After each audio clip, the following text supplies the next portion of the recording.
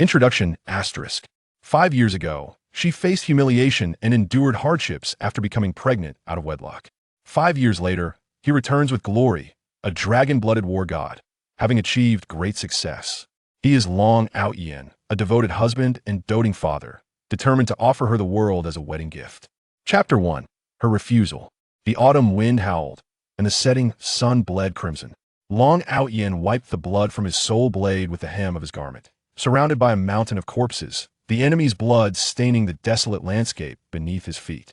Amidst this grave scene, Longchao's gaze was distant and cold. What is the status of our casualties? Reporting to the dragon leader, we have 7 lightly wounded and 2 severely wounded. The 100,000 invaders from the southern borders have been entirely annihilated by our forces. Following this battle, there will be no further conflicts in the southern region or throughout the nation. A scarred man in military attire reported to Longchao. The Dragon Nest Legion, with a mere 500 soldiers, surrounded and defeated the well-equipped southern marauders. A single charge led to the total annihilation of the enemy, suffering only 9 injuries in return, marking an unprecedented victory. Such a feat, one could surmise, could only be accomplished by Longchao himself. The 3,000 souls guarding the southern borders may now rest in peace. Longchao raised his right hand in salute to the void. The soldiers behind him tightened their grips on their rifles, a sense of vengeance coursing through their veins. Longchao, who enlisted at a tender age, commanded the Dragon Nest at just 22, leading the elite 500 troops to countless victories on the battlefield without a single defeat, instilling fear across the land, earning him the title of Dragon-Blooded War God. Dragon Leader, news has arrived from Jian City. A soldier approached from behind. Speak. Your sister-in-law, Chen Xiaojun, is being coerced in a marriage by the Chen and Li families, and you and your sister-in-law have become pawns in their threats. The news was brief, yet the unwavering Longchao trembled at its hearing.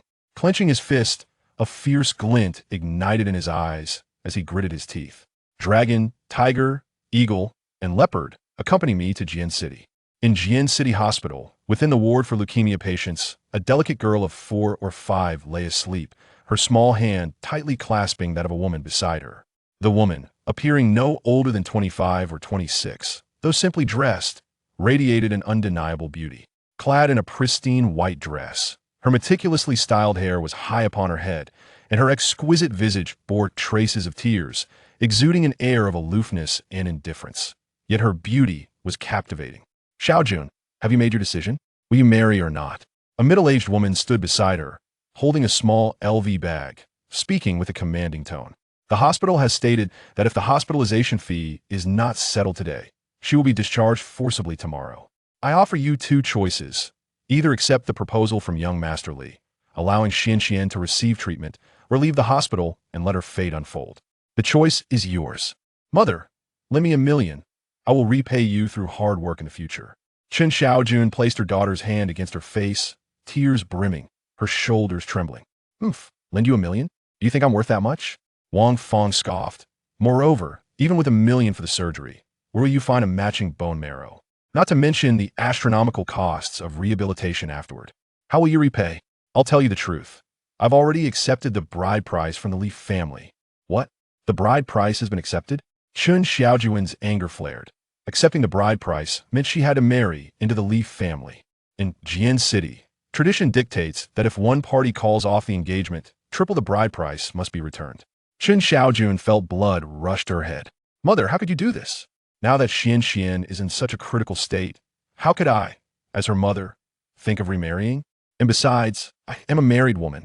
Chen Xiaojun, Wang Fong, was equally furious, pointing a finger at her daughter. You shouldn't have mentioned your husband. Just bringing him up angers me. That good-for-nothing lived in our home for 6 months. Look at what he accomplished. He claimed he would become a man worthy of you. Yet for 5 years, there's been no news from him. He's deceived you. If Xuanxuan is in such a state, why hasn't he returned? That useless man must have died long ago. Chen Xiaojun, I've tolerated you for too long. You will marry, whether you want to or not. Wang Fong's anger escalated. 5 years ago, Chen Xiaojun was the belle of the ball, with suitors practically breaking down her door. Wang Fong had carefully selected a promising scion from a prominent family in Jian City, yet her daughter resisted fiercely. This infuriated Wang Fong, leading her to secretly drug her daughter's drink, ensuring that the young master would escort her home. Halfway through, Chen Xiaojun succumbed to the effects of the drug, and just as the young master was about to take advantage, a security guard intervened and knocked him out. Subsequently, Chen Xiaojun returned, not alone, but with a son-in-law, the very security guard. A few months later, she found herself with a growing belly. Pregnant out of wedlock, wed to a useless security guard, once revered and stunning, Chen Xiaojun became the subject of gossip and ridicule throughout Jian City, a source of shame for the Chen family, her status plummeting. Half a year later, on a rainy night, the security guard left a note and disappeared, claiming that upon his return, he would grant her a life of prosperity and profound love, making her the happiest woman in the world. Yet 5 years passed without a word. Now, the young master of the Li family not only overlooked Xiaojun's past, but also offered a generous bride price in the millions. Such an opportunity was rare. Compared to the third-rate Chen family, the Li family was a reputable second-tier clan in Jian City. "Madam, I believe Xiaojun is sensible. Why pressure her so?" A tall, wiry man with a lecherous look entered from outside. Li Hanqing. "Li Xiao." Wang Fong trembled, immediately rushing to Li Hanqing's side with a sycophantic smile. "Li Xiao, what brings you here personally? My daughter has a stubborn temperament.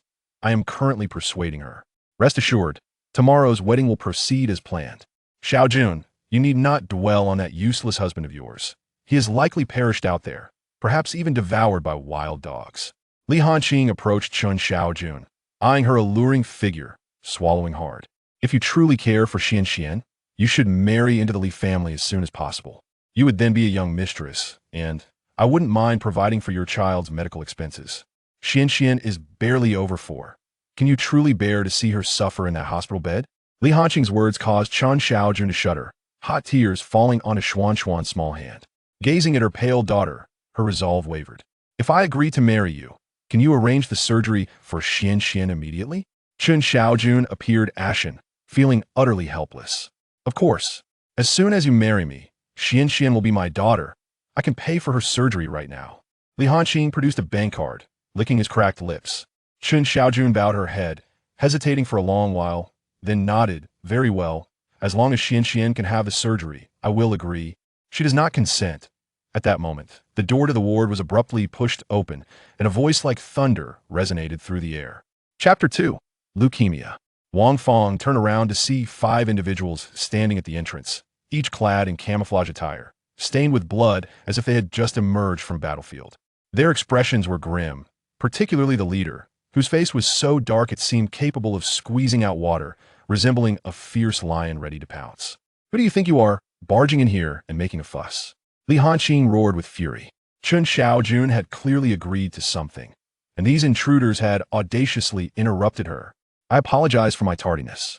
Aotian disregarded Li Hanqing's outburst, stepping forward to stand before Chen Xiaojun, his gaze filled with nostalgia as he spoke softly and gently. Chen Xiaojun silently regarded the man before her. His chiseled features were etched with guilt, remorse, and regret.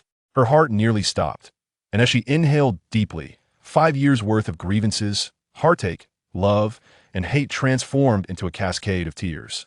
"Xiaojun, I slap." Just as Aotian began to speak, Chen Xiaojun unexpectedly struck his face with a resounding slap. He could have evaded it, but he chose not to, allowing her hand to fall heavily upon him. Chen Xiaojun should have loathed this man before her. He had not only taken her innocence, but had also vanished for 5 long years. 5 years, enough time for the seas to change to mulberry fields, enough to shatter a once whole heart into fragments. She stared at Aotian in a daze, silently choking back her sobs. "Oh, so it's you, the useless one?" Wang Fong finally reacted, hastening to Aotian, pointing an accusatory finger at him. "You disappeared for 5 years without a word, and now you decide to return? Perfect. Let me tell you, Xiaojun has already agreed to marry into the Li family. From now on, you have no ties to her, and you are not permitted to contact her again. Enough." Songlong, a robust figure behind him, sensed the insult towards Aotian and suddenly exuded an aura of menace. Wang Fong trembled as she felt the overwhelming pressure of Songlong's presence, unable to maintain her composure. "Songlong," Aotian reprimanded. "Yes." Songlong instinctively straightened, but kept his gaze fixed on Wang Fong. "Your name is Li Hanqing, isn't it? I regret to inform you that Chen Xiaojun cannot marry you." Aotian approached Li Hanqing, speaking with an air of indifference. "I appreciate your care for Xiaojun during this time, But the wedding scheduled for tomorrow is hereby cancelled, and I suggest you leave at once. I will not make things difficult for you. Huh? You think you can intimidate me? You are the useless son-in-law who got Xiaojun pregnant 5 years ago, aren't you? Who do you think you are? Li Hanqing's anger flared. Why don't you ask around? In this Jian city, who dares to speak to me in such a manner? One word from me, and you will vanish. I offer you two choices. First, leave immediately. Xiaojun has no ties to you. Second, if you refuse to depart, do not blame me for being ruthless. You'll find yourself begging for mercy. Songlong, Yang, escort them out, Long Aotian commanded coldly without turning around. Understood. Songlong and Yang stepped forward, disdainfully saying, please leave. You. Li Hanqing attempted to protest, but he found himself staring down the barrels of two guns, their ominous black mouths aimed directly at his head. Li Hanqing had no doubt that a moment's hesitation would result in a bullet being fired. Li Xiao, let's step outside. A wise man doesn't suffer immediate losses. Wang Feng urgently grasped Li Hanqing's arm, whispering, we are outnumbered here. It would be wiser to leave and call for reinforcements. What can a few soldiers do? Fine. You think having guns makes you formidable? Just wait a few minutes. If I don't eliminate you today, I swear I won't bear the Li surname. Li Hanqing stormed out of the room, dialing a number. Hello, cousin, I'm being bullied at Jian City Hospital. They're all armed. Yes, hurry and bring a whole squad over. I want to see just how far a useless person can go. All right, I'll be waiting for you. Hurry. Xiaojun, I know you have many questions for me. After a long silence, Long Aotian finally spoke, and Chen Xiaojun looked up. Such is where I have been for the past 5 years, and what I have done. Such is why I have not contacted you during these years, seemingly vanishing from existence. I wish I could answer your questions, but I'm currently bound by circumstances that prevent me from explaining. Long Aotian spoke truthfully. Military regulations dictated that everything they did was classified, and he could not divulge such details even to those closest to him. All you need to know is that I have never truly left you. Due to certain reasons, I could not reach out to you over the years, but you have always remained in my heart, and I have silently longed for you through the nights. Long Aotian's words were heartfelt, and Chen Xiaojun wept beside him, unsure of what to say. Xiaojun, we will address our matters later. Is she my daughter? Long Aotian gazed at the little girl in the hospital bed, who was sleeping soundly, a sweet smile gracing her lips. A surge of emotions washed over him. The bond of blood could never be severed. He reached out hesitantly, placing Xuanxuan's tiny hand in his embrace. Daughter, my daughter, I am your father. Tears welled in Long Aotian's eyes as he repeatedly called out in his heart. Her name is Xianxian. After a moment of silence, Chen Xiaojun spoke. I wish I could say she has no connection to you, but I cannot deceive you at this point. A month ago, Xianxian injured her leg due to my mother's carelessness, and the bleeding wouldn't stop. I brought her to the hospital for examination, and the doctor said, it's leukemia. Xianxian is just over 4 years old. If we can find a matching bone marrow donor and have the 1 million for surgery, her chances of recovery are 99. However, Chen Xiaojun looked at Long Aotian, murmuring, I have not found a suitable donor, nor do I have 1 million. In this past month of hospitalization, I have exhausted all my funds. I will take care of it. Long Aotian gently placed Xuanxuan's hand back under the covers and commanded, Yang, immediately summon the top specialists in the country. They must arrive here by tomorrow morning to treat my daughter. Mont Tiger, I order you to go to Kyoto and report both the situation at the Southern Front and my daughter's illness. Fire Leopard, please purchase some toys, anything a little girl would like. Yes. The 3 men straightened and turned to carry out their orders.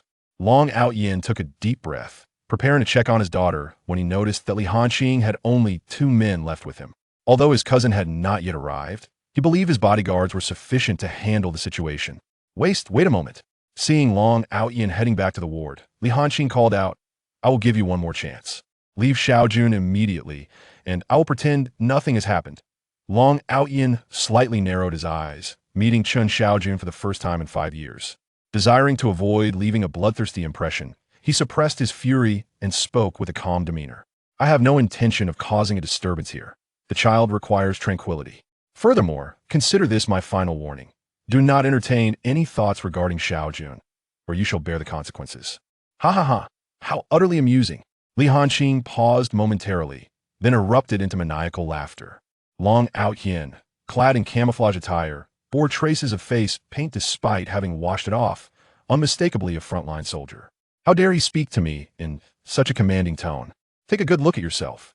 Do you really believe you are worthy of competing with me, Li Hanqing, for a woman?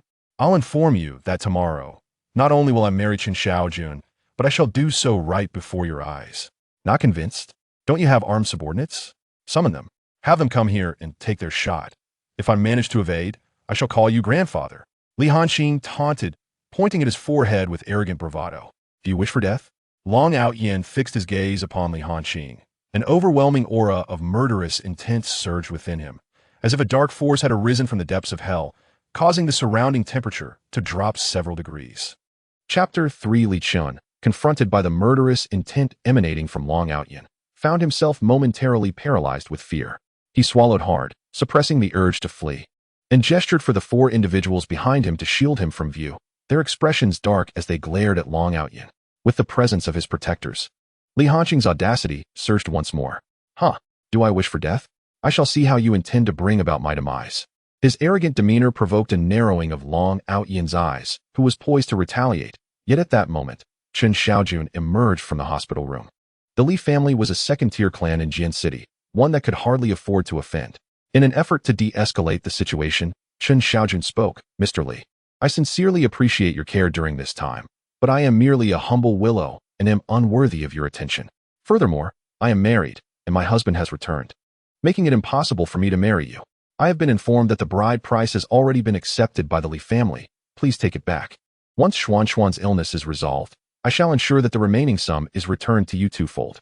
Aotian was momentarily taken aback, his gaze softening as he regarded Chen Xiaojun. In matters concerning his daughter, at least she stood by him, refusing to abandon her father. You will not marry me?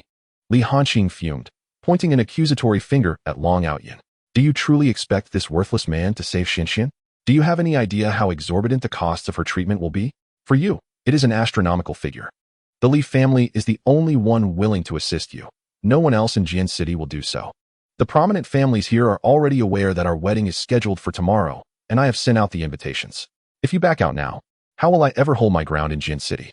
As Li Hanqing's anger escalated, he spat out through clenched teeth. No, the wedding shall proceed as planned tomorrow. However, Chen Xiaojun felt equally incensed, for the bride price had never been her doing.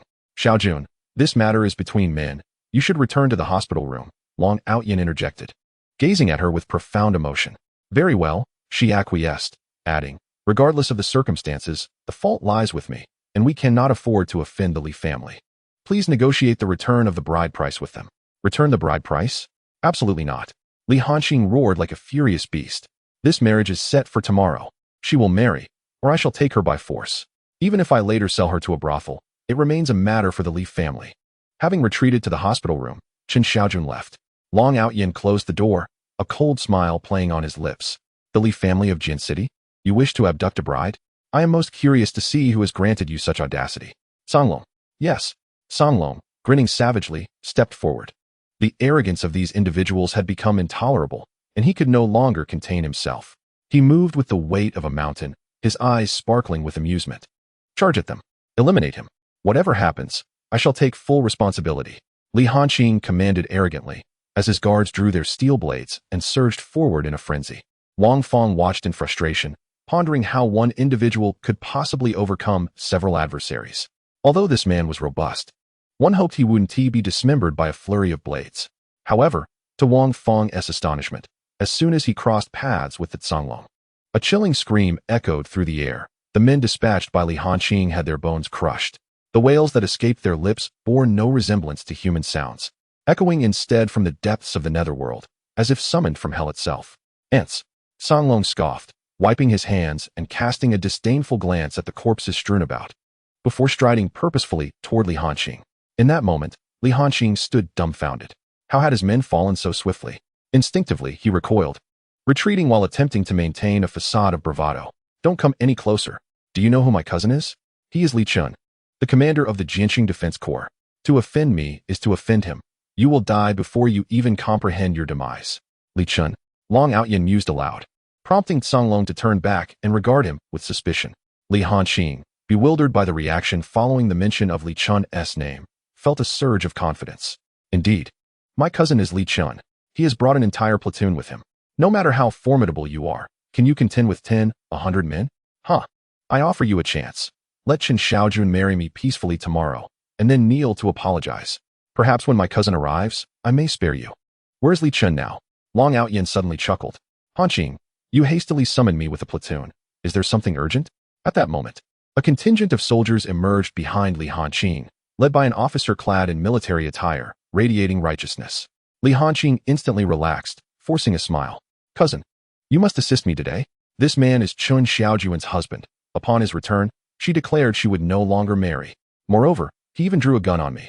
As Li Hanqing pointed at Long Aotian, Li Chun followed the direction of his finger. In an instant, the composed colonel trembled visibly.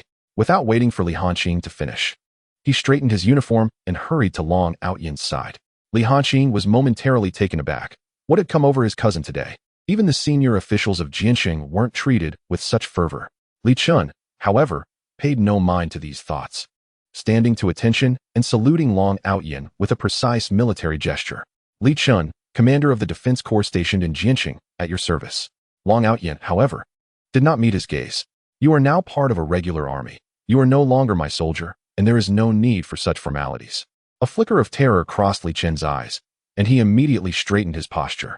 Once a member of the Dragoness Nest, always a member of the Dragoness Nest. Dragoness Nest. Upon hearing this name, the over 100 soldiers accompanying him were momentarily taken aback, instinctively standing straighter. Their faces filled with reverence as they gazed at Long Aotian. The Dragoness Nest Corps was a legendary military unit, where each soldier could take on hundreds single-handedly.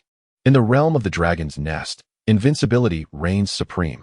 The leader of the nest, the Dragon Head, stands as an unparalleled entity, a national treasure, a guardian of the borders. A blood-soaked war deity, a living legend. Li Hanqing was left utterly astounded, shivering uncontrollably as cold sweat streamed down his brow.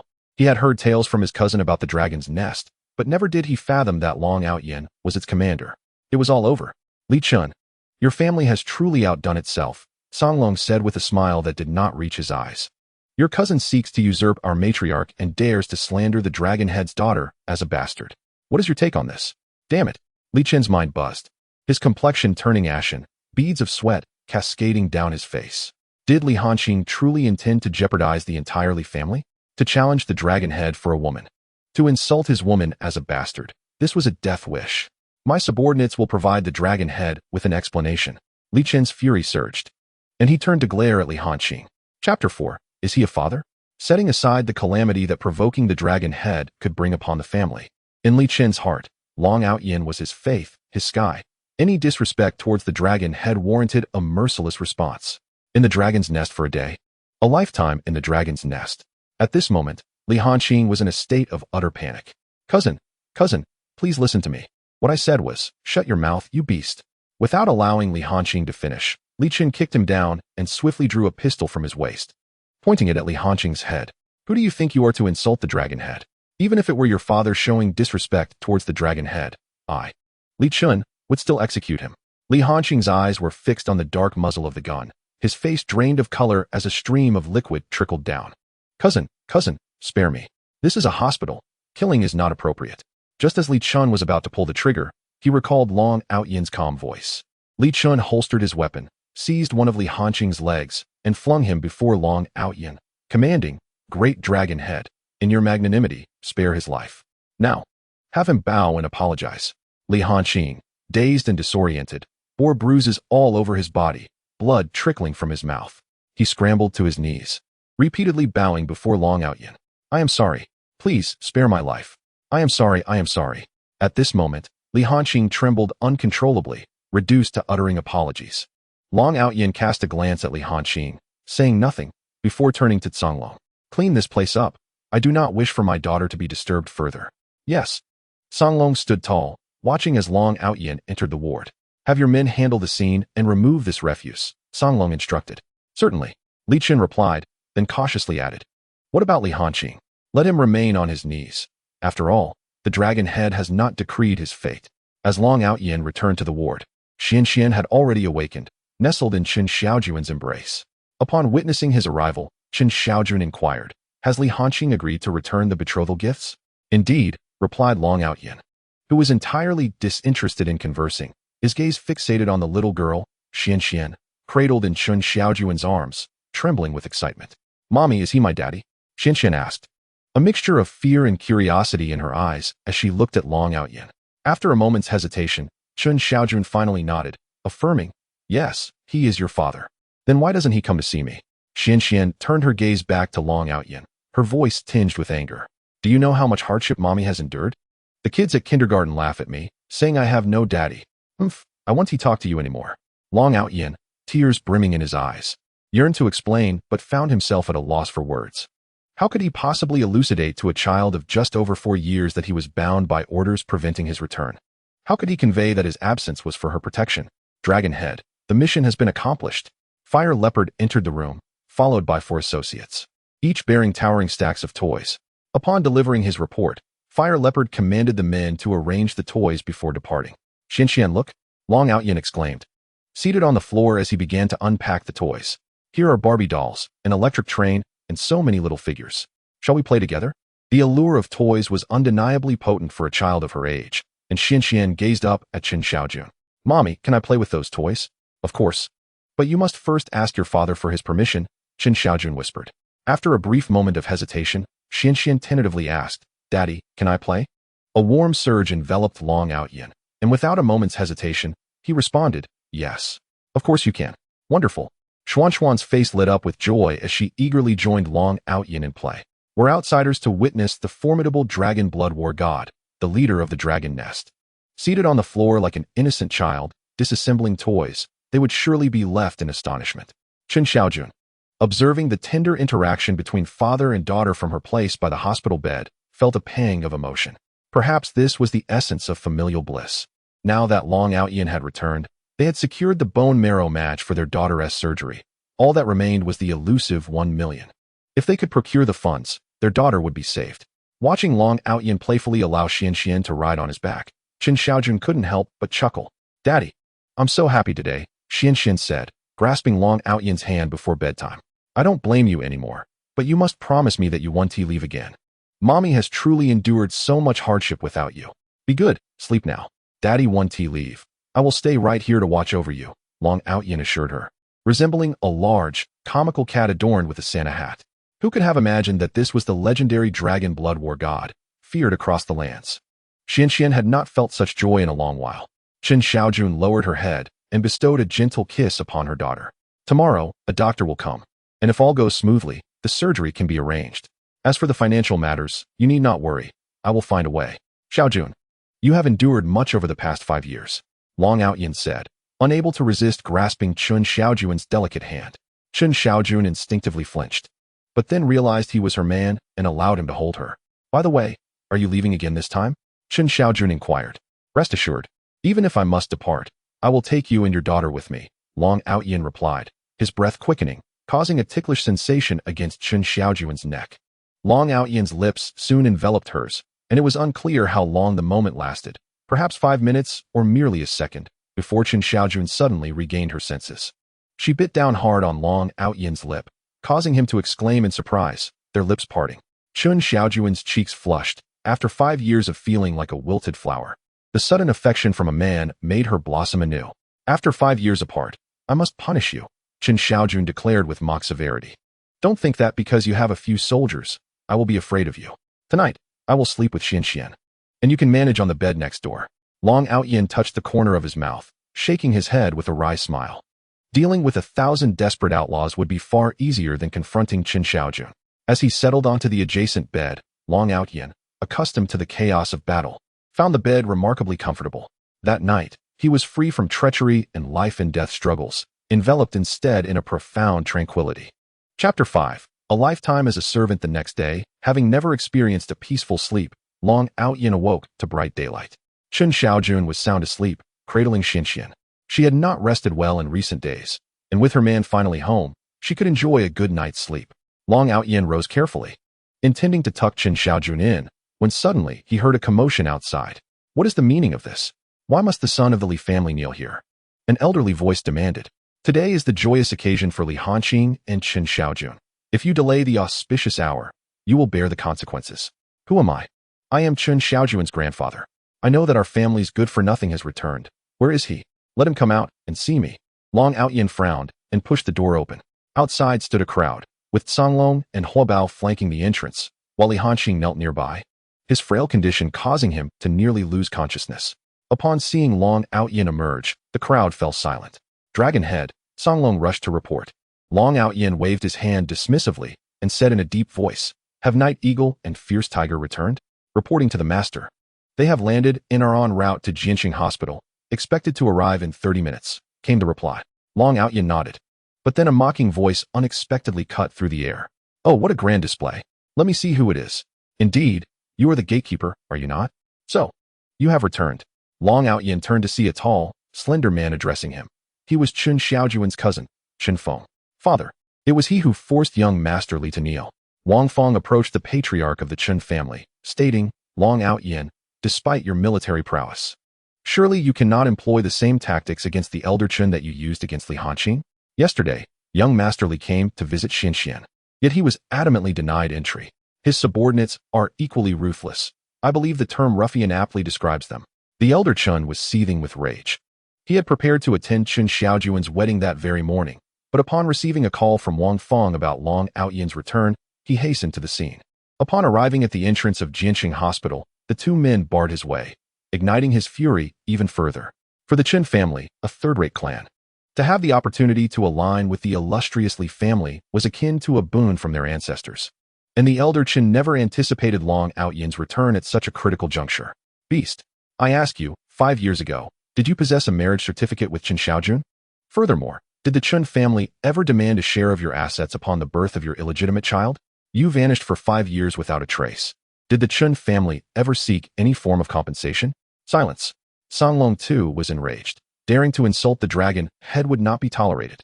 Long Aotian restrained the oncoming wrath of Songlong, calmly replying, "No."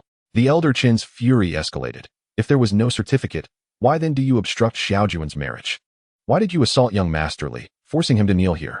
You have squandered 5 years of Xiaojun's youth, and you would have her remain unmarried for life to satisfy your own desires." Regardless of how vehemently the elder Chen shouted, Long Aotian maintained his indifferent demeanor. "Since you have arrived, I shall declare 2 matters. First, Chen Xiaojun shall not marry anyone else. She can only wed me.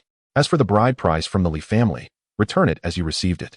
Second, considering you have raised Chen Xiaojun for over 20 years, I shall provide you with 100 million. From this day forth, she is herself, and the Chen family is the Chen family. Should you dare to cause a ruckus before my daughter's hospital room again, do not blame my subordinates for their ruthlessness." Songlong retrieved a check from his bag, and Long Aotian inscribed his name upon it, extending it forward. Long Aotian's actions left the Chen family momentarily stunned, until Chen Feng was the first to react. "Ha ha. Xiaojun can only marry you? Have you even looked at yourself in the mirror? And 100 million, you worthless fool. It is utterly laughable that you would possess such an amount. That check of yours is worthless. You are deliberately deceiving my grandfather, hoping to cause a scene when he attempts to cash it. I must say, your trickery is indeed cunning." The elder Chen, already skeptical about the check's validity, suddenly grasped the implications of Chen Feng's words. Long Aotian's ploy was insidious, clearly aimed at imprisoning him. "I do not desire your money."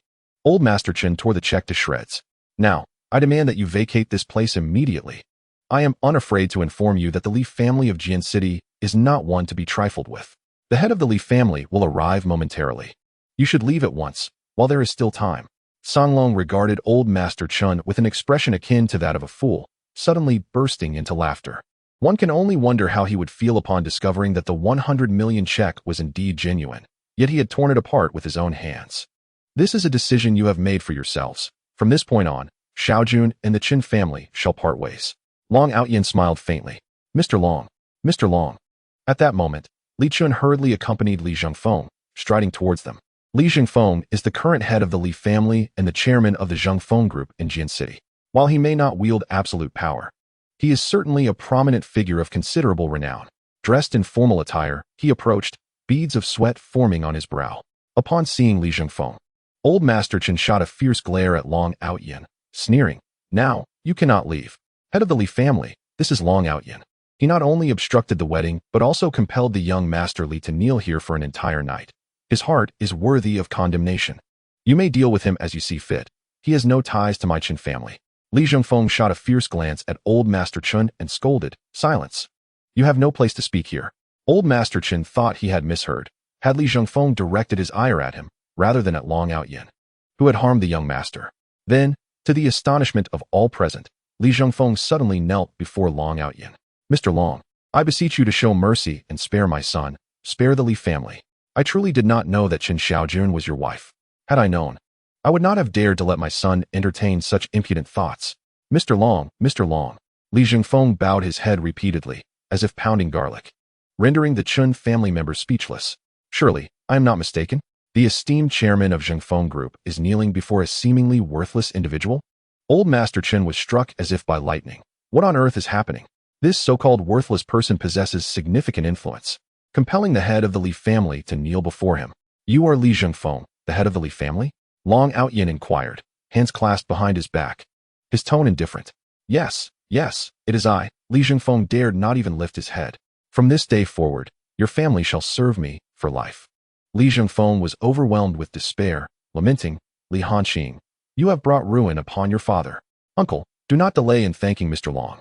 Li Chen admonished from the side. Thank you, Mr. Long. Thank you, Mr. Long.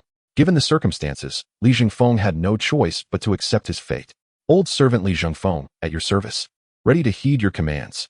Chapter 6. Residual drugs. Long Aotian waved his hand, and only then did Li Zhengfeng, trembling with trepidation, rise, commanding assistance for Li Hanqing. As he passed by the Chen family members, Old Master Chen obstructed his path. Moments ago, they witnessed Li Zhengfeng kneeling before Long Aotian, yet the words exchanged remained unheard. Li family head, do you still dare to speak of the wedding of Xiaojun and Hanqing? Li Zhengfeng's forehead throbbed with veins. Were it not for Long Aotian's presence, he might have lashed out in fury. If it weren't for the Chen family's unwavering determination to wed Chen Xiaojun, would Li Hanqing have found himself in such dire straits? Now he is doomed to serve for a lifetime. The wedding is hereby annulled. Furthermore, all collaborations between Zhengfeng Group and the Chen family are terminated. Chen Guoqiang, you have brought this ruin upon me. What further talk of cooperation can there be? Enraged, Li Zhengfeng stormed off after delivering his decree. The Chen family stood frozen, as if struck by lightning, upon hearing Li Zhengfeng's words. The wedding is cancelled? And all partnerships with Zhengfeng Group are dissolved? The Chen family, already burdened with debt, depended on their collaboration with Zhengfeng Group to weather their current hardships. With the sudden withdrawal of support, how could they possibly survive? Chairman Li, family head Li, wait for me. Old Master Chen, flustered, hurried after him. Li Zhengfeng paid him no mind, descending the stairs with purpose. Family head Li, I implore you, allow me a moment to speak. Old Master Chen obstructed the car door, preventing him from leaving. What more is there to say? Li Zhengfeng seethed from within the vehicle. Our lives were set on a clear path. How can you simply reverse your decision? Old Master Chen hurriedly offered a conciliatory smile. That Long Aotian is merely a waste. Today, you knelt to save your son. And we can comprehend that. In due time, when we are not present, we can arrange for a few individuals to capture him. And then he shall be at your mercy. Chen Guoqiang, if you wish for death, do not drag me into it. Li Zhengfeng's head felt as if it might split from the pressure. To seize the leader of the dragon's nest? You must be tired of living. I declare this marriage void. I, Li Zhengfeng, have been foolish enough to desire to marry Chen Xiaojun. This is the greatest mistake of my life. Family head Li, Old Master Chen was struck dumb. Do you not yet realize the caliber of your son-in-law? Li Chen could hardly contain himself. Merely a waste. Having served a few years in the military, what is so remarkable about that? Chen Feng interjected. Oh, a waste? Li Chen chuckled. Do you believe I command enough respect in Jiancheng? Yet before that man, I am unworthy even to carry his shoes. Is this the waste you speak of? Old Master Chen stood in stunned silence as the car vanished from sight. Father, is what he said true? Wang Fong was equally bewildered. He might just be saying that on purpose to call off the wedding. Do not take it to heart, Chen Feng scoffed. By the way, didn't he give us a check for 100 million? We can confirm its authenticity at the bank. Wang Fong suddenly recalled. Father, what about that check? I tore it up. Old Master Chen felt as if struck by lightning. If Li Chun is not deceiving, then that check is likely authentic. How could I have been so careless? That amount is a staggering 100 million. Torn it? Wang Fong's voice shifted in pitch, filled with urgency. At that moment, within the hospital ward, Nighthawk and Tiger had returned to report. Following them were a dozen elderly gentlemen, their hair tinged with gray, 3 of whom donned military uniforms adorned with civilian ranks. The others, each brimming with vitality, walked quietly, their heads bowed, standing unobtrusively behind Nighthawk, reporting to Leader Long. Nighthawk and Tiger have returned. Nighthawk approached Long Aotian and saluted. We departed yesterday, splitting our efforts across Kyoto, Jiangnan, and Nanyue. gathering the nation's esteemed medical professionals for this consultation. Furthermore, the military is aware of Leader Long's daughter's affliction and has dispatched 3 expert-level generals from the military laboratory to attend. This is their representative, General Zhang Wenhui. You are General Zhang? Chen Xiaojun's head buzzed. She had recognized the chief physician behind Night Hawk, none other than Zhang Wenhui, the foremost expert on leukemia in the country. Did Night Hawk truly traverse the nation in a single day to summon renowned doctors for his daughter's treatment? Moreover, General Zhang rarely makes public appearances. An astonishing scene unfolded as the nation's top expert, known for treating only the highest-ranking officials, approached Long Aotian and rendered a precise military salute. Chen Xiaojun noticed the awe and respect reflected in Zhang Wenhui's eyes. This was undeniably genuine. Who exactly is Long Aotian to command such influence? Long Aotian returned the salute, calmly stating, "I beseech you to save my daughter." General Zhang stood tall and replied, "Leader, please do not say that. It is my honor to treat your princess. Were it not for your sacrifices during peacetime, we would not have the stability to conduct our research. It is my duty to save your child, and I shall not waver. Where is the child? I wish to see her." Xiaojun allowed General Zhang to see Xuanxuan. Long Aotian called out several times before rousing Chen Xiaojun from her shock. "Oh yes, of course." Chen Xiaojun hastily composed herself. She was overwhelmed with astonishment and confusion. Yet it was clearly not the time for inquiries.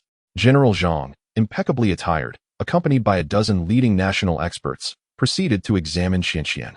After approximately an hour, General Zhang removed his mask, his expression grave and complex. "General Zhang, is the situation dire?" Chen Xiaojun's heart sank upon seeing his countenance. "Oh, not at all." General Zhang approached Long Aotian, inquiring with skepticism. "Although the young princess's condition bears similarities to leukemia, I have meticulously examined her 3 times and can definitively rule out leukemia." "Rule it out?" Chen Xiaojun was taken aback. Why then had the hospital's doctors informed her that Xuanxuan had leukemia and required a surgical fee of 1 million? "Are you certain?" Long Aotian exhaled discreetly, his expression serious as he questioned. "It is absolutely impossible. However, the little princess does have poor blood coagulation. But as long as attention is paid to nutritional supplementation, it should suffice. Additionally, I have extracted traces of ghrelin from her blood, a medication known for its significant side effects. The elimination of the drug's impact may require several days. This implies that someone has deliberately lied, aiming to achieve their insidious objectives." Long Aotian immediately grasped the crux of the matter, a surge of malevolence emanating from him, causing the surrounding temperature to drop several degrees. What a joke! Who would dare to harm their own daughter? Long Aotian's complexion turned ashen. "Xiaojun, who is Xuanxuan's attending physician?" Long Aotian squinted, asking with a grim tone. "It is Director Zhang Lin from the hematology department," Xiaojun replied, suddenly sensing a shift in Long Aotian's aura. She felt a twinge of fear and tentatively reached out to grasp his arm. "You stay here with Xuanxuan. I will step out to investigate the truth." Long Aotian said with a dark smile, "I am eager to discover who possesses the audacity to use my daughter as a pawn." Chapter 7. Zhang Lin. Long Aotian commanded the fierce tiger and fire leopard to remain, while he descended with Songlong and Yang to seek out Zhang Lin. However, it was unfortunate that Zhang Lin was not on duty today. The hospital's nurse informed them that Zhang Lin had been invited to the wedding of Li Hanqing at the Jiancheng hotel. Without delay, they made their way to the hotel. Li Jingfeng was also troubled. He had initially contemplated announcing the cancellation of the wedding, but the hotel was filled with numerous prominent figures, making it impossible for him to explain. After some contemplation, he summoned the MC responsible for the wedding and whispered a few instructions before hastily departing. "Everyone, please be quiet." The MC, perplexed, ascended the stage and, in accordance with Elder Li's wishes, announced that the elder had just visited and encouraged everyone to eat and drink, as this meal would be on the Li family. After everyone had enjoyed their fill, they could approach the front desk to collect their congratulatory gifts, taking as much as they wished. Elder Li stated that Li Hanqing was merely a minor character and would not dare to marry Chen Xiaojun, implying that today was merely a jest, intended to treat everyone to a meal. "Now, let us raise our glasses to the opportunity for our joyous gathering."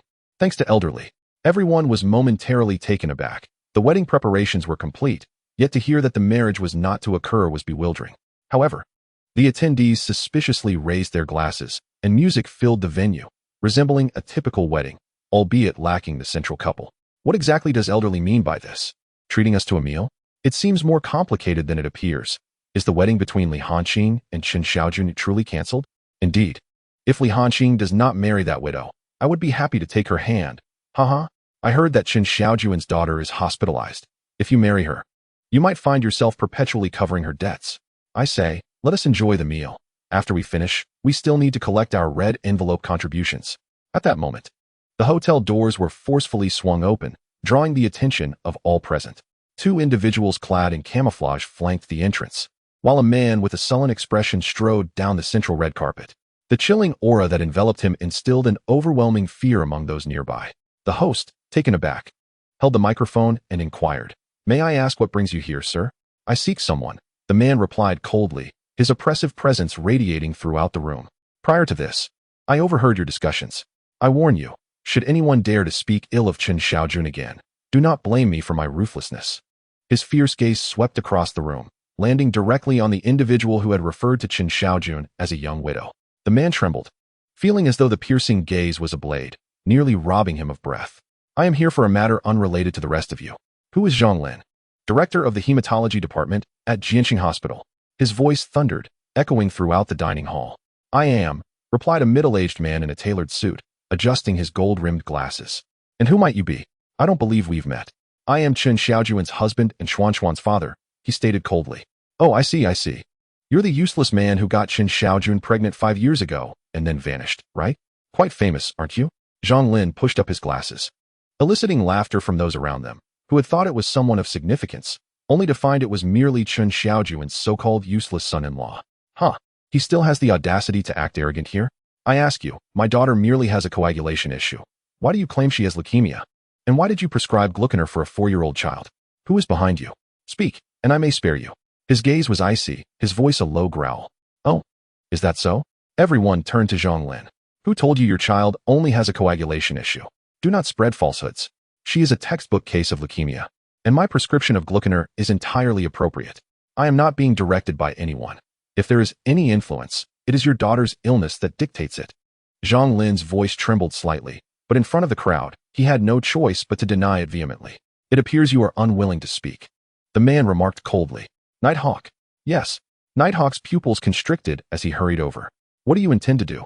Zhang Lin instinctively retreated upon seeing Nighthawk approaching. "In broad daylight, do you dare to strike me? You should inquire about the nature of my relations here." At this, the crowd finally realized the gravity of the situation. This was Jiancheng Hotel. The owner, Li Tianxing, was a figure of the underworld. No one dared to cause trouble in his domain. With sympathy, the onlookers regarded the man. Recognizing that he was in deep trouble, "I care not for your relationships. I will strike you regardless." The Nighthawk had surged forth, seizing Zhang Lin by the arms. With a slight exertion, a bone-cracking sound echoed, and his wrists were brutally shattered. "Ah!" Zhang Lin's scream pierced the air like a wail from the depths of hell, causing the onlookers to blanch in shock. Good heavens, how ruthless this soldier was, striking without a hint of mercy.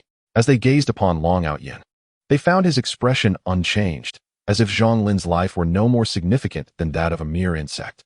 "You are finished, all of you. I will inform Li Tianxing that you dared to lay hands on me in his domain. Just wait, I will ensure we all perish together." Zhang Lin was on the brink of madness. The esteemed head of the hematology department at Jiancheng Hospital relied on these very hands, and now, with shattered bones, his livelihood was effectively severed. "Oh, perish together with us? Do you truly believe yourself worthy?" The Nighthawk scoffed derisively.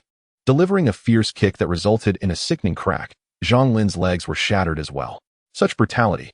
In just one encounter, Zhang Lin was rendered incapacitated, utterly ruined. "Wake him," Longchao commanded coldly as Zhang Lin succumbed to unconsciousness. The Nighthawk seized a bottle of liquor from the table and poured it over Zhang Lin's face. Slowly, Zhang Lin emerged from his stupor, but before he could fully comprehend his surroundings, the Nighthawk raised the bottle high and brought it crashing down upon his forehead. The bottle shattered, leaving Zhang Lin's face a mask of blood, a horrific sight. "I shall ask you once more, who orchestrated this?" Longchao inquired with an icy demeanor. "Enough. Stop. I will speak." Zhang Lin, battered beyond recognition, wept pitifully. "Your daughter indeed suffers from a coagulation disorder. Chen, Li Gu is here." At that moment, a voice echoed from the entrance, interrupting Zhang Lin's confession. Chapter 8. Execution on the spot. "You bastard, you are doomed. You are utterly doomed. Ha ha. How dare you leave me in such a state, neither human nor ghost? I will ensure you do not escape this place. You will all die here." Zhang Lin, who had moments ago been sobbing, suddenly erupted into maniacal laughter, appearing deranged. "Oh, Is that so? Long Aotian, hands clasped behind his back, awaited further developments. Who dares to cause a ruckus in my establishment? A burly man entered, appearing to be in his 40s, with a slightly protruding belly and an expression of fury. Following him were 8 or 9 robust thugs. "Li Gu, save me, save me." Zhang Lin cried out in desperation upon seeing the man. "You are Dr. Zhang?" Li Tianxing entered and paused, taking a moment to recognize the disheveled figure before him. Indeed, the very Zhang Lin of Jiancheng Hospital. "Li Gu, it was them. They assaulted me in your territory. What shall we do about this?" He pointed accusingly. "This man is the son-in-law who caused Chen Xiaojun's unplanned pregnancy 5 years ago, and he has come here to slander me, claiming I'm misdiagnosed. I declare this to be the Jiancheng Hotel. Are you aware of the relationship between Li Tianxing and myself?" They responded, "Regardless of the relationship, it does not concern us. Brotherly, I implore you, I beseech you to speak on my behalf." Zhang Lin, with tears streaming down his face, lamented. Although his account diverged slightly from the events that had just unfolded, the variation was minimal. The crowd nodded in agreement, their sympathy for Zhang Lin beginning to surface. What, after all, could have precipitated such an assault upon him? Soon enough, he would find himself in a precarious situation. "How dare you cause a commotion in my realm?" Li Tianxing thought, feeling the impatience of his existence. His gaze swept across the room, ultimately settling upon Long Aotian. With a mere gesture, 8 or 9 ruffians brandished steel blades from their jackets. "Engage them, and do so with utmost ferocity. If they are incapacitated, transport them to orthopedics. If that fails, simply wrap them in body bags. Today, I intend to make it abundantly clear to these soldiers that causing a disturbance in my territory bears severe consequences." "Wait a moment, are you Li Tianxing?" Long Aotian inquired, searching his memory. 10 years ago, when the Jiancheng Hotel was under construction, an elderly couple refused to relocate, and you had them killed. 5 years ago, to secure the rights to extract groundwater from Huyang village, you dispatched men to slay dozens of villagers. A year ago, when one of your accomplices threatened to expose you, you had him eliminated. Who exactly are you? Li Tianxing trembled, a murderous glint igniting in his eyes. He had resolved that, regardless of Zhang Lin's presence, this individual could not be allowed to live. Clearly, my suspicions were well-founded, Long Aotian thought, pulling out his phone in full view of the assembly and dialing a number. "You have 10 minutes. After that, all of Li Tianxing's enterprises in Jiancheng will vanish." Having completed the call, Long Aotian observed Li Tianxing, who stood agape, struggling to comprehend the gravity of the situation. "What did you just say? Make all my enterprises disappear? Ha ha ha, you must be jesting. You cannot possibly be serious. Even the Lord of Jiancheng would not dare utter such words." "Just wait 10 minutes, Long Aotian declared, hands clasped behind his back, his demeanor radiating confidence. "Are you attempting to intimidate me? Let me assure you, I, Li Tianxing, am not one to be cowed. Whether my enterprises will vanish remains uncertain, but mark my words, you shall all perish today. Old Lu, summon the brothers to Jiancheng Hotel. Yes, the more, the merrier. Hurry." Li Tianxing barked into his phone, gritting his teeth, determined to showcase whose dominion Jiancheng truly was. Long Aotian merely smiled, choosing silence. "Laugh now, for soon enough you shall weep." Li Tianxing's countenance darkened as the crowd held their breath, allowing time to slip away in agonizing silence. Moments later, Li Tianxing's phone rang, his eyes lighting up. "My men have arrived. Even if you beg for mercy, I shall not spare you. Prepare to await your demise here, rest assured. I will provide you with a premium body bag." "Hello, old Lu, have you arrived yet?" "Brotherly, something is amiss," came the voice of Lao Lu from the other end of the line. "I had just gathered over 100 men and was about to set off, when suddenly, several individuals attacked us. They struck with precision, and those who fell suffered fractures, unable to rise. Now the constables have arrived, scouring the streets for arrests. Yet they are apprehending only our people. Are you all utterly useless? Over 100 men, and a mere handful of individuals managed to subdue us?" Li Tianxing's fury surged as he lowered his voice. "These individuals are certainly not ordinary. Their strikes were ruthless, devoid of any unnecessary movements. Brotherly, I cannot speak further. The constables are approaching. You must find a way to extricate us." Before Lao Lu could finish, a crack echoed, and the call transformed into silence. Li Tianxing, stunned, hung up the phone, pondering who could be behind this trouble. As his gaze swept over Long Aotian, a tremor coursed through him. Could this unidentified adversary be linked to Long Aotian before him? However, before he could dwell further on this thought, his financial officer and lover called. "Hello, speak plainly. If you have grievances, voice them now, for I am preoccupied." Li Tianxing's temper was fraying. "Brotherly, trouble looms. The constables, the Commercial Management Bureau, and the Tax Supervision Department have simultaneously arrived, claiming our company is severely engaged in tax evasion. What? Even the constables have been stirred? Li Tianxing's tone shifted dramatically. Indeed, not only the constables, but also those who determine criminal charges. They claim our company is involved in social business, and they have arrested personnel. The Commercial Bureau has issued a written notice for suspension and rectification. The constables are sending people to apprehend you. We are finished. The company is doomed. Everything is lost. Li Tianxing staggered, his gaze blankly fixed on Long Aotian, his voice trembling. Is this your doing? My life's work, reduced to nothing in less than 10 minutes? I will kill you, I swear. Stop. Suddenly, the door was thrust open again, and several constables entered. Li Tianxing, we have received a report that Tianxing Group is suspected of extorting protection fees. Please accompany us for an investigation. Additionally, all your assets will be sealed pending further investigation. You may remain silent. Anything you say could be used as evidence against you. Two constables seized Li Tianxing, turning to lead him away. Wait, Long Aotian interjected. With such numerous crimes, why bother with an inquiry? Do you dare to kill me? Li Tianxing turned back, gritting his teeth. Mark my words. Within 3 years I shall emerge, and we will settle both old and new accounts then. Ha ha ha. The lead constable appeared conflicted, standing at attention. Commander, according to protocol, we must take him back first. Nighthawk. Long Aotian had no interest in hearing the constable's words to completion and commanded, execute him on the spot, in accordance with the law. At once, Nighthawk drew his weapon and pulled the trigger before the constable's eyes. Bang! With a single shot, Li Tianxing's brain splattered. Chapter 9. Diamonds. Li Tianxing, even in the face of death, maintained a sinister grin, utterly unprepared for Long Aotian's audacity to fire a gun. As Li Tianxing's body fell backwards, the constables stood in stunned silence, and amidst the wedding guests, a piercing scream erupted from an unknown individual, followed by a chorus of terrified shrieks. These were common folk, slightly affluent, yet wholly unaccustomed to such a spectacle. In abject fear, they retreated to the corners of the room, huddling together and trembling. How ruthless!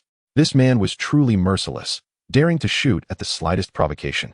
And in front of the constables no less.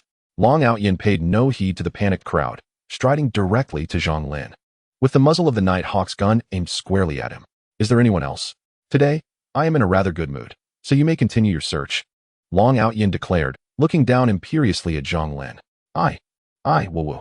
Zhang Lin, overwhelmed with terror, burst into tears. What a fool.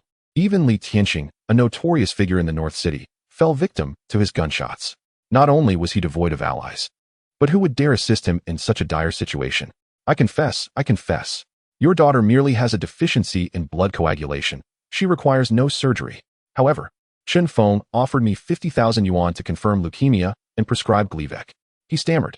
He said that Gleevec is exorbitantly priced, and a month's treatment would plunge Chen Xiaojun's family into financial ruin, forcing her to marry Li Hanqing. With every word he uttered, Long Aotian's countenance darkened, the malevolence emanating from him palpable and inescapable. That almost tangible aura of menace coalesced into a sharp blade, aimed directly at Zhang Lin. Mr. Long, I beg you. Spare me. I was coerced by Chen Feng. I had no idea she was your child. Zhang Lin, now terrified, dropped to his knees, fervently bowing his head. For a mere 50,000 yuan, you would harm a 4-year-old child? What has become of your medical ethics? Long Aotian grasped Zhang Lin by the throat, lifting him effortlessly. This is my child. Thus I can ascertain that she was deliberately misdiagnosed. What would happen if it were someone else's child? The Jiancheng hospital harbors scoundrels like you. A disgrace to the entire medical profession. Crack. With a single, forceful motion, the sound of a sharp crack echoed, and Zhang Lin, who had been struggling moments before, lay lifeless on the ground. Witnessing Zhang Lin's demise before their very eyes, the onlookers were rendered numb. If even Li Tianxing had perished, what chance did Zhang Lin possess? Their gazes towards Long Aotian were filled with dread, their thoughts consumed by a singular notion. Do not provoke this harbinger of death. Captain, a constable approached Long Aotian, hesitantly attempting to speak, yet ultimately silenced by his fear. Return and inform your captain that Zhang Lin, a scourge to society, has been dealt with, Long Aotian stated coldly. Yes. The constable stood at attention immediately. Long Aotian, shall I eliminate Chen Feng? Nighthawk sheathed his pistol, his eyes glinting with icy resolve. No. Go notify Huang Tianxi to come to Jiancheng at once and acquire Zheng Feng Group. Long Aotian commanded with a chilling detachment. Long Aotian returned to the hospital, where Xuanxuan had already regained consciousness. He felt an overwhelming sense of indebtedness towards his daughter. Thus, he immediately sat by her side, their bond deepening through shared moments. That evening, Chen Xiaojun received 2 phone calls. One was from her grandfather, summoning her to a family meeting the following day, while the other was from Wang Feng. After exchanging only a few words, Chen Xiaojun abruptly ended the call, seething in solitude. "What is the matter?" Aotian noticed something amiss with Chen Xiaojun and inquired. Nothing at all." Chen Xiaojun tossed the phone onto the bed. "Are you deceiving me? Is your mother pressuring you for a divorce again?" Aotian asked nonchalantly. "Sort of." Chen Xiaojun bit her lip and replied. "There's a guy named Wang Diyu in Jiancheng, my childhood friend.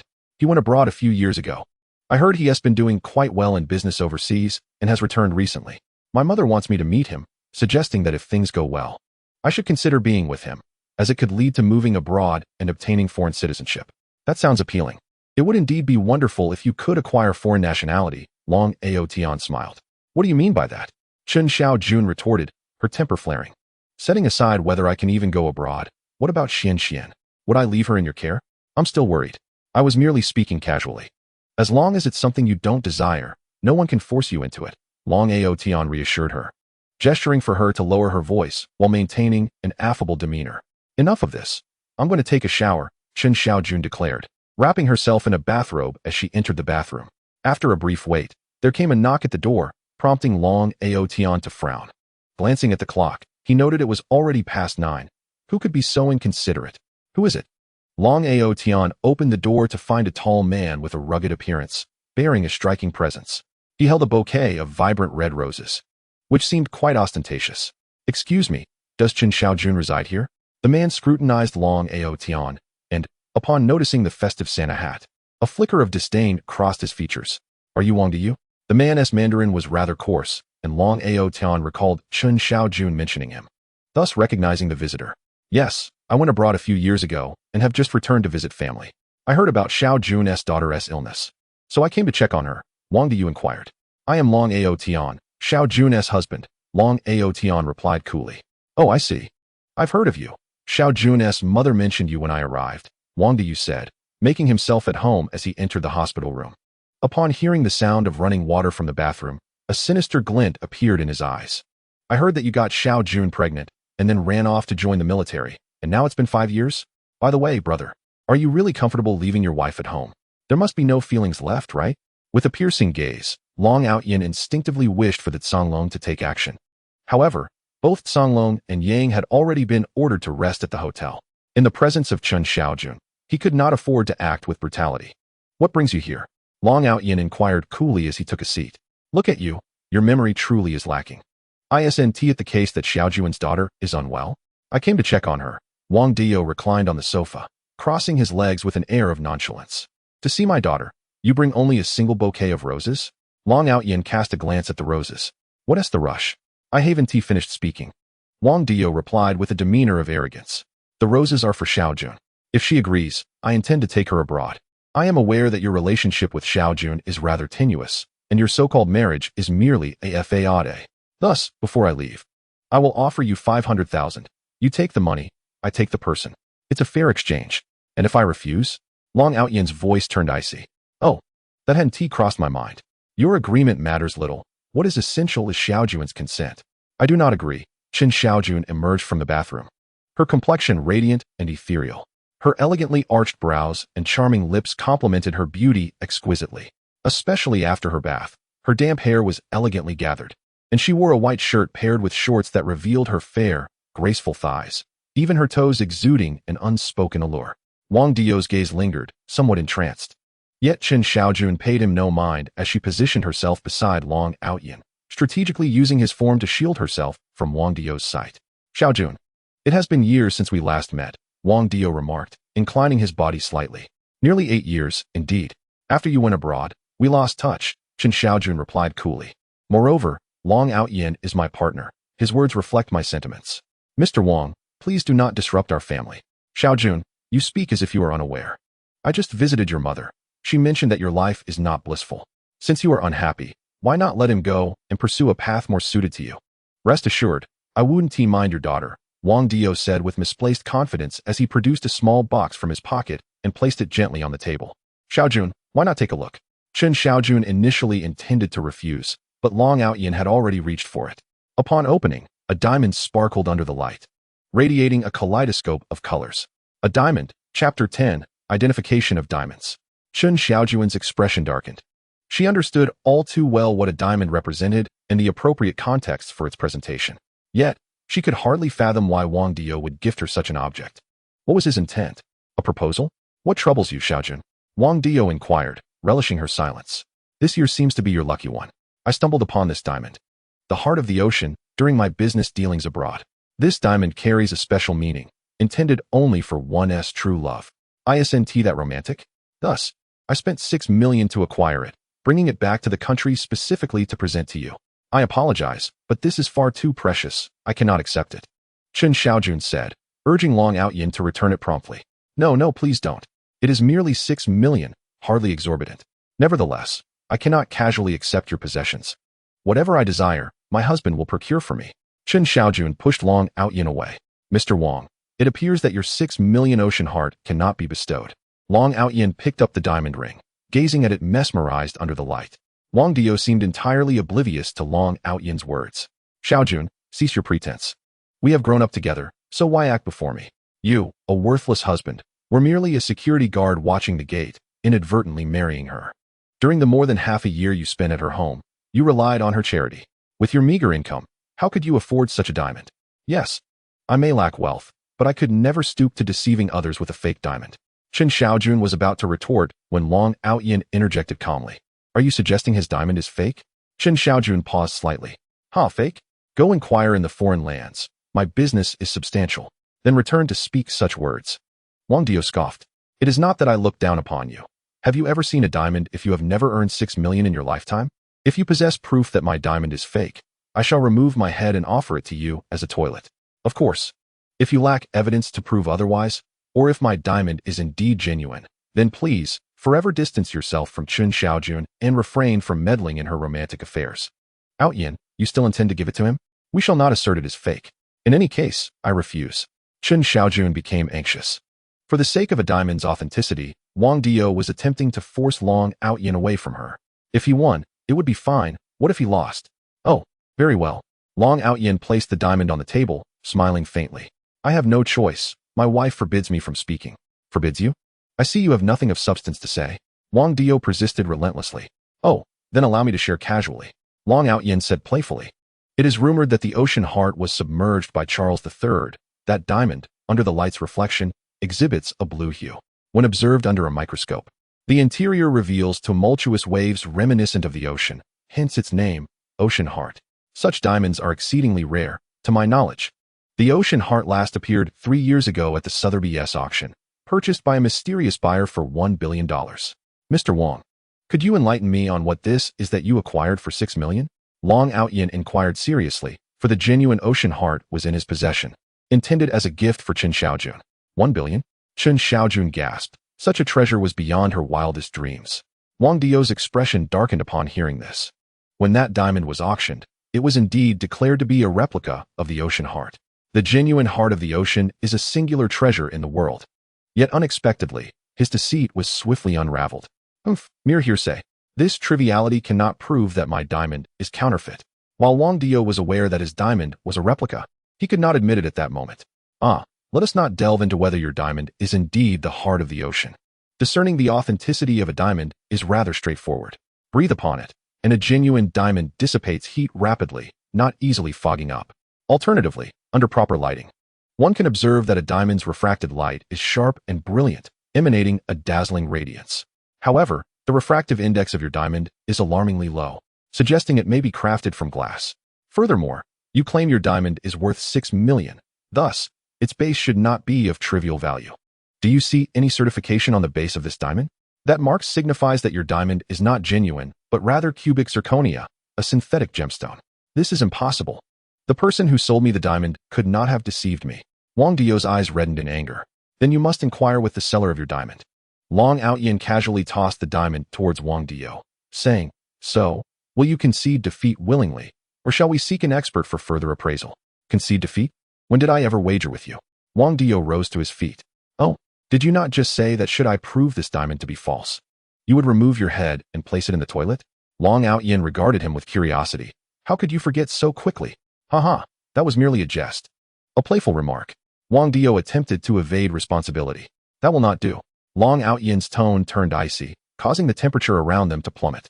If I am unable to discern the truth, will you spare me? At that point, you might exploit the situation to separate Xiaojun from me. Now that I have triumphed, how can you dismiss it as a mere jest? Wang Dio glowered at Long Aotian, smirking. I admit, I was momentarily careless and made an error. I retract my diamond and sincerely apologize to you. You would do well to know when to retreat, lest I lose face. Otherwise, before Wang Dio could finish his sentence, Long Aotian pressed down on his head with his left hand. With a swift motion of his right hand, he drew a fruit knife, gliding it along Wang Dio's neck before plunging it into the solid wooden table until it was buried to the hilt. Ah! Ah! The room echoed with two screams. The first was from Chen Xiaojun, who was utterly unprepared for Long Aotian's abrupt and rapid action, leaving her no chance to react. The second scream was, of course, Wang Dio, who, aside from being startled, was engulfed in a profound sense of terror, for the blade had grazed the artery in his neck, and had it pierced even a fraction deeper, his life would have been forfeit. Aotian, do not. Chen Xiaojun cautiously reached for Long Aotian. I understand. Had you not been present, he would already be a corpse. Long Aotian released his grip, dispersing his overwhelming aura. You may leave now, but remember not to disturb Xiaojun. She has a husband. If there is another time, this knife will sever your artery. Leave. Wang Dio dared not utter another word and hurriedly fled towards the door. Chen Xiaojun distinctly noticed that his trousers had become wet. Terrified. Chapter 11. The past. Xiaojun. I feel it is imperative to have a word with your mother, otherwise she will incessantly introduce suitors to you. Long Aotian set down the knife and wiped the blood from the table. Aotian, could you enlighten me? I only dared to speak once Wang Dio had departed. Chen Xiaojun ventured cautiously. Where have you been, and what have you done during these 5 years of your absence? For instance, how did General Zhang, who treated Xianxuan, come to know you, and why does he hold you in such high regard? Furthermore, how is it that you possess such extensive knowledge about diamonds this evening? Aotian, I am filled with countless questions. Please share what you can. Do not leave me in the dark. Chen Xiaojun's heart brimmed with inquiries. She was aware that some matters were perhaps better left unasked, yet she could not restrain herself. Would you share what you can? Do you truly wish to know? Long Aotian hesitated for a moment. I yearn to know, and as your wife, I have the right to understand what my husband has been engaged in over the past 5 years, Chen Xiaojun asserted, her gaze unwavering. What I have been engaged in. Long Aotian chuckled, though his smile held a tinge of bitterness. 5 years ago, when I was at your home, you must be aware of how your parents treated me, and how I was perceived by outsiders. My departure was fueled by a desire to return worthy of you, to spare you from undue pressure. Thus, during my time in the military, I trained relentlessly, fighting for every breath to feel alive and to kindle my ambition. As Chen Xiaojun listened to Long Aotian's account, her heart trembled slightly. He had left to serve in the military solely to be deserving of her? Later, due to my outstanding training results, I surpassed even some seasoned veterans. A year after enlisting, I was sent to a school that must not be named. 500 elites from around the globe underwent joint training, and you need only know that in that institution, only one could emerge alive. And I happened to be that fortunate one. What? Chen Xiaojun's body shivered. Long Aotian's survival from that institution implied he had either directly or indirectly taken the lives of 500 individuals. Moreover, the fact that he had reached this point and returned alive to see her was a price paid with his very existence. You must think me cruel, he remarked. After a year of training there, upon my return, I was assigned to Longchao, the most enigmatic unit in Huaxia. I spent 3 years engaged in border crossings, quelling rebellions, and eliminating bandits. During our operations, we bore no names, no designations. Our deaths were rendered inconsequential. The state, to avoid unnecessary international disputes, would not acknowledge our identities. Thus, General Zhang remarked that we ought to be respected. Chen Xiaojun felt her breath quivering, as if her heart had been cleaved open, an indescribable pain enveloping her. Indeed, we, the living, can still command respect, but what of those fallen brothers? They, like us, are flesh and blood. In the crucible of war, we have become callous, numb, and, to the eyes of ordinary folk, somewhat brutal. In the days gone by, the reason I managed to survive was my purpose for living. Amidst the clash of blades, the sole thought that consumed me was of you, ceaselessly thinking of Long Aotian, who closed his eyes and spoke of trivial matters within the military, deliberately concealing his high rank and power. Aotian, forgive me. I should not have asked, I should not have. Chen Xiaojun collapsed into Long Aotian's embrace, sobbing uncontrollably. How could she have known that this man ventured into the military solely to be worthy of her? How could she have fathomed that he had endured countless tribulations, surviving near-death experiences to attain his current status? There are far too many things I cannot comprehend. Yet, all that I have endured pales in comparison to your trials. Over the years, I have been aware of the grievances you suffered, the humiliations inflicted upon you by the Chen family. Xiaojun, I vow from this moment forth, you shall never again endure even the slightest injustice. Chen Xiaojun nodded vigorously, as Long Aotian's icy lips brushed against her cherry blossom-like ones. A thunderous thought struck Chen Xiaojun. She lost herself, sinking into the depths of the man's domineering presence. Aotian, Chen Xiaojun began, causing Long Aotian to freeze in place. Or shall I assist you with my hands? Chen Xiaojun blushed as she spoke. Silly woman, sleep now. Long Aotian gently caressed her forehead. Did not Grandpa mention convening a meeting of the Chen family tomorrow? We shall attend, and I will reclaim all that you have lost. Yes. Chen Xiaojun obediently nodded, nestling into Long Aotian's arms, drifting into a deep slumber. The following morning, Chen Xiaojun rose early, tidied herself, and made her way to the Chen family estate. Although she had planned to accompany Long Aotian, seeing him sleep so peacefully, she chose to go alone, knowing that as a soldier, he would surely face humiliation at the Chen household. The atmosphere within the Chen family was rather oppressive, with everyone seated in silence. It was well understood that if the cooperation between the Chen and Li families faltered, the only fate awaiting the Chens would be bankruptcy. Xiaojun, I heard your husband, who went off to the military, has returned. A man raised a disdainful eyebrow upon seeing Chen Xiaojun enter. His name was Chen Fei, a quintessential rich second-generation heir. He had not heard of Li Tianqing's demise, but was aware of Long Aotian's return. His return has no bearing on you. And remember, you are younger than I. Henceforth, call me elder sister. Chen Xiaojun replied coldly. Chen Fei had previously managed some external affairs under her leadership, and since her expulsion from the core circle, he had not refrained from disparaging her. Oh, now you take on the airs of an elder sister. What were you thinking before? If it were not for that individual with the surname Long, you could have married Li Hanqing, and the collaboration between the Li family and ours would not have been terminated. The Chen family would not find itself in such a passive predicament. Frankly, you are nothing but a disgrace to the Chen family. What do you have to say for yourself, Chen Fei? Chen Xiaojun retorted through gritted teeth. I refuse to marry Li Hanqing because I am already married. As for you all, you have spent these years vying for power and indulging in pleasures, which is why the Chen family has fallen into despair. Now that the Chen family finds itself in this dire situation, instead of seeking to assist, you only engage in infighting? Enough. A commanding voice resonated through the room as old Master Chen entered. He first cast a glance at Chen Xiaojun, then took his seat in the central position. Both Chen Xiaojun and Chen Fei fell silent, waiting for the unfolding of events. Chapter 12. Transfer of Power Indeed. A decade ago, the Chen Group boasted numerous companies, but 5 years ago, following the scandal of Chen Xiaojun's premarital pregnancy, the family faced severe repercussions from the Wang family of Jiancheng, leading to its decline. After 5 years of exhaustion, old Master Chen began to step back, entrusting the family's major affairs to Chen Feng. Watching her grandfather, Chen Xiaojun felt a pang of unease. The Chen family now retained only 3 garment factories. As a fashion design graduate, her creations had previously garnered much acclaim in the market, and she had prepared extensively for this summer. However, upon Chen Feng's ascendancy, he dismissed all her plans outright. You are all aware of the difficulties facing our family. If we do not find a solution soon, the Chen family may face ruin. Chen Guoqiang stated gravely. The only potential savior appears to be the Li family.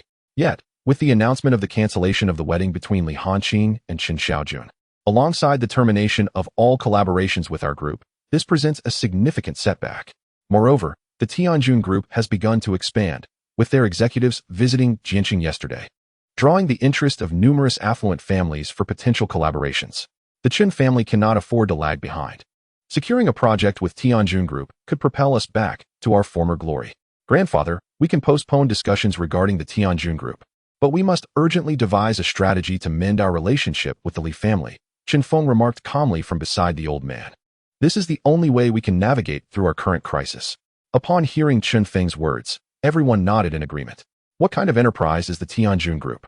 It is one of the leading conglomerates in Shidu, with assets likely in the trillions. Why would they even consider a debt-ridden company like ours? It is a mere fantasy. Very well, then, Chen Guoqiang sipped his tea. Who should we send to repair our partnership with the Li family? Silence enveloped the room. Who would dare to take on such a daunting task? Just yesterday, Li Zhengfeng knelt before Long Aotian to save his son, and in a fit of rage, announced the cancellation of all collaborations with the Chen family. Would approaching them now not invite scorn? It was entirely possible that Li Zhengfeng might resort to violence. Old Master Chen waited for a while, and upon noticing the silence that had enveloped the conference room, he expressed his displeasure, saying, "You all are usually so eloquent. What has rendered you mute today? This is an essential action to save the Chen family. Are you asking me to embarrass myself by pleading with Li Zhengfeng? Humph. I am already buried up to my neck. Whoever can salvage the partnership with the Li family should be prepared to inherit the Chen group." Upon hearing this, the Chen family members trembled with anticipation. If the cooperation with the Li family could be restored, grandfather clearly indicated he would step back and relinquish control of the Chen group. This position held the power of life and death over the family, and the eyes of the Chen members ignited with fervor. Chen Xiaojun, however, remained silent.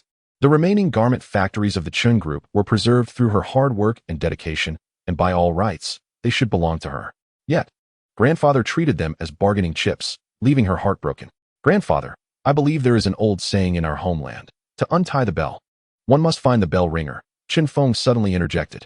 Since Li Hanqing was willing to propose to Chen Xiaojun, it signifies that he still holds feelings for her.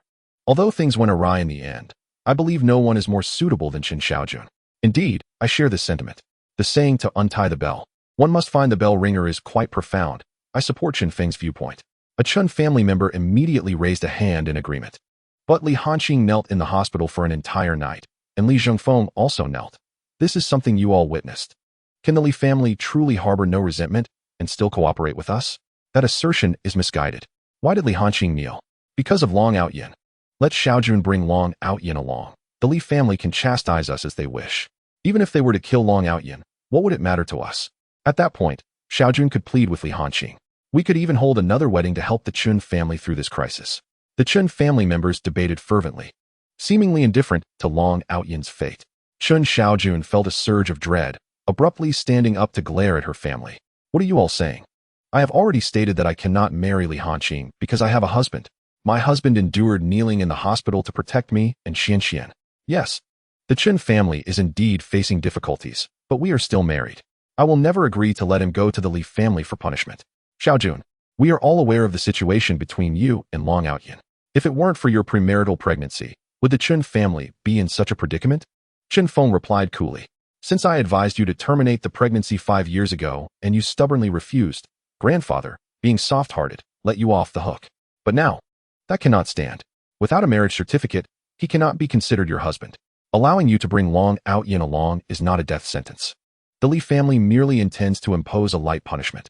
Xiaojun, this trip to the Li family does not only represent you, it symbolizes the entire Chen family.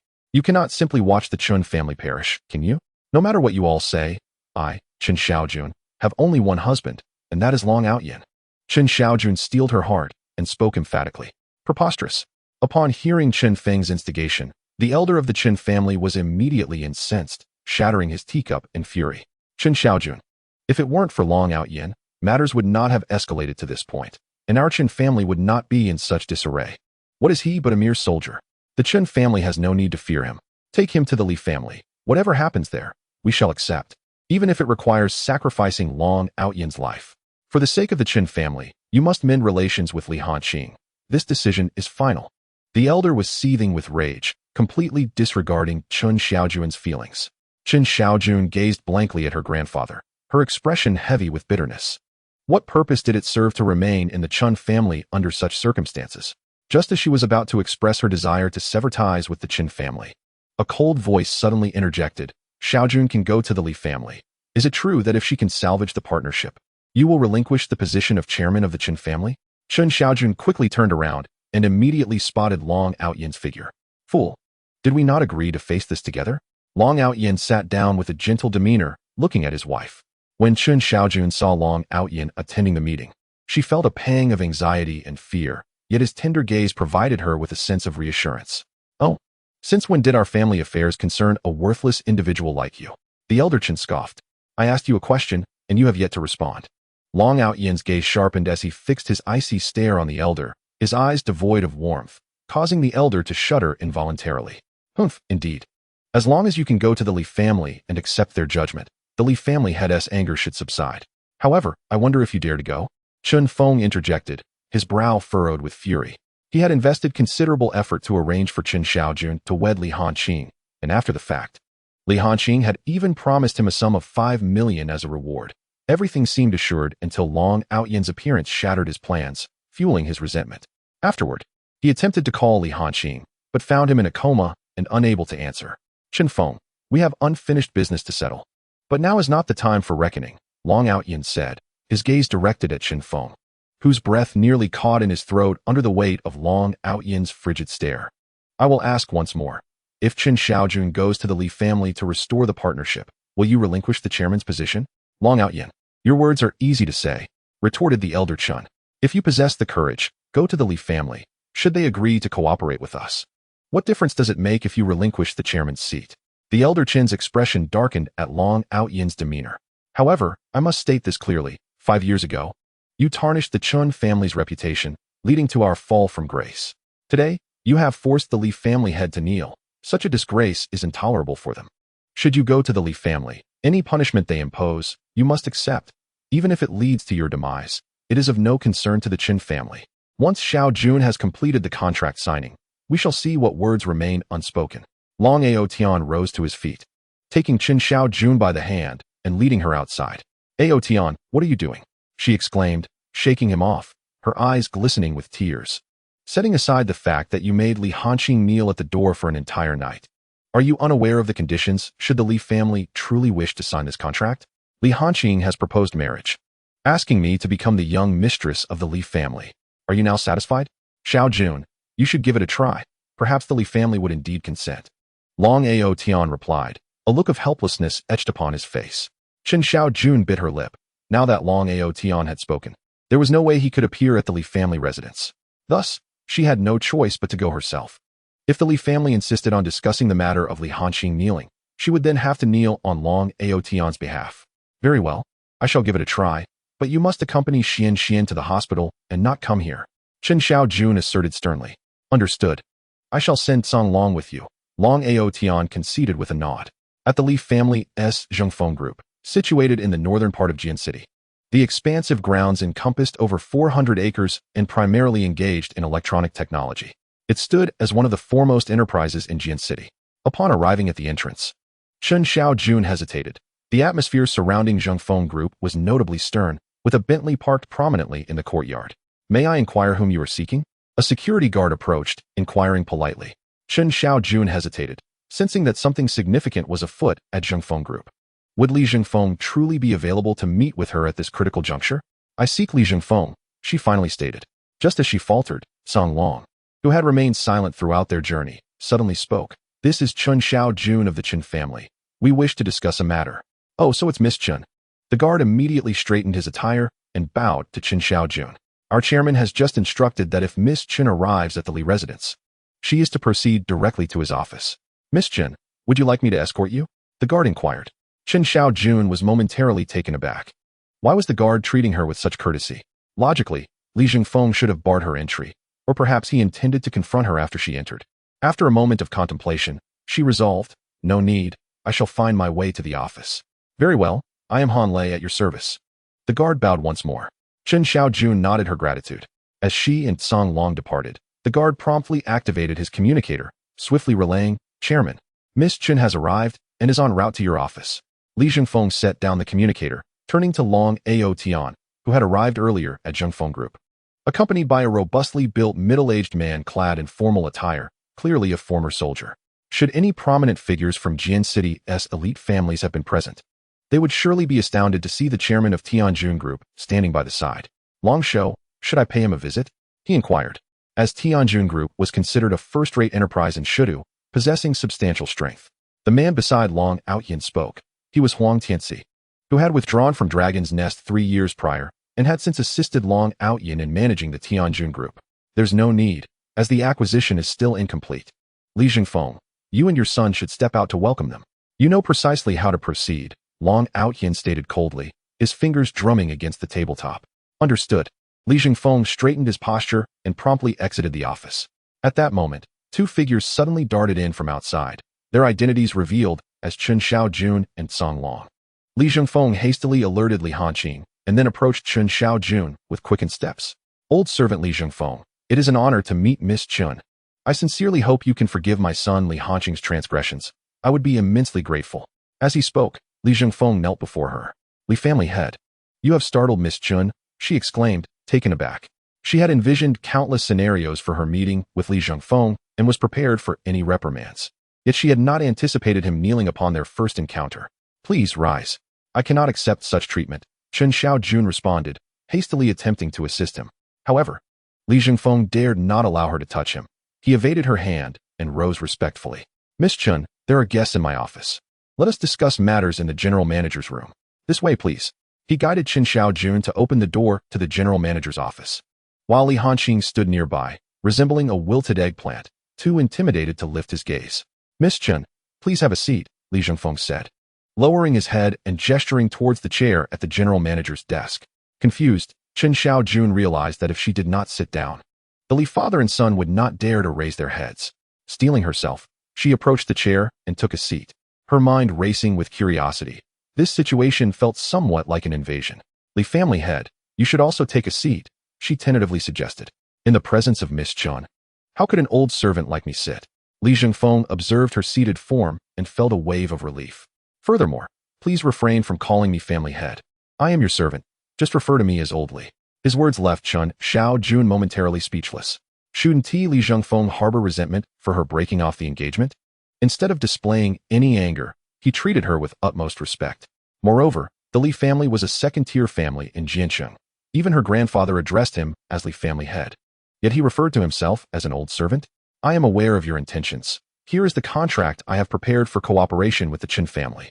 Li Zhengfeng disregarded her thoughts and took the contract from Li Hanqing's hands. In this agreement, we have outlined the procurement tasks for the latter half of the year, preparing to purchase 100,000 garments from the Chen group for our sales, with a total value of 50 million yuan. If you find no discrepancies, please sign. As he spoke, he extended a pen toward her with both hands. The Li family is actually signing a contract, and it is for a substantial sum of 50 million.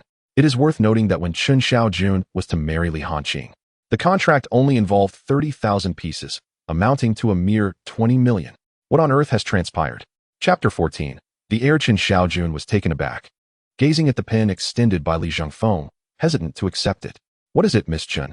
Do you find the procurement from the Li family insufficient? A sheen of cold sweat formed on Li Zhengfeng's brow. In light of my son Li Hanqing's thoughtless declaration of the wedding date, which has caused you a loss of reputation, I am prepared to offer you a villa in the Imperial Scenic Community. What do you think? No. I believe that is rather excessive. I am somewhat intimidated. Chen Xiaojun tentatively accepted the pen. It is by no means excessive. The Li family is venturing into the clothing industry today, and it is only prudent to maintain a larger inventory. Li Zhengfeng wiped his cold sweat, appearing exceedingly pleased. Oh, very well.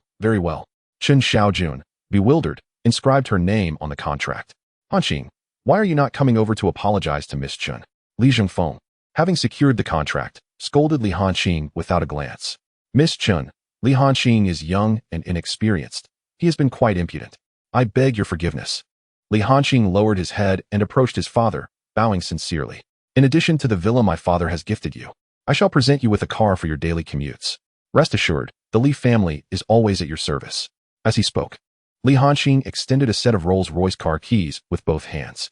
No, Mr. Li, it is truly my mother who has caused this misunderstanding. I cannot accept your house or your car. Chen Xiaojun hurriedly waved her hands. With a thud, Li Hanqing knelt on the ground, his face earnest as he implored. Miss Chen, I truly recognize my mistake. If you would grant me your forgiveness, please accept these gifts. Otherwise, I shall remain here on my knees forever. What on earth is this? Li Hanqing had once again knelt before Chen Xiaojun, and Li Zhengfeng did not perceive anything amiss. This was the Li family. Where was their dignity, their grandeur? Chen Xiaojun was equally perplexed. Logically, it was she who had shattered the engagement, causing the Li family disgrace in Jiancheng. Yet, unexpectedly, Li Zhengfeng was bowing and scraping before her, and Li Hanqing was offering her a house and a car, kneeling at her feet, pleading for her forgiveness. Miss Chen, this is a small token of Hanqing's sincerity. I implore you to accept it. Li Zhengfeng said, preparing to kneel once more. Please, do not do this. I will accept it. Is that not enough? Chen Xiaojun felt as though she were caught in a thunderstorm, bewildered by the absurdity of the situation. Thank you, Miss Chen. Thank you. Li Hanqing finally breathed a sigh of relief.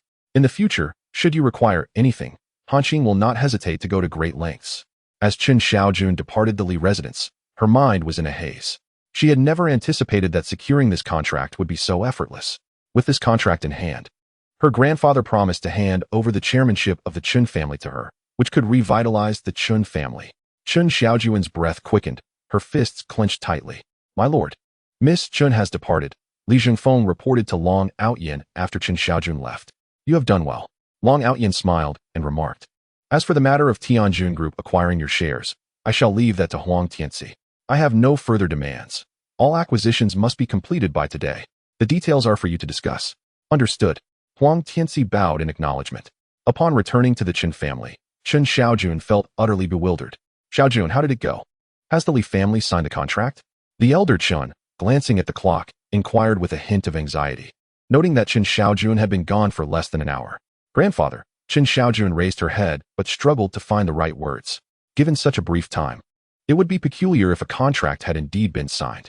One could only wonder if she hadn't even crossed the threshold of the Li family. Chen Feng, standing nearby, scoffed derisively, and his words were met with the cold agreement of the Chen family members. I concur, it seems unlikely. What standing does the Li family have to meet with Chen Xiaojun? This time, the Chen family is finished. It's all that Long Aotian's fault. Had he not forced young Master Li to kneel, perhaps matters would have been far less complicated. By the way, where is that scoundrel Long Aotian? He hasn't fled. Has he? If I see him again, I shall strike him. Xiaojun, did you truly not even enter the Li family's door? The elder Chen's countenance darkened with anger. I have already stated that you must secure this order. Let Long Aotian beg at the entrance of the Li family, even if they were to do him harm. It would not matter. Why did you not follow my instructions? Grandfather.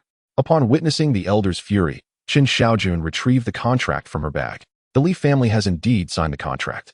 Moreover, they have increased the order from 20 million to 30 million, totaling 50 million.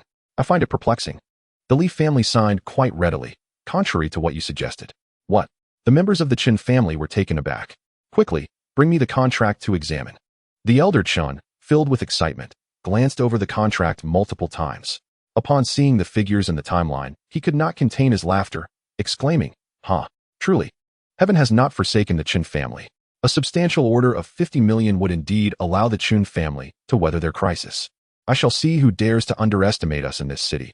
I will silence all those who have mocked us. The authenticity of the contract was beyond doubt. The Chen family erupted in jubilant fervor. Previously anxious about their prospects, they now found themselves on the cusp of a remarkable turnaround. This was a monumental order that could resurrect the Chen family, and perhaps with proper management, they might ascend even higher. Xiaojun has truly done it. She has secured a contract with the Li family. I believe you will lead our Chen family towards greatness.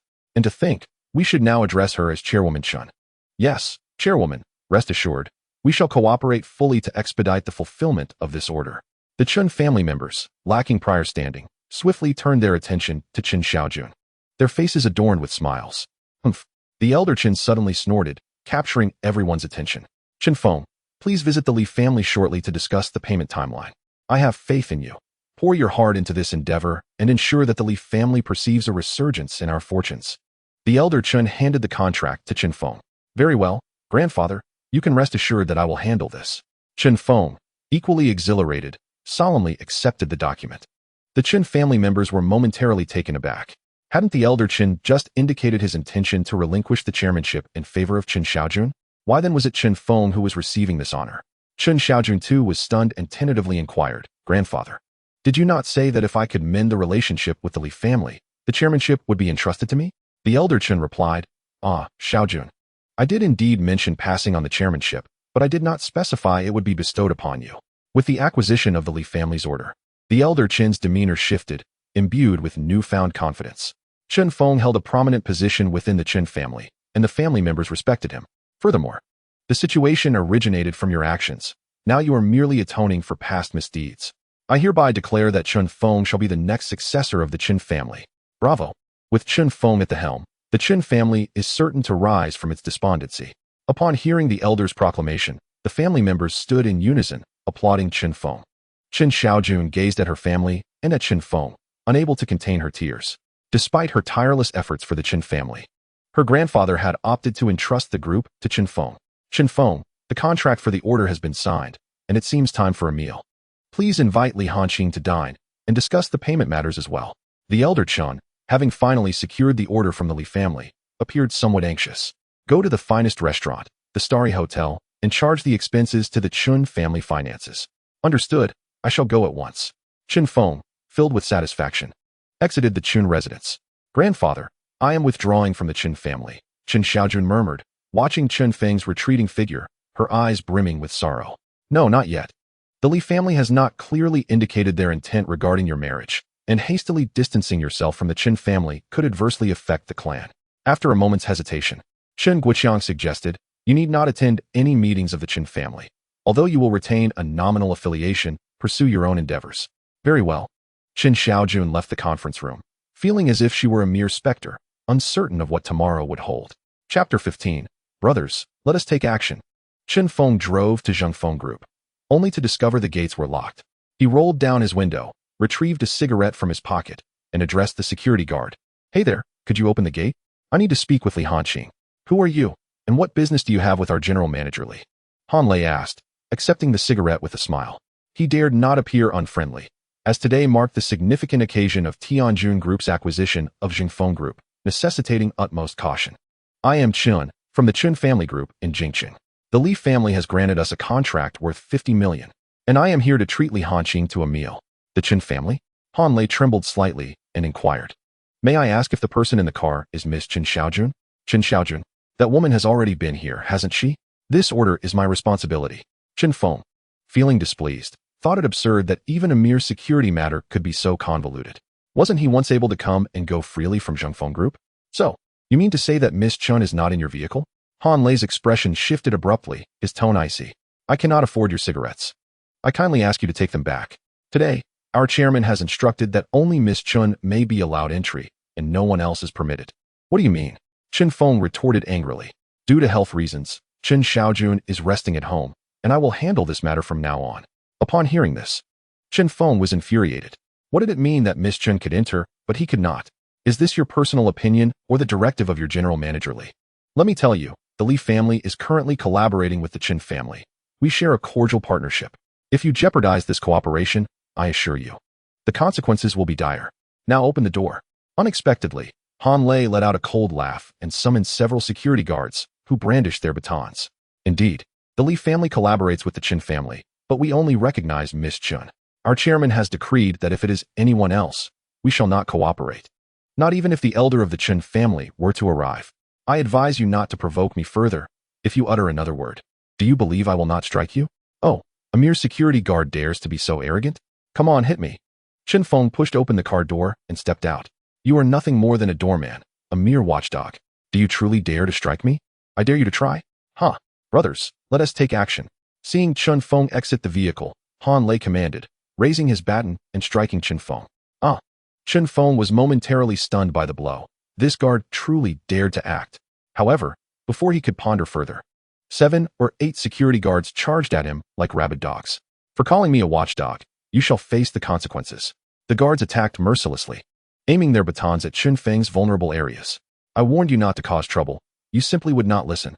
Han Lei delivered several more strikes, then commanded his subordinates to cease. Now leave. I repeat, the Li family's collaboration is with Miss Chun, and from this day forth, we only recognize her. You will pay for this. Chen Feng, battered and bruised, fled in haste. I'll be waiting for you. After years of working as a security guard, today was the most satisfying. Han Lei arrogantly cursed, knowing that the family head had instructed that aside from Miss Chun, anyone from the Chen family could be dealt with. And if anything went awry, the Li family would take responsibility. What was there to fear? Upon returning to the Chen family, Chen Feng found that aside from Chen Xiaojun, the others were still present. After all, it was a 50 million yuan order, and the Chen family members began to flatter him. I believe Chen Feng has some capabilities. After dining with Li Hanqing today, perhaps the initial funds from the Li family will arrive by afternoon. I believe so as well. After all, Li Hanqing indeed seeks something from our Chen family. Once we marry Chen Xiaojun off, it is likely that everything will proceed without much difficulty. This financial windfall has arrived at a most opportune moment, allowing our Chun family to navigate through tough times and perhaps, with some additional effort, Restore ourselves to a second-tier family status. Just the thought of it fills one with exhilaration. Grandfather, something terrible has happened. As they were animatedly discussing, Chen Feng rushed in. What on earth has happened to you? Chen Feng was covered in blood, his face battered and swollen, resembling that of a pig. It took a moment for Grandfather Chen to recognize him. Grandfather, the Li family has barred me from entering their premises, and their security personnel even assaulted me. Chen Feng exclaimed, seething with rage. They claimed that the contract with Chen Xiaojun only acknowledges her, and that they would only negotiate with her. When I explained that Chen Xiaojun was resting at home, due to health reasons, they attacked me. Grandfather, look at what they have done to me. As he spoke, he showed the old man his injuries, his expression one of profound grievance. How could this happen? You did not encounter any members of the Li family? Grandfather Chen's smile faltered, his body trembling with fury. No, the security stopped me, refusing to let me inside no matter what. Grandfather, this is not merely an assault on me. It is a blatant affront to your dignity. Chen Feng pleaded tearfully. Grandfather, you must stand up for me. This is outrageous. Grandfather Chen stood up unsteadily, exclaiming, the head of the Li family has signed a contract with me, so how can a mere security guard prevent you from entering? Let us go to Xuanxuan Group and seek justice. The Chen family members rose in solidarity, filled with righteous indignation.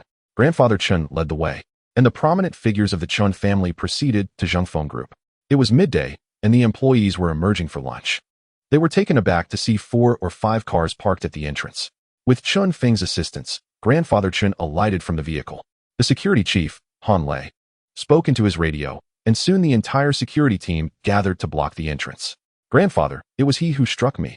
Chen Feng pointed at Han Lei, his tone ominous. Isn't this one of the Chen family members? What is his name again? Han Lei scoffed, brandishing his baton. Did I not go easy on you before? Do you dare to return? Brother, we are from the Chen family, and wish to meet your chairman. Grandfather Chen restrained his anger, speaking coolly. Your words show a lack of respect for the Chen family. Once we meet the chairman, do you believe I could have you dismissed? Respect? What is that? Han Lei sneered, casting a sideways glance at Grandfather Chen. Moreover, what does the Chen family amount to? Our chairman is not someone you can see at your whim. Leave Xuanxuan Group immediately. I'll say it once more. The only one permitted to meet our chairman is Miss Chen Xiaojun. If you utter another word, I assure you I can treat you just the same. Grandfather, that is exactly what he said. I called them watchdogs, and they truly retaliated. Chen Feng cried out in alarm. How dare you speak to us in such a manner? Are you impatient with life? Han Lei's expression darkened as he waved his hand to give the order. Chapter 16. Only discuss matters with Chen Xiaojun. Please, don't hit me. The security personnel approached and unleashed a flurry of blows upon Chen Feng. The members of the Chen family were taken aback. Had these guards lost their minds? Without allowing for any explanation, they resorted to violence. Some of Chen's relatives contemplated intervening to shield Chen Feng, but upon witnessing the guards' ruthless assault, they hesitated. Rooted to the spot, Chen Feng dodged to and fro, ultimately taking refuge behind the elder Chen, managing to fend off the guard's grasp. I haven't said anything wrong. I merely presented the facts to my grandfather. On what grounds do you strike me? You're quite the insolent brat, deserving a good beating. Han Lei spat defiantly, his demeanor brimming with arrogance. Numerous employees of the Xuanxuan Group observed this spectacle, mocking the rare display of chaos. You truly have no regard for the Chen family. I refuse to converse with you. I demand to see Li Xuanfeng. The elder Chen trembled with rage, his lips quivering as he stood there, barely able to contain himself. What is the meaning of this? After much effort to secure an order from the Li family, I am obstructed at the door by security. At that moment, Huang Tianxi was heading out for a meal, accompanied by Li Zhongfeng and Li Hanqing. Spotting the large crowd gathered at the entrance, Li Zhongfeng inquired with a frosty expression. Greetings, Chairman. Upon recognizing Li Zhongfeng, Han Lei quickly reported. These individuals are from the Chen family. They wish to see you. I instructed that aside from Miss Chen, no one is to be admitted. Yet here they are, causing a commotion. In his fervor, Han Lei cast a haughty glance at the elder Chen. However, the elder was too preoccupied to pay him any mind. He stepped forward, addressing Li. Masterly, I am Chen Guqiang. You granted us a contract worth 50 million, and I sent Chen Feng to invite you for a meal. What is the meaning of this security? You think I issued you a contract worth 50 million? Chen Guqiang, have you gone blind? Can't you see? Li Zhongfeng's expression turned icy as he retorted, you should verify the supplementary clauses of that contract. The Li family will only cooperate with Chen Xiaojun. If Chen Xiaojun represents your family, she may come to negotiate directly with me. As for you, you lack the qualifications. My guards were lenient with you. Should you dare to cause further disturbances at Tianquan Group, I will have you all arrested. Chen Guoqiang was stunned. What did it mean that Chen Xiaojun could negotiate directly? As her grandfather, why was he deemed unworthy? Moreover, wasn't he this Xuanxuan Group? What connection did it have with Tianquan Group? Masterly, is there some misunderstanding? The elder Chen asked, trembling with anxiety as he sought to probe the matter further. There is no misunderstanding. Although Tianquan Group has acquired Xuanxuan Group, we still acknowledge their previous collaborations. Huang Tianxi suddenly spoke, particularly regarding the collaboration with Miss Chen from the Chen family. We are initially considering an order of 50 million, with plans to subsequently increase it to no less than 500 million. The Tianjun Group. The members of the Chen family were momentarily taken aback. Observing Huang's demeanor and the Li family's attitude towards him made it evident that he was indeed the chairman of the Tianjun Group. It appears the rumors were true. The Tianjun Group has indeed come to Jiancheng, and the Li family has swiftly aligned themselves with this formidable ally. 500 million? Old Master Chen gasped in astonishment.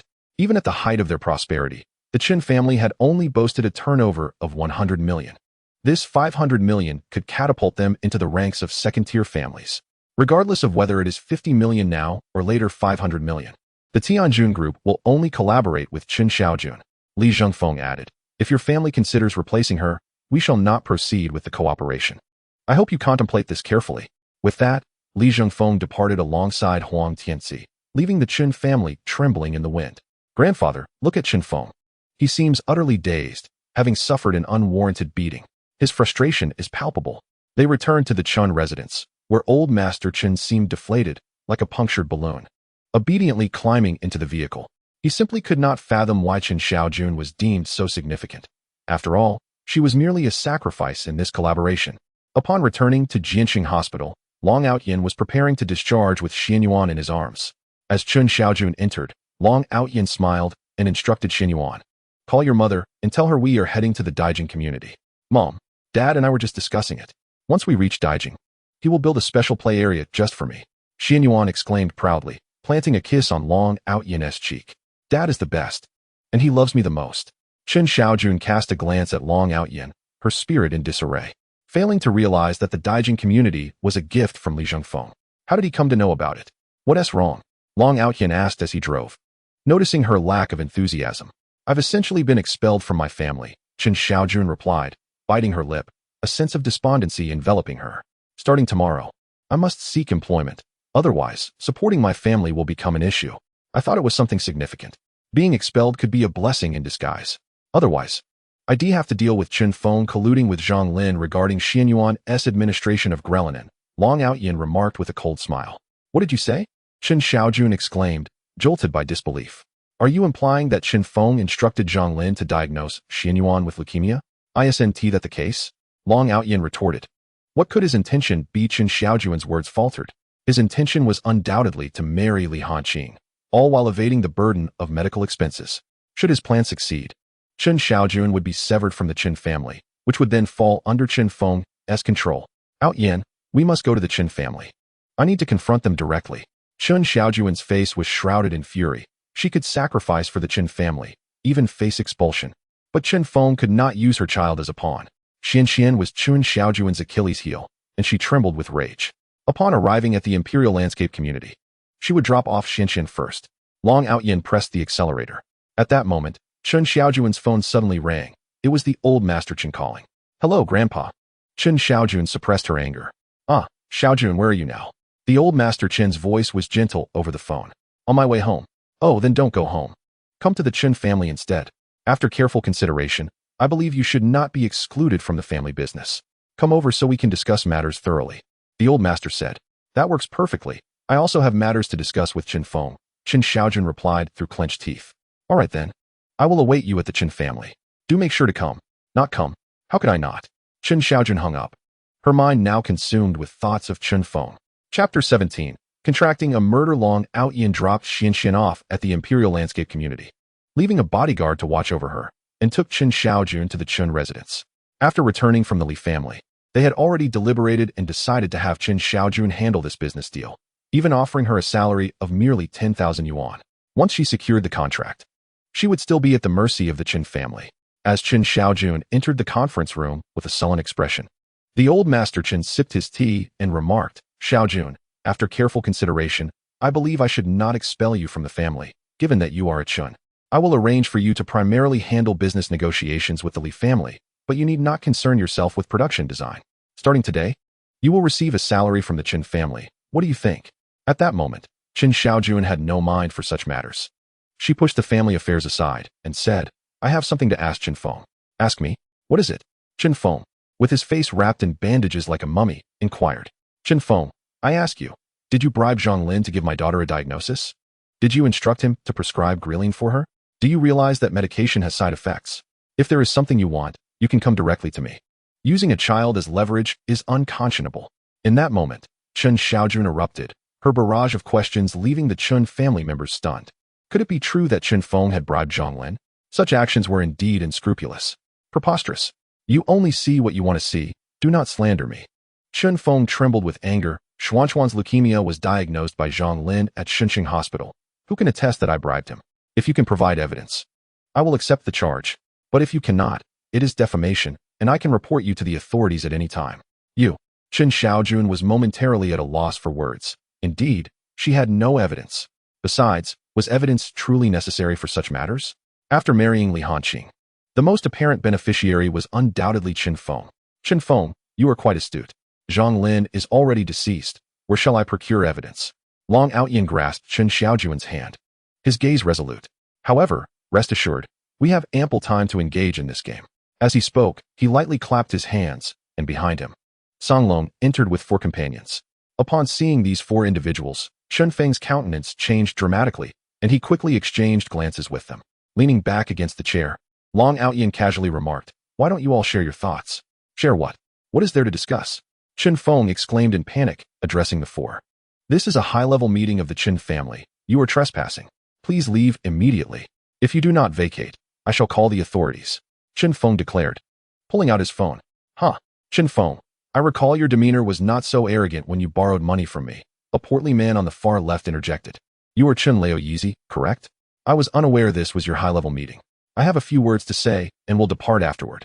My surname is Zhou, and I run a gambling establishment in the eastern part of the city.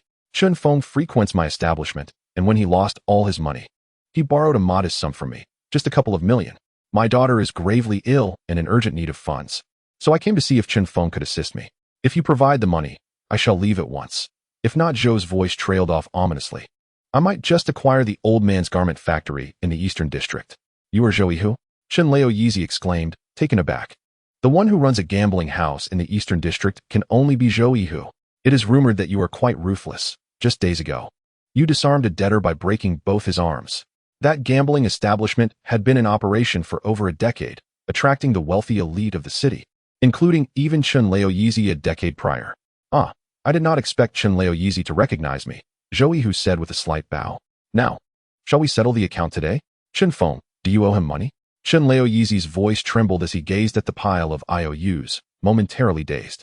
Grandfather, do not heed his nonsense. You know I do not gamble. Chen Feng protested while signaling Zhou Yihu, hoping he had made a mistake. I do not owe him anything. Chen Feng, your words lack propriety. Inquire around. I, Zhou Yihu, have never erred in gambling debts throughout my years of operation. If you did not gamble at my establishment, why would I seek you out? Do not attempt to signal me. Simply answer, will you pay the debt today or not? Zhou Yihu's tone darkened, his eyes glinting with menace. Chen Feng was seething with indignation. Could such matters be discussed in a corporate meeting? The funds he had used for gambling were, in fact, public funds belonging to the Chen family. Without those funds, he had mortgaged the garment factory to Zhou Yihu. He was merely biding his time until Chen Xiaojun relinquished the position of chairman, at which point he would possess the authority to make decisions. It has become simpler now. With the substantial order of 50 million from the Li family in hand, can I still owe you that 2 million? Mr. Zhou, please remain calm. Do you mean to say that Chen Feng also has gambling debts with you? The old man Chen was internally suppressing his rage. The terms were clearly laid out in black and white, with Chen Feng's signature on each line. Not at all. I am from the Kaiyuan Hotel in Jiancheng. Chen Feng has been dining with us over the past 3 months and has accumulated a modest debt for meals. Oh, it's not much, just over 500,000. Old sir, do you think he should settle this? I represent the luxury goods store in Jiancheng. Technically, Chen Feng is our client, and I shouldn't be the one asking for money. However, last month he took several outfits and a watch. With the month drawing to a close, I thought he would be able to repay.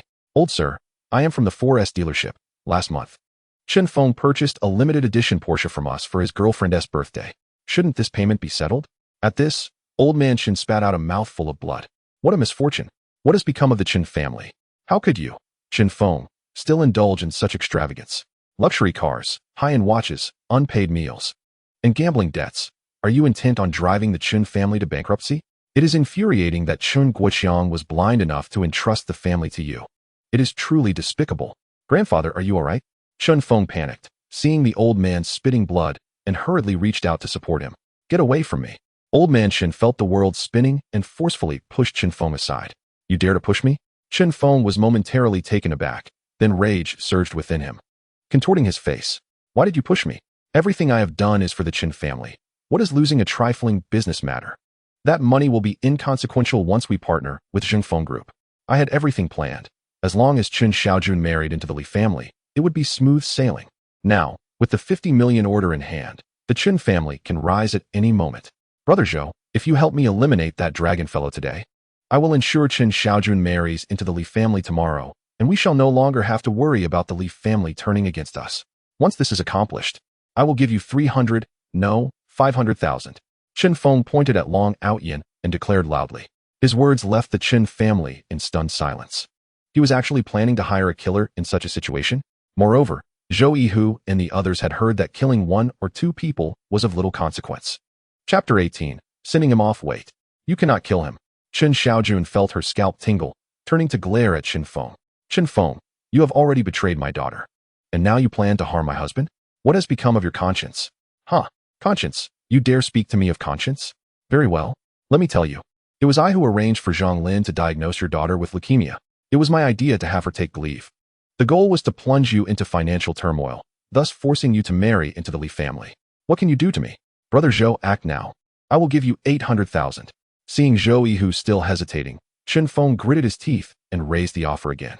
Chen Feng, have you lost your mind? Zhou Yihu was taken aback. When Zhou Yihu first heard Chen Feng claim that he had killed Long Aotian, he thought he had misheard. It wasn't until he listened again that the realization dawned upon him. Zhou Yihu was alarmed. How could Chen Feng dare to suggest such a thing? Even if he were given 10 more lives, he wouldn't have the audacity to consider it. Clenching his teeth, Zhou Yihu approached Chen Feng and pointed at the stack of documents. What do you take me for? I, Zhou Yihu, conduct legitimate business as a respectable businessman. Not the murderer you imply. Chen Feng was taken aback. You, Zhou Yihu, still dare to call yourself a legitimate businessman? I witnessed you cripple a gambler who refused to pay his debts. Zhou Yihu shouted. Today, I'm telling you, either repay your debts or come with me. Brother Zhou, I currently lack the funds to repay you. Even if I could, I must wait for the payment on this 50 million order. Chen Feng replied, visibly annoyed. Zhou Yihu was usually quite lenient with him, so why was he adopting such a stance today? No money, is it? Then what are you even saying to me? Zhou Yihu swung a fist, striking Chen Feng on the jaw. Chen Feng cried out in agony as he fell to the ground, dazed from the blow. Old Master Chen Feng owes me money, and I am taking him with me today. If I cannot recover my debt, the East City Garment Factory will be mine. I hope you will not make this difficult for me. Zhou Yihu dragged Chen Feng away and turned to leave. As for you, Old Master Chen, we are only here for Chen Feng. Please take care of your health.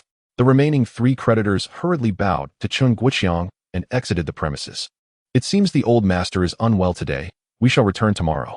Long Aotian rose and left with Chen Xiaojun, leaving the Chen family members in stunned silence.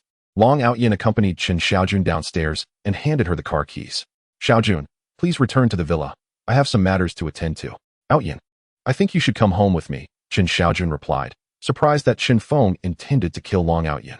Although Chen Feng had been taken away by Zhou Yihu, there was no telling when he would return. Oh, by the way, we still have some belongings to collect from your house. Your mother won't let me in, so you should go and retrieve them, Long Aotian suggested. I'll be back shortly. Fine, just be quick. Xianxian is looking for you. Chen Xiaojun hesitated but ultimately accepted the car keys. After watching her leave, Long Aotian approached a van where Zhou Yihu was driving, and Chen Feng was unconscious in the back. Upon noticing Long Aotian's arrival, Zhou Yihu quickly extinguished his cigarette. Lord Long, let us go? Long Aotian entered the vehicle and said coolly, very well. Zhou Yihu started the engine and drove away. Chen Feng was awakened by a splash of cold water, and as he regained his senses, he found himself on the rooftop of a derelict building. Sitting opposite him was none other than Long Aotian. Flanking him were two figures, Sanlong and Yang, while Zhou Yihu stood before him with his head bowed. You are all in cahoots. Chen Feng stared in disbelief at Zhou Yihu, incredulous. Chen Feng, how do you intend to end my life? Long Aotian narrowed his eyes and coldly remarked. End your life? Ha ha. Though Chen Feng was bound, he struggled to rise. Laughing maniacally, Long Aotian, do not jest. How could a useless son-in-law like you possibly kill me? If you were the commander of the Huaxiao military, I might fear you, but that is no longer your status. Brother Zhou, do not be afraid of him. Since we have all been captured, it is fitting that we take him down together. Chen Feng, do you still not realize your predicament? Zhou Yihu sneered, his teeth grinding in rage. I advise you to plead for mercy from Mr. Long. He may yet spare your life. Plead like a worthless wretch? Zhou Yihu, are you out of your mind? Chen Feng looked momentarily dazed. Chen Feng, you colluded with Zhang Lin to deliberately misdiagnose, which is a crime. You forced Chen Xiaojun into marriage, which is another offense. You forcibly seized orders from the Li family, which constitutes a third crime. Long Aotian spoke with a grim countenance. Now tell me, how do you plan to repay these debts? What debts do I owe you? We have no debts, and I do not intend to repay anything. Chen Feng stood up, preparing to descend the stairs. Night Eagle squinted, a surge of murderous intent rising within him as he strode forward, without any visible action. There were two crisp cracks, followed by Chen Feng's piercing scream. This strong man had actually shattered his two leg bones. The excruciating pain caused Chen Feng to collapse to the ground, wailing and crying out, wishing he could kill Night Eagle. You shall not leave, kneel. Night Eagle's face was grim as he commanded sternly. Zhou Yihu trembled beside him, sinking down a few more inches, cold sweat beading on his forehead. Who are you? I have wronged you in no way. Chen Feng, in agony, attempted to clutch his legs, but with his hands bound, he could only emit pitiful cries. Beast, how could you let a 4-year-old girl take griseofulvin? What were you thinking? Do you know that drug induces precocious puberty? A voice came from behind, like that of a death god, each step seeming to crush Chen Feng's heart. Song Long did not waste words. He placed his foot on Chen Feng's bound hands. And before Zhou Yihu could comprehend, there was a crunch, and Chen Feng's hands were crushed without harming any other part of his body. Zhou Yihu felt a chill run through him. After years in the underworld, he had never witnessed such ruthlessness. Chen Feng screamed, losing consciousness on the spot. With his limbs rendered useless, what purpose does it serve to remain alive? Long Aotian, leave this man to me. I will ensure he does not die within a month. Night Eagle turned and knelt before Long Aotian, seeking permission. Long Aotian slowly rose. Let us employ all our interrogation methods and allow him to experience the depths of hell before sending him on his way. Understood. Night Eagle licked his lips, a bloodthirsty glint in his eyes. Chapter 19. Why do you not trust me? Long Aotian returned to the Imperial View community, remaining silent throughout the night. The following morning, Long Aotian and Chen Xiaojun arrived at the Chen family home, once again in the conference room from the previous day. Yesterday, Old Master Chen unexpectedly coughed up blood. Although he seemed to be unscathed, his pallor remained distressingly pronounced.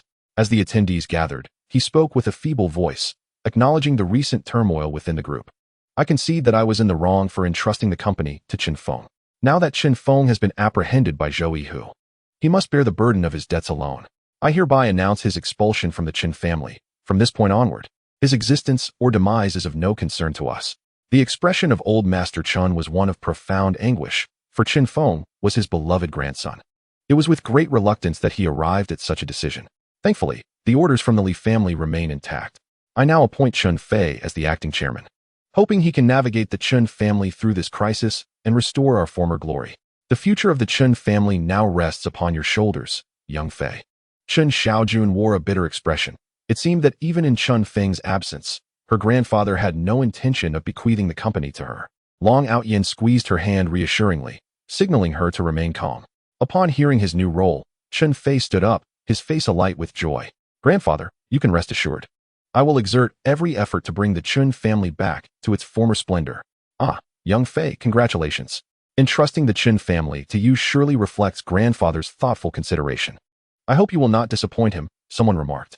Indeed, I have always believed that this child would achieve greatness, and my judgment has proven accurate, another added. Young Fei, that 50 million order is no trifling matter. Prepare yourself, the time to commence work is nigh. The Chen family members, lacking any firm stance, began to flatter Chen Fei, their voices filled with praise. You are all too kind. I will certainly strive to meet your expectations, Chen Fei replied with a smile. By the way, I have heard that the Li family has indeed secured a strong alliance with the Tianjun group. This morning, the sign of Zhengfeng Group was taken down and replaced with that of Tianjun Group. They are hosting a banquet this evening for the elite families of Jiancheng. Will the Chen family be included? Old Master Chen's spirits lifted, the gloom surrounding Chen Feng's situation momentarily dissipating. Thus far, we have not received any notification. However, I believe we might be included, Chen Fei cautiously replied. We have a partnership with the Li family, so it is possible, Old Master Chen mused. In truth, everyone understood that as long as they could align themselves with the Tianjun group, the Chen family had the potential to surpass their former status and ascend to the ranks of a first-rate family. Young Fei, this matter bears immense significance. You must seize this opportunity. Rest assured, I will keep a vigilant eye on it. If necessary, Xiaojun and I shall make another visit to the Li family, Chen Fei said with a smile, glancing at Chen Xiaojun. Sister Xiaojun, you must not decline this time. After all, you are also a member of the Chen family. Chen Xiaojun gritted her teeth in silence. Just as she was about to speak, a man dressed in formal attire entered the room. He first cast a glance at Aotian before taking his place opposite the conference table, smiling as he introduced himself. I hope I am not intruding upon your meeting. Allow me to introduce myself. I am Huang Tianxi, the chairman of the Shude Tianjun group. Old Master Chen was taken aback and quickly rose to his feet, even neglecting the teacup he had knocked over. His face was flushed with excitement as he exclaimed, Chairman Huang, greetings. We met yesterday. Our Chen family is but a modest clan in Jian City. How could we trouble you? Please, take a seat. The members of the Chen family stood up, their expressions filled with reverence for Huang Tianxi, the chairman of the Tianquan group, whose fortune was estimated in the hundreds of billions. You are too kind. I am here primarily to deliver an invitation, Huang Tianxi replied as he produced a formal invitation. Tianquan Group has acquired Li Zhengfeng's enterprise, and this evening at 8 o'clock, there will be a banquet at the Star Hotel. I would like to invite the Chen family to attend and discuss our collaborative plans for the future. It was indeed as if thoughts had manifested into reality. Just moments ago, he had requested Chen Luo to ponder a way to secure an invitation. And now Huang Tianxi had come personally to extend one. Excellent, we shall certainly attend. Old Master Chen exclaimed, accepting the invitation with trembling hands, suppressing his inner thrill. Then I shall take my leave. I look forward to your esteemed presence tonight, Huang Tianxi said, casting a glance at Aotian before turning to depart. Our Chen family is destined for greatness. Old Master Chen held the invitation, tears of joy streaming down his face. Being invited by the Tianquan group, especially with the personal delivery from Huang Tianxi, undeniably ignited hopes for the revival of their family. Grandfather, just wait and see. Who would dare underestimate our Chen family in Jian City now? Chen Fei breathed heavily, filled with excitement. Xiao Fei, the meeting is adjourned. Old Master Chen commanded. Please tally how many members of the Chen family will attend, and I shall allocate 2 million for purchasing banquet attire. This is our family's opportunity, and we must not allow anyone to look down upon us. Understood. Chen Fei responded loudly, equally exhilarated. What is the matter? Aotian inquired with a smile, noticing Chen Xiaojun's discontent. Oh, it's nothing, she sighed. In truth, when she first heard about the Tianquan group's acquisition of the Li family, her thoughts aligned with her grandfather's. She believed that as long as they managed the Chen family well, they would ascend to the ranks of elite families. However, she had not anticipated that her grandfather would bestow the position of acting chairman upon Chen Fei, and that she would not be attending the Tianquan group's banquet, which left her feeling profoundly disheartened. Do not fret. I promise to reclaim everything you have lost, Aotian said, reaching for Chen Xiaojun's small hand. How will you do that? Chen Xiaojun retreated slightly, her face a mask of disappointment. Aotian, I am grateful for your efforts in rescuing Xuanxuan, but do not forget. This is not the military. You, like me, are merely a grain of sand among the masses. We must find work to support our family and raise our children. Such talk is unnecessary. Do you realize how frustrating it is to hear such words repeatedly? Aotian was taken aback. Chen Xiaojun lowered her head again and said, I apologize. I am simply feeling low, and my words may have been too harsh. Chen Xiaojun rose to her feet and addressed her family, expressing that she was experiencing some stomach discomfort and would not be attending the evening's gathering, hoping they would enjoy themselves nonetheless. However, the Chen family appeared indifferent to her concerns, engrossed in discussions about their attire for the evening. After a moment of silence, a fleeting look of desolation crossed Chen Xiaojun's eyes as she turned to leave. Aotian silently observed her retreating figure, feeling a pang of loneliness and solitude. Xiaojun, why do you not trust me? Aotian shook his head. Very well, this evening, I shall ensure you shine as the brightest star. I will make all of Jiancheng bow before your allure. Chapter 20. A formal invitation. Chen Xiaojun returned to the Imperial View Villa, her spirit heavy and forlorn. Reflecting on the fact that her partner possessed nothing, not even this villa, she felt a tinge of regret. Place this here, but be careful not to bump into anything. Wang Fong directed several workers who were bustling about, moving in and out of boxes. Mother, what are you doing? Chen Xiaojun asked in a fluster. Oh, isn't this the villa gifted to you by the Li family? I happen to have some free time these days, so I decided to move in. Wang Fong replied with a beaming smile. Xiaojun, just look at how splendid this villa is. It far surpasses our previous home. You take a rest, I will handle everything. Mother, this villa is not ours. We are merely temporary occupants. Chen Xiaojun exclaimed, raising her voice. Why are you shouting? Did not Li Jingfeng gift it to you? Wang Fong frowned. If it's a gift, it belongs to you. What harm is there in me staying for a few days? When you clarify matters with Long Aotian, after the divorce, he won't have any claim over you. At that point, you will still be the young mistress of the Li family. Rest assured, the Li family has collaborated with Tiangong Group and will not be concerned about a mere villa. Wang Fong shot a glare at Chen Xiaojun before returning to her tasks, leaving Chen Xiaojun with a multitude of unspoken words, silently watching her mother bustle about. By 7 o'clock that evening, a brand new Bentley pulled up at the door of the Imperial View Villa. Good evening. May I inquire if this is the residence of Miss Chen Xiaojun? A well-dressed Huang Tianxi emerged from the car. Indeed, and you are? Wang Fong opened the door to the villa, noticing Huang Tianxi's impressive attire and respectful demeanor. Good day. I am the chairman of Tiangong Group, and I have come to personally invite Miss Chen to tonight's banquet, Huang Tianxi said with a humble smile, slightly bowing his head to Wang Fong. May I ask if Miss Chen is in? Tiangong Group, the largest enterprise in Shidu? You are the chairman? Wang Fong's heart raced in surprise, but upon seeing Huang Tianxi nod, her face lit up with delight. Oh my, Chairman Huang, you need not have come personally. A message would have sufficed. Xiaojun is here. I shall fetch her at once. Wang Fong hurriedly dashed inside, calling out, Xiaojun, Xiaojun, come quickly. Chairman Huang Tianxi has invited you to the banquet hosted by Tiangong Group. Hurry, hurry. At that moment, Chen Xiaojun had just finished bathing Xuanxuan and was momentarily stunned by the news. Did you say Tiangong Group? Indeed. Wang Fong gasped, utterly bewildered by the stroke of luck that had befallen her. Huang Tianxi himself had come to the door to escort her to the banquet. Just this afternoon. Had she not stated that the Chen family had not extended an invitation to her? And now, here was their chairman, arriving in person. Hurry up. Enough chatter. Change your clothes swiftly. I shall accompany you. Mother, what on earth are you going for? Are you abandoning father? Xuanxuan, upon hearing Wang Fong's words, turned to Chen Xiaojun. Puzzled. What has father done wrong that you are so eager to find someone else to marry? Do not speak nonsense. Chen Xiaojun lowered her head, gently stroking Xuanxuan's hair. Regardless of your father's shortcomings, your mother would never forsake him. Come, since Chairman Huang is here, we shall attend the banquet together. Yes, splendid. There will be things to play with. Xuanxuan exclaimed, carefree. Half an hour later, the mother and daughter emerged, both impeccably dressed, with Chen Xiaojun cradling Xuanxuan, who looked like a princess. Huang Tianxi cast a glance at Chen Xiaojun, momentarily taken aback by her beauty, yet quickly averted his gaze, lowering his head to open the car door for them. Miss Chen, please. Thank you. Chen Xiaojun nodded at Huang Tianxi as she entered the vehicle. Chairman Huang, I can manage on my own, Wang Fong insisted, pulling open the door to the front seat. I must say, Chairman Huang, you are truly youthful and accomplished. You cannot be much past 30, yet you oversee such a vast enterprise as Tiangong Group. Remarkable. Wang Fong engaged Huang Tianxi in casual conversation as she settled in. You are mistaken. I am not the mastermind behind Tiangong Group.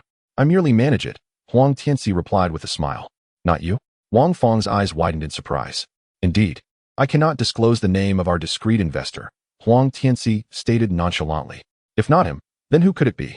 Today, Tiangong Group was hosting a grand event, with the most prominent families of Jiancheng in attendance, creating a lively atmosphere. Mr. Chen alighted from the vehicle, his family members donned in evening attire, presenting an impressive sight. Grandfather, is that not Chairman Huang's car? Chen Fei, supporting the elder, spotted a vehicle gliding towards the entrance of the Hot Spring Hotel. Indeed, in Jiancheng, no one else drives the license plate GN0001. Quickly, let us approach and greet Chairman Huang, Mr. Chen urged, and the Chen family rallied with renewed energy, making their way forward. However, as they reached the front of the car, they were left in stunned silence. Wang Fong emerged from the passenger seat, and Chen Xiaojun descended from the rear, cradling Xuanxuan. Remarkably, it was Huang Tianxi who had opened the door for her, Oh, is that not old Master Chen? Good to see you. Wang Fong felt a surge of pride as all eyes in the room were fixed upon her. Didn't you say that Xiaojun wasn't allowed to represent the Chen family at the banquet? Well, here we are uninvited. Look, it was Chairman Huang who drove us here, she announced, her voice brimming with satisfaction. Inside, Huang Tianxi seemed oblivious to the presence of the Chen family and gestured for them to enter. Wang Fong, buoyed by her triumph, grasped Chen Xiaojun's arm and strode in. Today, she finally had the chance to showcase her worth. Usually, she was bullied within the Chen household, and seeing their shocked expressions was utterly delightful. Who is that person holding the child? Why is Chairman Huang personally accompanying her? Someone inquired. Don't you know? She is none other than Chen Xiaojun, the most beautiful woman in Jiancheng, who married a good-for-nothing 5 years ago. Has Chen Xiaojun managed to align herself with Huang Tianxi? We ought to tread carefully. It would be unwise to challenge her. Indeed, the Chen family is merely a third-rate clan. This time, they may truly soar. The guests whispered among themselves, and when they observed Huang Tianxi assigning her the foremost seat, the spectacle incited a frenzy. That seat signified her as the host, with Huang Tianxi relegated to sit beside her. What is happening here? As the members of the Chen family entered the banquet hall and spotted Chen Xiaojun in the prominent seat, gasps of shock escaped their lips. The elder Chen, suppressing his voice, inquired, "Where shall we sit?" Chen Fei produced the invitation, revealing the seating arrangement. Gritting his teeth, he replied, "We are at the last row." The elder Chen felt a pang of resentment. Given the Chen family's status, they should not even have been permitted to attend such an event. That Tianjun group would allow them to come was beyond their expectations. A small concession can prevent a larger catastrophe. Our presence here today is already a victory. The elder Chen reassured his family, striding towards the back row. Encouraged, the Chen family members straightened their posture and followed him to take their seats at the rear. At 8 o'clock, as melodious music filled the air, Huang Tianxi ascended the stage, and silence enveloped the room as he raised his hand. Greetings to the heads of the various families of Jiancheng. I am Huang Tianxi of Tianjun Group. With our acquisition of Zhengfeng Group, it has officially been rebranded as Tianjun Group. I urge you all to extend your support in the future. The applause that erupted was fervent. Such is the privilege of the affluent, where even the slightest action garners praise. Today, I wish to announce that Tianjun Group continues to recognize and support the previous collaborations with Zhengfeng Group. Before its integration into Tianjun, Zhengfeng Group had signed a contract worth 50 million with the Chen family. We shall not only uphold this partnership, but also amplify the order volume tenfold, marking Tianjun Group's official entry into the apparel industry. What an astonishing revelation. Old Master Chen trembled with excitement. Indeed, the Tianjun Group had escalated the order of 50 million to an astonishing 500 million. Furthermore, Tianjun Group's entry into the apparel industry signified that cooperation with the Chen family would remain unbroken. As long as the Chen family's goods were of high quality, orders would flow incessantly. Grandfather, did you hear that? Did you hear that? Chen Fei exclaimed, standing up in his fervor. Xiao Fei, sit down. Old Master Chen wished to leap up in joy, but restrained himself, not wanting to become the subject of ridicule. The deference shown by Tianjun Group was beyond his expectations. Observing Huang Tianxi's attitude toward Chen Xiaojun, it seemed he harbored some affection. Perhaps, in due course, a gentle nudge toward Xiaojun would be beneficial. Old Master Chen suppressed his excitement, endeavoring to maintain the dignity of the family patriarch. The social elites of Jiancheng were equally astonished. How could a mere third-rate family like the Chens merit such support from Tianjun Group? Yet, the news ignited fervor among the crowd, with someone exclaiming, Chairman Huang is venturing into the apparel industry. The Wang family of Jiancheng will undoubtedly lend our full support. If the Chen family requires assistance or lacks any resources, do not hesitate to inform me. Another chimed in. Our Wang family has apparel sales across the nation and is ready to contribute. Though our Su family has yet to enter the apparel industry, our supermarket could certainly embark on this venture. Almost instantly, the prominent families of Jiancheng rallied in support of the Chen family. Witnessing this scene, Old Master Chen's face flushed with pride. The Chen family was finally on the verge of rising.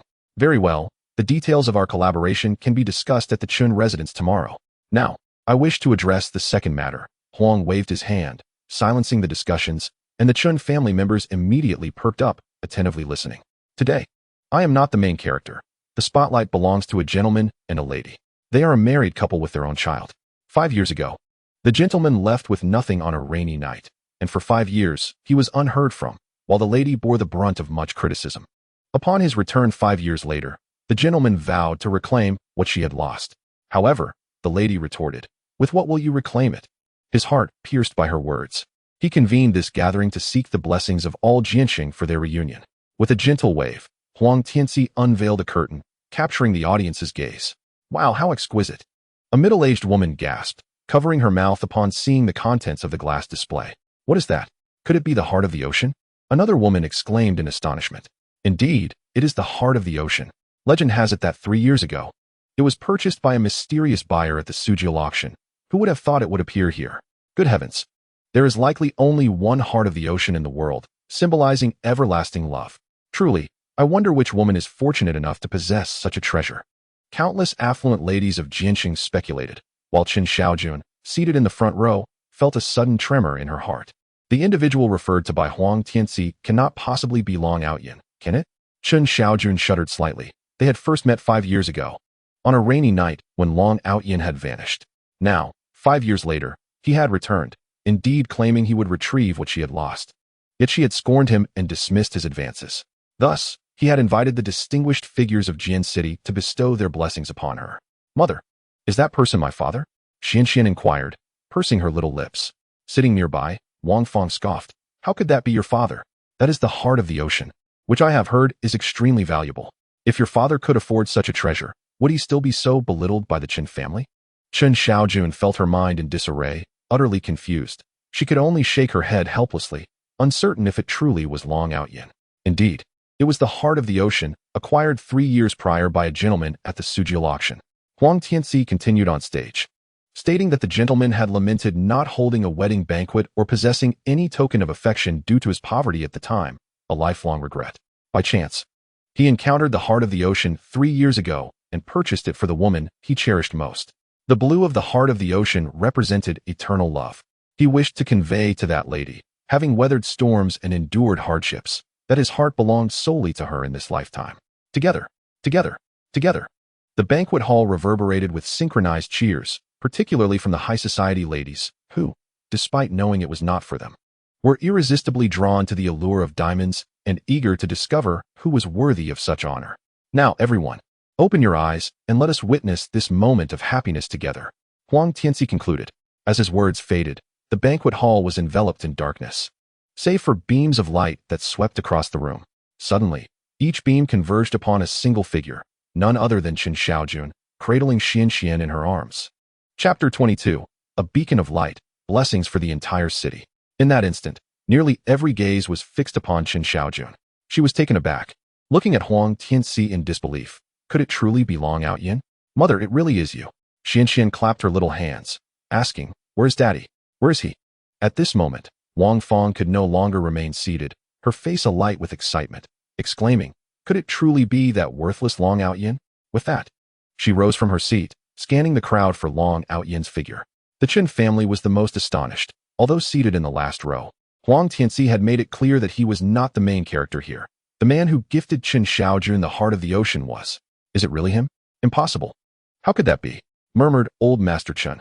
"Indeed, I too find it unlikely to be him." Chen Fei, filled with envy, quickly averted his gaze, saying, "If it truly is him, how could he have performed so poorly at the Chen family meeting? Why did he not step forward to clarify the situation for us?" Old Master Chen nodded. He failed to consider that even if Longchao claimed the cooperation between the Li family and the Chen family hinged on him, would they genuinely believe it? Not only were the Chen family members in a state of shock, but others were equally taken aback.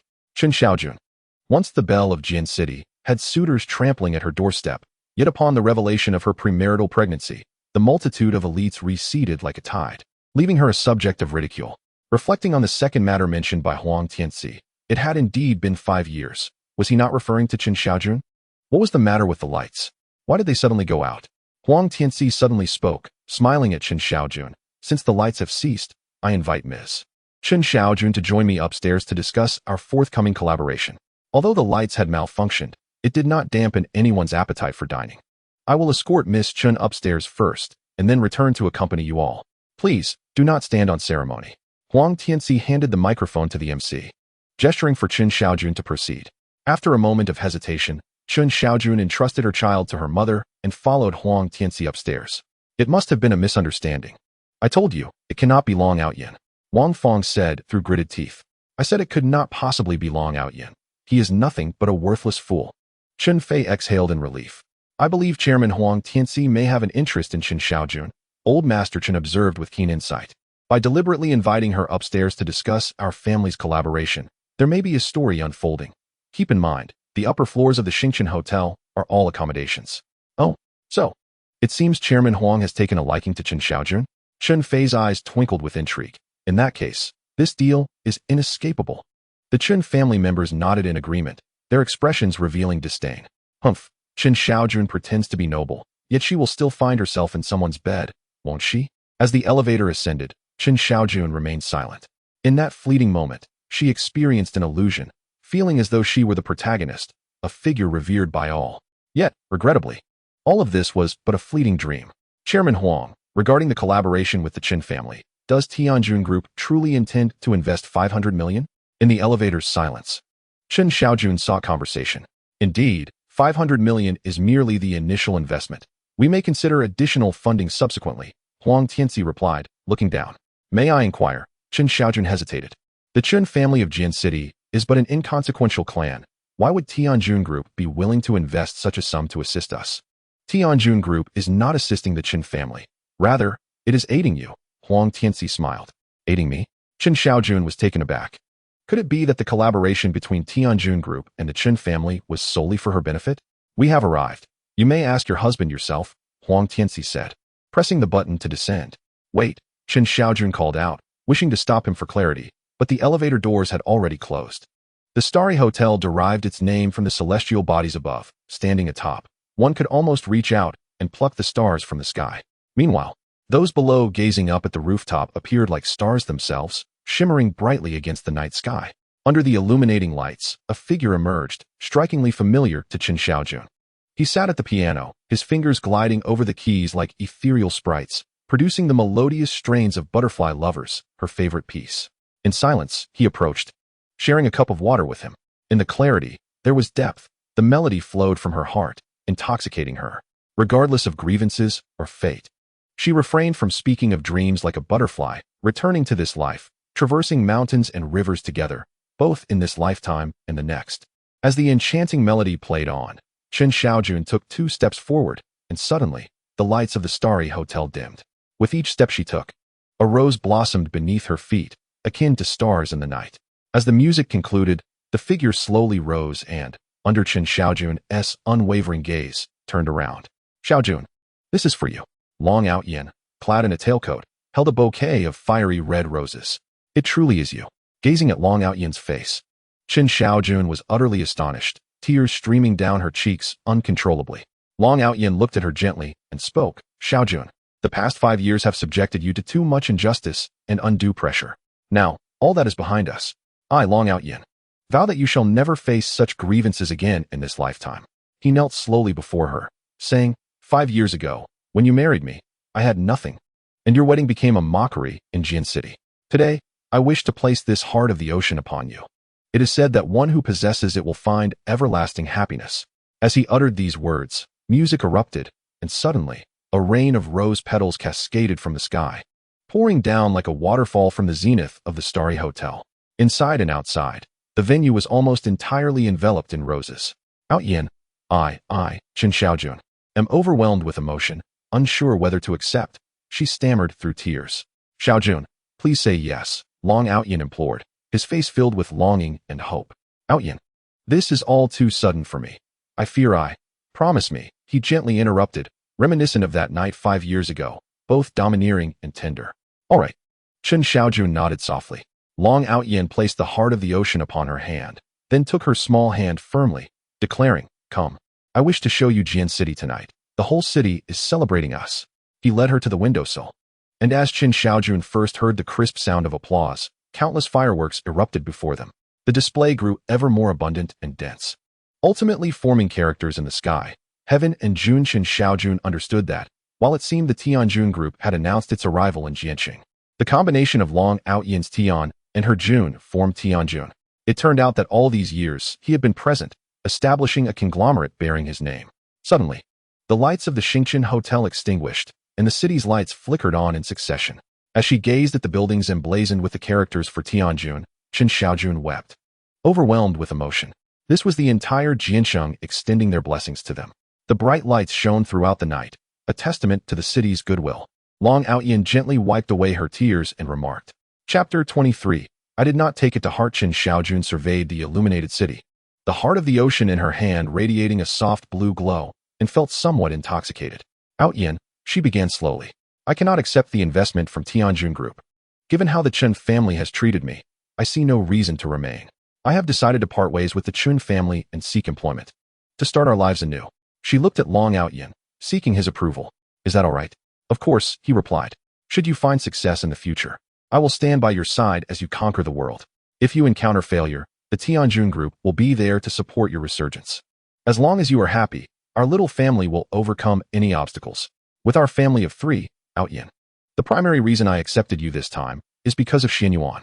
Had it not been for her or the illness she mentioned, I genuinely would not know how to face you. Chen Xiaojun hesitated, but ultimately resolved to speak her truth. I understand, Long Aotian replied, a bittersweet smile adorning his face. Her words pierced his heart like a blade. No blood was shed, yet the pain was indescribable. Even a bullet to his heart could not compare. At this moment, I truly cannot accept marriage. After all, did you not spend the nights on the floor 5 years ago, except for that one evening? My life is rather simple. I yearn to be cherished, securely placed, and meticulously preserved, sheltered from shock, suffering, and devoid of support. Hence, I wish to embark on a genuine romance with you. I desire your love to grow each day, even if just a little, until we grow old together. Chen Xiaojun's cheeks flushed, and she gazed at Long Aotian. Are you willing? Long Aotian was momentarily taken aback. Was Chen Xiaojun confessing her feelings? Her initial words seemed to cast her into despair. Yet the latter half lifted him to the heavens. Without further contemplation, he nodded earnestly. I am willing. Chen Xiaojun smiled tenderly. In truth, her heart had already forgiven Long Aotian the moment the melody of Liangzhu played. She believed that, throughout their past, they had never shared a bed nor built an emotional foundation. How beautiful it would be if time could stand still, she mused, gazing upon the sparkling city lights with a sweet smile. Meanwhile, the lights of the entire city illuminated the surroundings, leaving everyone present in a state of astonishment. One could only wonder how many connections had to be forged and how much wealth was required for such an event. Their understanding of the Tianjun Group's formidable power deepened. Naturally, no one suspected that this was a gift from Long Aotian to Chen Xiaojun. Rather, they perceived it as a declaration of the Tianjun Group's establishment in Jian City. At this moment, the venerable elder Chen found himself encircled by throngs of admirers, many of whom eagerly presented their business cards. With one glass after another, he began to feel the effects of intoxication. Ever since Huang Tianxi announced the collaboration with the Chen family, the number of people surrounding him had noticeably increased, as if he himself were the true protagonist of this gathering. Elder Chen, I am the head of the Huang family in Jian City. Since the Tianjun Group has placed an order of 500 million, please let me know if you require any materials. Payment can be arranged at your convenience. I represent the Wang family. Our stores are established nationwide, and I am confident we can enhance your sales. Elder Chen, who would have thought that your family would forge ties with the Tianjun Group? You are destined for greatness. Just don't forget about me when the time comes. Indeed, we share a long-standing friendship. Forgetting anyone would be impossible, but especially not you. Elder Chen's face flushed as he scoffed. Old Wang, to be honest, you have been rather inconsiderate. Wasn't it 5 years ago that you severed ties with the Chen family because of Chen Xiaojun's unexpected pregnancy? I have not forgotten that debt. And now you come seeking favor? What were you thinking back then? Old Wang, visibly embarrassed, chuckled. It was merely a matter of financial strain at that time. And I am still facing such constraints. Elder Chen downed another generous gulp, relishing the moment as he declared, Today, I have finally regained my dignity. Do you not comprehend how the Chen family has endured all these years? I once implored you, nearly on my knees, yet you all turned me away, insisting you would collaborate with whomever you pleased. With tear-filled eyes, Elder Chen continued, Now, the tides have turned. Did you ever imagine the Tianjun Group would support us? Let me assure you, the Chen family is on the rise again. A 500 million order is sufficient to elevate us to the ranks of the second-tier families. For years, I have swallowed my pride, all for this moment, to look down upon your faces from a position of power. If you wish to collaborate with the Chen family, I suggest you distance yourselves immediately. Hearing Elder Chen's words, the Chen family members reflected on the grievances they had endured over the years, finally feeling a sense of vindication. They wore expressions of pride, surveying those around them, knowing that these individuals would now be relegated to a position of admiration. Grandfather, Is that not Huang Tianzi? He has left the rooftop and descended. Chen Fei, with keen eyesight, spotted Huang Tianzi, who had already come down and was toasting with the dignitaries of Jian City. Perhaps he had left Chen Xiaojun in the room. With so many guests gathered today, he must have much to attend to. After the elderly Mr. Chen finished his tirade, he felt somewhat exhilarated, emboldened by the influence of alcohol. He proclaimed loudly, "Let us, the Chen family, pay a visit to Chairman Huang. Let those who look down upon us witness the strength of the Chen family in Jiancheng." With that, he took the lead, and every member of the Chen family followed suit. As they traversed the path, they walked with an air of confidence, heads held high, causing those around them to step aside. "Chairman Huang." Mr. Chen approached Huang Tianzi's side and clasped his hands in greeting. "On behalf of the Chen family, I wish to express our gratitude. Thank you for entrusting us with an order worth 500 million. Rest assured, Chen Xiaojun will remain here this evening to discuss our forthcoming collaboration." He raised his glass, saying, "Let us toast to you, Chairman Huang. We pledge to fulfill the order with the utmost quality and timeliness, and we wish for a fruitful partnership." Upon finishing his speech, Mr. Chen downed his drink in one go, and the Chen family followed suit, emptying their glasses in unison. You seem to have misunderstood," Huang Tianzi remarked, casually swirling his goblet. "Misunderstood?" Mr. Chen was momentarily taken aback, while others exchanged puzzled glances with Huang Tianzi. "You just stated it plainly. How could there be any misunderstanding? I indeed mentioned that the Tianjun Group would invest 500 million to support the Chen family's development," Huang Tianzi clarified. "However, Li Zhengfeng has long made it clear that this collaboration is solely to be negotiated with Chen Xiaojun." He continued, "This means that from the placement of the order, site selection, factory establishment, garment design, and external sales, all responsibilities lie with Chen Xiaojun. If your family has a garment factory, that would be ideal. If not, we shall establish one ourselves. As for the rest of you from the Chen family, I regret to inform you that I have not given you any consideration." Mr. Chen felt a rush of dizziness. It dawned on him how negotiations with Chen Xiaojun were truly conducted. He had previously stubbornly believed that once Chen Xiaojun secured the contract, it would simply be handed over to the Chen family. Now, it was evident that the collaboration was exclusively with Chen Xiaojun. This implied that if the Chen family wished to retain this order, they must concede the position of chairman to Chen Xiaojun. The onlookers were momentarily stunned, only to quickly recover and unleash a wave of merciless ridicule. "Haha, Chen Guoqiang, you were right. Our Wang family has no desire to collaborate with you. Are you satisfied now?" One sneered, "I've been waiting to see you humbled. Just wait, once the banquet concludes. I assure you that your 3 garment factories will go under." What had he just said? Was it merely to belittle us? With that wrinkled old face. "Do you truly think you're worthy? Chairman Huang, might we discuss this matter further?" The elderly Mr. Chen, feeling deflated like a punctured balloon, hardly paid heed to the surrounding mockery. "Xiaojun is still on the rooftop, you see." "Oh, Miss Chen is on the rooftop negotiating with my backers. By the way, I must have failed to mention that I am merely an employee." Huang Tianzi smiled, the master of the Tianjun Group, the very protagonist of the tale I narrate. What? Old Master Chen was taken aback. The distinguished chairman of the Tianjun Group was merely an employee? Chapter 24. A narrow path for enemies. As the banquet of the Tianjun Group concluded, Chen Xiaojun sat in the vehicle assigned by Huang Tianzi, heading home. Wang Fong could no longer suppress her curiosity and whispered, "Xiaojun, Huang Tianzi took you to the rooftop. Then he came down and mentioned you were to meet the behind-the-scenes investor of the Tianjun Group? Who could he possibly be? And how could you meet for such a long time?" Chen Xiaojun gazed at the brightly lit Jian City, a sweet smile gracing her lips. When she departed, she had told Long Aotian that there was no need for the lights, deeming it a waste of money. However, Long Aotian had refused. He stated that he could only convey his feelings to Chen Xiaojun through this simple method, akin to being a guiding light that could dispel the darkness within her heart. The rooftop was deserted. She had waited there for 2 hours in vain. Chen Xiaojun, embracing Xuanxuan, surveyed the sea of lights. No one. Does that mean Huang Tianzi was lying? Wang Fong furrowed her brow. Perhaps, Chen Xiaojun replied with a faint smile. Indeed, Xiaojun. You might not be aware that your grandfather sought out Huang Tianzi today, but he insisted on collaborating solely with you, and on a profound level, Wang Fong stated earnestly. Oh, is that so? Chen Xiaojun expressed little interest. Yes, I am uncertain about the veracity of Huang Tianzi claiming to be merely an employee, but I suspect he might harbor some intentions towards you. Why not seize this opportunity to sever ties with Long Aotian and consider marrying Huang Tianzi? Even if he is just an employee, his annual salary must be substantial, ensuring your future is secure. I haven't considered that, Chen Xiaojun replied. By the way, Mom, Aotian will be back soon. You should leave quickly. Dad is still waiting for you at home. As the car came to a halt, Chen Xiaojun issued an eviction order. Wang Fong wished to say more, but Chen Xiaojun had already turned, cradling Xuanxuan as she returned to the villa. Upon her return, Chen Xiaojun embraced Xuanxuan, drifting into a sweet slumber, entirely unaware of when Long Aotian had returned. Long Aotian peeked into the bedroom, gently kissing Xuanxuan's forehead with a tender expression. The next day, as dawn broke, Chen Xiaojun rose to prepare herself. Long Aotian was stirred awake. Years of camping in the wild had instilled in him a vigilant habit. He would awaken at the slightest rustle. Squinting, he observed Chen Xiaojun, who wore a pair of red high heels, her slender legs elegantly showcased. The black lace stockings enveloped her fair calves, the exposed skin exuding a subtle allure.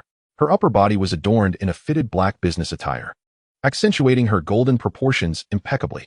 She was applying lip gloss in front of the mirror, skillfully crafting a delightful curve that left onlookers breathless. Xiaojun, you are truly beautiful. Long Aotian whispered as he stealthily approached and embraced her from behind.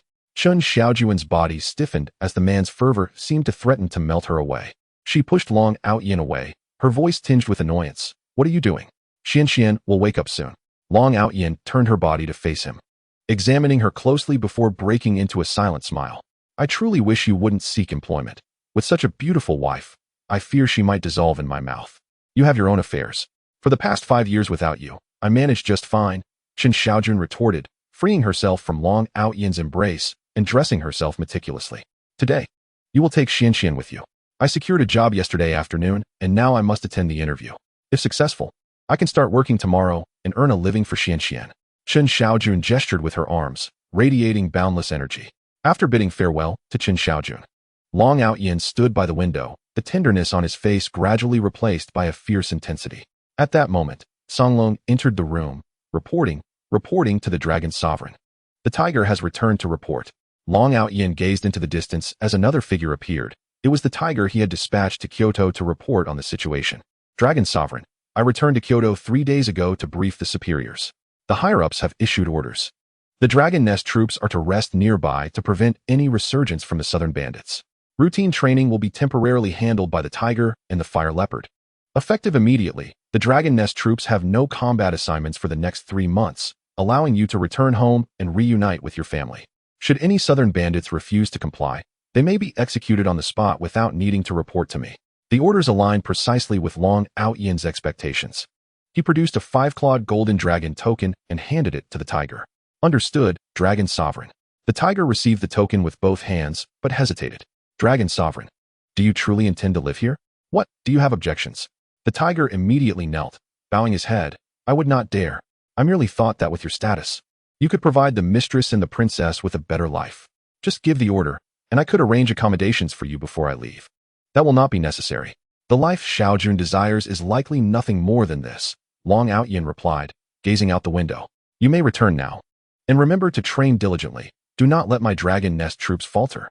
At that moment, at the recruitment venue of the largest clothing design and sales company in Jian City, the headquarters of UE Group, 3 examiners held test papers, their eyes sweeping over the 50 or so candidates seated below. I trust you are all aware that our requirements at UE Group stipulate proficiency in at least 2 foreign languages. This skill is crucial in international trade. Based on your submitted information, we have prepared 8 foreign language tests for you. Shortly, you will answer according to the languages you indicated. Please take this seriously. Those who score above 80 will advance to the next round of interviews. The examination duration is 1 hour. Please distribute the test papers. The expressions of the 50-odd candidates varied. Some had leveraged connections for the interview, yet they had not anticipated the stringent vetting process of UE Group, which required proficiency in 2 foreign languages. Chen Xiaojun quickly skimmed through the exam paper that had been handed to her, secretly sighing in relief. During her university years, she had studied fashion design and sales, majoring in English. To prepare for potential future engagements in international trade, she had also registered for a French examination. Although she hadn't spoken the language in 5 years, the basic nature of the exam gave her confidence in her ability to succeed. Chen Xiaojun lowered her head to begin answering, first completing the English test before nervously tackling the French one. Half an hour later, she had finished both papers and reviewed them for any errors. Just then, the door swung open, and a heavily made-up woman in a cream-colored dress strode in, imperiously inquiring. Hello, Deputy General Manager Zhou. Is everything normal? I've distributed the exam papers, and there are 27 minutes left until the examination concludes. The three main examiners quickly stood up. They could not afford to offend this person. Zhou Ying, the deputy manager of Yui Group. Zhou Ying nodded, scrutinizing the applicants' papers in succession. When she reached Chen Xiaojun's desk, she abruptly froze. Chen Xiaojun. Chen Xiaojun looked up, her expression brightening with joy. Zhou Ying, what are you doing here? I haven't seen you since university. It's been 7 or 8 years. Chen Xiaojun instinctively reached for her hand, but Zhou Ying crossed her arms and deliberately stepped back, leaving Chen Xiaojun feeling somewhat awkward. Zhou Ying, why are you? What am I? Zhou Ying retorted with a chuckle. What a coincidence. I've searched for you for 7 years, and today I finally found you. Why aren't you staying well at the Chen Group? What brings you to our company? Zhou Ying sneered. I see now. You intend to steal our company's secrets. No, that is not it. Chen Xiaojun exclaimed in shock. After so long, why would Zhou Ying accuse her so harshly? Had she truly forgotten their camaraderie from university? Not it. 7 years ago, I asked you to introduce me to the Chen family, and do you remember what you said? You claimed you had no standing there and wouldn't be able to say much. Then you worked at the Chen Group for 2 years, leaving me behind. 5 years ago, you became pregnant out of wedlock, causing the Chen family to decline. I've heard that the Chen family might face bankruptcy in the next 2 years. Chen Xiaojun, thank goodness you didn't introduce me back then. Zhou Ying seized the exam paper, tearing it to shreds, and declared to the examiners, I know this person. She is here to steal our company's business secrets. Such a person must not be allowed to remain. Zhou Ying, please listen to me. Chen Xiaojun felt a surge of urgency as she stepped forward to reclaim the torn paper from Zhou Ying's grasp. What more is there to say? Zhou Ying pushed her aside, causing Chen Xiaojun's abdomen to crash against the table. Zhou Ying's tone sharpened. Chen Xiaojun, weren't you the exemplary graduate? Weren't you the belle of our academy? Couldn't you surpass me in everything? And now? What now? You have fallen to the point of seeking employment, reliant entirely on my whims. You aspire to join the Yui Group, do you? Very well. If you plead with me, perhaps I might, in a moment of goodwill, grant you special entry. As Zhou Ying's voice grew louder, it seemed as though all her grievances from years spent in university and the workforce were unleashed. Chen Xiaojun gazed at Zhou Ying, unable to fathom how her once close companion, a sister from 4 years of college, had transformed into this. Zhou Ying, spare me your words. If you wish to enter the Yui Group, you must come and beg me. Zhou Ying interrupted Chen Xiaojun, shouting arrogantly. Chen Xiaojun clenched her teeth. She yearned to join the Yui Group, for it represented the last refuge for her and Xianxian. Yet, Chen Xiaojun had committed no wrongdoing, nor sought to steal their secrets. Why should she be compelled to plead before Zhou Ying for this? The 3 examiners, noticing Chen Xiaojun's hesitation, were immediately displeased and bellowed. Who did we think it was? It's merely Miss Chen, the one who caused such a stir 5 years ago with her unwed pregnancy. Let me tell you, this is the only path to enter the Yui Group. Indeed, they say times change. Hurry and plead with Deputy Director Zhou. You might just gain entry. Either beg quickly or scram. All these job seekers are watching. Deputy Director Zhou, I implore you, grant me an opportunity for an interview, Chen Xiaojun said, bending her body at a right angle to the ground, pleading softly. Chen Xiaojun, are you truly beseeching me? Zhou Ying laughed heartily. Look at yourself. You are as humble as an ant. With a mere flick of my finger, I could squash you. Our Yui Group does not recruit those who seek to pilfer secrets. You are to leave at once. Deputy Director Zhou, did you not say that should I plead with you, you would grant me special entry into the Yui Group? Chen Xiaojun was taken aback, her eyes shimmering with disbelief. Oh, did I say that? Zhou Ying, satisfied, gestured toward the 3 examiners and the other job seekers. Ask them if I did. No, Deputy Director Zhou simply wishes for you to apologize for the events of 7 years ago. Right. You think you can gain special entry without an interview? Dream on. Now leave us to our tasks. Indeed, you've offered your apology. Why are you not leaving at once? Do you intend to linger here for a meal? Chen Xiaojun was utterly stunned. She had not anticipated that even the job seekers would side with Zhou Ying. Was it a crime to lack wealth and status, deserving to be trampled upon? You have heard them. Why do you not depart? Zhou Ying reveled in her triumph, knowing her words held sway here, with no one daring to contradict her. As she spoke, Zhou Ying approached Chen Xiaojun, tugging at her garment. With a ripping sound, the fabric tore, exposing Chen Xiaojun's fair neck to the air. Chen Xiaojun's face flushed crimson. The quality of clothing these days is appalling. How unfortunate for you, a fashion designer. Zhou Ying pulled out 300 yuan from her pocket, tossing the bills onto the ground. Chen Xiaojun, I must convey to you that despite your past glory in university, In this society, you are obliged to bow your head before me. Your clothing is torn. Shall I compensate you? Is 300 sufficient? Pick up the money. Zhou, do not overstep your bounds. Chen Xiaojun covered her ripped garment with one hand, while the other trembled as she pointed accusingly at Zhou. I am indeed bullying you. What can you do about it? Yearning for revenge? Then let that useless husband of yours come seek me. Oh, how could I forget?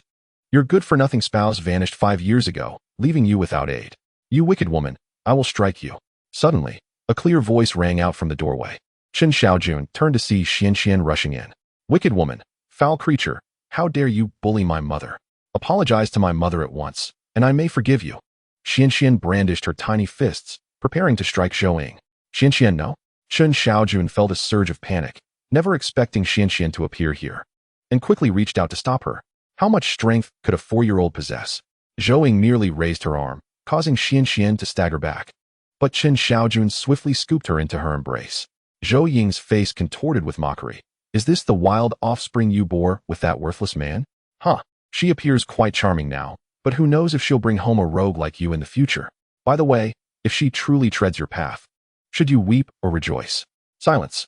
Another chilling reprimand echoed from the entrance. The tone was so frigid that it seemed to lower the surrounding temperature, causing some weaker individuals to shudder. Zhou turned to see 2 men at the door, their faces as heavy as lead, eyes glimmering with malice. The newcomers were Long Aotian. When Chen Xiaojun left early in the morning, he had dispatched Night Eagle to follow her. Night Eagle had witnessed Zhou tormenting Chen Xiaojun, and although he had contemplated ending her life, he restrained himself and promptly informed Long Aotian. Long Aotian's gaze fixed upon Zhou, who felt no hint of emotion in his eyes, as if she were merely a corpse. As he approached Chen Xiaojun, Zhou sensed the immense weight upon her heart lifting, her body drenched in cold sweat. Daddy, this woman is not good. You should strike her. Upon seeing Long Aotian approach, Xuanxuan pointed at Zhou, seething with anger. Long Aotian remained silent, simply removing his outer garment to reveal a sleeveless shirt underneath. Chen Xiaojun noticed the scars adorning his arms, one particularly severe on his chest, seeming to extend toward his heart. Aotian, what happened to you? Chen Xiaojun trembled intensely. Put on this. Long Aotian did not respond, his expression dark as he handed her the clothing. All right. Chen Xiaojun found it difficult to argue, donning Long Aotian's shirt. As he turned away, she cautioned, Aotian, do not escalate the situation. I merely wish to live a peaceful life. Rest assured, I shall ensure she pays a sufficient price. Long Aotian squinted as he cast a glance at Zhou, gradually advancing towards her. Chapter 26. Injury to my beloved daughter. Zhou observed Long Aotian's attire, which was likely worth no more than 200 yuan, clearly low-end merchandise. Thus, a profound sense of self-satisfaction welled up within her. As Long Aotian approached, she took 2 steps back. Are you the useless one who made Chen Xiaojun pregnant before marriage? Humph, do you realize where you are? This is the headquarters of Yui Group. Given the way you just looked at me, the security could easily apprehend you. I shall say this once more. Chen Xiaojun is suspected of stealing corporate secrets, and we cannot possibly hire her. Now leave. You have insulted my beloved wife and harmed my cherished daughter. How do you intend to settle this score? Long Aotian halted, while the Night Eagle behind him raised his eyelids, fixating intently on Zhou. With a mere command from Long, Night Eagle could swiftly end her life. It was Chen Xiaojun who stubbornly refused to leave, prompting me to tear her clothes. Furthermore, I have already compensated her. As for your daughter, she was the one who charged at me. I showed her considerable restraint. Nonsense. Night Eagle suddenly erupted with murderous intent, his form poised to spring into action. Yet he was halted by Long Aotian's outstretched hand. If I recall correctly, the chairman of Yui Group should be Jiancheng. Long Aotian mused aloud. At least you possess some discernment. Zhou retorted, puzzled by his unexpected assertion. Young man, I advise you to know when to back down. If our chairman learns that Chen Xiaojun intended to steal corporate secrets, rest assured, he will ensure you suffer the consequences. Do not think I am exaggerating. The chairman's net worth is in the hundreds of billions, and eliminating you would be as simple as squashing a bug. Long Aotian retrieved his phone and dialed a number. Speaking calmly, I am in your group's interview room. I expect you to come down within 5 minutes and provide me with a reasonable explanation. With a sharp click, he ended the call, denying the other party any chance to respond. The onlookers were momentarily stunned. It appeared that Long Aotian had called Jiancheng. Yet how could someone of his lowly status possibly know the chairman of Yui Group? Zhou was also taken aback before inquiring, who did you just call? Was it our chairman? Is it so strange that I have Jiancheng's number? Long Aotian replied with a cold smirk. Had it not been for Chen Xiaojun advising her to keep things under control, Zhou Ying would have long been a corpse by now. Ha ha ha. Did you all hear that? He actually claims to have called our chairman. What kind of person is our chairman that you could contact him directly? Do not be absurd. Even I would need an appointment to meet him. There are no more than 5 people in our group who know the president's phone number. Chen Xiaojun, I now find myself feeling a modicum of sympathy for you. Your useless husband remains blissfully unaware of the heights of the world. Chen Xiaojun hesitated for a moment, contemplating that it was only natural for Long Aotian to establish the Tianjun group and become acquainted with several executives. However, the tone Long Aotian had just employed in conversation seemed entirely inappropriate. With this thought in mind, Chen Xiaojun approached Long Aotian, tugging gently at the hem of his garment. Shall we depart? Depart? None of you are leaving now. Zhou Ying stood defiantly at the entrance, her demeanor brimming with arrogance. I am granting you 5 minutes. If our chairman does not arrive within that time, I shall summon security. You are attempting to steal our group's secrets and incite chaos. We have ample grounds to detain you. Long Aotian, unfazed by her outburst, maintained his smile as he regarded Chen Xiaojun, who appeared increasingly anxious. Before he could respond, the door was abruptly thrust open, and a man hurriedly entered. This gentleman, appearing to be in his 40s, was clad in formal attire, sporting a slightly graying beard that exuded an aura of affluence. Upon entering, he immediately spotted Long Aotian, and an overwhelming excitement caused him to tremble. Tears streamed down his face before he could utter a word. Director Zheng? Zhou Ying's mind buzzed. It truly was Zheng Hang. What was he doing here? Mr. Long. Zheng Hang paid no heed to Zhou Ying. In full view of everyone present, he suddenly collapsed to his knees before Long Aotian. Sir, it has been 3 years since we last met, and I have searched for you with great difficulty. If it were not for you 3 years ago, I would have perished far from home, and there would be no Yue group today. Sir, please allow me to bow to you once more. Zheng Hang, filled with genuine reverence, prostrated himself. 3 years prior, Zheng Hang had yet to amass such a significant enterprise. During a journey, he encountered mercenaries from the north, known for their ruthlessness, who relentlessly pursued him for 3 days and nights. Just as they were about to catch him, Long Aotian and the Longchao army appeared, their movements impeccably coordinated, leaving an indelible impression on Zheng Hang. Zheng Hang, do not kneel before me. I am unworthy of such reverence, Long Aotian replied, not even glancing at him, his hands clasped behind his back as he coldly remarked, we merely came to your group to acquire secrets and instigate trouble. Let your security apprehend us. Mr. Long, you are more than worthy. Zheng Hang exclaimed, his scalp prickling with anxiety. Having witnessed the mercilessness of the Longchao army, he understood that Long Aotian was a force not to be trifled with. My group belongs to Mr. Long. With family present, what secrets could possibly be stolen? To claim that Mr. Long seeks to incite chaos is utterly unfounded and not my sentiment at all. Oh, is that so? Long Aotian directed his gaze towards Zhou Ying, his tone frigid. Your deputy director, Zhou, does not seem to share your perspective. Zheng Hang raised his gaze. The intensity of his fury directed at Zhou Ying was palpable. You scoundrel! You consume my resources and dare to embroil me in such a predicament. Zhou Ying hastily attempted to clarify. Chairman, please, let me explain. This individual is Chen Xiaojun, from the Chen group. She has come here for an interview, undoubtedly with ulterior motives. Moreover, he is Chen Xiaojun's partner, the same one deemed worthless 5 years ago. Zheng Hang, rising from the ground, swung his arm with all his might, delivering a resounding slap. The impact caused blood to spurt from Zhou Ying's nose and mouth, her cheeks swelling significantly. How dare you insult Mr. Long? I will make your life unbearable. Furthermore, let me clarify, regardless of her family background, Miss Chen is a guest. You claim she is here to cause trouble? Very well. Take her away and teach her how to speak properly. As Zheng Hang's words echoed, 2 bodyguards approached, ready to escort Zhou Ying away. No, Chairman Zheng, please. I implore you. Zhou Ying cried out in desperation. Given Zheng Hang's status, he could easily end her life.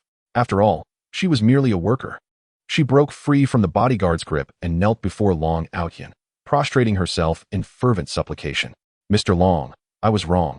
I truly understand my mistake. I beg you, grant me another chance. I promise I shall not err again. Please, I beseech you. Witnessing Zhou Ying weep profusely at his feet, Long Aotian remained impassive. I can overlook your slander, but as I stated earlier, you have insulted my beloved wife and harmed my daughter. How do you intend to repay this debt?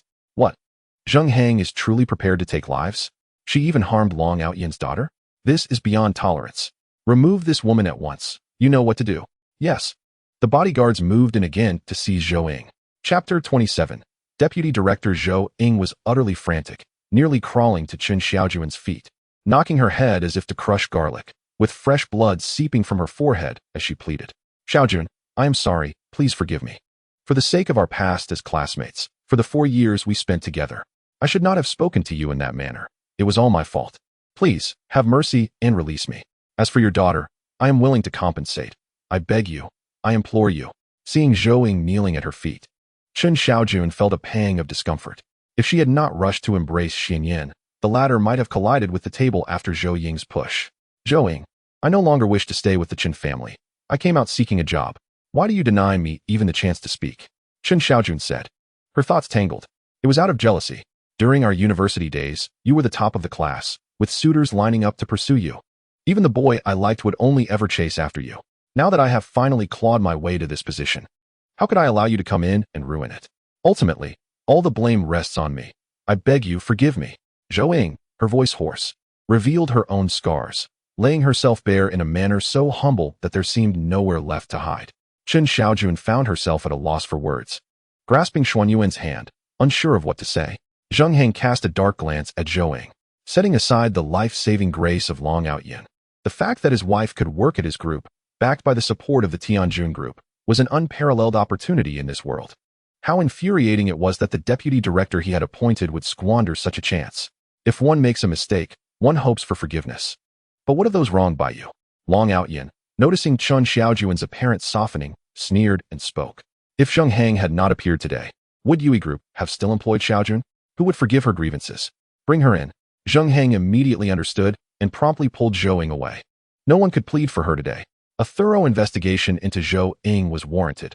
After so many years as deputy director, I refuse to believe her hands are clean. Additionally, issue an internal notice. Zhou Ying has been dismissed from Yui Group, and any who dares to hire her will be our enemy. Zhou Ying's face turned ashen. Zheng Heng was correct. She had never been above board in her position. Just half a month ago, she accepted 100,000 from a competitor and provided them with Yui Group's design drafts. If this were to come to light, it would spell trouble. Mr. Zheng, please listen to me. Zhou Ying desperately attempted to grasp Zheng Heng's sleeve, but the bodyguards swiftly pulled her away, denying her any opportunity to speak. Mr. Long, I apologize for the inconvenience caused today. Zheng Heng bowed again to Longchao, lowering his proud head. If you agree, Chen Xiaojun may immediately join Yui Group, replacing Zhou Ying as deputy director. The Group's director will retire in 3 months, and should Miss Chen be willing, she could ascend to the directorship thereafter. Longchao stepped beside Chen Xiaojun, lifting Xuanxuan into his arms. Xuanxuan planted a kiss on his cheek and proudly declared, Daddy, you're amazing. That nasty woman tried to hit me, humph. Longchao chuckled and said to Zheng Heng, You must discuss this with Miss Chen. I cannot decide for her. Understood. Zheng Heng turned to Chen Xiaojun, tentatively asking, Miss Chen, would this be acceptable to you? Chen Xiaojun's face flushed. The other job seekers around her looked on with envy. To become a deputy director in clothing design, and then to be promoted to director in 3 months was an opportunity that many could only dream of. Chen Xiaojun lifted her gaze to Longchao and asked, What do you think? Longchao was taken aback, leaning closer to whisper, 3 years ago. By a twist of fate, I saved Zheng Heng. No one could have anticipated his remarkable success in the last 3 years, at such a young age. He possesses hundreds of billions. If you are unwilling to stay here, the Tianjun Group would gladly welcome you to manage. I do not want that. I refuse to be seen as relying on my husband. Chen Xiaojun pursed her lips, rejecting Longchao's suggestion. Understanding the reason for Zheng Heng's politeness, she felt a sense of relief. Chairman Zheng, I am eager to join the Yui Group.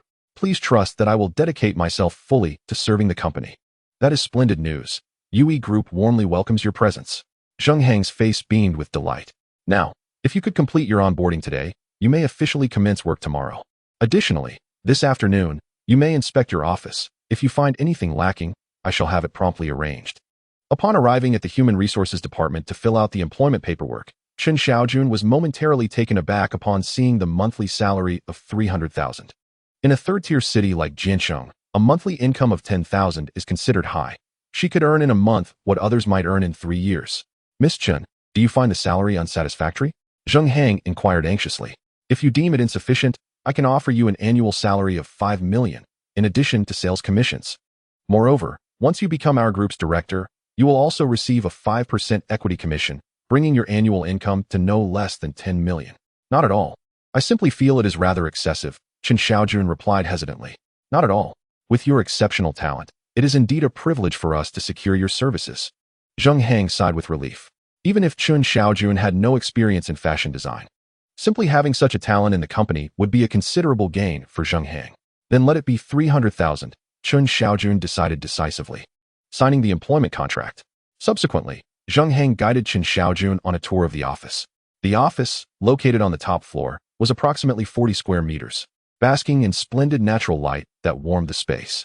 There was also a small door leading to a room with a bed, intended for Chen Xiaojun's daily rest. By the time everything was settled, noon had arrived. Zheng Hang smiled at Long Aotian, saying, Mr. Long, I understand you have a busy schedule and may not frequently visit our group. As it is now lunchtime, might I seize the opportunity to treat you and Miss Chen to a meal? Rest assured, the restaurant is just next door, so it will not take much of your time. What do you think? Long Aotian turned to Chen Xiaojun, asking for her opinion. That might not be appropriate. Chen Xiaojun murmured, feeling uncomfortable with the idea of being treated to a meal on her first day at Yui Group. Miss Chen, there is no need for concern. This is simply to welcome you to our company. Zheng Hang interjected urgently. Besides, it is already noon. Otherwise, you would have to prepare a meal for yourself, wouldn't you? Very well, Chen Xiaojun conceded, unsure of what else to say, feeling as though her position as a deputy director was somehow more esteemed than that of the chairman himself. Chapter 28. A clash in the ensuing days. As Chen Xiaojun had just joined the Yui Group, she found herself inundated with responsibilities befitting her significant role as deputy director, leaving her scarcely any time for rest. Long Aotian did not disturb him. Instead, he spent each day accompanying Xuanxuan on delightful escapades. Their bond grew rapidly, to the point where, if Long Aotian were to be away for even a minute, Xuanxuan would cry out for her father. This spectacle left Chen Xiaojun feeling both elated and envious. One morning, Chen Xiaojun arose early, attending to her grooming while addressing Long Aotian. Xuanxuan's health should be nearly restored. Today, you shall take her to kindergarten, where the teachers will receive her. Then, at 5 o'clock in the evening, you will bring her back. Is that agreeable? How could I possibly refuse the requests of my esteemed wife? Long Aotian replied, his eyes still heavy with sleep as he surveyed Chen Xiaojun. She was adorned in a delicate lavender ensemble, a hairpin accentuating her flowing black locks, exuding a blend of maturity and playful charm. The fragrance that enveloped her was intoxicating. Drawing him closer. You talk too much. I must be off to work. Chen Xiaojun felt flustered under his gaze, hastily grabbing her bag and making her escape.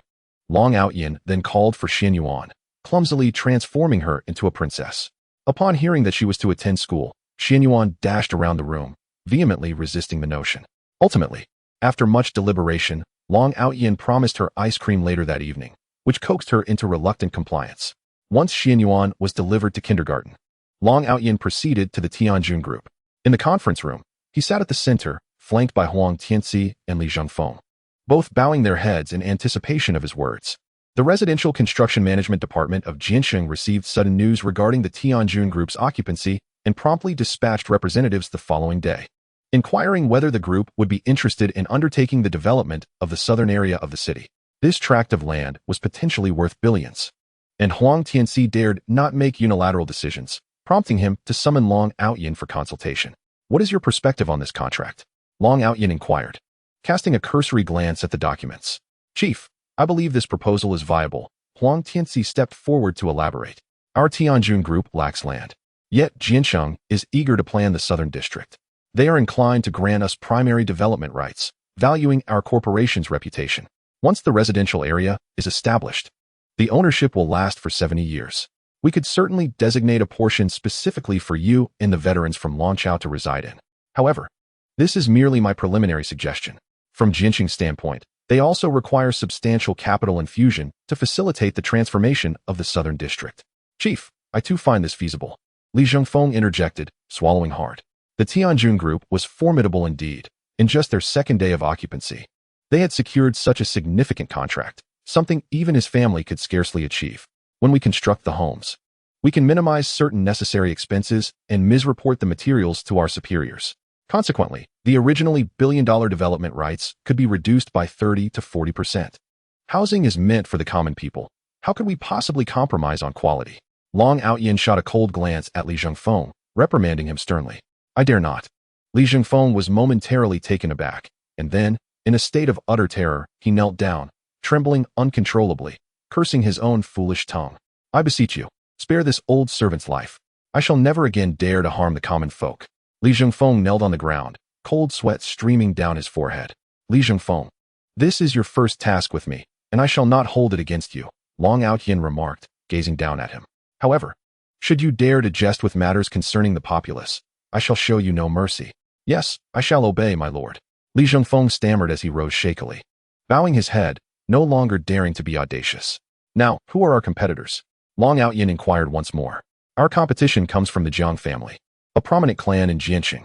However, they are only willing to invest 500 billion. Anything beyond that is not in their plans, Huang Tianxi replied calmly. Moreover, it is the Jiancheng authorities who have approached us this time, so it should pose no significant challenge. However, there are several families vying to enter the bidding, including the Chen family. Oh, the Chen family is still unwilling to concede? Long Aotian chuckled. Indeed, after their collaboration with us faltered, the Chen family is now fully focused on selling their remaining garment factories, aiming for a sale of 10 million, to invest in this project for a final attempt. Huang Tianxi responded coolly. Li Zhengfeng, tomorrow you are to visit the Chen family and acquire their remaining 3 garment factories for 15 million. Tianxi, please contact Zheng Hang from Yui Group and inform him that Tianjun Group is open to collaboration, with an initial intent to invest 100 billion. This will prove beneficial when purchasing the Chen family's factories. Additionally, this contract can be signed, but it must remain confidential. I wish to avoid drawing too much attention from Longchao or Tianjun Group. Long Aotian tossed the contract casually onto the table. For amounts below 200 billion. You may negotiate freely. You are correct. The soldiers of Longchao need a place to reside, alleviating their concerns. Yes, I shall attend to it immediately. Huang Tianxi replied with a slight bow. At that moment, a call from Chen Xiaojun came through. Upon answering, Long Aotian heard her anxious voice. Aotian, could you please check on the kindergarten? It seems Xuanxuan has hit someone. The teacher called me just now, urging my presence, but I cannot leave here. So I must trouble you to make the trip. I heard from the teacher that the child who was hit may have quite a background, so please be cautious. If it comes to it, we can compensate them. I will repay you once I receive my salary this month. Oh, so Xuanxuan has hit someone? Long Aotian, rather than panicking, responded with a smile. Indeed, she is truly my daughter. I shall go and take a look. Rest assured, it is likely just a child's playful jest. Look at you, indulging Xuanxuan as soon as you return. It is unacceptable for her to strike others. Chen Xiaojun chided. Just head to the kindergarten. And we shall discuss any matters when you return home tonight. Ensure that you handle your respective tasks, and contact me if anything arises. Long Aotian concluded before turning to depart from Tianjun Group. At this moment, within the security booth at the entrance of the kindergarten, Xuanxuan was tearfully recounting her grievances to the teacher. It was Dong Haoran who first insulted me, calling me a wild child. I told him that I am not. I have a father who brought me here this morning. Yet he refused to listen and continued to berate me. I merely pushed him gently. And he fell down. I did not hit him. If you don't believe me, ask him. The teacher, a middle-aged woman, cradled the fallen boy in her arms. He lay near a trash bin, his face bruised and his clothes soiled, sobbing as he rested against her. Be quiet. You did hit him. I saw it with my own eyes. Do you still wish to deny it? The teacher shuddered, for Dong Haoran's father, Dong Tianai, belonged to a second-rate family. Although she had witnessed Dong Haoran's tumble, she felt compelled to place the blame on Xuanxuan. Chen Xiaojun, I have already contacted your parents. They will be here shortly. I will report the matter truthfully to them and see how your mother reacts. No, I did not hit him. I did not. Xuanxuan cried out, feeling wronged. Meanwhile, Dong Haoran looked at her with a hint of pity in his gaze. Did I not tell you to be quiet? Why are you still crying? The teacher's anger flared as she threatened. If you continue to cry, I will confine you to the small dark room until your mother arrives to fetch you. You are making such a racket that you frightened Dong Haoran. Who will take responsibility for that? Not just you. Even your mother cannot bear the consequences. Woo. I won't cry anymore. I won't cry. Xuanxuan desperately covered her mouth, forcing herself to stifle her sobs, but tears streamed down her cheeks. She felt aggrieved. She had only given Dong Haoran a slight push. Why would the teacher not believe her? Where is Dong Haoran? I need to find him. Just then, a BMW pulled up, and a man and woman emerged, shouting at the security guard. Dad. Seeing them, Dong Haoran burst into tears and rushed towards them. Haoran, don't cry, don't cry. The middle-aged woman, upon seeing her son's dirty state, felt a mix of anguish and anger. Who did this to you? Tell mommy, and I will make them pay. Haoran, show some courage. Crying is not the mark of a hero. The The man reprimanded his son lightly, but his expression darkened as he noticed the teacher approaching. Teacher Wang, I demand a reasonable explanation. We entrusted our child to you with the expectation that you would take responsibility. If you cannot, I will revoke your school's credentials. Do you think I am threatening you? Just wait and see if Dong Ti and I can make that happen. Director Dong, I acknowledge my oversight. While attending to other children during playtime, I did not anticipate that Chen Xiaojun would push Haoran. I sincerely apologize. Teacher Wang's demeanor was one of humble supplication. I assure you, this was an unforeseen accident, something no one could have predicted. I have summoned the mother of the child who struck mine, and I believe she shall arrive shortly. What do you mean by shortly? My child has been beaten to this extent. Why did her parents not rush here immediately? The middle-aged woman rose with a fierce demeanor. It would be easy for us to calm down. All you need to do is hand over the child and allow Dong Haoran to give her a beating, and this matter will be settled. Otherwise, prepare for your kindergarten to be shut down. Teacher Wang hesitated. Where is that girl named Xuanxuan? Dong Ti and I exclaimed sternly. She is at the security booth. Teacher Wang trembled in fear, stating she would fetch her immediately to apologize to Dong Haoran in person. Returning to the security booth, Teacher Wang grasped Xuanxuan by the arm. At that moment, Xuanxuan's tear-streaked face had turned pale, and she seemed on the verge of fainting. Yet, Teacher Wang disregarded her distress, pointing at Dong Haoran and commanding Xuanxuan to apologize, insisting that she admit her wrongdoing. I did not hit him, Xuanxuan weakly protested. If you do not wish to be expelled from the kindergarten, you must hurry. Just go, and it will all be over. Teacher Wang thundered.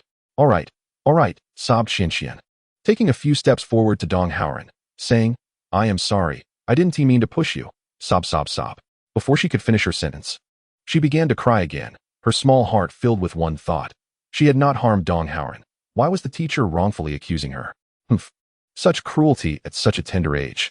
What will become of her as she grows? The middle-aged woman gritted her teeth. If you do not teach her a lesson today, she will never learn the consequences of her actions.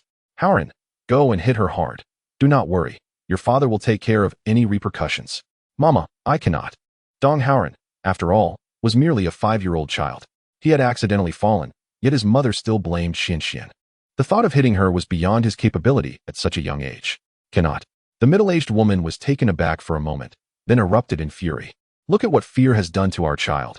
He is too frightened to act. If you want tea, I shall discipline her on behalf of her parents.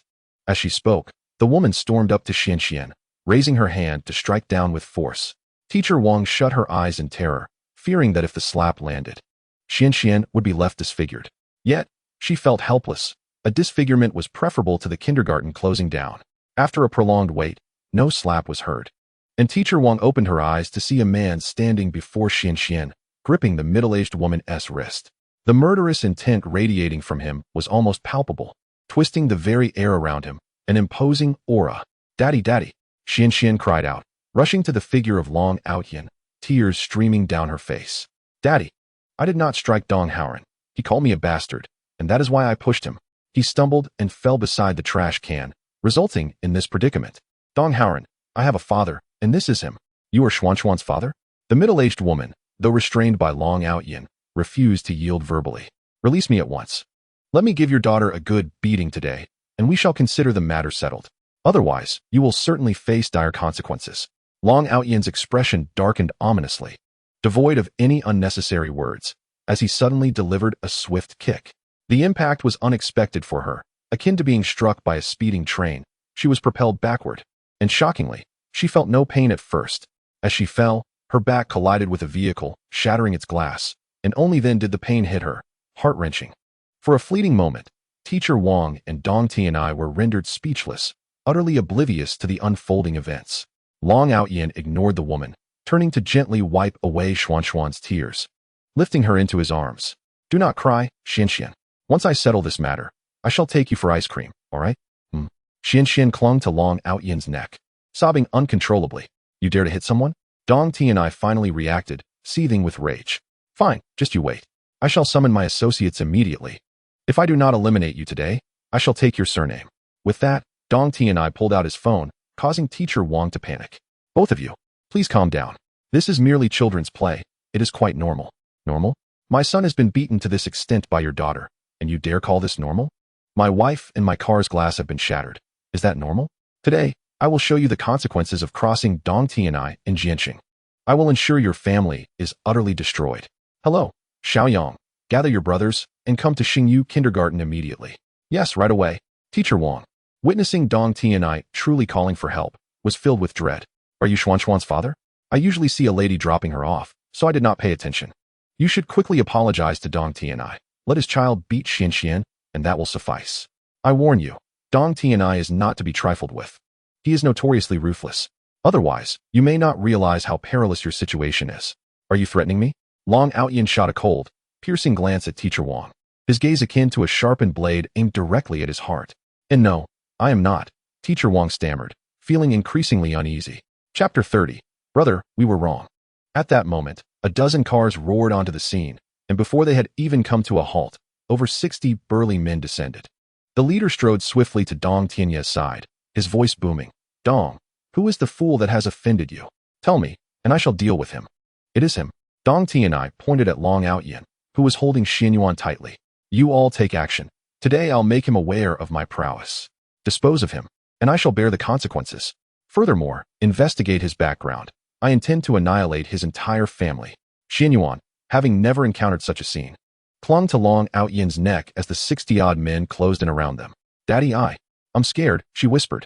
Fear not, for I am here, Long Aotian replied, gently stroking Xuanxuan's head. Daddy, will you protect me? Xuanxuan looked up at him. Of course, everything will be all right with Daddy around. Long Aotian affectionately tapped her small nose. Now rest your head on my shoulder for a while. We shall go for ice cream soon. Okay. Xuanxuan obediently laid her head on his shoulder, tightly closing her eyes. Kid, is it you who has displeased our brother Dong? The leading man stepped closer to Long Aotian, arrogantly smoking a cigarette and pointing at him. Don't say I haven't given you a chance. Kneel and apologize to brother Dong now. Perhaps he will forgive you and your family. Otherwise, don't blame me. My brothers have taken many lives, and one team miss yours. The response to this insolent challenge was a devastating punch from Songlong, sending him flying. The leading thug felt as though his insides had been turned upside down. He tried to scream, but no sound escaped his lips. Did he dare claim to have taken lives? Songlong advanced step by step, his aura of menace enveloping the area like a rising tide. Seeing their leader struck down, the remaining men became agitated, rushing in from all directions, emboldened by their numbers. Some brandished daggers, rushing towards Songlong. Dong Tianai sneered from the side, even with reinforcements. I do not believe you can take on 60 men alone. Songlong merely smiled coldly, having served 4 years in the military. He rose from a soldier to the dragon's personal guard, carving his path through a sea of corpses, his reputation built upon bloodshed. Such ruffians could not intimidate him. To him, their lives were worth less than straw. Songlong, this is a bustling area, do not act too recklessly. Just as they were about to clash, Long Aotian suddenly interjected. Understood, Songlong replied, then plunged into the crowd, unleashing a frenzy of slaughter.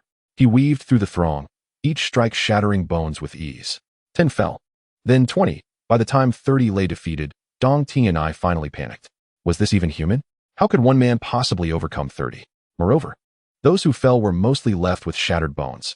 He would have to spend a fortune tending to their injuries. The Azure Dragon was already drenched in blood, and as he suddenly shook his head, droplets cascaded down his hair, resembling a demon emerging from the depths of hell. Each strike he delivered instilled a paralyzing fear of death. As the opposing force dwindled to a mere few, with each step the Azure Dragon took forward, they retreated in trepidation. They had encountered formidable fighters before, but none could compare to this level of ferocity. A shared bewilderment, akin to that of Dong Tianai, echoed in their hearts. Is this truly a human being? Brother, we were mistaken. We should not have come here. Finally, one individual could no longer bear the oppressive aura exuded by the Azure Dragon. Glancing at the lifeless bodies strewn about, he collapsed to his knees in terror, desperately pleading. Brother, please cease your assault. We submit, wholeheartedly. It was not our intention to come here. It was Dong Tianai who brought us. I implore you, show us mercy and grant us a chance to live. The remaining individuals, stripped of any courage to resist, fell to their knees, fervently bowing and begging for mercy. Ants. The Azure Dragon halted, casting a disdainful glance at the crowd. To him, there was no notion of mercy. Only life and death existed. That's enough, Azure Dragon. Long Aotian spoke in a calm tone. Yes. The Azure Dragon trembled, dissipating his fierce aura as he stood behind Long Aotian, resembling a silent statue. The onlookers were momentarily stunned. It was challenging to reconcile the current image of the Azure Dragon with the relentless killing machine he had just been. Long Aotian, cradling Xianxian. approached Dong Tianai, who instinctively recoiled, now genuinely fearful. What do you intend to do? Dong Tianai stammered. You frightened my daughter, and I demand an apology. Long Aotian replied coldly. If you refuse to apologize, I shall execute one person every minute until you comply, starting with your wife. Upon hearing this, the Azure Dragon sprang into action, almost like a whirlwind, rushing to the side of the middle-aged woman. With a single hand, he lifted her, pinching her throat with 2 fingers, akin to a vice grip. Husband, save me. The woman was genuinely terrified, turning to Dong Tianai with a desperate glimmer in her eyes. No, Dong Tianai shouted in haste. You have 30 seconds. Long Aotian narrowed his eyes as the Azure Dragon tightened his grip. I apologize. I apologize. Please, do not harm my wife. Dong Tianai was on the brink of madness, gritting his teeth as he turned to Xuanxuan. I am sorry. Today's incident was our fault. I apologize to you sincerely. Xuanxuan looked up at Dong Tianai, seeing the fear etched on his face, and felt a pang of compassion. Uncle Dong. I merely pushed Dong Howard a little. He lost his balance and fell. Furthermore, I have a father. This is my father. If Dong Howard refrains from mocking me in the future, I shall forgive you. All right, I will not mock you, I promise. Dong Tianai felt a mix of shame and embarrassment in response to Xuanxuan's words. Okay, I forgive you. Let us remain good friends moving forward. Xuanxuan exclaimed joyfully. Azure Dragon. Release them, Long Aotian commanded. Humph. Song Long cast a disdainful glance at the middle-aged woman, his face brimming with contempt. Dong Tianai assisted his wife into the car, started the engine, and through the shattered window, he vehemently threatened, Kid, I will remember this incident. Just wait, when I have the time, I will certainly deal with you. After uttering those words, Dong Tianai dared not linger any longer and drove away swiftly. Dragon Head, I shall kill him, Song Long said grimly, watching the departing vehicle. No need, Long Aotian replied coldly as he returned to teacher Wang's side. In the future, I do not wish for Xianxian to be bullied in kindergarten. If it happens again, you will lose your job, and not just you. The entire Xingyu kindergarten will face dire consequences. I mean what I say? Teacher Wang nodded repeatedly, already stunned by Song Long's terrifying aura. Chapter 31. You are not welcome. Long Aotian carried Xianxian away, narrating stories ceaselessly along the way, eventually bringing a smile to her face, dispelling the shadows cast by the kindergarten. Outside the largest Western restaurant in Jian City, Xianxian halted. Having heard from classmates that the food here was delectable, albeit quite pricey, costing several thousand yuan for a single meal. Xianxian, are you hungry? Long Aotian noticed the changes in his daughter's expression and pulled her inside. Dad, wait a moment. Xianxian timidly tugged at Long Aotian, swallowing hard. I've heard there's a dessert here that's sweet with a hint of tartness. I really want to try it. But Mom says everything here is too expensive. And if we eat, we won't have money left for meals. Let us just go, and when I grow up and earn money, we can come back. Long Aotian's heart trembled abruptly. His daughter, at such a carefree age, had endured more than her peers due to his unannounced departure. This realization made him acutely aware of how much he owed his daughter and Chen Xiaojun. He knelt down, wiped Xianxian's little face gently, and said softly, It's all right, Dad has some money. We can dine inside. Today, you and Dad are together, and whatever you wish to eat or want, I will certainly fulfill it. But Mom said let us not heed your mother's words. Today, it's just the two of us. Let us make a promise. No one is to speak of today's events, all right? Long Aotian extended his pinky. Okay. Xianxian grasped his pinky and laughed joyfully. Long Aotian led Xianxian into the restaurant, where a waiter approached to greet them. Xianxian's small hand clutched tightly onto Long Aotian's clothing, unwilling to release it even for a moment. Seated by the window, Xianxian curiously surveyed the surroundings. The decor and facilities appeared utterly enchanting to her. Gazing at the array of exquisite dishes in the display case, she could hardly contain her excitement and whispered, Dad, can we order now? Certainly, my dear. Father has ordered you a cup of ice cream and a slice of cake. If you desire anything else, feel free to fetch it yourself. Long Aotian took a sip of plain water and spoke with a gentle tone. All right, Father, please wait for me here while I go over there to take a look. Xianxian struggled to descend from the sofa, nodding as she approached the closet. Observing Xianxian's demeanor, Long Aotian let out a quiet sigh, his gaze filled with tenderness. Oh, to come to such a place for a meal, and only order a cup of ice cream and a strawberry cake for his daughter? Husband, what do you make of this, Father? I am at a loss for words. How can one be so stringent with a child? A couple at the neighboring table witnessed the scene, and the woman scoffed with disdain. What is the big deal? It's likely the child wanted a treat, and the father brought her in to experience the lifestyle of the affluent. This is how society operates. Do you think everyone is like your husband, earning $1 million a year? Spare me the nonsense. We can come here once a month. But we cannot compare to those impoverished families who may only visit this place once in their lifetime. The man gestured with his wine glass, adopting a condescending tone. How irritating. Just watching him sit there makes me feel unwell. The woman pouted, continuing to eat while casting glances toward Aotian. Darling, could you speak to the waiter and ask him to keep his distance from us? Let us not bother with that. Although I could say something. He seems to be having a hard time as well. Never mind. The man shook his head, dismissing the notion. What a joke. Restaurants like this treat everyone equally. How could one ask another to leave? Fine, it is what it is. Having such people nearby while dining just feels unlucky. The woman shook her head in resignation. Can you believe that going out for a meal could lead to such incidents? Given their status, who wouldn't be displeased? Though their voices were not loud. The proximity allowed Aotian to overhear their conversation. A flicker of anger crossed his eyes, but as he watched his daughter joyfully approach him, it transformed into a visage of warmth. Daddy, look. That uncle gave me so much cake. Xuanxuan beamed, eager to showcase her bounty. However, perhaps due to her rapid pace, as she lifted her hand, the cake plate flew out of her grasp, and Xuanxuan stumbled, nearly falling to the ground. Xuanxuan. Aotian sprang from his seat, swiftly catching her. Before he could inquire about her well-being, a sudden scream erupted from beside them. Xuanxuan's cake plate soared high, crashing down onto the woman seated nearby. A piece of cake landed squarely in her wine glass, splattering red wine all over her attire. What is the meaning of this? You've ruined my clothes. The woman screamed in anger, hurriedly attempting to wipe her garment with a tissue, but the red wine left a stubborn stain that would not budge. Auntie, I'm so sorry. It was an accident. Xuanxuan, realizing her mistake, rushed over to apologize with a bow. She extracted 2 tissues from her pocket. Auntie, let me help you clean it. Get away. Don't touch me with your filthy hands. Who knows if you're contagious? A woman forcefully pushed away Xuanxuan's hand, her voice brimming with anger. If you cannot afford such a high-end establishment, then do not come here. Ordering an ice cream and a slice of cake. What were you even thinking? Eating ice cream by the roadside or having a few bites of spicy noodles is far superior to this pretentious display. How unfortunate I am to encounter people like you even while trying to enjoy a meal. Hurry and leave.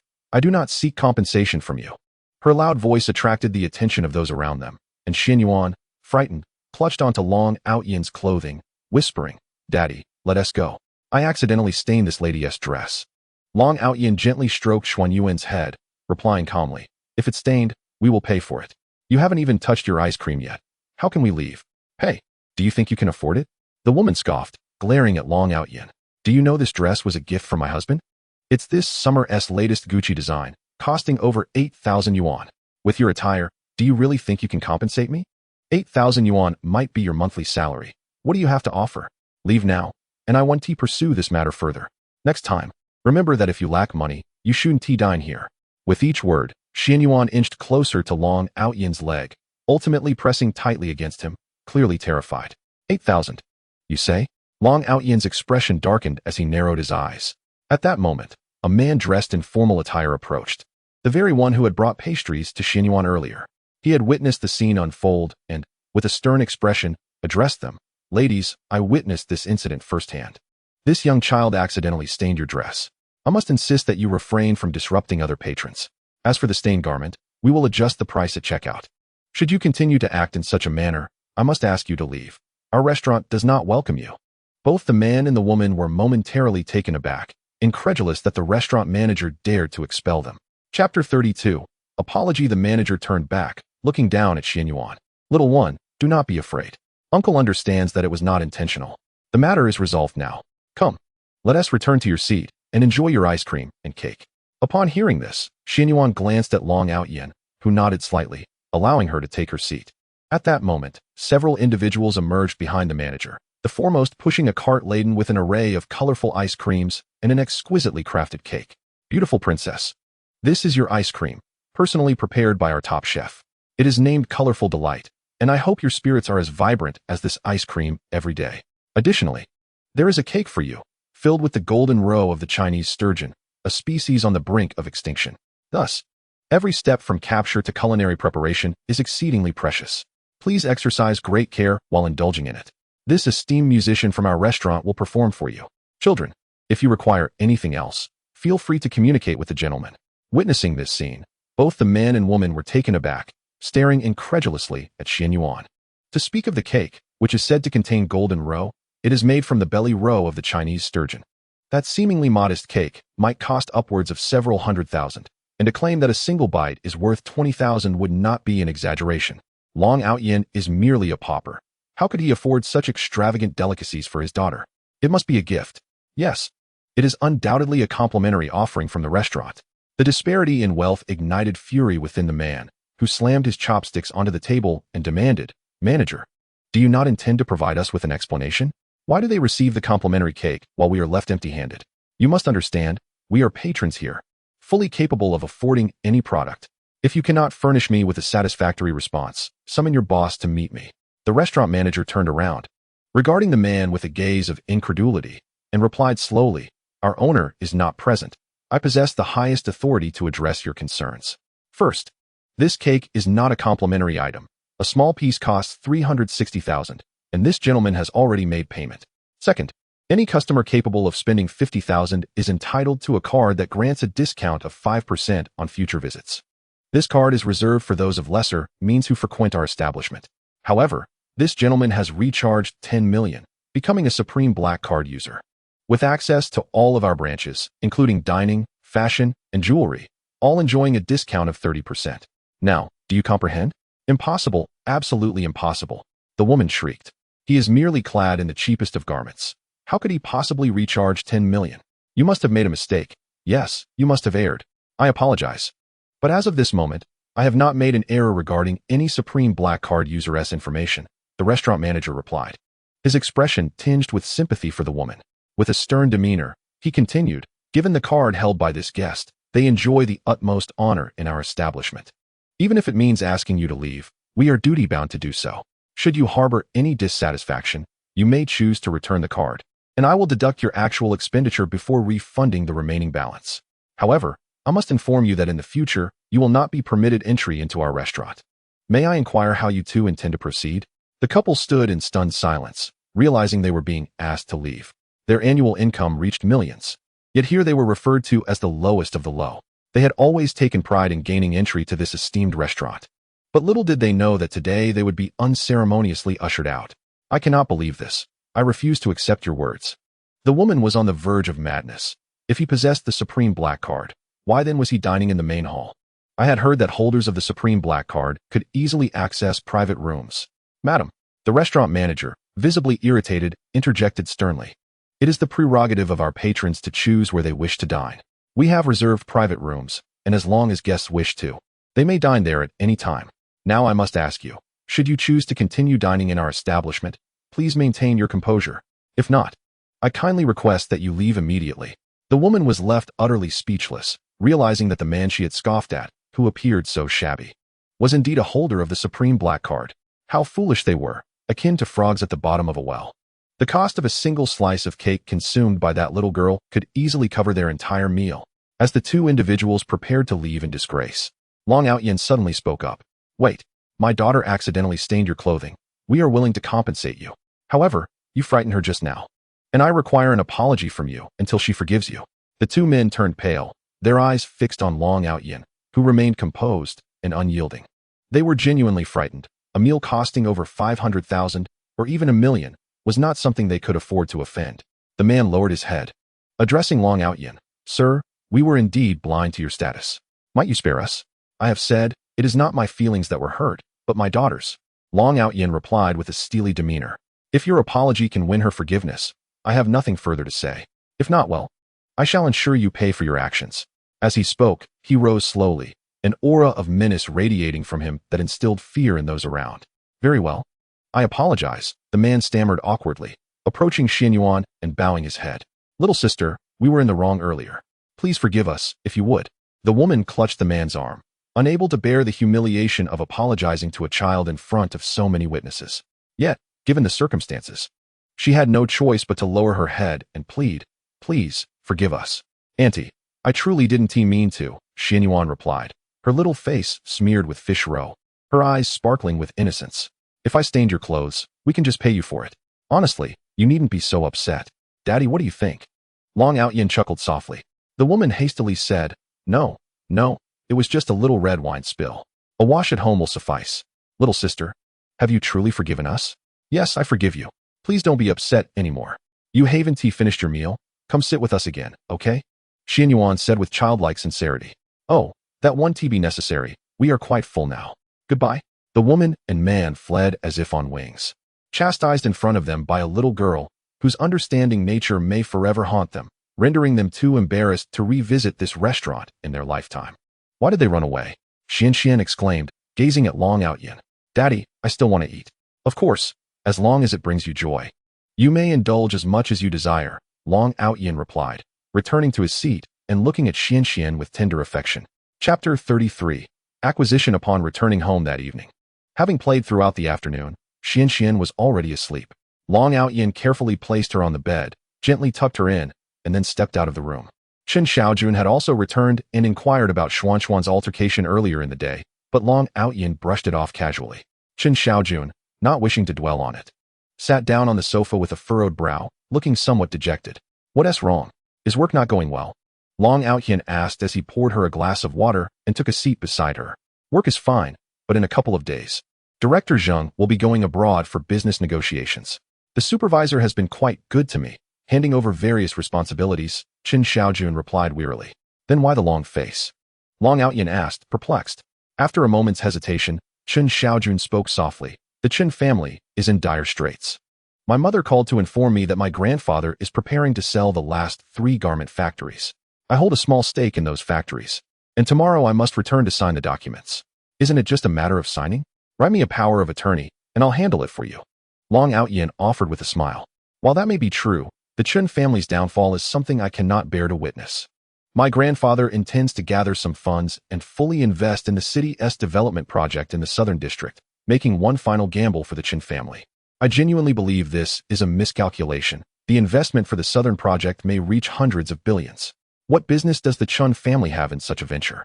Chen Xiaojun sighed, lamenting the abandonment of their core garment business in favor of an unfamiliar and precarious construction endeavor. The fate of the Chen family has little bearing on you now, as you have distanced yourself from them, Long Aotian remarked curiously, unable to comprehend why Chen Xiaojun was so concerned about the Chen family, wondering if the family had not already inflicted enough pain upon her. Nevertheless, the Chen family is where I was born and raised, and my parents still have ties to it. Let us not dwell on this. As you suggested, I will draft a power of attorney tomorrow for you to sign on my behalf, Chen Xiaojun conceded, seemingly lacking enthusiasm as she picked up a pen to write the authorization. The following morning, Long Aotian took Xuanxuan to kindergarten, where teacher Wang personally welcomed them with a broad smile, ushering Xuanxuan inside. Long Aotian did not linger and made his way to the Chen family estate. At that moment, the conference room of the Chen family was filled to capacity. Today marked the signing of the garment factory transfer contract with the Dong family of Jiancheng. Every member of the Chen family, young and old, was present, ensuring full attendance. Grandfather, the Dong family is merely a second-tier clan in Jiancheng. Their strength comparable to the Li family, which is backed by the Tianquan group. This time, the Dong family not only intends to acquire our garment factory, but also seeks to establish a long-term partnership with us. They are determined to secure the project in the southern city. It took considerable effort for me to make contact with the Dong family. Chen Fei wore a proud expression. Having successfully aligned with the Dong family at a crucial moment when the Tianjun group chose not to collaborate with the Chen family, Chen Fei's contributions cannot be overlooked. Indeed, despite the Tianjun group insisting on negotiations solely with Chen Xiaojun, does the absence of Chen Xiaojun spell doom for our family? Nonsense. If the Dong family manages to secure the southern project, the Chen family can likewise rise to prominence. Speaking of Chen Xiaojun, I am infuriated. There are reports that she has joined the Yui group as a deputy director. Can you believe this woman? Her own family is in the clothing business, yet she chooses to work for another group. Since her appearance at the Tianjun group, she has ceased to be one of us. We ought to seriously consider a partnership with the Dong family and explore what benefits we can secure. A lively discussion ensued, leaving Wang Feng feeling quite overwhelmed. Who claims that the daughter is leaving the Chen family? It is you who have deprived her of power. If only we had appointed our daughter as chairwoman to negotiate with the Tianjun group, the Chen family would not find itself in this predicament. At that moment, a man entered the conference room accompanied by Old Master Chen, prompting everyone to rise respectfully, silencing their chatter. Allow me to introduce. Old Master Chen exclaimed, his face beaming with joy. This is the next head of the Dong family, who oversees the investment for the Southern Project and is responsible for our acquisition. Despite his youth, the Dong family head is astute and capable. The Chen family is truly saved. Do not stand on ceremony. As a long-standing family, the Chen family should have soared long ago, the Dong family head remarked with a smile. We are here primarily to discuss the acquisition. The Dong family is willing to invest 10 million to acquire your 3 garment factories. If you cooperate with us, we guarantee a share in the Southern Project. It will then depend on how well the Chen family conducts itself. If you can manage well, future collaborations will certainly include you. Although the Chen family is venturing into unfamiliar territory, we understand the potential benefits. The acquisition is set at 10 million, and shortly, we will present 1 million to Mr. Dong as a gesture of goodwill. Old Master Chen understood the implication and responded decisively. Very well, let us proceed with the signing. Mr. Dong smiled, taking his seat at the head of the conference table. The contract was already drafted, requiring signatures from all shareholders of the garment factories, with the exception of Chen Xiaojun. Where is Chen Xiaojun? Why hasn't she arrived? Old Master Chen inquired, his expression darkening. Xiaojun may have gone to work, Wang Fong replied cautiously. At work, huh? The Chen family has reached a dead end. What is there left for her to do? Hurry, call her over. The old Master Chen was fuming, striking the ground with his cane as he spoke. No need, said Wang Fong. Chen Xiaojun has already granted me authorization. Here is the letter of authorization. Just as she was about to make the call, Aotian entered, placing the document upon the table. I have but one question. Are the 3 garment factories truly to be sold to the Dong family? If the Tianjun Group intends to acquire them, will you still sell to the Dong family? The price stands at 15 million, and there are no kickbacks involved. Old Master Chen was taken aback. If the Tianjun Group was indeed willing to purchase, he would certainly sell to them. Not only was their offer 5 million higher than that of the Dong family, but even at the same price, they would undeniably be prioritized. Upon hearing the mention of the Tianjun Group, Dong Zong, who had appeared rather indifferent, lifted his head in surprise, only to be stunned further upon seeing Aotian. He slammed his signature pen down heavily, exclaiming with a scowl, I never expected it would be you. Aotian raised his gaze, now recognizing that this Dong Zong was none other than Dong Tianai. Oh, so you are the head of the Dong family from Jian City? Weren't you saying yesterday that you would deal with me? Well, your opportunity has arrived, Aotian retorted, crossing his arms with a cold, cynical smile. Chapter 34, Confusion Kid, don't get too arrogant here. Dong Tianai scolded, jabbing his finger at Aotian. It seems you are one of the Chen family. If I do not sign this contract, no one will want the 3 factories. You claim that the Tianjun Group is interested in acquisition. Let me inform you that their main business is not in garments. Do you think their funds come easily? Just because they say they want to acquire doesn't mean they will. You've been deceived. Old Master Chen shuddered upon hearing this. Indeed, the primary business of the Tianjun Group was not garments, but foreign trade. Moreover, could one simply rely on Aotian's word to ascertain the Tianjun Group's intentions? What a delusion. Dong Zong, please, there's no need to be angry. Our Chen family is certainly willing to cooperate with you. Old Master Chen, feeling the improbability of the situation, humbly pleaded, please, acquire the 3 garment factories at the price of 10 million. Disregard whatever this fool has said. I will sign. To hell with that. Dong Tianai exclaimed, seizing the contract and tearing it to shreds, pointing at Aotian. You are indeed of the Chen family, aren't you? I had intended to support the Chen family, allowing them to pick up the scraps behind me. Now that you are associated with him, not only will I cancel my cooperation with the Chen family, but I shall also actively undermine them. Remember this. While I may not be as adept in the underworld, in the realm of commerce, you are woefully lacking. Dong Tianai's fury was indeed intimidating, rendering the Chen family members mute with fear. Dong Zong, could there be some misunderstanding? Old Master Chen stammered. He is neither a member of the Chen family nor anything more than the worthless son-in-law, Chen Xiaojun, who was expelled from the family. What right does he possess to dictate matters concerning the Chen clan? Mr. Dong, please temper your anger. Since he holds a letter of authorization, let him sign in place of Chen Xiaojun. The elder Mr. Chen, noticing Dong Tianai's continued fury, turned around and exclaimed, Wang Fong, why haven't you ordered your son-in-law to leave? Let him sign and then get out of the Chen family, as far away as possible. We cannot allow him to lead us astray again. It was because of him that the Chen family began its decline 5 years ago. Had it not been for him, the Tiangong Group would have signed a contract with us 10 days ago. What face does he have left to remain here? In that moment, the entire Chen family present in the conference room stood up, their agitation barely contained. Aotian, did you hear what Grandpa said? Wang Fong, with a grim expression, stood up. You have already betrayed our Xiaojun once. Do you wish to continue to deceive her at this critical juncture? Sign the document immediately and leave. From now on, the Chen family has no ties with you. Long Aotian regarded the Chen family members, a group of insignificant beings that failed to pique his interest. Thus, he took the pen, prompting the Chen family to hastily print a new contract. Observing coldly from the side, Dong Tianai narrowed his eyes, sensing Long Aotian's seemingly low standing within the Chen family. Just as the Chen family presented the contract and Long Aotian was about to sign, Dong Tianai suddenly interjected. Wait, Mr. Dong, is there anything else you wish to convey? Elder Chen immediately smiled ingratiatingly. If you wish for our Dong family to collaborate with the Chen family, it is not impossible. However, due to my son's incident yesterday, I am filled with indignation that needs an outlet. Therefore, let this young man kneel and beg for my forgiveness, and I shall overlook the past and proceed with the collaboration. Upon hearing Dong Tianya's words, Long Aotian turned to him, the pen in his hand dropping onto the table, and coldly remarked, It seems you have yet to learn your lesson from yesterday? Silence. Elder Chen ground his teeth. After all, Long Aotian was merely a worthless individual, and offending Mr. Dong did not seem too grave a consequence. Moreover, once he signed the document, Chen Xiaojun would have no connection to the Chen family, so what was there to fear? Elder Chen straightened his posture, sneering, I believe Mr. Dong is correct. Although I am unaware of what transpired at the kindergarten, it is evident that the fault lies with you, Long Aotian.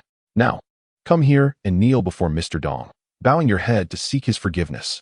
Long Aotian suddenly laughed, his stature erect as a javelin.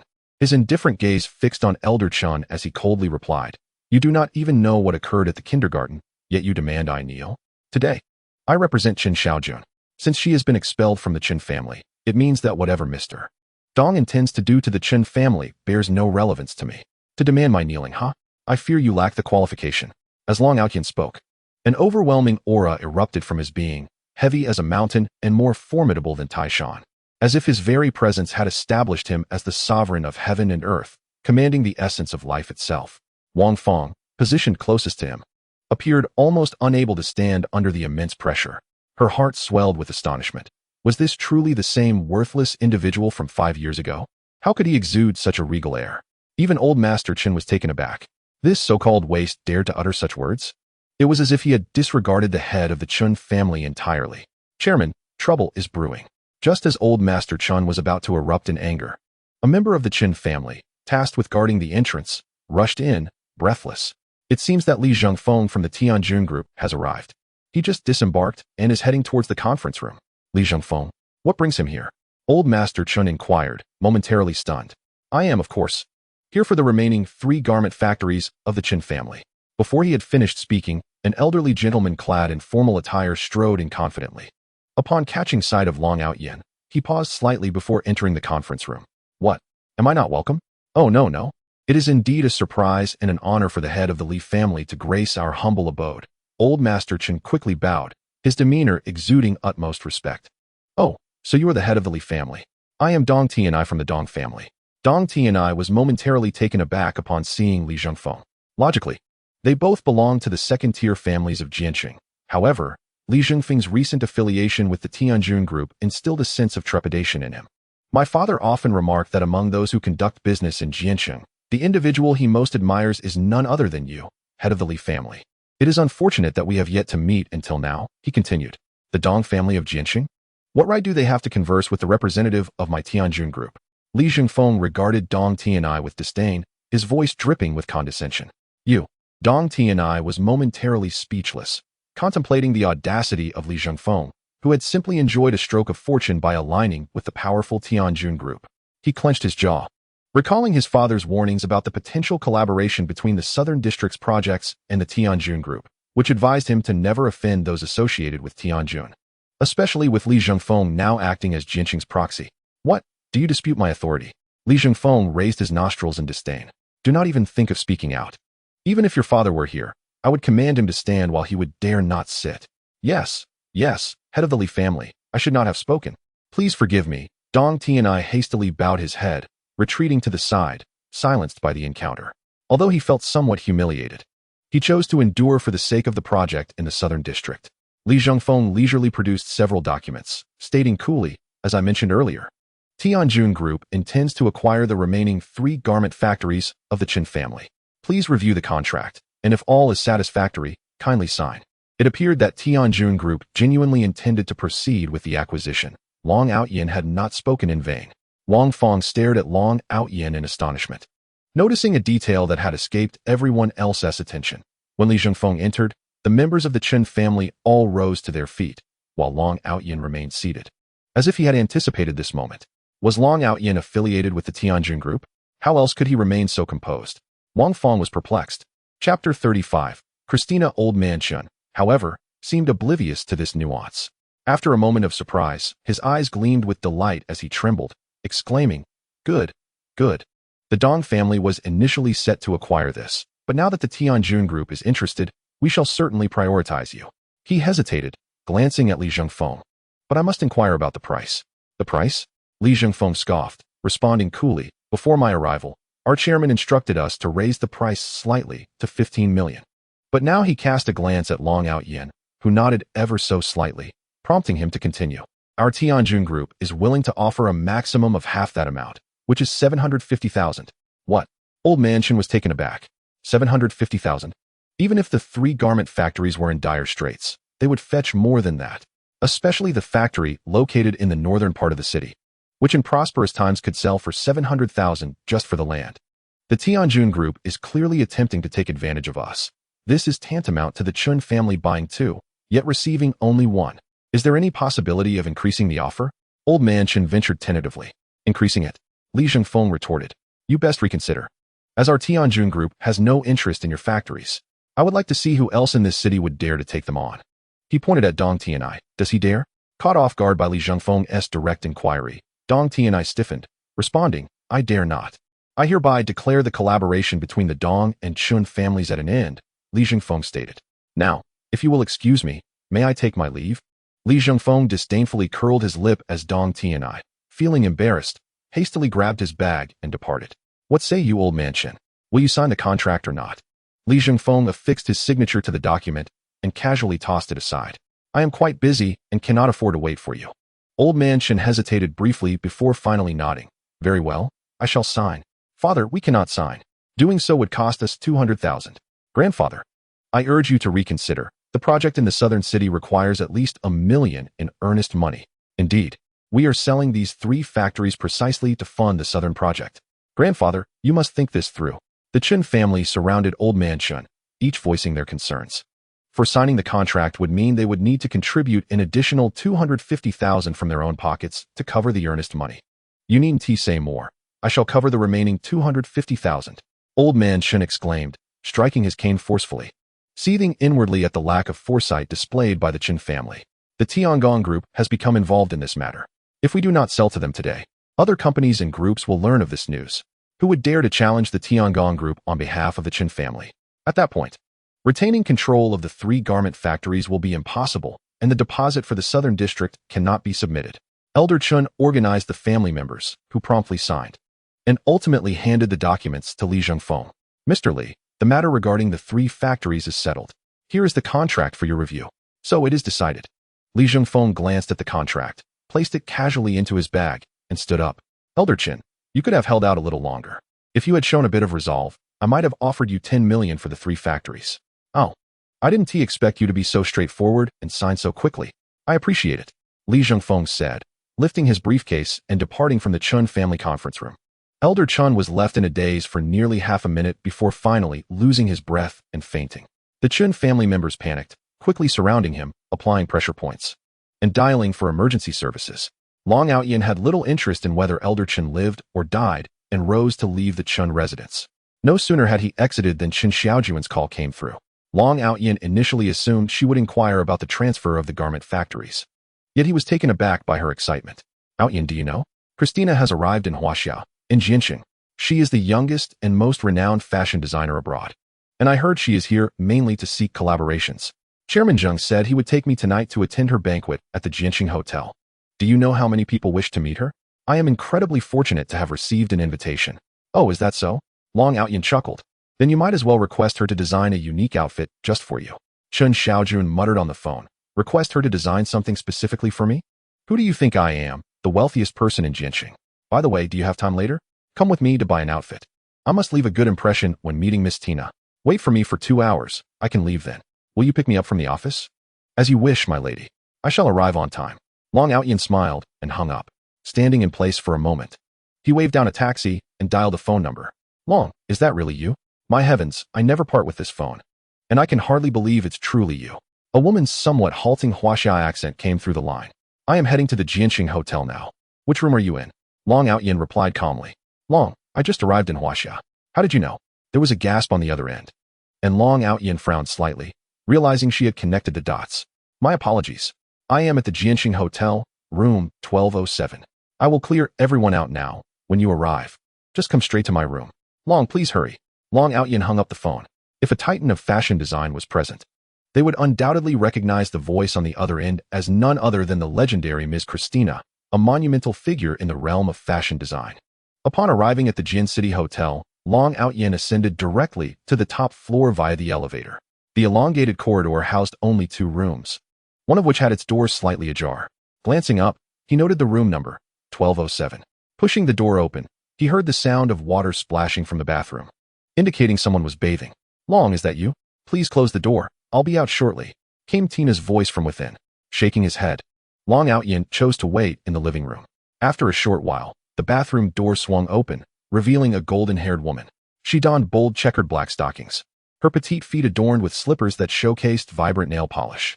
Wrapped in a bathrobe, her slender waist and luscious red lips exuded an undeniable allure. Long, is that really you? I must be dreaming. Christina approached him, her beautiful eyes sparkling with the joy of reunion. Tina, how is your father? Long Aotian turned to her, his gaze as tranquil as water, revealing neither sorrow nor joy, and he remained oblivious to her enticing presence. While outsiders recognized Christina as a legend in fashion design, few knew that she hailed from a foreign consortium, rumored to possess boundless wealth yet conduct their affairs with remarkable discretion, leaving no trace for outsiders to discern. 3 years prior, during a perilous mission, Long Aotian had been gravely injured, and it was Christina who had rescued him. Once healed, as a gesture of gratitude to her father, Long Aotian personally eliminated 82 members of a rival family, thus forging a bond of friendship with her. Long, I consider you a dear friend. Please, let us not speak of my father, Christina said gently, her eyes like serene waters. Don't you wish to inquire how I arrived in Jin City? I've been here for half a month, waiting for news of you. Long Aotian offered a rueful smile. He understood Tina's feelings for him, yet the timing was unfortunate. He was already married. Indeed, as soon as I received word, I rushed over. I truly wish to see you. Christina's breath quickened, prompting Long Aotian to step back. I recall telling you before that I am married and have a child. Is your appearance in Jin City for her?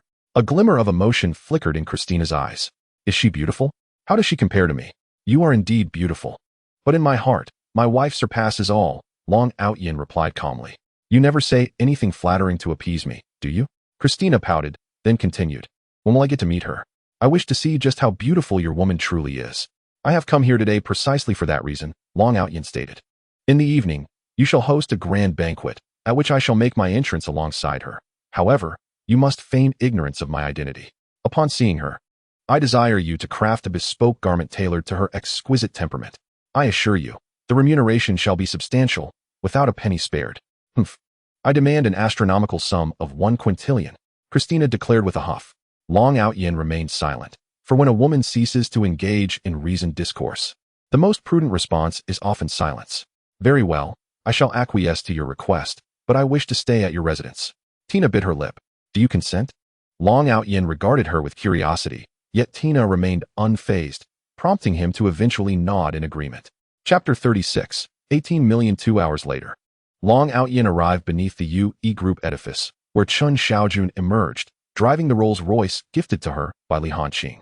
Long Aotian gallantly opened the door for Chen Xiaojun, assuming the role of chauffeur. Aotian, did you know?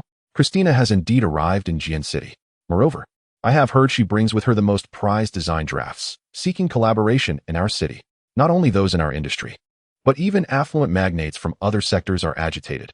Whoever partners with Miss Tina shall embody wealth beyond measure. Chen Xiaojun exclaimed, fastening her seatbelt, her hands trembling with excitement. So, tonight's banquet may prove rather intricate. Shall I accompany you? Long Aotian inquired nonchalantly as he ignited the engine. That may prove difficult, Chen Xiaojun replied, her tone laden with concern. The design drafts will incite fierce competition, and thus, Tonight's banquet is strictly by invitation only.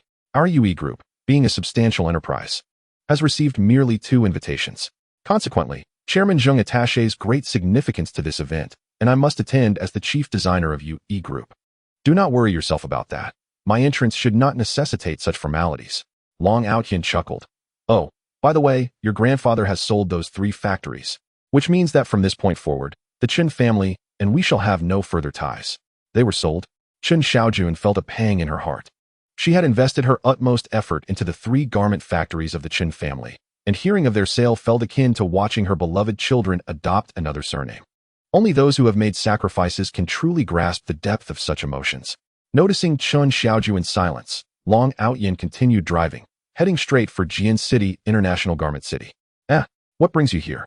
Chen Xiaojun exclaimed, her eyes wide. Do you realize that the garments here are exceedingly expensive? Even the simplest piece may cost several tens of thousands. I have just started work, and my salary has yet to be dispersed. How could I possibly afford anything?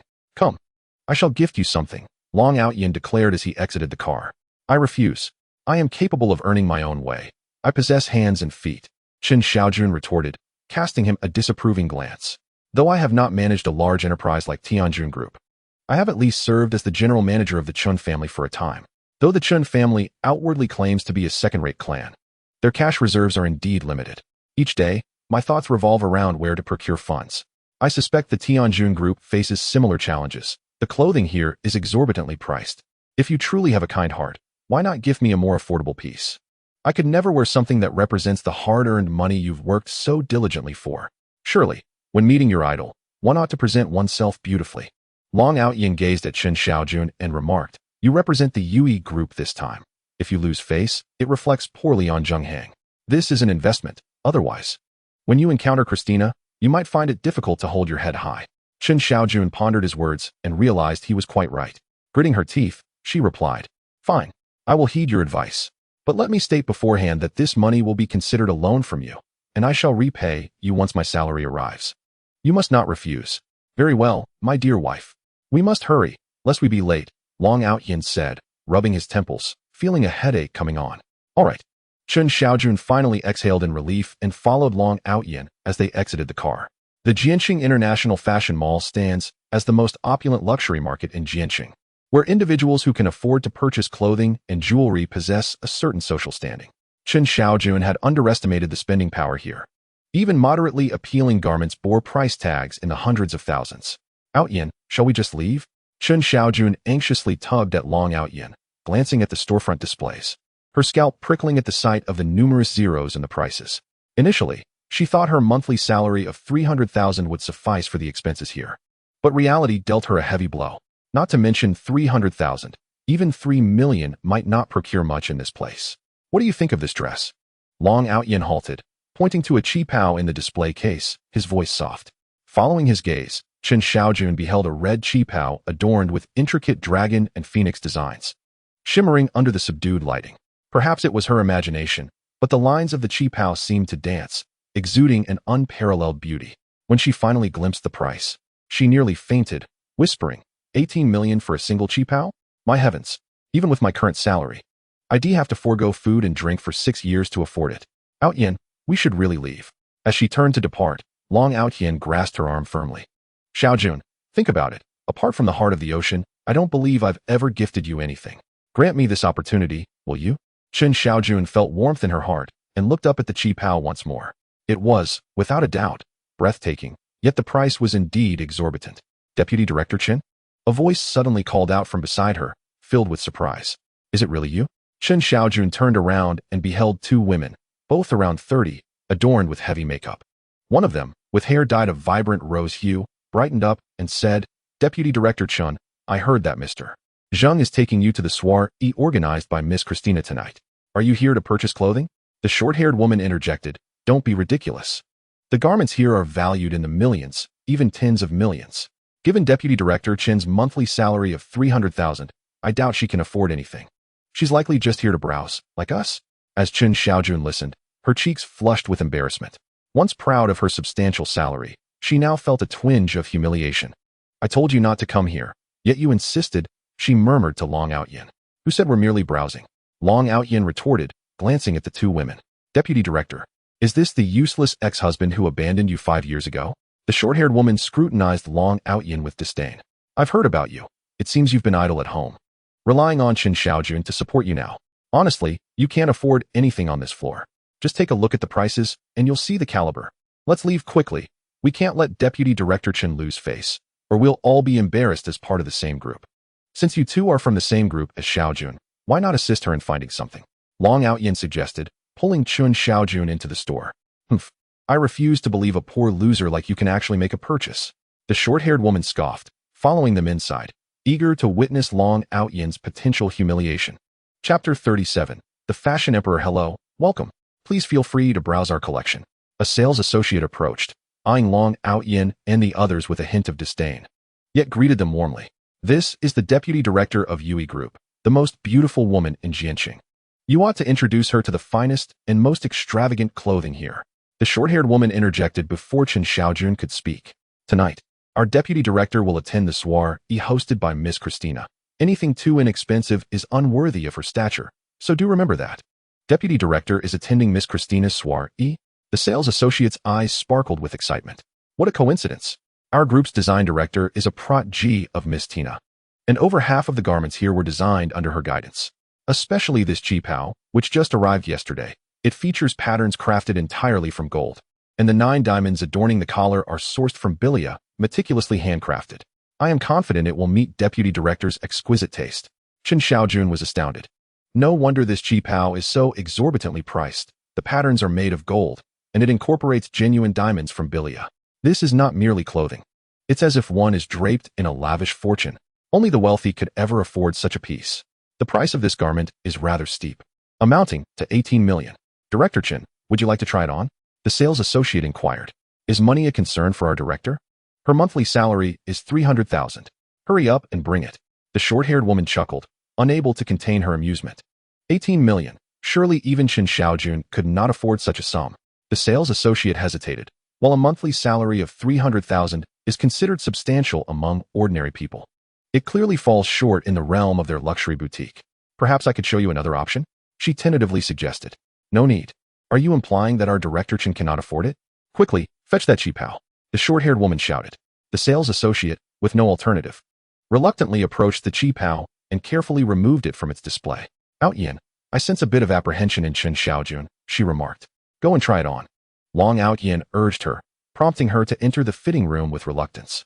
Oh my, a garment of such immense value will surely make our director look stunning, exclaimed a woman with long rose-red hair, though she wondered if someone could truly afford it. Indeed, over 1 million, just thinking about it invokes envy. The short-haired woman added with a sarcastic tone. Oh, by the way, I believe I heard that trying on clothes here incurs a fee. It's a fraction of the total price, which would be 18,000. You don't happen to lack even that amount, do you? Long Aotian ignored their remarks. While the sales associate's expression darkened at the suggestion, it was true that their store charged for fitting rooms, and if they were unable to pay, it would complicate matters, necessitating the intervention of security. With this thought, the sales associate discreetly used her walkie-talkie to request that security wait near the entrance. When Chen Xiaojun emerged in the qipao, the 3 women were momentarily rendered speechless. The red qipao accentuated her graceful figure perfectly, revealing a pair of smooth, snow-white thighs, while the 9 diamonds at her chest sparkled under the lights. The golden patterns seemed to animate the dragon depicted on the garment, coming alive as she moved forward with poise. Long Aotian was entranced. At that moment, Chen Xiaojun resembled a celestial being that had stepped out of a painting, every gesture exuding an ethereal elegance. Gazing at her reflection, Chen Xiaojun found herself momentarily spellbound. It is a woman's nature to cherish beauty, yet life often compels her to bury that desire.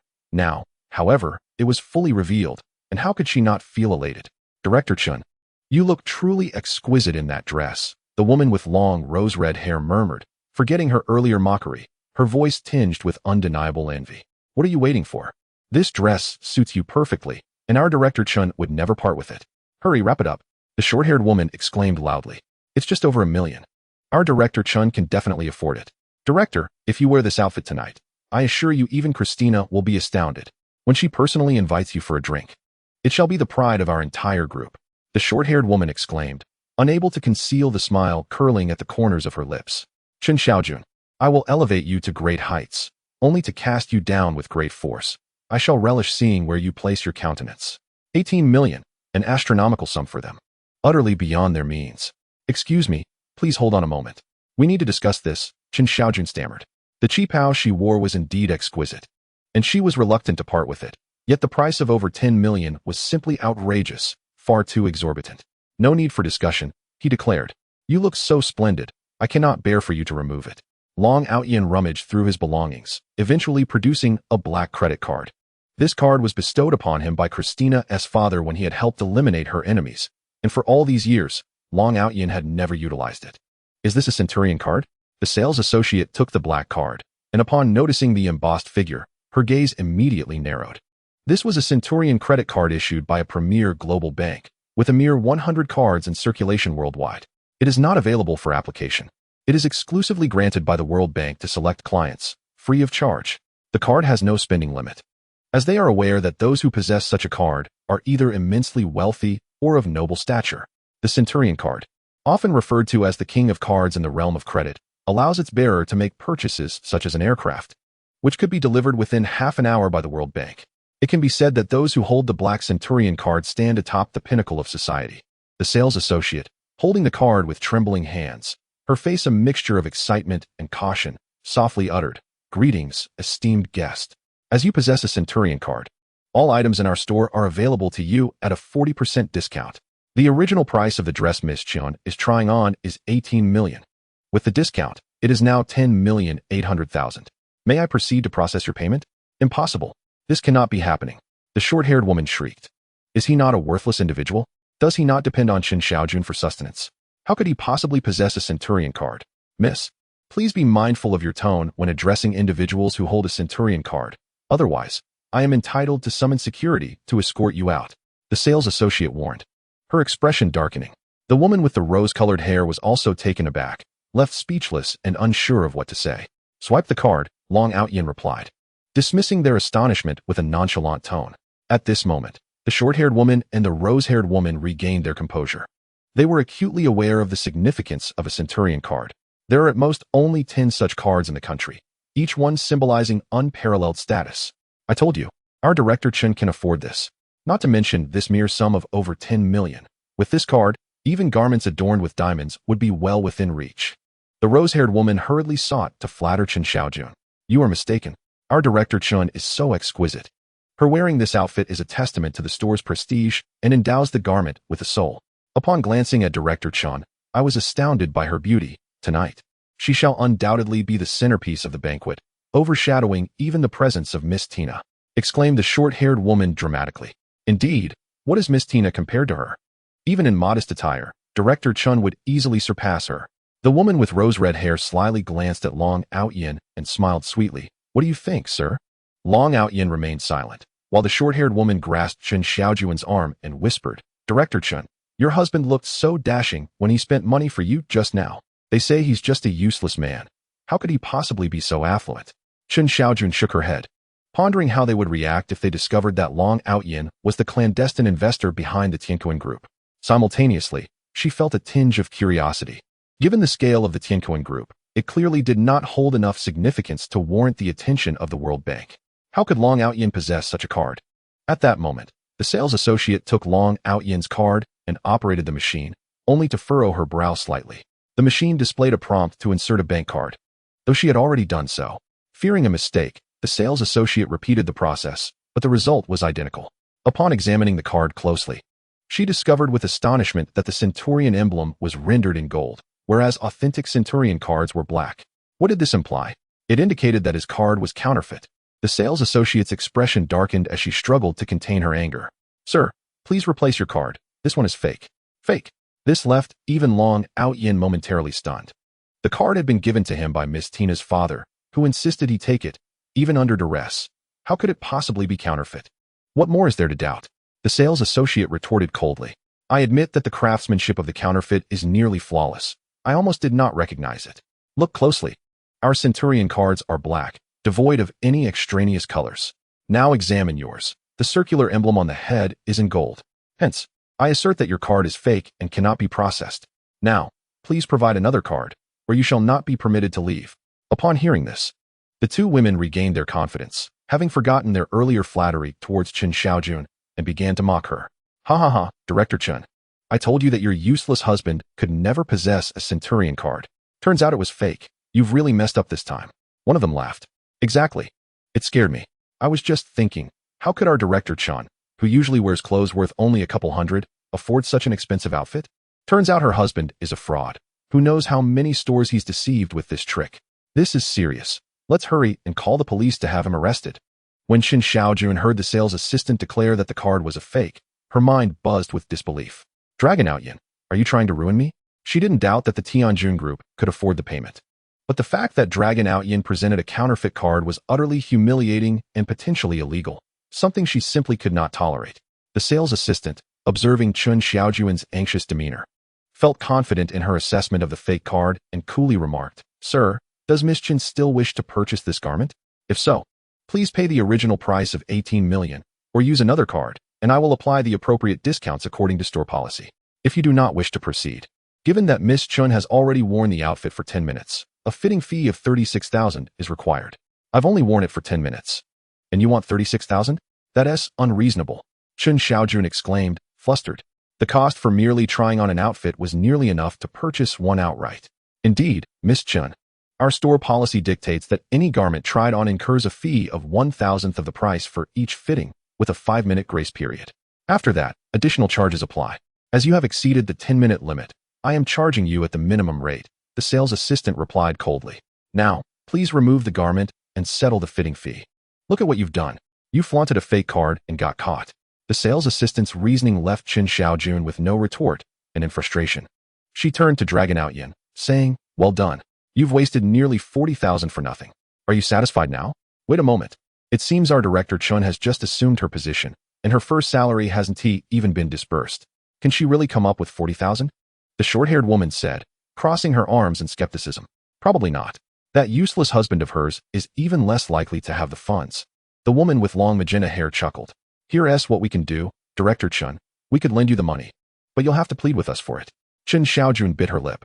Both women were the closest friends of Zhou Ying, and their intentions were clearly malicious. If she begged them for help, how could she ever show her face at the company again?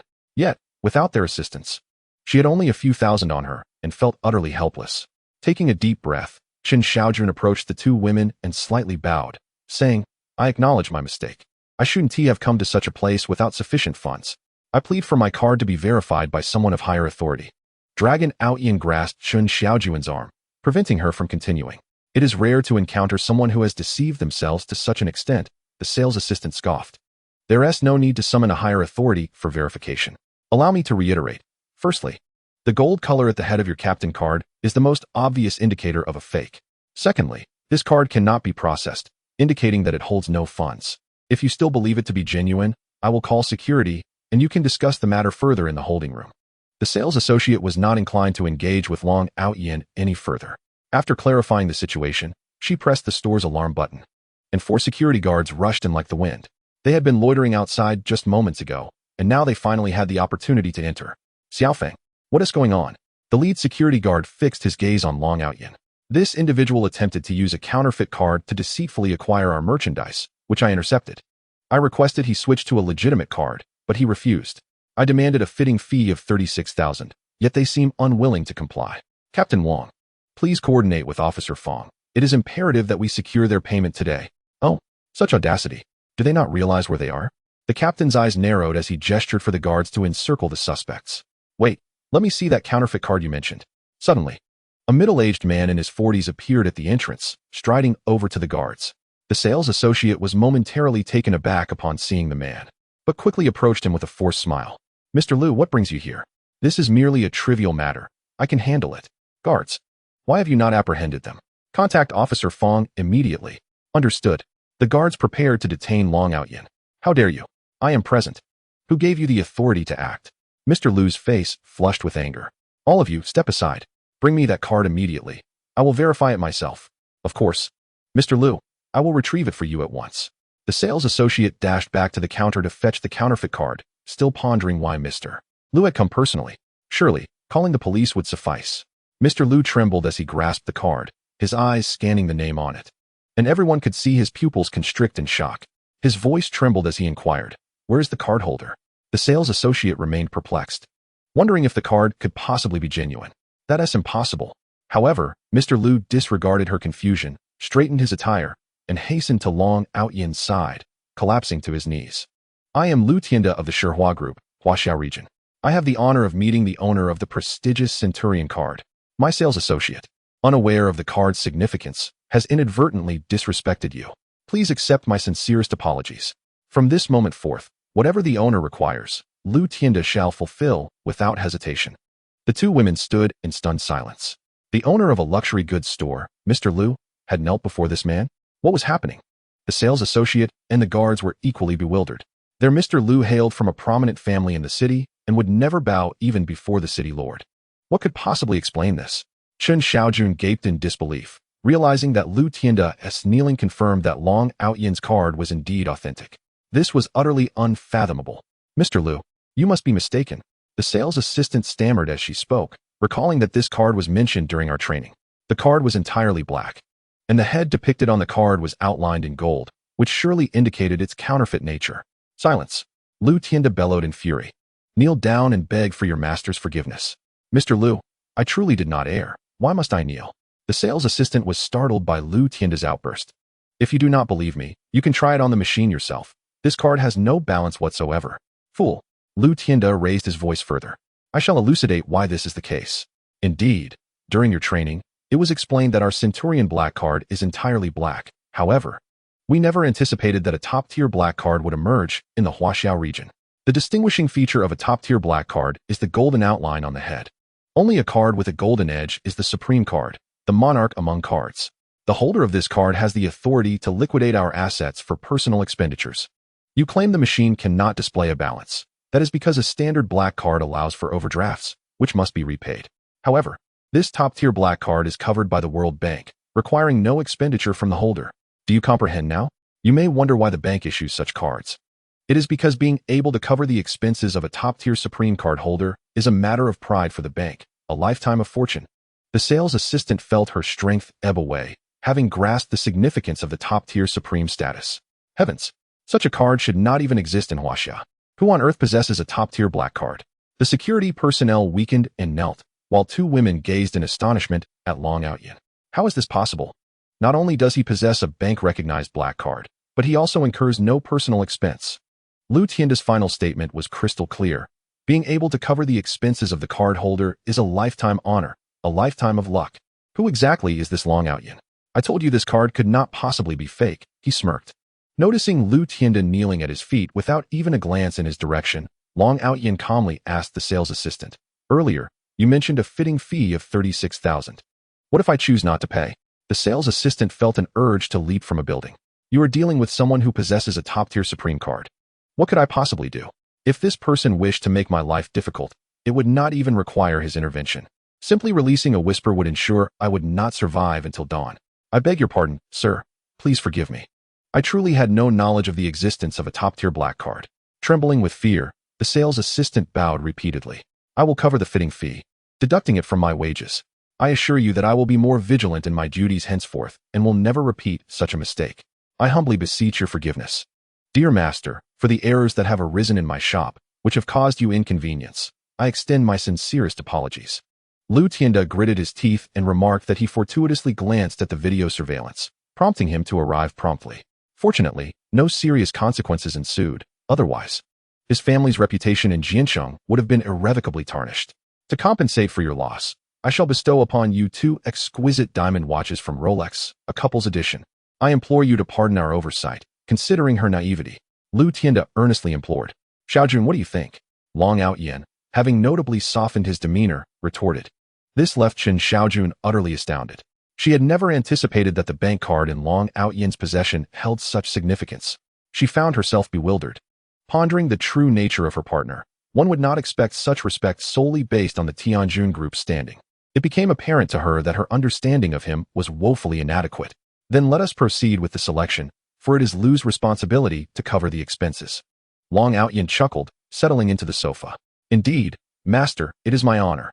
Liu Tianda exhaled with relief, leading Chen Xiaojun to choose a necklace. Once the selection was complete and time had elapsed, Long Aotian escorted Chen Xiaojun out of the shop, driving towards the Jiancheng hotel. Aotian, may I inquire about the nature of that card? Chen Xiaojun hesitated to ask. This card? It was a gift from someone else. If you like it, feel free to keep it. Aotian casually offered the prestigious black card, seemingly indifferent to its value. Chen Xiaojun felt a mix of exasperation and amusement. If you choose not to divulge, why resort to deceit? I just checked. There are possibly only 3 of these cards worldwide. Who could have gifted it to you? I assure you, it was presented to me by Miss Tina's father, who implored me to accept it. Aotian reflected.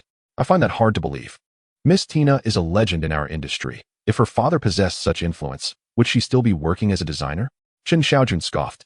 In these times, even the truth is met with skepticism. Aotian shook his head in frustration, bringing the car to a steady halt at the hotel entrance. Chapter 40. Without an invitation, a waiter, already awaiting at the door, parked the car in the underground garage as Aotian accompanied Chen Xiaojun into the Jiancheng hotel. Christina, a world-renowned legend, had drawn over 70% of the elite families of Jiancheng to this event, and the hall was adorned with opulence and grandeur. Chen Xiaojun composed herself, casting aside any lingering discontent. If she could engage in even a brief conversation with Miss Christina tonight, it would be the pinnacle of her life's achievements. Furthermore, establishing a connection with her, even if only through a fleeting glance or a shared toast, could potentially usher in unprecedented growth for the group. Just as Chen Xiaojun was about to enter the main venue, while Aotian stepped away to the restroom, a voice suddenly called out, Chen Xiaojun?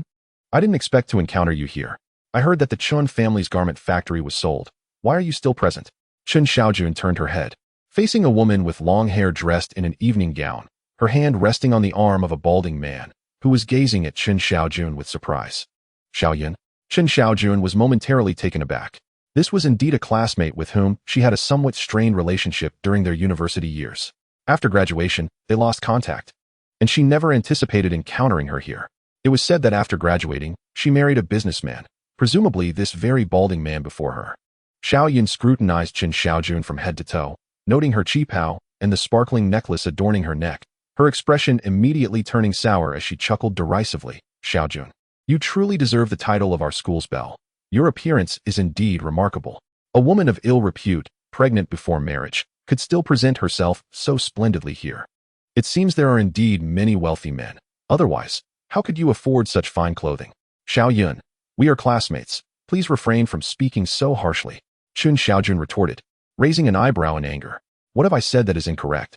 Are you not the one who became pregnant before marriage, bringing the Chen family to its knees? Furthermore, you deceived the Li family, and Li Hanqing even canceled the wedding. Do you think I am unaware? By the way, this gathering is likely attended by the prominent figures of the city. You wouldn't be hoping to cling to someone's coattails and play another game of deception, would you? You've miscalculated. Do you think all men are foolish? The same tricks cannot be employed twice. Oh, I almost forgot. Your silver tongue might still attract some men willing to foot the bill. Xiaoyan's animosity towards Chen Xiaojun was palpable. She dominated the conversation, deliberately choosing unkind words. Oh, so Miss Chun is of the same ilk?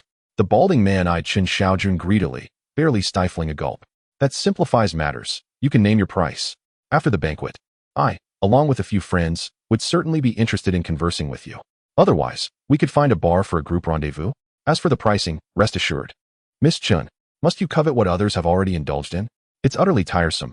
Xiaoyan pushed the balding man away. What's the harm? It's better to enjoy together than alone. The more, the merrier. The balding man remained unfazed. Very well, count me in, and I shall record your escapades. Xiaoyan chimed in gleefully.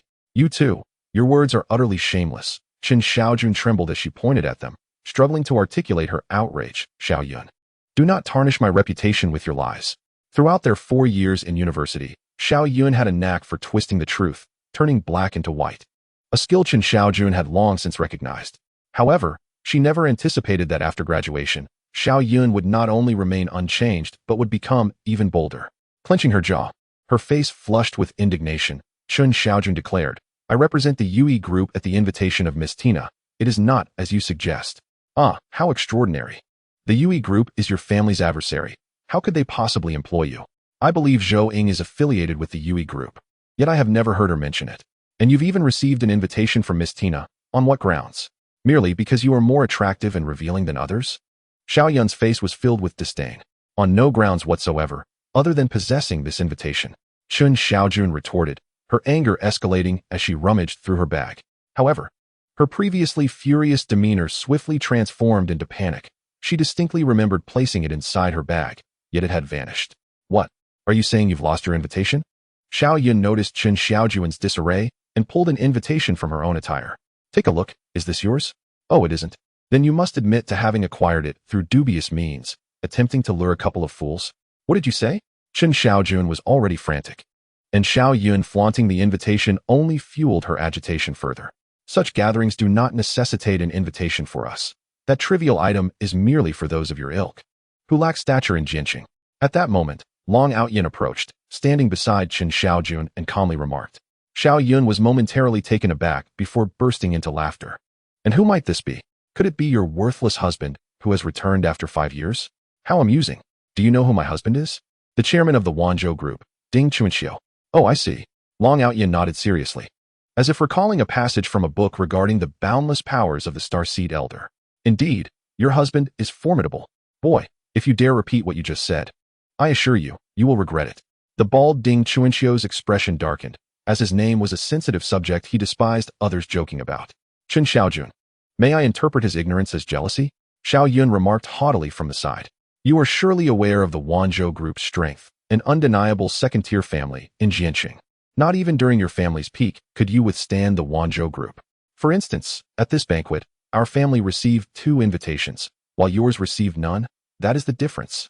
You should take a good look at your own worth and refrain from embarrassing yourself in public. Huh. If we enter without an invitation, what will you say then?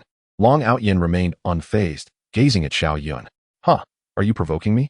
Xiaojun narrowed her eyes. Very well, let us wager. Whoever loses must kneel here and call the other grandmother. If you enter, I lose. If you cannot, then you lose. Do you dare? Aotian, do not accept her wager. Chen Xiaojun exclaimed in alarm. Miss Tina's events were notoriously strict, and without an invitation, entry was impossible. Fine, I accept the bet. Aotian spoke as he dialed a number, merely stating, I am at your doorstep. Send someone to escort me. Thereafter, he folded his arms and awaited his arrival. Chapter 41. Grandmother Xiaojun was taken aback, then burst into wild laughter.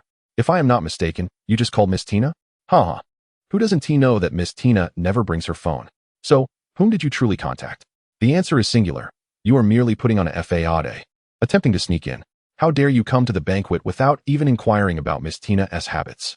Ding Xiaochuan chimed in, pointing at Chen Xiaojun. Enough. You lost. And I do not require you to kneel and call me grandmother. Just ensure that Chen Xiaojun attends our soiree later. Let my friends enjoy themselves tonight. And I shall not hold you accountable. Let him join us. What a delightful spectacle it would be to witness one's wife being toyed with. Xiaojun teased, her face alight with joy.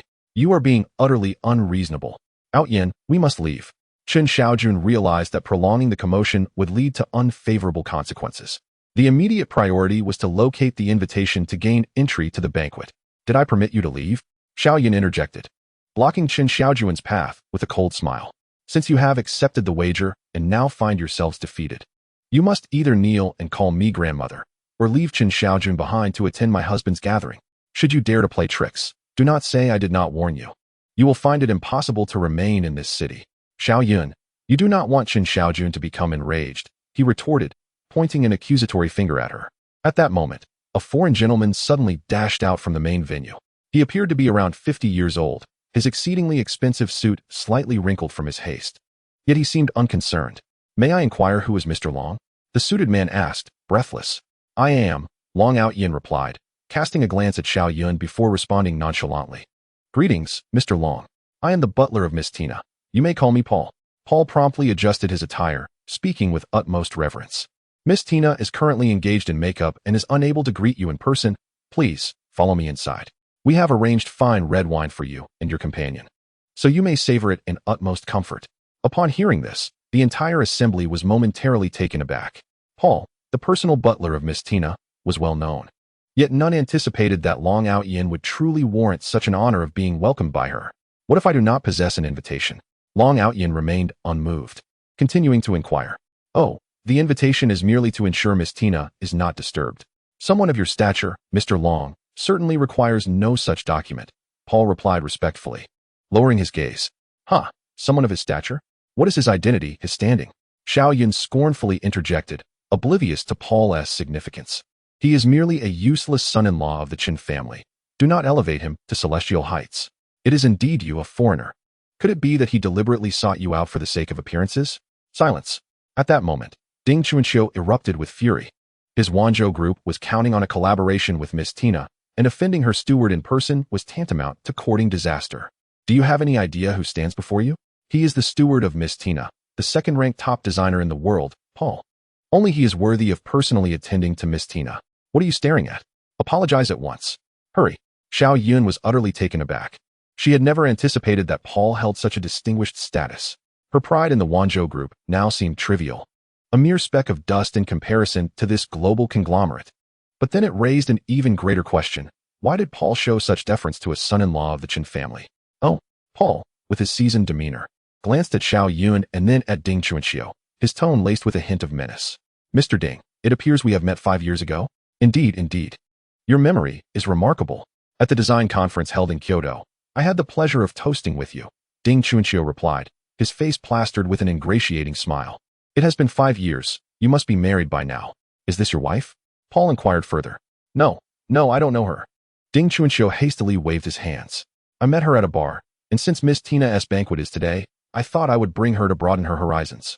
If Mr. Paul is fond of this woman, then she is yours. Paul was notorious for his lasciviousness, a reputation that preceded him worldwide. It was said that he only took on female apprentices, and they had to undergo a rather thorough vetting process before he would consider accepting them. Darling, why are you in a daze? How could this man, who once cherished you, so casually discard you like refuse to an elderly gentleman in his 50s? This is simply incomprehensible. Humph, I have no interest in such trash, Paul said ominously. I must inquire of the marketing manager how the vetting process is so lax that even such a woman could attend the banquet. Your invitations are void. I kindly ask you to leave immediately. Mr. Paul, please listen to me. I truly do not know her. Ding Xuanxuan's panic escalated as he saw several security personnel approaching, his face pleading. At that moment, Aotian stepped forward, casually inquiring, we do not have an invitation. May we still attend this banquet? Both Xiaojun and Ding Xuanxuan were momentarily stunned, with Miss Tina's personal steward present, who would dare say they could not enter. You do have invitations. Have they now become invalid? I recall your earlier words, stating that if I could enter, you would kneel and call me grandfather. I require no such address. Should you call her grandmother, I shall let you go. Ding Xuanxuan's expression shifted immediately. They had already lost face today. And if he were to kneel and call Chen Xiaojun grandmother, he would undoubtedly become the laughingstock of the entire Jian city by tomorrow. The cost of this choice is far too great. He simply cannot make such a decision. Is this truly happening? Paul instantly comprehended the situation and coldly scoffed. Since the wager took place at Miss Tina's doorstep, I urge you to expedite the proceedings and not delay the guest entry. Should you fail to execute this, my security will act in your stead. Ding Xuanxuan was momentarily taken aback, regret gnawing at him. Had he known it would come to this, he would never have brought Xiaojun along. Now, his entire Wanzhou group faced disgrace. Scoundrel, you have utterly ruined me. Did you not claim he was merely the Chen family's useless son-in-law? Is this the so-called waste you referred to? Upon my return, I shall settle this score with you. Ding Xuanxuan ground his teeth and spoke in a hushed tone. Then, disregarding the gazes of the crowd, he approached Chen Xiaojun and, with a thud, knelt before her. Grandma. The hall erupted in laughter. Ding Xuanxuan truly called Chen Xiaojun grandma. How would this affect their familial hierarchy? And you? Aotian inquired, raising his head. Grandma. Xiaojun also knelt, her heart in turmoil. Little did Ding Xuanxuan know how he would rectify his situation. She could only seek Chen Xiaojun's assistance. Xiaojun, I realize my mistakes. I implore you. Do not let him take me away. He is no human, only a tormentor. For the sake of our years of camaraderie, I beg you to help me. I shall never dare again. Chen Xiaojun hesitated. Truth be told, she felt somewhat bewildered. From the moment Mr. Paul arrived, she recognized him. Astonished that Aotian truly knew him. Now, witnessing Xiaojun and Ding Xuanxuan kneeling before her softened her heart as she grasped Aotian's arm, about to speak. When he interjected, adults should possess the courage to bear their own errors. If we are unable to enter today, what will the outcome be? Your matters are your own to resolve. With that, Aotian took Chen Xiaojun away. Xiaojun, do not leave. I implore you, save me. Xiaojun cried desperately, reaching for Chen Xiaojun's garment. You too, throw these beasts out. Paul narrowed his eyes, blocking Xiaojun's path. Moreover, I do not wish to hear of another Wanzhou group in Jiancheng. Mr. Paul, you cannot do this. I still wish to speak. Ding Chuanqiu protested. But security had already arrived, dragging him and Xiaojun away. Chapter 42. Words of restraint. At that moment, the banquet hall had gathered a considerable crowd. When some noticed Paul entering with Long Aotian and Chen Xiaojun, they were taken aback. Isn't that Miss Tina's personal steward? Why is he personally welcoming guests? Mr. Long, you are in the finest location of the Jiancheng Hotel. Shortly, a server will present exquisite wines for your enjoyment, Paul remarked, unperturbed by the astonished gazes of the onlookers. Like the most humble of servants. I shall check if Miss Tina has finished her makeup. She will join you shortly. As Paul respectfully departed, Chen Xiaojun finally came to her senses, her face a mask of astonishment. Do you truly know Miss Tina? I do not, Long Aotian replied, shaking his head. If you doubt my word, then let it be that I do not know her. Do not know her? Chen Xiaojun gazed at Long Aotian in disbelief. Then how could she have allowed us entry, let alone seated us in the best spots at the front? Our director Zheng is seated at the back. Furthermore, I heard that Miss Tina does not possess a phone. Whom did you just call? And do you know who it was that ushered us in? Miss Tina's personal steward. The second-ranked designer globally. If you do not know Miss Tina, how could he have come out to greet you? Chen Xiaojun's inquiries were relentless, and Long Aotian was at a loss for words. Surely, he could not divulge the truth, that Miss Tina had been pursuing him all along. I need to visit the restroom, Long Aotian announced, rising to make his escape. Every time we discuss something serious, you hastily claim the need for the restroom. I distinctly remember that you just went before we entered here. Chen Xiaojun exclaimed, her frustration palpable. You either confess that you know Tina and recount your acquaintance in detail, or you may as well leave, if you admit your renal issues. Goodness, Long Aotian thought, a wave of exasperation washing over him. A man cannot admit to any shortcomings, least of all regarding his kidneys. Just as Chen Xiaojun crossed her arms, anticipating the unfolding drama, an elegant figure approached, adorned in a sumptuous evening gown. It accentuated her slender waist and voluptuous curves, her long legs clad in crystal-heeled shoes.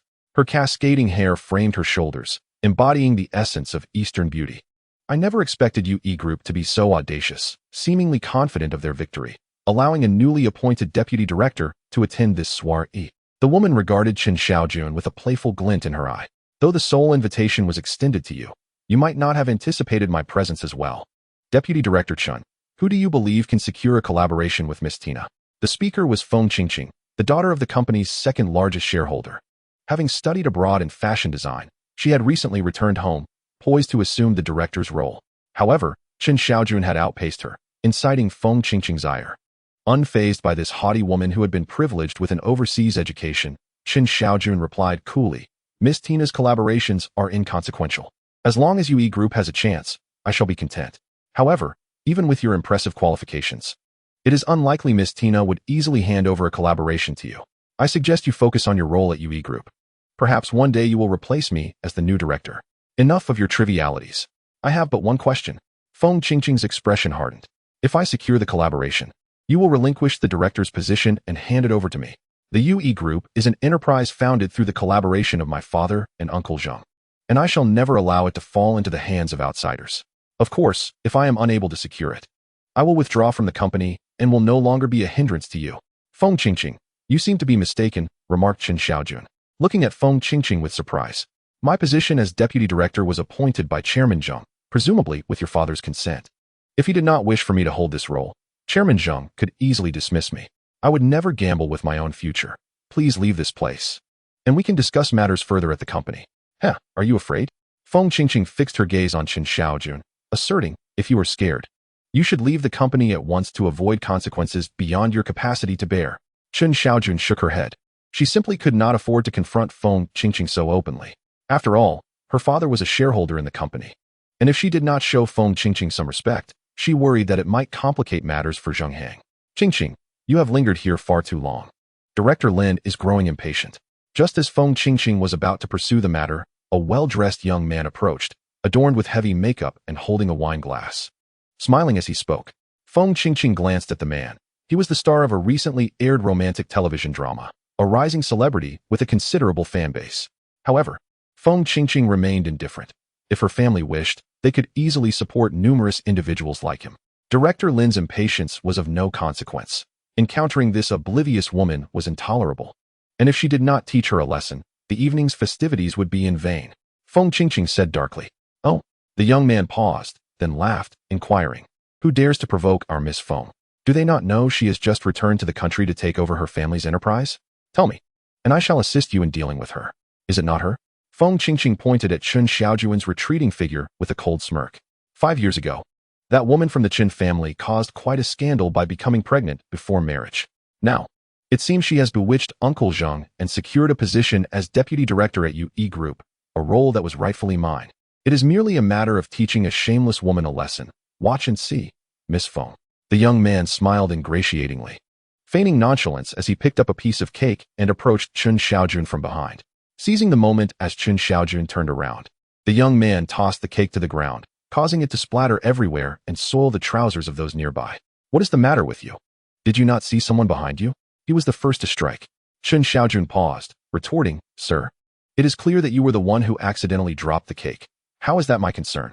Not your concern? So you are implying that I am insane.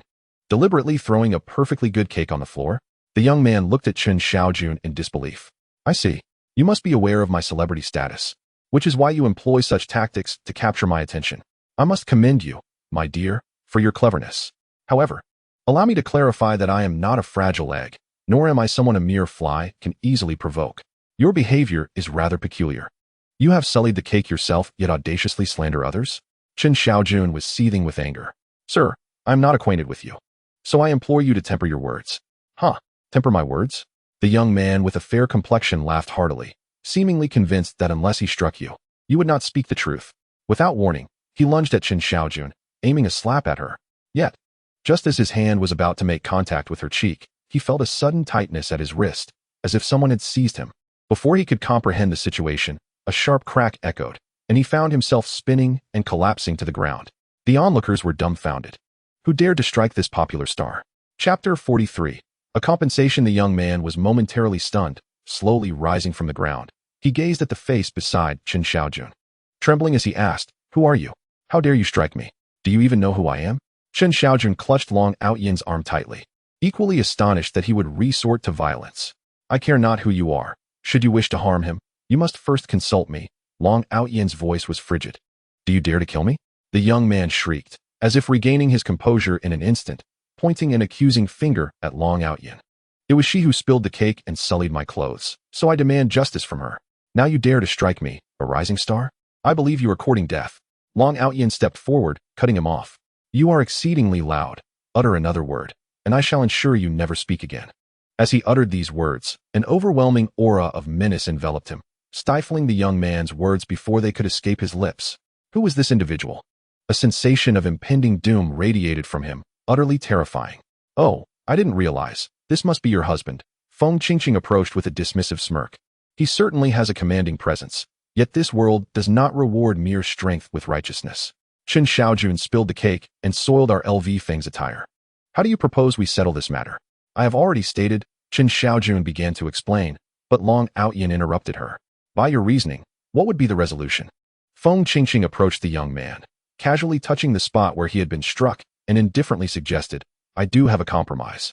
Since LV Feng was desperate enough to strike Chen Xiaojun, and you have now retaliated against him, the matter should be considered settled. However, since his clothing may no longer be worn this evening, I will require you to compensate him at full price. What do you think? Chen Xiaojun continued to struggle, while Long Aotian merely nodded, as if acknowledging a kernel of truth in her words. Upon hearing Feng Qingqing's remarks, Lu Feng gritted his teeth and begrudgingly accepted the truth of being struck. With a sullen expression, he declared, This garment I wear is a limited edition piece purchased during my recent trip to Italy, famously known as the Eagle of Italy. It is the masterpiece of Master Bia, and perhaps there exists only this one in the entire world. Can you afford to compensate for it? Its worth is incalculable. If I do not receive a satisfactory resolution tonight, I shall demand her qipao, and I want to see her exit this place in her bare skin. Master Bia, indeed. Long Aotian recalled that old man in Italy and wondered if his eyesight had deteriorated, needing glasses. Yes, Master Bia embodies the very essence of the fashion world. Lu Feng proclaimed with pride. Kid, I have no desire for your money. Have the audacity to ask Master Bia for another garment in my stead. Should you fail, I shall tear her qipao to shreds. Lu Feng feigned a lunge towards Chen Xiaojun, but Long Aotian stepped in front of her, coldly stating, Have I ever indicated that I could not manage it? Huh, do you truly believe you can contact Master Bia? Lu Feng sneered at Long Aotian. Do not waste my time. I am quite busy. A minute should suffice, Long Aotian replied as he extracted his phone and dialed a number. Master Long, I did not anticipate you still remembered me, came a tremulous yet eager voice after about 10 seconds. I have encountered a bit of trouble and heard that you crafted a garment called the Eagle of Italy. Long Aotian spoke softly, just enough for Lu Feng to overhear. I now require you to create another set. By the order of Master Long, I shall gladly accept any peril, came a heavy response from the other end. Without so much as an inquiry into the situation, Long Aotian hung up, and Lu Feng was the first to react. Kid, do not tell me that was truly Master Bia on the line. He laughed heartily. How amusing. Due to the time difference. It is currently 3 in the morning in Italy. How could Master Bia possibly take your call? Surely, you did not even connect and are merely toying with us. Do not rush, Long Aotian retorted, standing with his hands clasped behind his back. Kid, I have no intention of wasting any more time with you.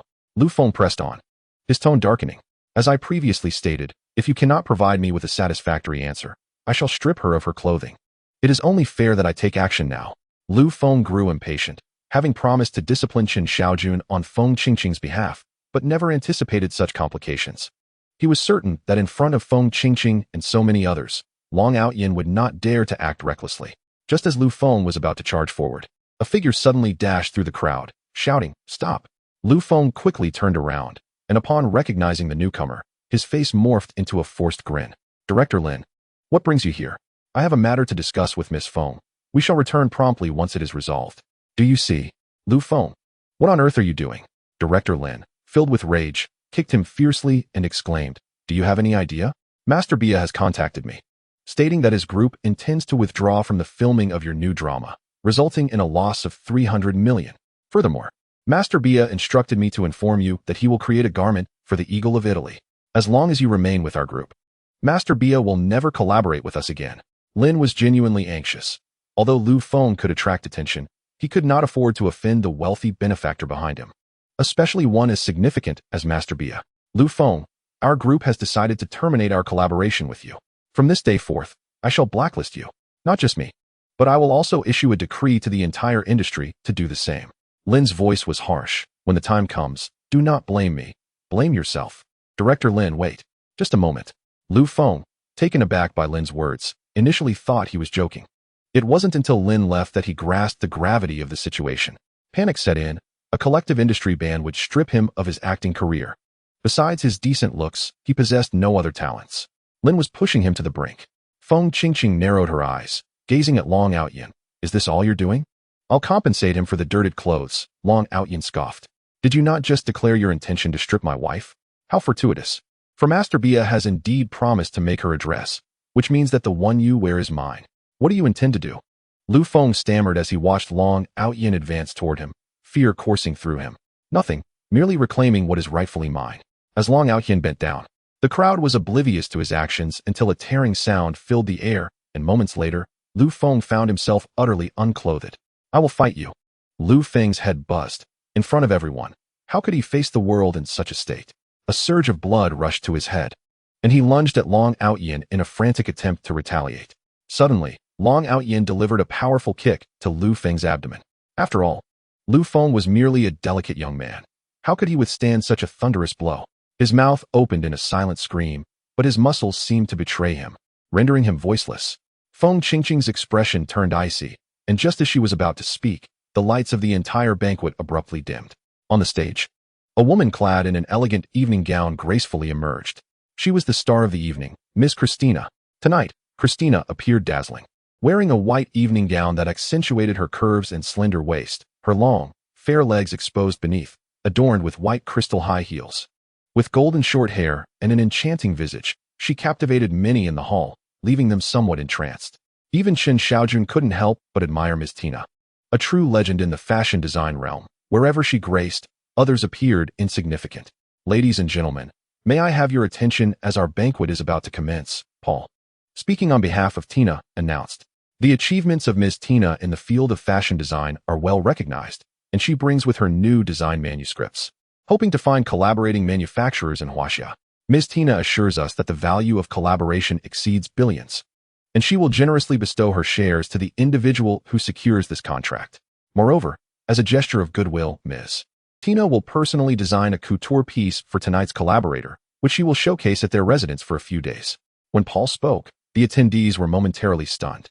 Typically, Ms. Tina would retain 40 to 50% of the shares when collaborating with major brands, which amounts to a substantial sum.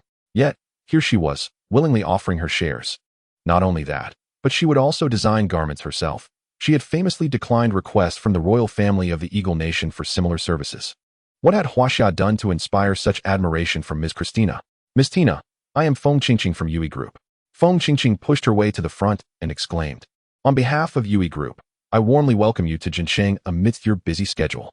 As the largest fashion design company in Jiancheng, we have prepared a gift for you.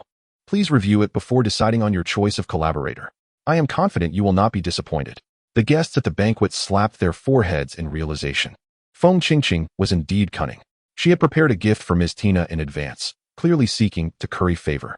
It seemed the contract was already destined for Yui Group.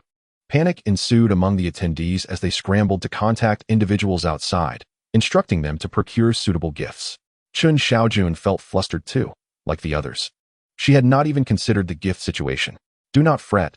This contract is yours. It is inescapable, Long Aotian reassured her. Can I not be anxious? Chen Xiaojun found her voice, venting her frustrations. Ms. Tina's presence in Jiancheng will be headline news tomorrow. Any manufacturer collaborating with her will surely join the ranks of elite families. With Feng Qingqing revealing her background and presenting a gift, she has undoubtedly seized the initiative.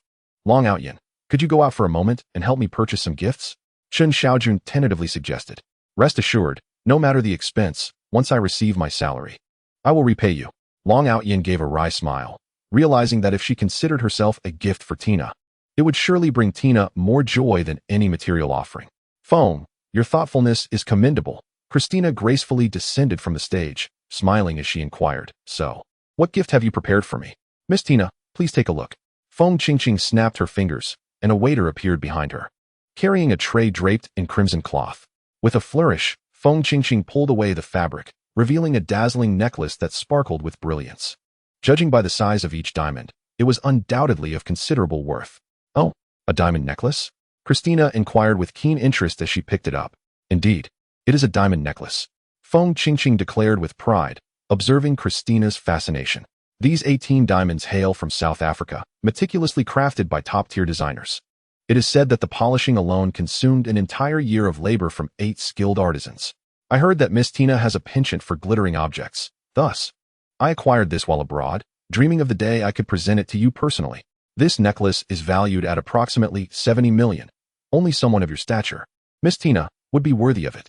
70 million. The assembled guests gasped in unison. Feng Qingqing was certainly unconventional in her gifting. Who bestows such an extravagant present? It appeared that the Yui Group was determined to secure a partnership with Tina, and collaboration with Feng Qingqing seemed highly probable. Yui Group, I have heard that you have a newly appointed deputy director. Is it Miss Feng Qingqing? Christina asked, holding the necklace, her tone noncommittal. Oh, you must be mistaken. I am not the one you refer to, but rather the newly appointed deputy director of our group, Feng Qingqing scoffed. I have no idea what kind of enchantment she has cast upon our chairman to attain her position. However, rest assured, Miss Tina, I am confident that if I can collaborate with you, I would not disappoint your expectations and could rise to the role of group director. What has your deputy prepared for me? Christina inquired, disregarding the previous exchange. Her? Feng Qingqing hesitated momentarily before comprehension dawned. Miss Tina, this diamond necklace is a personal gift from me, unrelated to the Yui Group. As for the deputy you mentioned, her name is Chen Xiaojun. Many present here are aware that 5 years ago she became pregnant out of wedlock. I am not certain what gift she has prepared for you, perhaps nothing at all.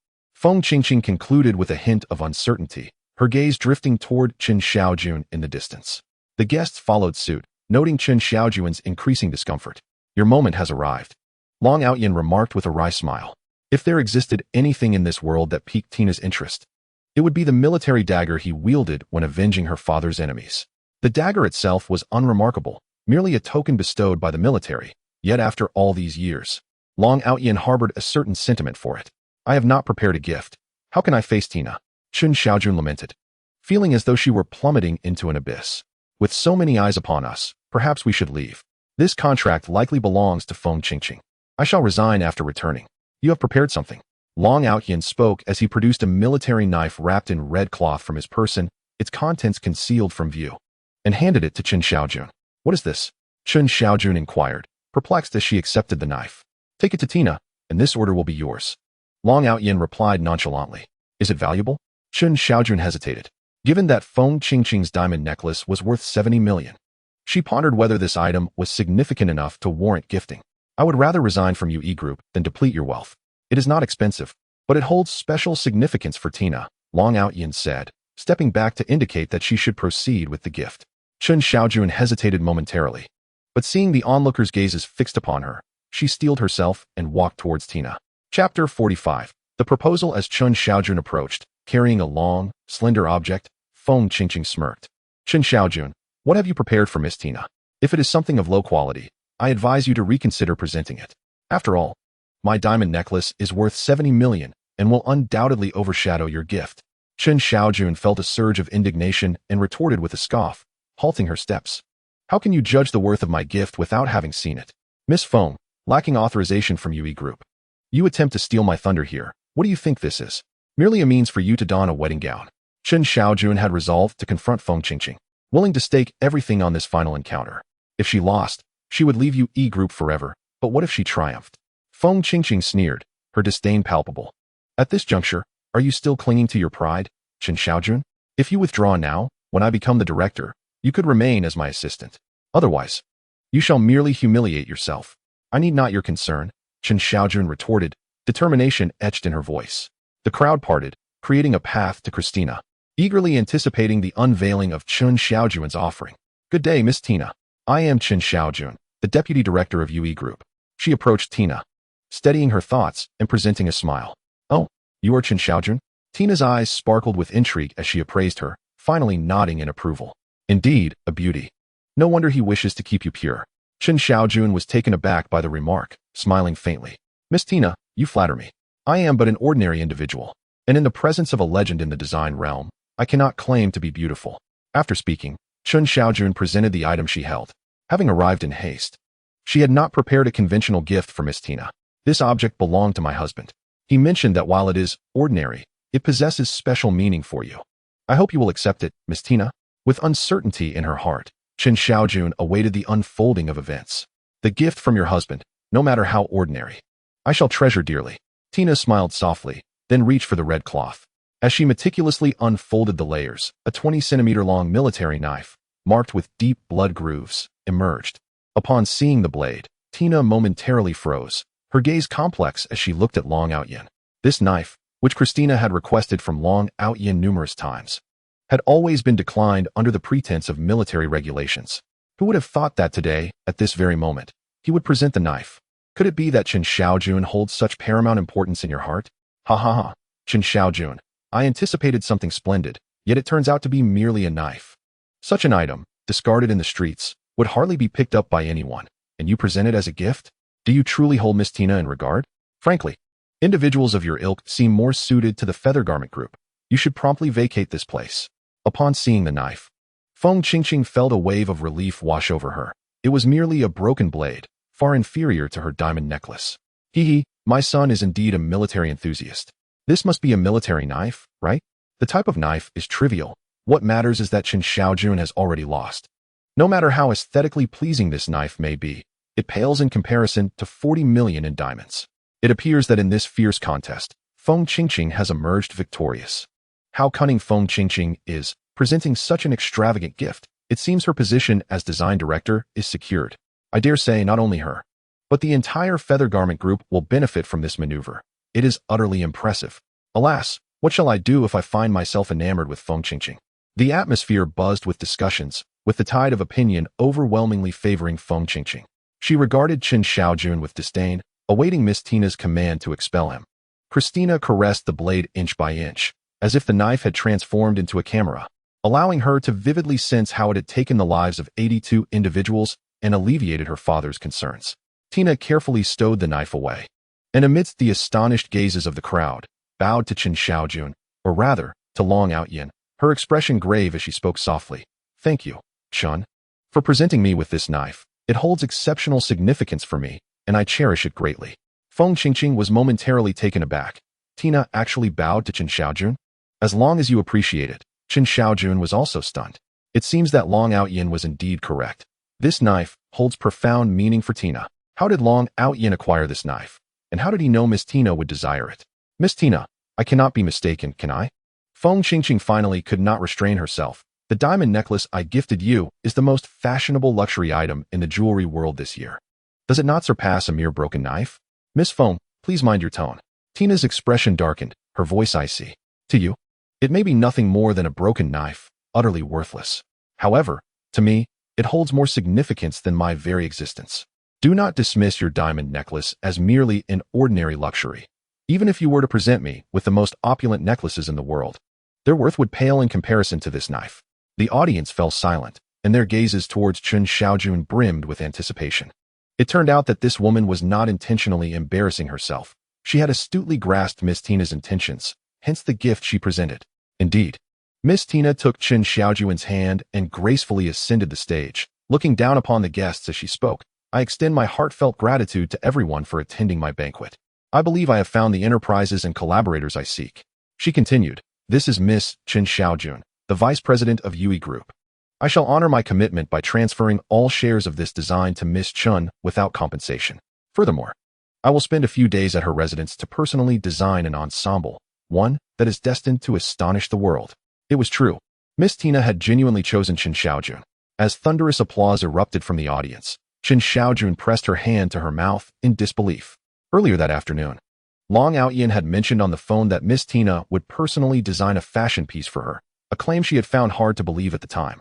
Yet here it was, manifesting before her eyes. Aotian, did you see that? Miss Tina truly signed a contract with me. Chen Xiaojun exclaimed excitedly to Long Aotian as she stepped onto the stage. In that moment, her mind felt somewhat clouded, failing to realize that all of this was due to Long Aotian's efforts. Wasn't signing the contract a good thing?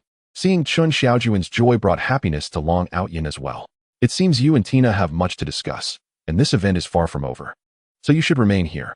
I will hold on to the contract and go fetch Xuanxuan, and we shall celebrate when we return home tonight.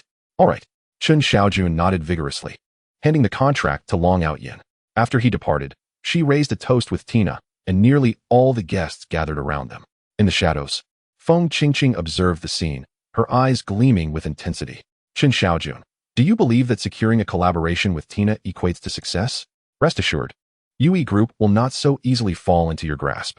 With that thought, Feng Qingqing retrieved her phone, moved to a secluded corner, and whispered, implement the plan immediately. Chapter 46. Kidnapping. Long Aotian picked up Xuanxuan from kindergarten, but today she seemed unusually restless, persistently crying out for her mother. After much coaxing and playtime, she finally succumbed to sleep, yawning repeatedly. Long Aotian gently laid her on the bed, tenderly stroking her hair, a rare softness gracing his lips. Glancing at the time, he realized it was nearly midnight. Logically, Tina's banquet should have concluded by 10 o'clock, and 2 hours had passed. Why had Chen Xiaojun not yet returned? Long Aotian took out his phone, but a cold female voice on the other end replied, I'm sorry, the number you have dialed is not reachable. A foreboding sense of dread washed over Long Aotian as he rose from his seat. Songlongyong, he called out, and 2 figures suddenly materialized within the room. Just as he was about to command them to locate Chen Xiaojun, the shrill ring of his phone interrupted him. Frowning slightly, he answered with a cold demeanor. You must be Long Aotian. Spare me the pleasantries. Your woman is in my possession. A sinister male voice echoed from the other end. Long Aotian's expression remained impassive as he coldly retorted, Why should I believe you? That's easily resolved. Suddenly, the sound of Chen Xiaojun's heavy breathing pierced through the line. And the man said, Your husband wishes to speak with you. Aotian, it's me, Chen Xiaojun, she exclaimed, striving to maintain her composure. As the banquet concluded and I was about to return home, I was abducted by these individuals. I don't know where I am, but they demand the contract with Miss Tina. You must. Her voice abruptly ceased, evidently muffled by someone or something, leaving only whimpers escaping her lips. Do you believe me now? The man inquired again. Your woman has spoken. We only desire the contract she was to sign with Tina. If you wish to ensure her safety, hand over the contract without delay, and I guarantee she will remain unharmed. However, should you refuse, well, your wife is quite exquisite, and my associates are already growing restless. An invisible aura of murderous intent surged within Long Aotian, causing the temperature in the room to plummet. Flames seemed to dance in his eyes. Sensing their leader's ominous energy, Songlong and Yang straightened, their faces gleaming with bloodlust, prepared to fight for their commander at a moment's notice. Where are you? Long Aotian inquired, Suppressing his impulse, his voice steady. Travel north from Jiancheng. There lies a desolate area. Your woman is there, the voice replied. Do not forget to bring what we desire. You have half an hour. If you fail to arrive within that time, I can no longer guarantee your wife's safety. And remember, do not inform the authorities, or you shall never see her again. The countdown begins now. The call ended abruptly, leaving Long Aotian no chance to respond. He set down the phone, gazing towards the north, where the night loomed like a ferocious beast, ready to devour all. Glancing at his watch, he issued a calm, yet decisive order. Summon the 800 warriors of the dragon's nest to assemble immediately. They must reach the outskirts of Jiancheng within half an hour. Should they encounter the kidnappers, eliminate them. Should any attempt to obstruct you, eliminate them. Yes, Song Long and Yang replied, their expressions tense as they knelt in acknowledgement. Meanwhile, within a humble abode in the northern outskirts of the city, Feng Qingqing, clad in a gray garment, pushed open the door and cast a glance at Chen Xiaojun. Bound to a chair and blindfolded, a murderous intent radiated from her delicate countenance. Miss Feng, as per your request, we have brought the person here. A man, seated and sipping tea, remarked nonchalantly upon her entrance. If Long Aotian were present, he would undoubtedly recognize this individual as the one who had called him. I have granted Long Aotian half an hour. If he truly cares for this woman, the time is relatively ample. In another half hour, the contract between her and Tina will belong to you, and your plan will be deemed a success. Until the contract is in hand, success remains unclaimed. Feng Qingqing's expression was devoid of emotion as she approached Chen Xiaojun and tore off her blindfold. Chen Xiaojun felt a sharp sting in her eyes, and upon realizing that the person before her was Feng Qingqing, disbelief flickered in her gaze. She struggled, seemingly attempting to speak. Miss Chen appears to have something to say. Feng Qingqing sneered, tearing away the tape from her mouth. Feng Qingqing, how could it be you? Chen Xiaojun finally managed to speak, her voice laced with embarrassment and anger. After all, we are part of the same conglomerate, and your father is a shareholder. What harm could it bring you if I secure this contract? Release me quickly, and I promise not to hold your mistakes against you. Otherwise, once Long Aotian reports to the authorities, it will be too late. Feng Qingqing, devoid of any semblance of femininity, coldly laughed. Rest assured, even if that useless husband of yours were to report it, we could eliminate you the moment the authorities arrive. Chen Xiaojun, weren't you quite arrogant at the banquet today? Feng Qingqing grasped her chin, forcing her gaze to meet hers. The military knife you gifted to Tina. Does it not please her more than my diamond necklace? Why then, do you not summon Miss Tina to your aid?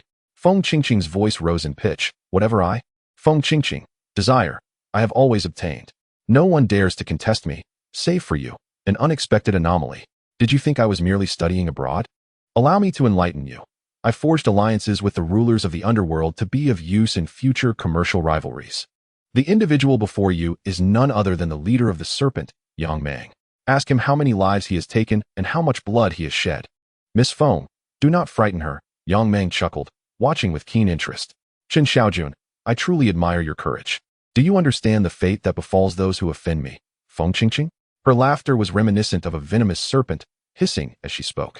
Once your husband hands over the contract, he shall meet his demise alongside you. I hear you have a daughter? Fear not, none shall escape. She will soon join you. Please, you cannot harm my daughter. She is my life. Chen Xiaojun screamed, frantically attempting to rise from her chair. The contract, the one with Miss Tina.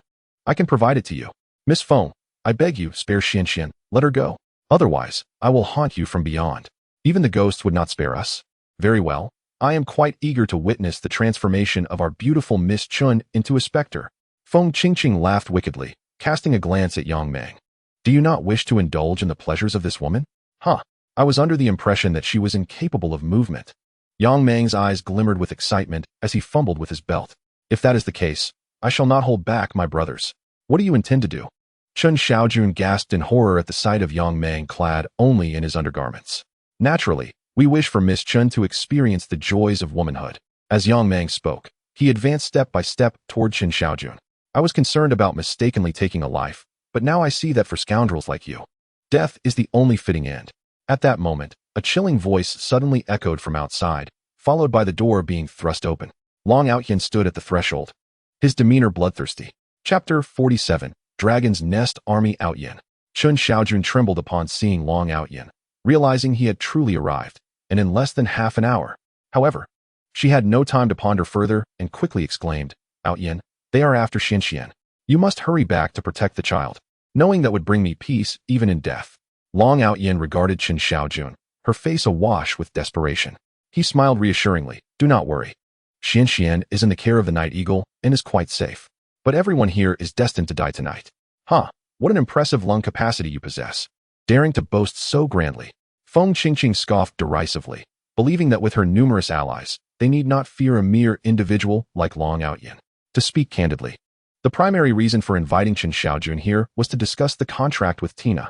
Hand over the contract, and I might consider allowing Chen Xiaojun to leave. Is this what you refer to? Long Aotian produced the contract and handed it to Feng Qingqing without even glancing at it. Feng Qingqing, clearly taken aback by the unexpected smoothness of the situation, paused momentarily before accepting the contract. Upon seeing Tina's signature, she could not help but exclaim, "Haha, splendid. With this contract, the Yui group will be mine, ha ha ha. Now that you have obtained the contract, you will release her, correct?" Long Aotian frowned. Sensing that Feng Qingqing had no intention of letting anyone go, Feng Qingqing regarded Long Aotian with a look of utter disdain, her expression dripping with scorn. Long Aotian, I once thought you quite clever, yet I did not anticipate your naivety to be this profound.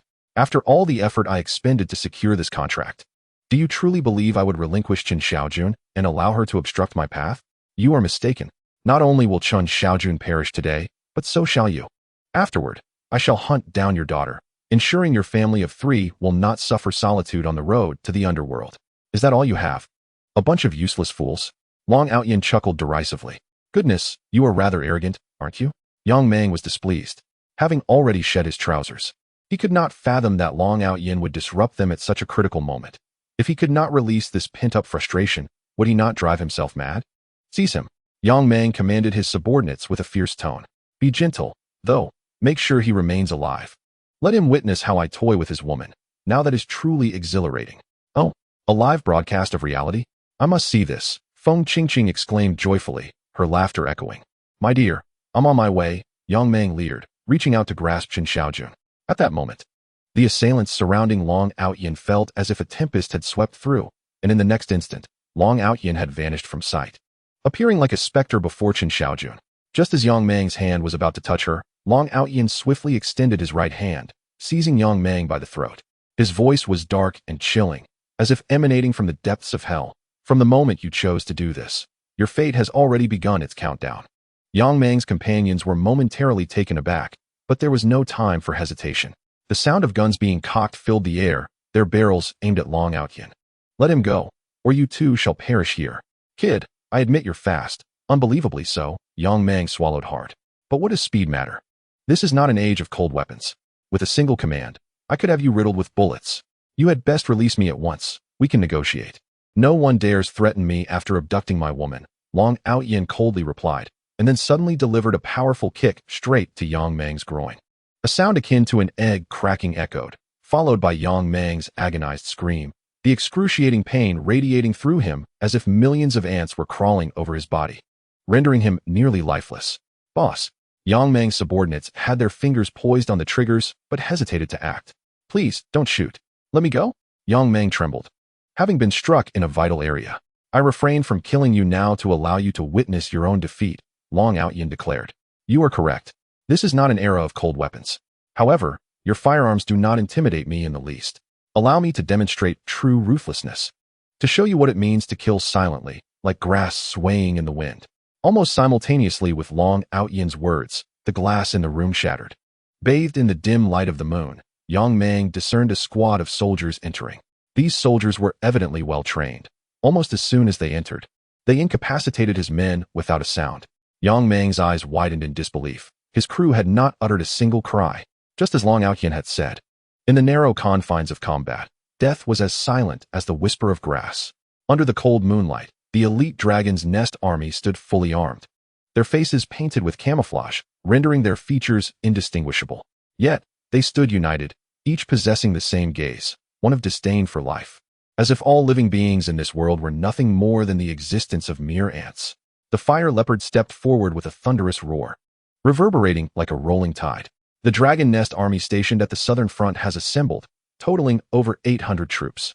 Ammunition is primed, safety mechanisms disengaged, and they stand ready for battle at a moment's notice. Dragonhead, please issue the order for annihilation. The fire leopard vowed to conclude the conflict within 10 seconds. As he spoke, His gaze swept towards Feng Qingqing. Coincidentally, at that moment, a loud crack echoed from the heavens. A thunderclap that caused Feng Qingqing's eardrums to thrum with a vibrating resonance. You may as well perish. Long Aotian glared at Yang Mang, exerting a single forceful grip, ending Yang Mang's suffering in that instant. Impossible, it cannot be. How could you possess such immense power? Feng Qingqing struggled to accept this reality. As a once-beloved daughter of fortune, she had always demanded the best. How could she concede defeat to Chen Xiaojun, a woman with an unwed pregnancy? Her trembling teeth chattered slightly as she fumbled for her phone, her only thought being of her father, for he was her sole hope for salvation. The phone rang once before being answered, and without waiting for the other end to speak, she hurriedly exclaimed, "Dad, there's been a change in circumstances. That useless husband of Chen Xiaojun has arrived. He has brought soldiers, all armed to the teeth. Yang Mang has been incapacitated, and his subordinates have been slain. Now they intend to kill me. Please hurry to rescue me. I'm in the northern outskirts of the city. If you delay, it may be too late." "Huh? Calling me dad? I have no daughter like you." A strange voice resonated from the other end. "Who are you? How do you have my father's number?" Feng Qingqing froze in shock. "Let me remind you, I am a member of the Dragon Nest Army. Long Aotian is our leader. Should you dare to call him useless, you shall face dire consequences. Furthermore, your father, Feng Guojun, is it? That old man has already met his demise, slain by my own hand.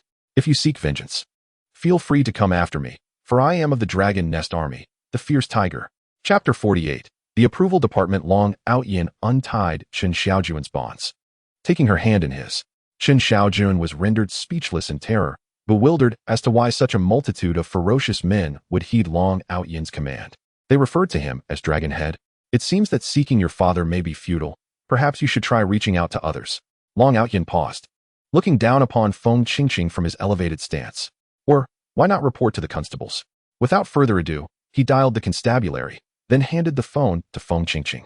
Feng Qingqing gritted her teeth and seized the device. "Hello, I have been kidnapped and I need to escape. Please come quickly. Please hold." The sound of a keyboard clattering echoed from the other end, and Feng Qingqing felt a flicker of hope. However, just 3 seconds later, a cold female voice responded, "Greetings. The northern outskirts of the city is now under the full jurisdiction of the Southern Front. Due to wartime regulations, we cannot intervene. It appears the constabulary dares not interfere with the affairs of the Dragon Nest Army. Otherwise, you might consider invoking the city lord." Long Aotian took back the phone and dialed another number. "Dragon Head, City Lord Zhu Yunwen of Jiancheng is at your service." A deep male voice resonated from the other end of the phone. Feng Qingqing was about to answer the call, but upon hearing that voice, she froze. When did even the Lord of Jiancheng become so subservient? Moreover, the tone conveyed genuine reverence and fear, devoid of any pretense. "Uncle Zhu, it's Qingqing. I implore you. I have no means to seek help from Zhu Yunjian. Qingqing, I have heard about the situation. I must say, the two of you have taken things too far." Before Feng Qingqing could utter another word, Zhu Yunjian interrupted her. "At this juncture, your call is futile.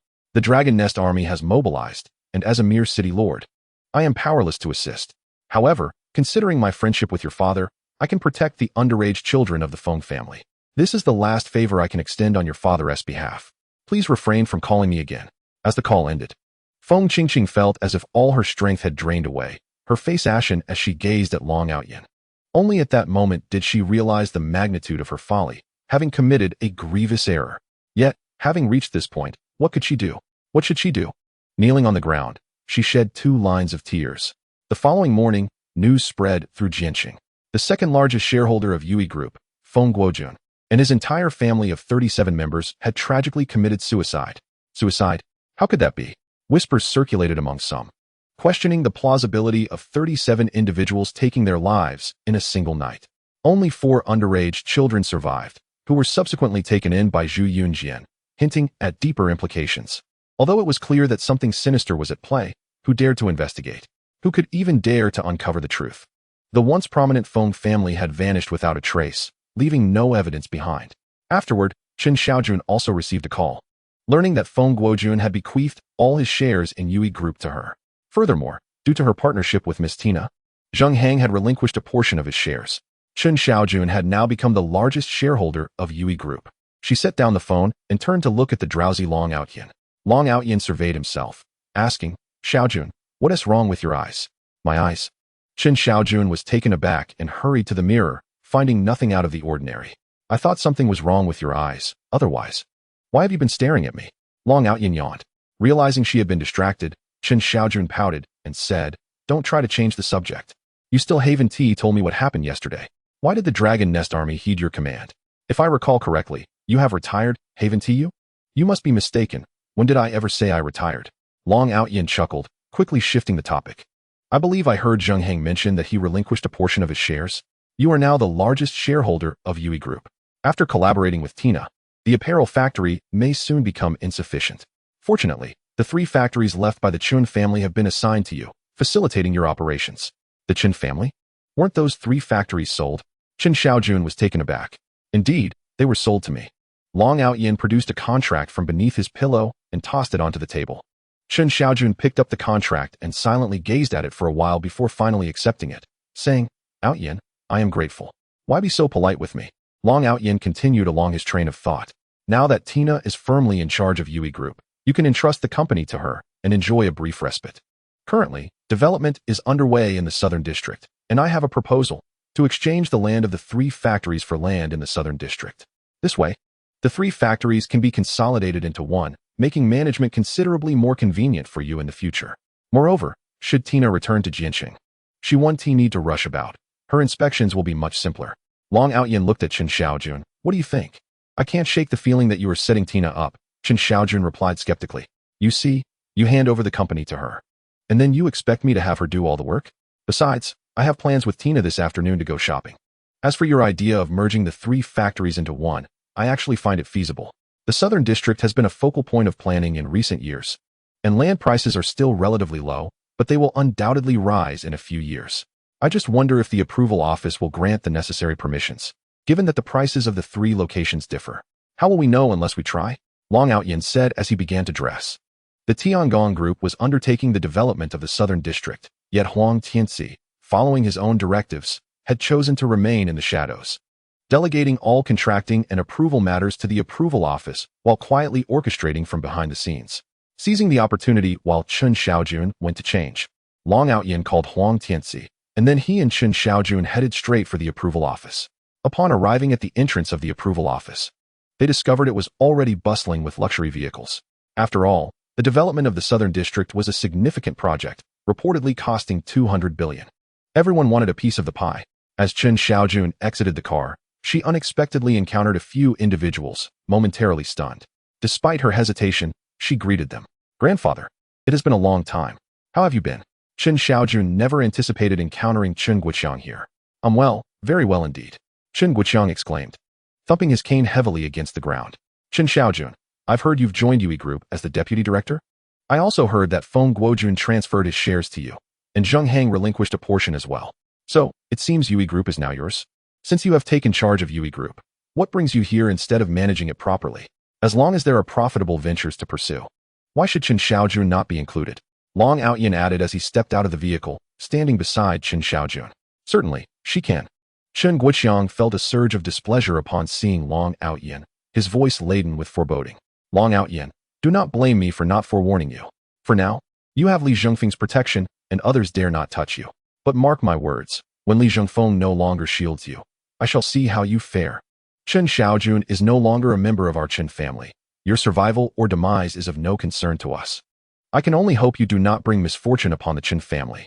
Long Aotian merely smiled, while Chen Xiaojun regarded her grandfather with a look of bitter disappointment. Grandfather, are you truly unaware that the Tianjun Group is Long Aotian's doing? You speak of Li Zhengfeng protecting him, yet it is he who shelters Li Zhengfeng. Chapter 49. It is your turn, however. Chen Xiaojun found herself at a loss for words. Even if she voiced her thoughts, her grandfather would likely struggle to accept them. With this in mind, she softly reassured him, Grandfather, Aotian will not bring harm to the Chen family. I assure you of that. We are here to secure a parcel of land in the Southern District, and the officials are already present. Shall we proceed inside to discuss further? Humph. That would be for the best, Chen Guoqiang declared, striding into the approval office and brusquely pushing Chen Xiaojun aside with his cane. Biting her lip, Chen Xiaojun remained silent, patiently waiting for her family to depart. Given your current strength, you could easily prevent him, Long Aotian remarked, narrowing his eyes. Both he and Chen Xiaojun were acutely aware that the Chen family had lost all substantial assets. They had come here with a mere 10 million, cobbled together for this final gamble. Nevertheless, he is my grandfather, regardless of how he treats me, Chen Xiaojun sighed, her gaze tinged with sorrow. Aotian, could you possibly assist the Chen family? At the very least, ensure they do not fade into obscurity among the aristocracy. I fear my grandfather will be unable to bear it. If you secure the order for the southern district and distribute it to the Chen family, you could save them from their plight. Long Aotian shook his head, but consider this. A Chen family in such a state may be better left unsalvaged. Yes, I understand. Chen Xiaojun nodded vigorously, before hesitantly inquiring, but regarding the merger of the third factory, do you believe the approval office will consent? Whether they will agree or not, you will find out once you go, Long Aotian replied, taking her hand and leading her toward the approval office. The approval office, once a mere bureaucratic entity, had transformed since the mysterious group's involvement, leading to an influx of individuals vying for various tenders. It was barely 9 o'clock, yet the queue at the entrance was already thronged with people, creating a cacophony of noise and a vibrant atmosphere. Amidst the crowd, Chen Guoqiang felt a wave of unease and trepidation. In truth, even at the zenith of their prosperity, the Chen family was merely a second-tier clan. Today, however, it seemed that even the least among those gathered were of a higher caliber, most hailing from the elite families of Jiancheng. It was inevitable, for this was a colossal 200 billion project, and such a lucrative opportunity would never be relinquished by those esteemed families. Chen Guoqiang swallowed hard, without Dong Tianai. He questioned whether he would even secure a share of the spoils. In conclusion, everything now hinges on Chen Guoqiang. The fate of the Chen family rests upon this pivotal moment. Will they soar to new heights or face extinction? Grandfather, you need not be anxious, rest assured. Chen Fei comforted his grandfather, exuding confidence. Though we have transitioned from the garment design industry, our proposal has been crafted with considerable investment. From every angle, it is bound to succeed. Trust me, our 10 million investment will surely yield returns of 20 million, or even 30 million. Chen Guoqiang shook his head, murmuring, Chen Fei, the reason I hesitate to entrust the group to you is your excessive blind confidence. Consider this, the Li family's withdrawal, the Tianjun group's breach of contract. Have we not encountered ample opportunities for development? It is precisely this overconfidence within the Chen family that has led to our failures. I've heard that several families are competing this time. Our 10 million capital is not substantial, so we must exercise caution and prudence. Very well, Chen Fei replied dismissively. Wasn't it Chen Feng who was in charge before? His mistakes cannot be solely attributed to me. Just then, a man dressed in a suit approached the entrance. In his 40s, with a receding hairline that left his forehead glistening, he clutched a briefcase, exuding an air of authority. Director Zhang, why are you here so early? You should rest at home a bit longer. One individual exclaimed. Indeed, Director Zhang, our matters are not urgent. We can wait for you.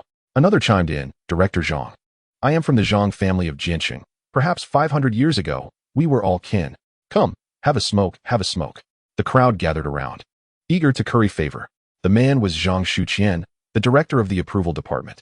This morning, the Tianjun group had contacted him regarding the acquisition of 3 garment factories located in the northeastern part of the city, and the allocation of an area in the southern part for Chen Xiaojun.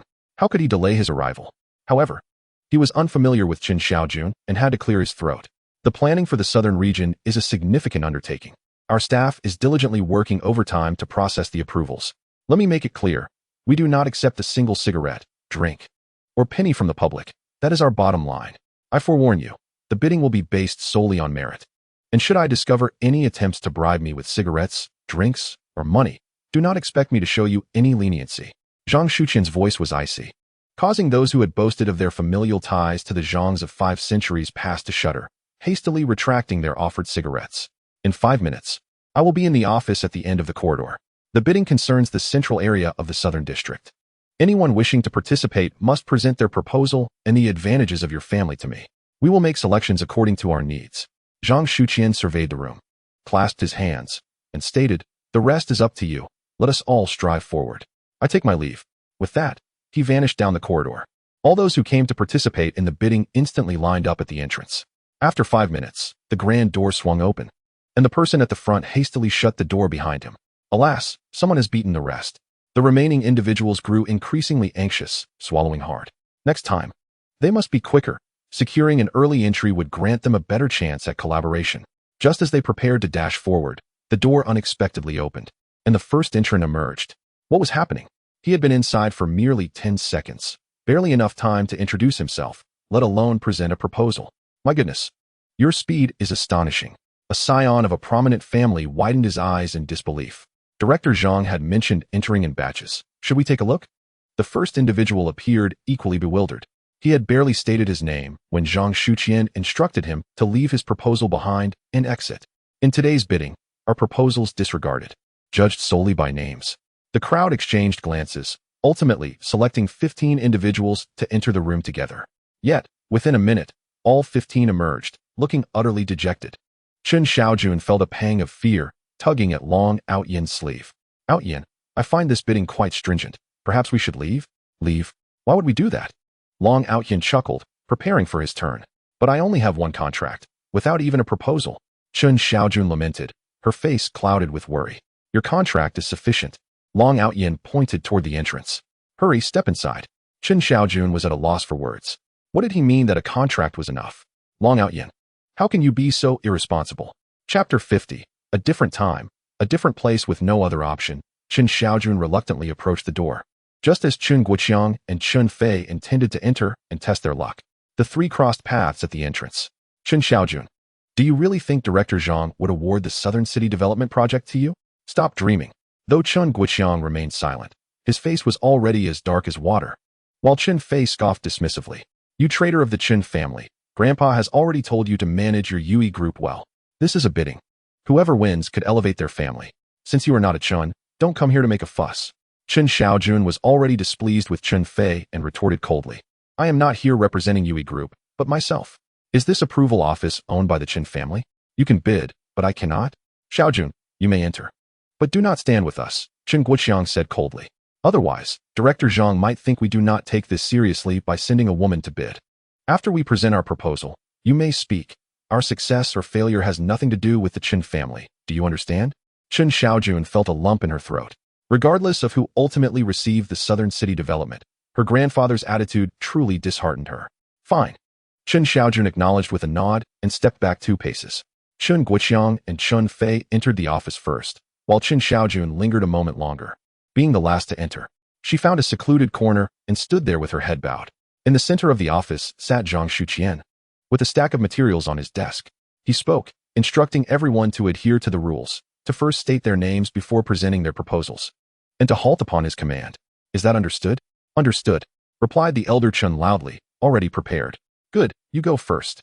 Zhang Shuqian indicated the first participant. Hello, Director Zhang. I am Zhang Xuanxuan. My name is merely one character away from yours, the young man said with a forced smile. Stop. Next. Zhang Shuqian did not hesitate in cutting him off, taking his materials. Director Zhang, that fellow took quite a while to respond. Someone muttered in disbelief, what is going on? He didn't even finish speaking. Yet this was not an isolated incident. The subsequent few individuals were similarly interrupted just as they announced their names, all looking bewildered, as if they had committed no error. Finally, it was the elder Chen's turn. With a beaming smile, he said, Director Zhang, I am Chen Guoqiang. Do you remember? We met here a few years ago. Stop. Next. Zhang Shuqian did not even glance up. Director, at least allow us to present our proposals before you decide on our collaboration. Chen Fei pleaded, his face a mask of confusion and despair. I instruct you to speak. But do so facing the door. Do not waste my time here. Zhang Shuqian snapped, his irritation evident. The Chen family members remained perplexed, wondering what was happening. Zhang Shuqian grew increasingly agitated. Next, with over 20 individuals having presented themselves, Chen Xiaojun had yet to be called. Was fate conspiring against her? After several more were halted, it was finally Chen Xiaojun's turn. She swallowed hard, mustered her courage, and stepped forward, quietly stating, Hello, Director Zhang, I am Chen Xiaojun. I am here primarily to discuss the Changnan Development Project with you.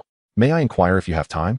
Zhang Shuqian, initially prepared to dismiss her as well, suddenly stiffened, his previous impatience evaporating, replaced by a smile. He quickly rose to his feet. Oh, you are Miss Chen. I have been waiting for you. Here, take a look at the transfer agreement for your 3 garment factories. I have also designated a plot of land in Changnan for you. We have thoroughly considered the value of this collaboration. You retain the design rights for the factories, while we will reimburse all necessary procurement and materials in full. If you find everything satisfactory, please sign this contract, and I will arrange for your relocation shortly. Chen Xiaojun's eyes widened in astonishment. She felt utterly bewildered. The exchange of the 3 garment factories for land in Changnan had proceeded so smoothly, and the approvals were to be reimbursed as well. Was there truly such a fortuitous arrangement? Before she could articulate her thoughts, the contract was presented to her, evidently prepared in advance. Miss Chen, where do you find our efforts lacking? Zhang Shuqian, noticing her silence, cautiously inquired. If you have any concerns, please feel free to express them, and I will have them addressed immediately. Do you find the area insufficient? I could increase it by an additional 1,000 acres if necessary. No, it is already sufficient. Chen Xiaojun hurriedly waved her hands in refusal. Then, may I ask you to sign here? This contract is in duplicate. You keep one copy, and we retain the other. Zhang Shuqian turned to the last page of the contract, where he had already affixed the official seal, awaiting only Chen Xiaojun's signature. Oh, very well. Chen Xiaojun, somewhat bewildered, scribbled her name and then foolishly inquired, Director Zhang, are you not curious about the scale of my 3 factories? You have granted me this extensive area, and I feel a bit apprehensive. Shouldn't we discuss this further? No need. I am already well informed about the scale of your 3 factories. Zhang Shuqian replied respectfully. The area allocated to you is ample. Precisely 3 times the total area of the factories.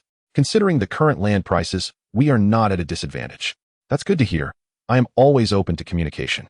Chen Xiaojun responded, her mind clouded with doubt. However, it was evident that Zhang Shuqian had no intention of continuing the conversation, prompting her to exit the room. Is that finalized?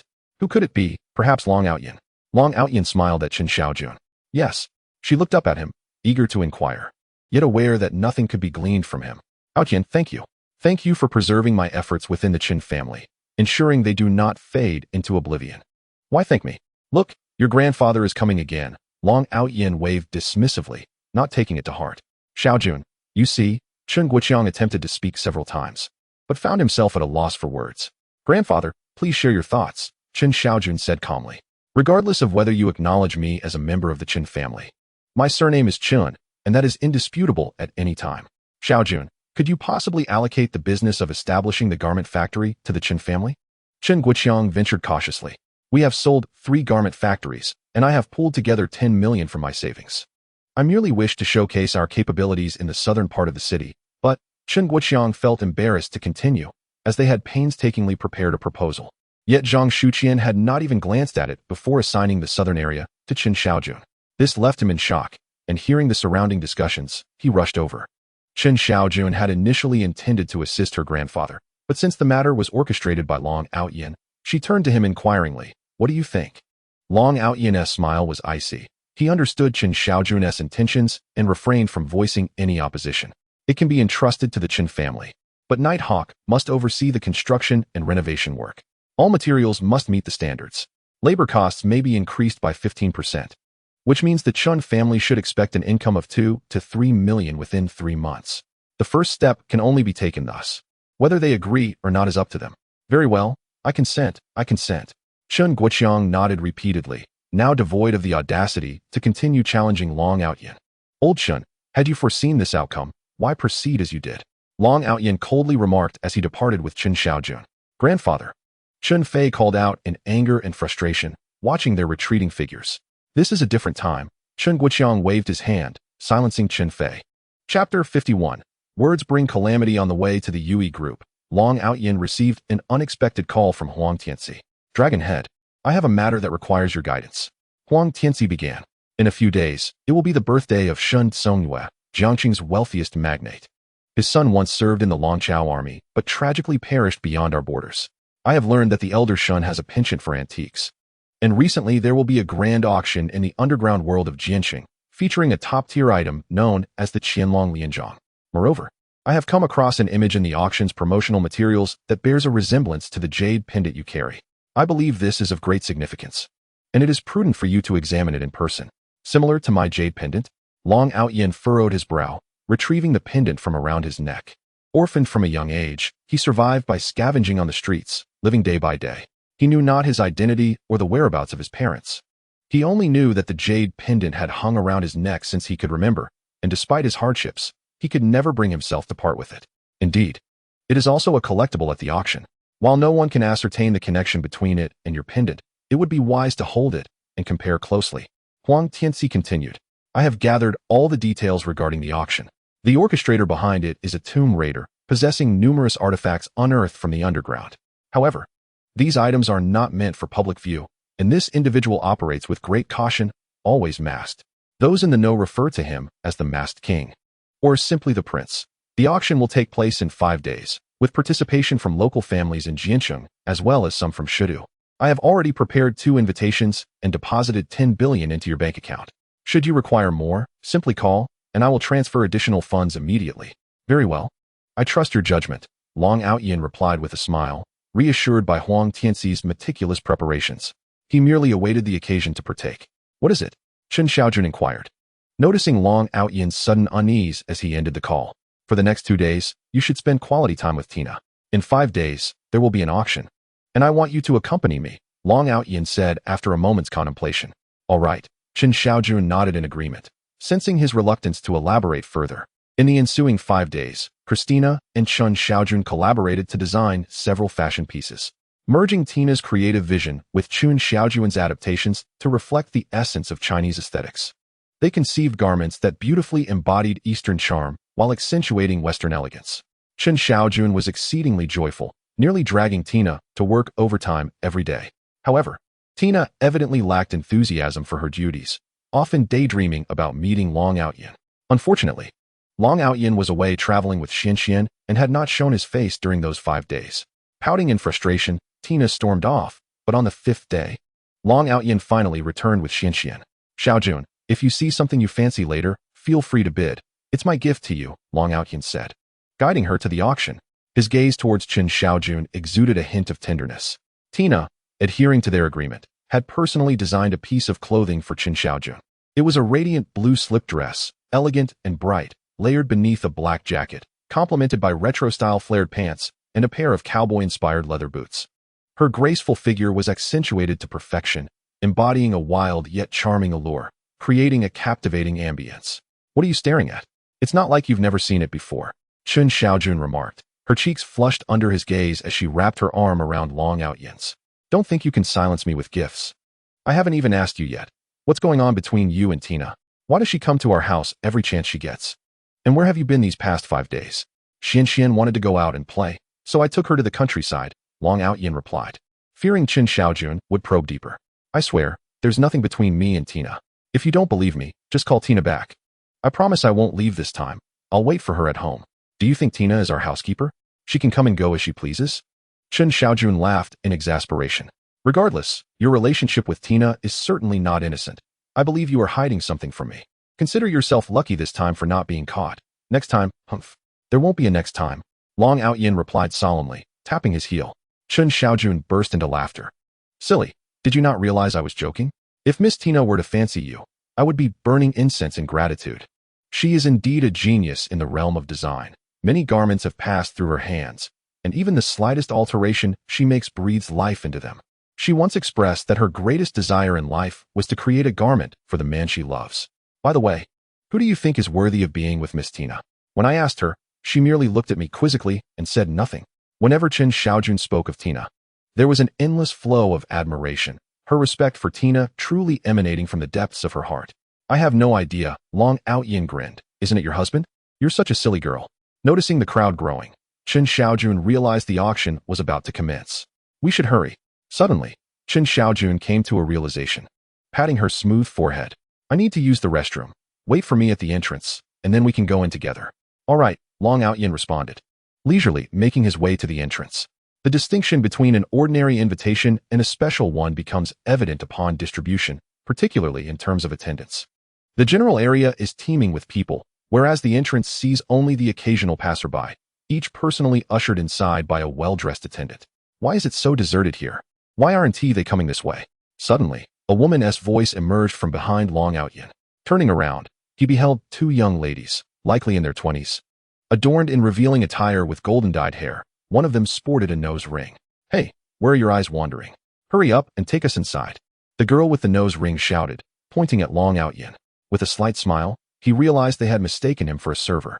Casting a brief glance at the invitations they held, he replied, You possess ordinary invitations. The Masked King likely does not wish for anyone to infiltrate this area. It would be prudent for you to check over there. Ah, you know the Masked King? Quite bold of you. The girl with the nose ring scoffed. Well then, let me inform you. I am the Masked King's sister. I intend to pass through this way, and what can you do about it? Indeed. He found himself unable to take any action against her. If you wish to proceed, then by all means, go ahead, Long Aotian replied with a gentle smile. Seeing no merit in becoming irate with a young girl, he stepped aside to allow her passage. The girl strutted with confidence, relishing the utility of her title as the masked king's sister. With a mocking laugh, she exclaimed, "Are you deaf? I demand you lead us inside. Why aren't you in front?" Threateningly, she added, "Cross me, and you will regret it. Child, do you not understand that trouble often arises from reckless words?" Long Aotian frowned, turning to regard the girl with the nose ring. "Who are you calling a child?" She retorted angrily, cursing, "If I don't teach you a lesson today, you'll never comprehend why the flowers bloom so beautifully." Chapter 52. Kneeling as she stepped forward, the girl raised her hand high, aiming for Long Aotian's cheek. He deftly sidestepped, causing her strike to miss, and in her momentum, she stumbled and collided with the railing. "You dare to push me?" she shrieked, noticing blood on her forehead as she touched it. "Make no mistake. You were the one who collided," Long Aotian replied, looking down at her. "Liar. I witnessed it. You pushed her, leading to her crash against the railing," interjected the girl's companion. "Are you still trying to deny it?" The girl with the nose ring spat, her voice dripping with malice. "No one has ever laid a hand on me in my life, and today, I have been struck by a mere server. You are finished. I will ensure your suffering is profound." She pulled out her phone and dialed a number, stating, "Hello, Liangge. Where are you?" "I'm at the entrance of the auction, and I've been assaulted by a server. My forehead is bleeding. Liangge, if you help me take revenge, I will accompany you tonight with Cici." "All right. I shall await your arrival. Do hasten." The woman with the nose ring ended the call, as her companion produced a tissue to wipe the blood from her forehead. "You are in deep trouble now. Brother Liang will be here shortly, and he shall make you experience the torments of hell." Cursing, he lamented how he had compromised himself, though he deemed the transaction worthwhile. Long Aotian cast a sidelong glance at the young girl, suddenly breaking into a cold smile, hands clasped behind his back, remaining silent. At that moment, a man approached, accompanied by a dozen others. The leader donned a shirt with an open collar adorned by a gold chain, a cigarette dangling from his lips.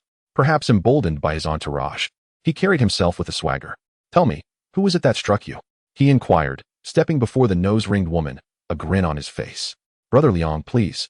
Hold on," she exclaimed, pointing at Long Aotian. "It was that waiter. He refused to let me in and pushed me. I ended up crashing into the railing. Brother Liang, teach him a lesson. Just leave him breathing." "Oh, merely a waiter, is it?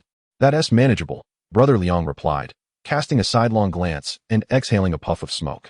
"By your attire, you don't appear to be from the masked king's establishment. You must be a temporary hire, correct? Now tell me, how shall I deal with you for pushing my sister?"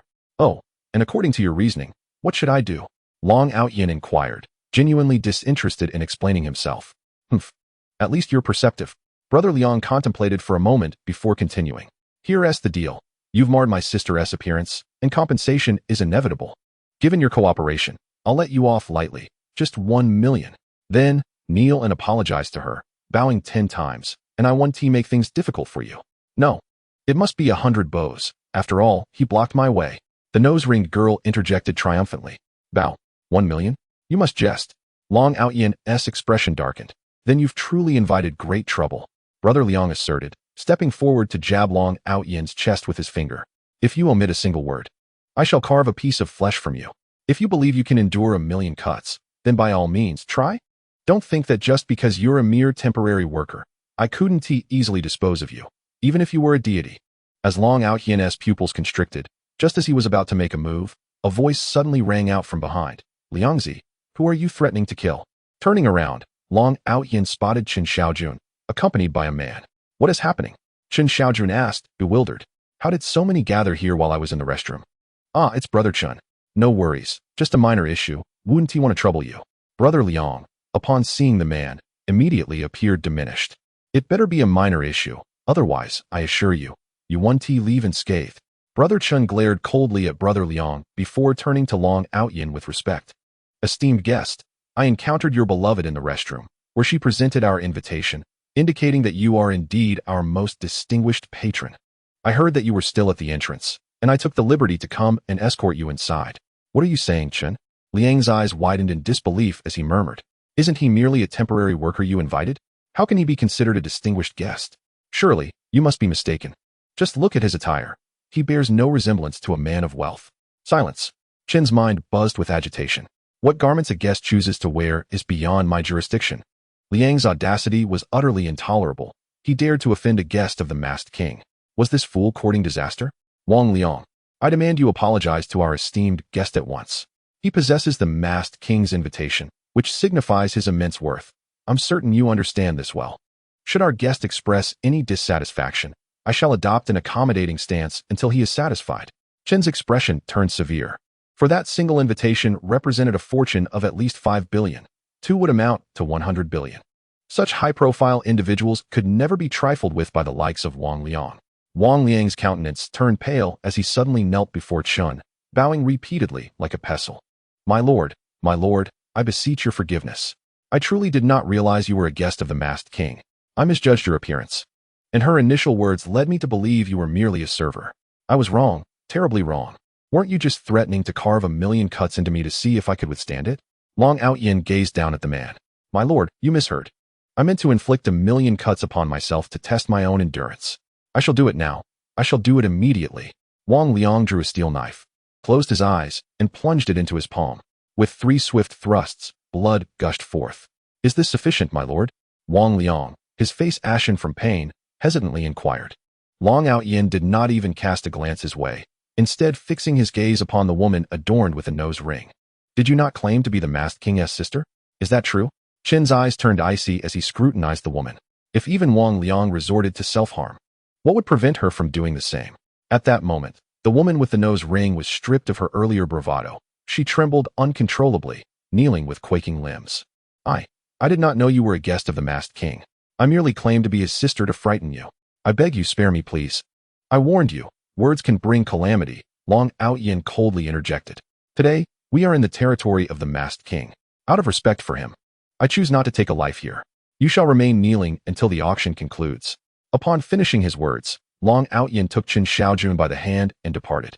Chen glanced back at the two, noting, our esteemed guest is magnanimous. Consider yourselves fortunate to be spared. Now kneel aside and refrain from causing further disturbance.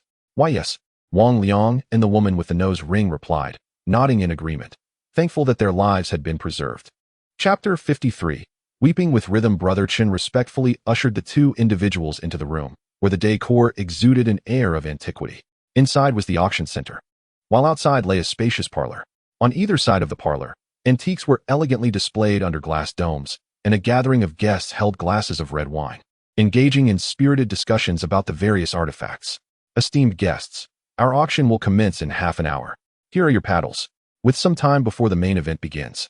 You may leisurely explore the surroundings, Brother Chen remarked with a smile directed at Long Aotian. Please take your time. I shall take my leave for now. Long Aotian led Chen Xiaojun around, noting the impressive turnout for the masked king's auction. Attendees were a diverse lot, some adorned in formal attire exuding sophistication, while others donned athletic gear that showcased their toned physiques, together painting a vibrant tapestry of life. Aotian, look. Isn't that the necklace Miss Tina received from Feng Qingqing? Chen Xiaojun suddenly pointed to a necklace encased within a glass dome, scrutinizing it for some time before confirming her suspicion. Indeed it is. I remember examining it closely.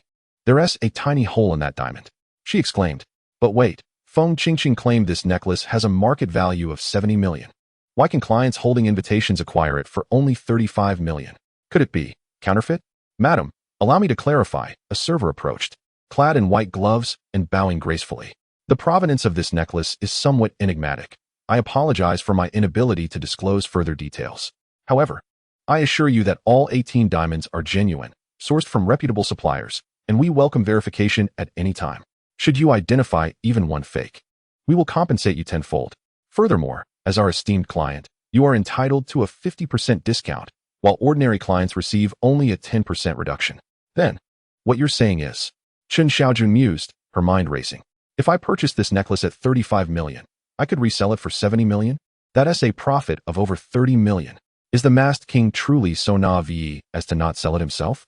In truth, the masked king had executed this strategy with considerable finesse. He had acquired a batch of products at a mere 30% of their market value, presenting them here at a 50% markup.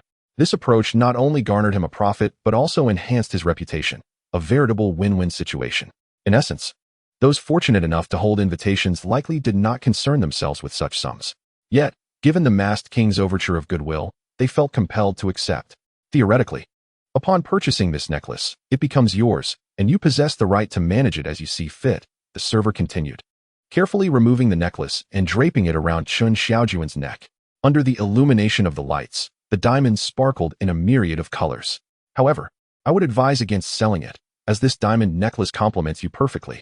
Your attire is of such high caliber. Without a necklace adorning your neck, it seems somewhat incomplete. Wouldn't you agree? Is that so? Chen Xiaojun gazed at her reflection in the mirror, utterly entranced. As the waiter had remarked, she was indeed breathtakingly beautiful. Adorned in Miss Tina's exquisite attire, the moment the necklace graced her neck, she resembled a princess basking in the spotlight, drawing the attention of many men around her, their eyes glistening with desire. We shall take this necklace, Long Aotian declared, producing a card to signal the waiter to process the payment. No, Aotian. I cannot accept this necklace. Chen Xiaojun swiftly regained her composure, shaking her head emphatically. What kind of joke is this? It costs over 30 million. I would have to toil for a decade without sustenance to afford it.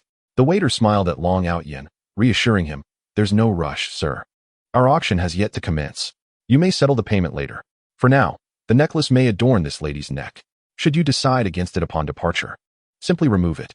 After the auction, if you wish to proceed, you can settle the account backstage. Suddenly, a woman's exclamation broke the air. Oh my. That diamond necklace is stunning. How did I not notice it before? She fixed her gaze upon the necklace adorning Chen Xiaojun's neck. Has it not been paid for? Perfect.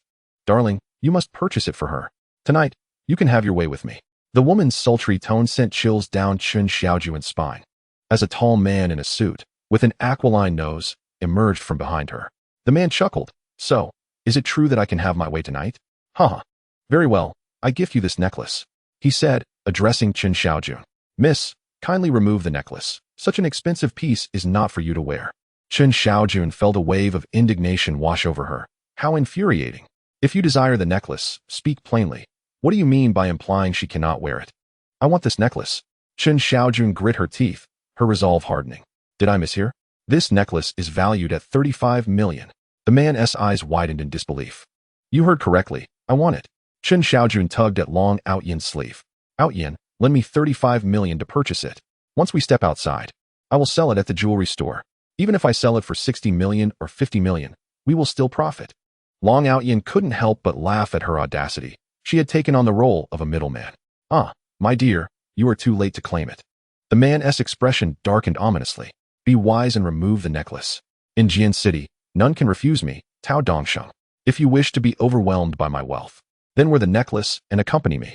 A night of indulgence for 1 dragon and 2 phoenixes sounds delightful. You scoundrel, 1 dragon and 2 phoenixes? Do you have the stamina for that? The woman shot Tao Dongsheng a disdainful glance, muttering, hurry up, I want that necklace. Chen Xiaojun trembled with indignation, rendered speechless. How could one be so shameless? In broad daylight, was this not akin to robbery? Tao Dongsheng, I implore you to exercise restraint, otherwise, I shall bring you to tears in a rhythmic fashion. Long Aotian grasped Chen Xiaojun's hand, reassuring her that she need not worry, for he was present. Oh. It was then that Tao Dongsheng noticed him, a cold smirk forming on his lips. Did I mishear? Are you addressing me? Huh. What if I am unaware of what it means to show restraint? How will you make me weep rhythmically?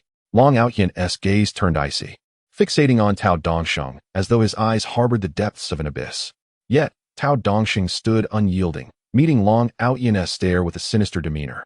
What are you staring at? Do you believe I would fear you simply because you display a menacing gaze?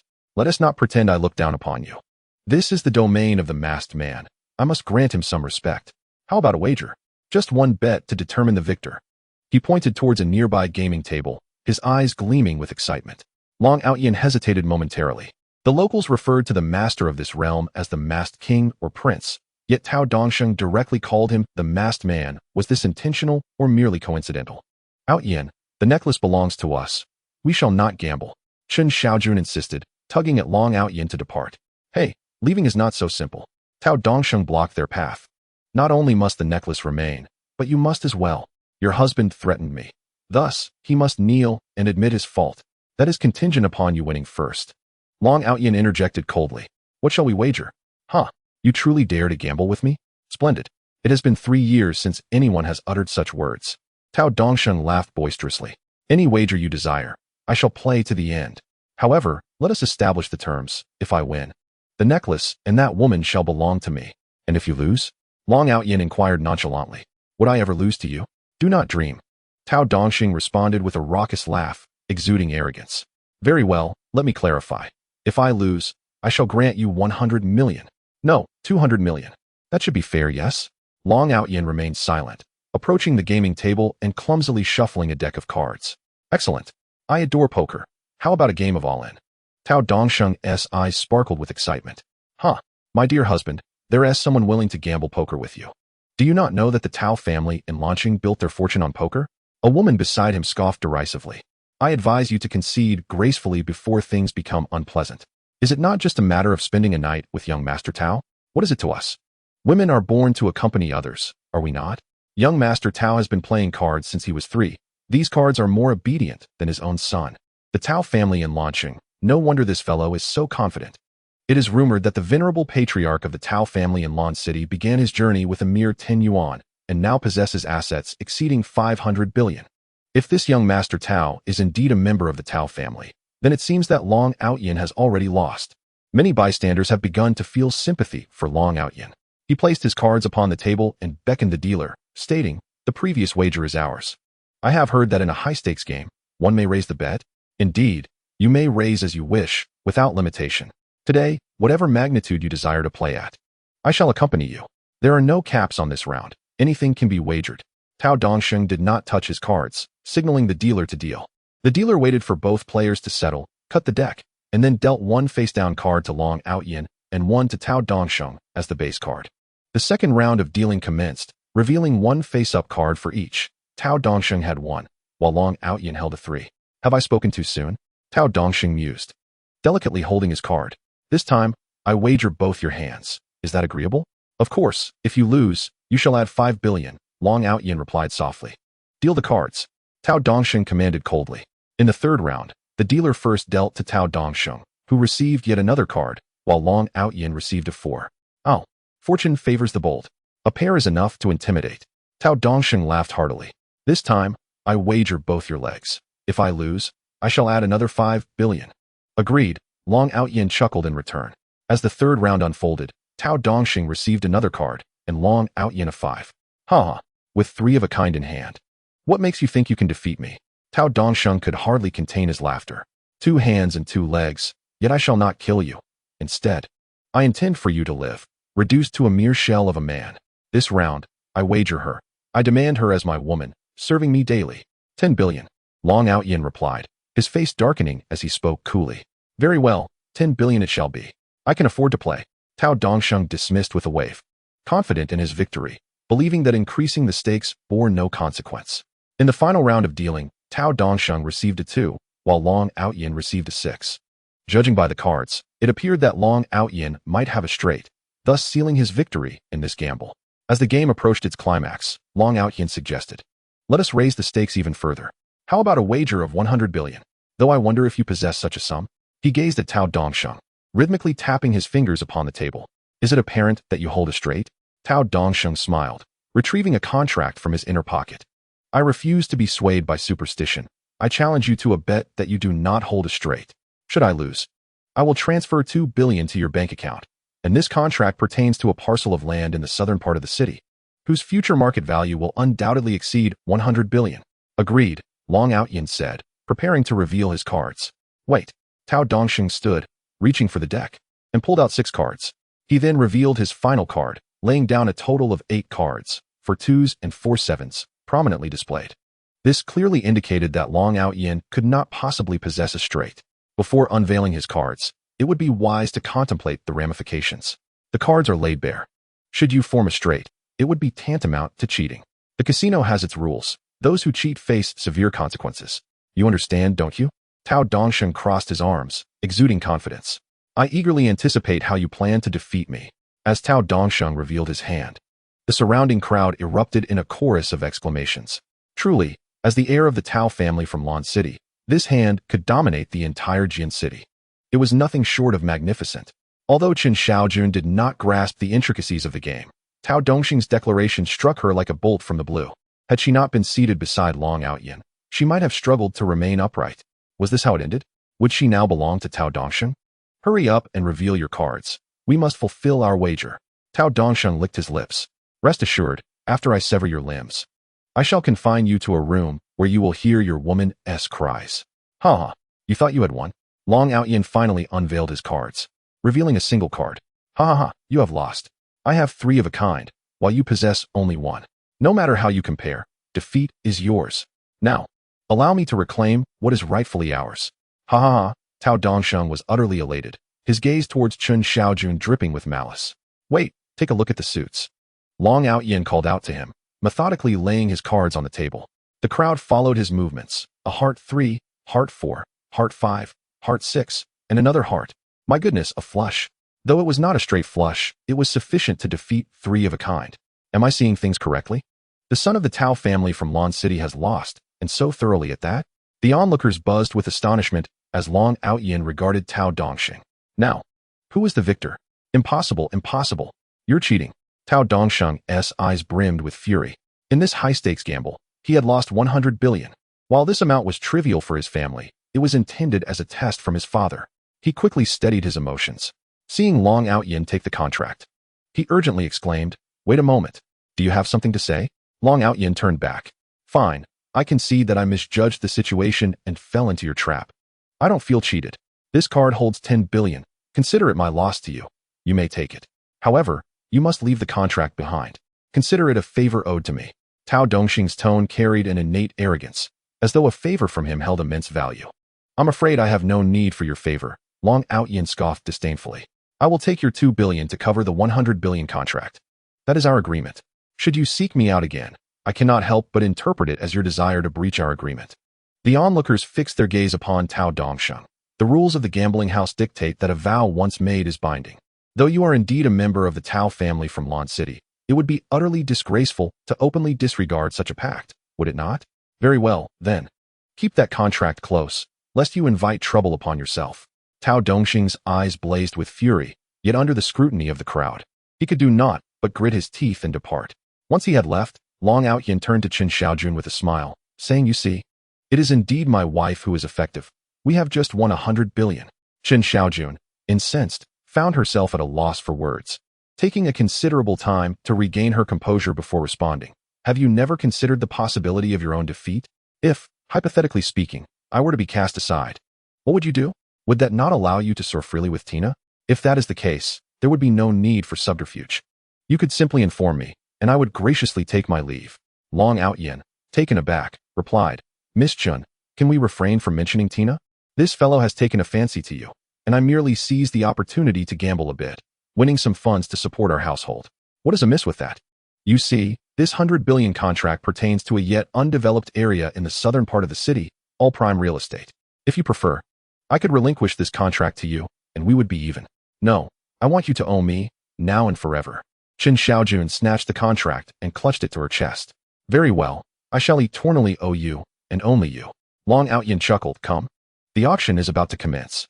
Chapter 55, 300 million. The venue for the Masked King's auction is vast, accommodating 1,000 attendees. As Long Aotian possesses a card, he and Chen Xiaojun are seated on the second floor, in a private room named Listening to the Rain Pavilion. The room is filled with the fragrant aroma of tea and features comfortable sofas, providing a panoramic view of the auction proceedings. An elderly gentleman, well past his 60s, took the stage to succinctly outline the auction rules, avoiding unnecessary chatter as he transitioned directly into the auctioning process. One notable advantage of purchasing items from the Masked King is the guarantee of authenticity. For instance, should an item be proclaimed as belonging to a previous dynasty, it is indeed genuine, alleviating concerns over forgery, provided one possesses the means to purchase. Thus, the auction swiftly escalated into a fervent competition, with bids echoing in rapid succession. "Aotian, look at that tiny Buddha, no larger than a palm. Why should it command 90 million? With that sum, one could acquire several buildings. That is Aotian jade. Unearthed from the Warring States period, the price reflects a flaw in the Buddha's form, categorizing it as a second-rate piece. Oh dear, another exorbitant price. Why is that painting valued at over 100 million? Had I known during my university years, I should have pursued painting instead of fashion design. Oh, but that is an authentic work by Wu Daozi from the previous dynasty, depicting the image of Guanyin. It is said that since that era, every household has replicated this artwork to honor the Bodhisattva Guanyin. Look over there, it appears to be a firearm. Could it be that such items existed in ancient times? It is likely from the Song dynasty, which was the first to employ gunpowder for military purposes. However, due to the slow loading of firearms, their development was stunted. Moreover, Chen Xiaojun, participating in an auction for the first time, gazed in disbelief as numerous seemingly insignificant items fetched astronomical prices. She tugged at Longchao, peppering him with questions. Longchao felt overwhelmed. While he could answer some inquiries, the majority left him at a loss. For instance, what exactly is Hitian jade? And who is Wu Daiji? Are his paintings truly valuable? If I were to create a painting, would it also be worth something in several millennia? Fortunately, Chen Xiaojun was not insistent on receiving answers. She merely found the auction's exorbitance bewildering. With scarcely 20 items up for bid, the total price had already soared past 1.5 billion, truly terrifying. By the way, didn't Huang Tianxi mention that next month is the birthday of Xuanxuan, the wealthiest person in Jiancheng? He suggested you select 1 or 2 items as gifts, right? Chen Xiaojun looked at Longchao, a hint of concern in her voice. However, do you truly understand this? The prices are prohibitively high. If one is not knowledgeable, it is wise to refrain from impulsive purchases, lest one be deceived. Deception is unlikely. It is merely that nothing suitable has caught my eye, Longchao replied. Shaking his head, disappointment etched across his face. At that moment, the auctioneer instructed 2 attendants to unfurl a scroll, revealing a painting depicting a maid gathering fruits. The artwork appeared to possess some age, particularly capturing the maid's joy as she plucked the fruits, every detail vividly rendered. The auctioneer introduced the piece, stating, "This painting is inspired by the Tang dynasty's Baihu's maid gathering fruits. Observe how the maid's expressions are portrayed with remarkable vitality. I recall that at a previous auction 3 years ago, a buyer bid 1 billion for Baihu's lady figure. If this piece is authentic, its minimum value would not be less than 2 billion, and likely much higher. Regrettably, this painting ultimately turns out to be a forgery. Despite its depiction of the maid's grace, it lacks true spirit. I hereby announce the starting bid for the maid gathering fruits painting at 30 million, with each subsequent bid requiring an increase of no less than 5 million. Let the bidding commence." This time, however, there was no frenzy of buyers competing for the piece. After all, it was a forgery. No matter how exquisite the execution, a counterfeit remains just that. After a prolonged silence, someone finally spoke up. "Is no one interested in this painting? Then I shall take it for 30 million. 30 million for such a painting? Isn't that a tad too cheap?" A brash voice echoed from a private box. 40 million, 45 million, 60 million. In just 2 rounds of bidding, the price of the painting had doubled, causing the auctioneer to beam with delight. At that moment, the door to the box was flung open, and a young man stepped out, addressing the one who had been bidding against him with disdain. "Come on, continue to raise the bid. Whatever you offer, I, Miao Renfeng, will be here to play along. The item I, from the Miao family, have set my sights upon, I shall acquire at any cost." A middle-aged man emerged from the private room, appearing to be in his mid-30s, who pondered aloud, "May I inquire if this is the Miao family of Shidu?" Miao Renfeng proudly nodded. "Indeed. It is gratifying that you possess some discernment and recognize our Miao lineage. So, are you still considering raising the bid for this painting?" No. Since this young brother has taken a liking to it, it is rightfully yours," replied the middle-aged man. Despite being several years older than Miao Renfeng, his demeanor was filled with respect. After all, the Miao family of Shidu is a prestigious clan, reputed to have connections with the elite families of the imperial capital. A lineage he could hardly afford to offend. "Your understanding is commendable. You have graciously relinquished this item to me," Miao Renfeng said, filled with self-satisfaction. Auctioneer: "Oh, splendid. This painting is 60 million for the first time, 60 million for the second time, 60 million for the third time. I bid 100 million. Just as the auctioneer raised the gavel, prepared to strike it down, a soft voice suddenly resonated. Instantly, all eyes turned toward the source of the sound. It appeared that there were no notable figures present at this location. "Aotian, have you lost your mind?" Chen Xiaojun's body trembled upon hearing Longchao speak. "This painting is merely a counterfeit. Why would you spend such a fortune? Moreover, Miao Renfeng is a member of the Miao family of Shidu. Although the Miao family may not surpass the Tiangong group, the disparity is negligible. By placing a bid at this moment, do you not risk humiliating the Miao family?" "Because I have discerned certain issues with this painting," Longchao replied calmly. "If my assessment proves correct, the cumulative value of all previous auction items may not even equal that of this painting. Therefore, how could I allow the Miao family to take it away?" Miao Renfeng's expression fluctuated between joy and anger. He did not anticipate that revealing his identity would incite another bid. This individual was either a genuine magnate or a fool. 110 million. Miao Renfeng gritted his teeth. 150 million. Long Aotian countered once more. 200 million. Miao Renfeng was on the verge of madness. To think that this counterfeit could fetch 200 million was beyond his expectations. He gritted his teeth and implored, "Friend, please know when to stop. My elder has taken a liking to this painting, and I intend to gift it to him. Consider it a favor to the Miao family. Let us be friends." "The Miao family is not worthy of my friendship." Long Aotian's voice resounded throughout the hall. "Moreover, this back-and-forth bidding is rather pointless. Let us escalate the stakes by bidding in hundreds of millions. I bid 300 million. You." Miao Renfeng was left speechless in disbelief. To assert that the Miao family was unworthy of his friendship was to presume oneself to be a member of the elite of the capital. Even among the elite of the capital, none would dare disregard the Miao family. Miao Renfeng gritted his teeth, casting a murderous glare toward Long Aotian's private room. Chapter 56. The authentic piece, however. Miao Renfeng restrained himself, a faint, cold smile gracing his lips as he spoke ominously. "Very well, since you, esteemed sir, are so enamored with this painting, I, Miao, shall relinquish it to you. Yet, you must ponder this carefully. Acquiring this piece is not as simple as it appears." Long Aotian paid no heed to his threats, addressing the auctioneer directly. 300 million. You may bring down the hammer." The auctioneer swallowed hard. Originally appraised at 30 million. They had anticipated a sale of 60 million at best, yet this bid had quintupled that amount. Was there truly someone so foolish with money in the world? "All right. 300 million. This painting belongs to this gentleman."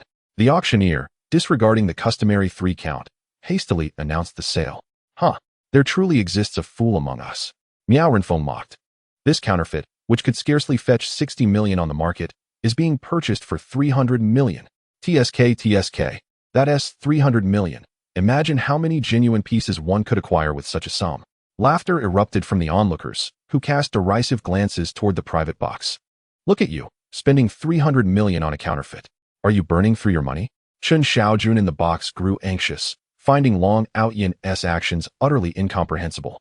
Even if you possess the Tiangong group, money should not be squandered this way. At the very least, it ought to be spent wisely. And you should not compete with him. Now look where we are. That is 300 million. 300 million. I have stated that this painting may indeed be worth more than all the items auctioned prior. Long Aotian chuckled wryly. "If you do not believe me, shall I demonstrate it for you?" He turned to the auctioneer. "Excuse me for a moment. Could you fetch an electric heater to warm this painting thoroughly?" "Certainly. Please hold on." The auctioneer quickly arranged for it. The participants in the auction were bewildered. What purpose does heating this painting serve? "Oh, do you intend to roast gold from it?" Miao Renfeng sneered. "Even if this painting could somehow yield gold, it could hardly be worth 300 million. Huh. I advise you to cease your dreaming." The crowd nodded in agreement, clearly convinced that the painting held no potential for any trickery, and losses were inevitable. Before long, the electric heater was brought forth, and the auctioneer sought Long Aotian's permission before commencing the heating process. 1 minute, 2 minutes, 3 minutes, the painting began to melt, and the auctioneer gasped in shock. "Sir, the painting has commenced its melting. I feel it might be unwise to see it ruined after you've spent so much on it. Shall we cease heating? The surface of the painting may not melt, but the authentic details within will reveal themselves." Long Aotian's voice resonated throughout the room. "Continue heating, set it to maximum power. If the painting catches fire, that would be ideal." Very well, the auctioneer felt a pang of regret. This was not merely heating a painting. It was akin to burning money. 5 minutes later, the surface of the painting had turned pitch black, the images charred beyond recognition. The crowd gasped in shock, realizing that 300 million had just gone down the drain. "Sir, it appears that the electric heater is no longer effective," the auctioneer inquired nervously. "Wipe off the dust, and then you can assess how much this painting is worth." Long Aotian remained unfazed, his voice steady. "Oh, very well, let me take a look." The auctioneer felt increasingly anxious. What value could this possibly hold? It seemed utterly worthless. He approached the painting cautiously, extending his hand, but just as he was about to touch it, a large chunk of charred material suddenly fell away, revealing something within. "What is this?" The auctioneer's pupils constricted as he caught sight of what lay inside.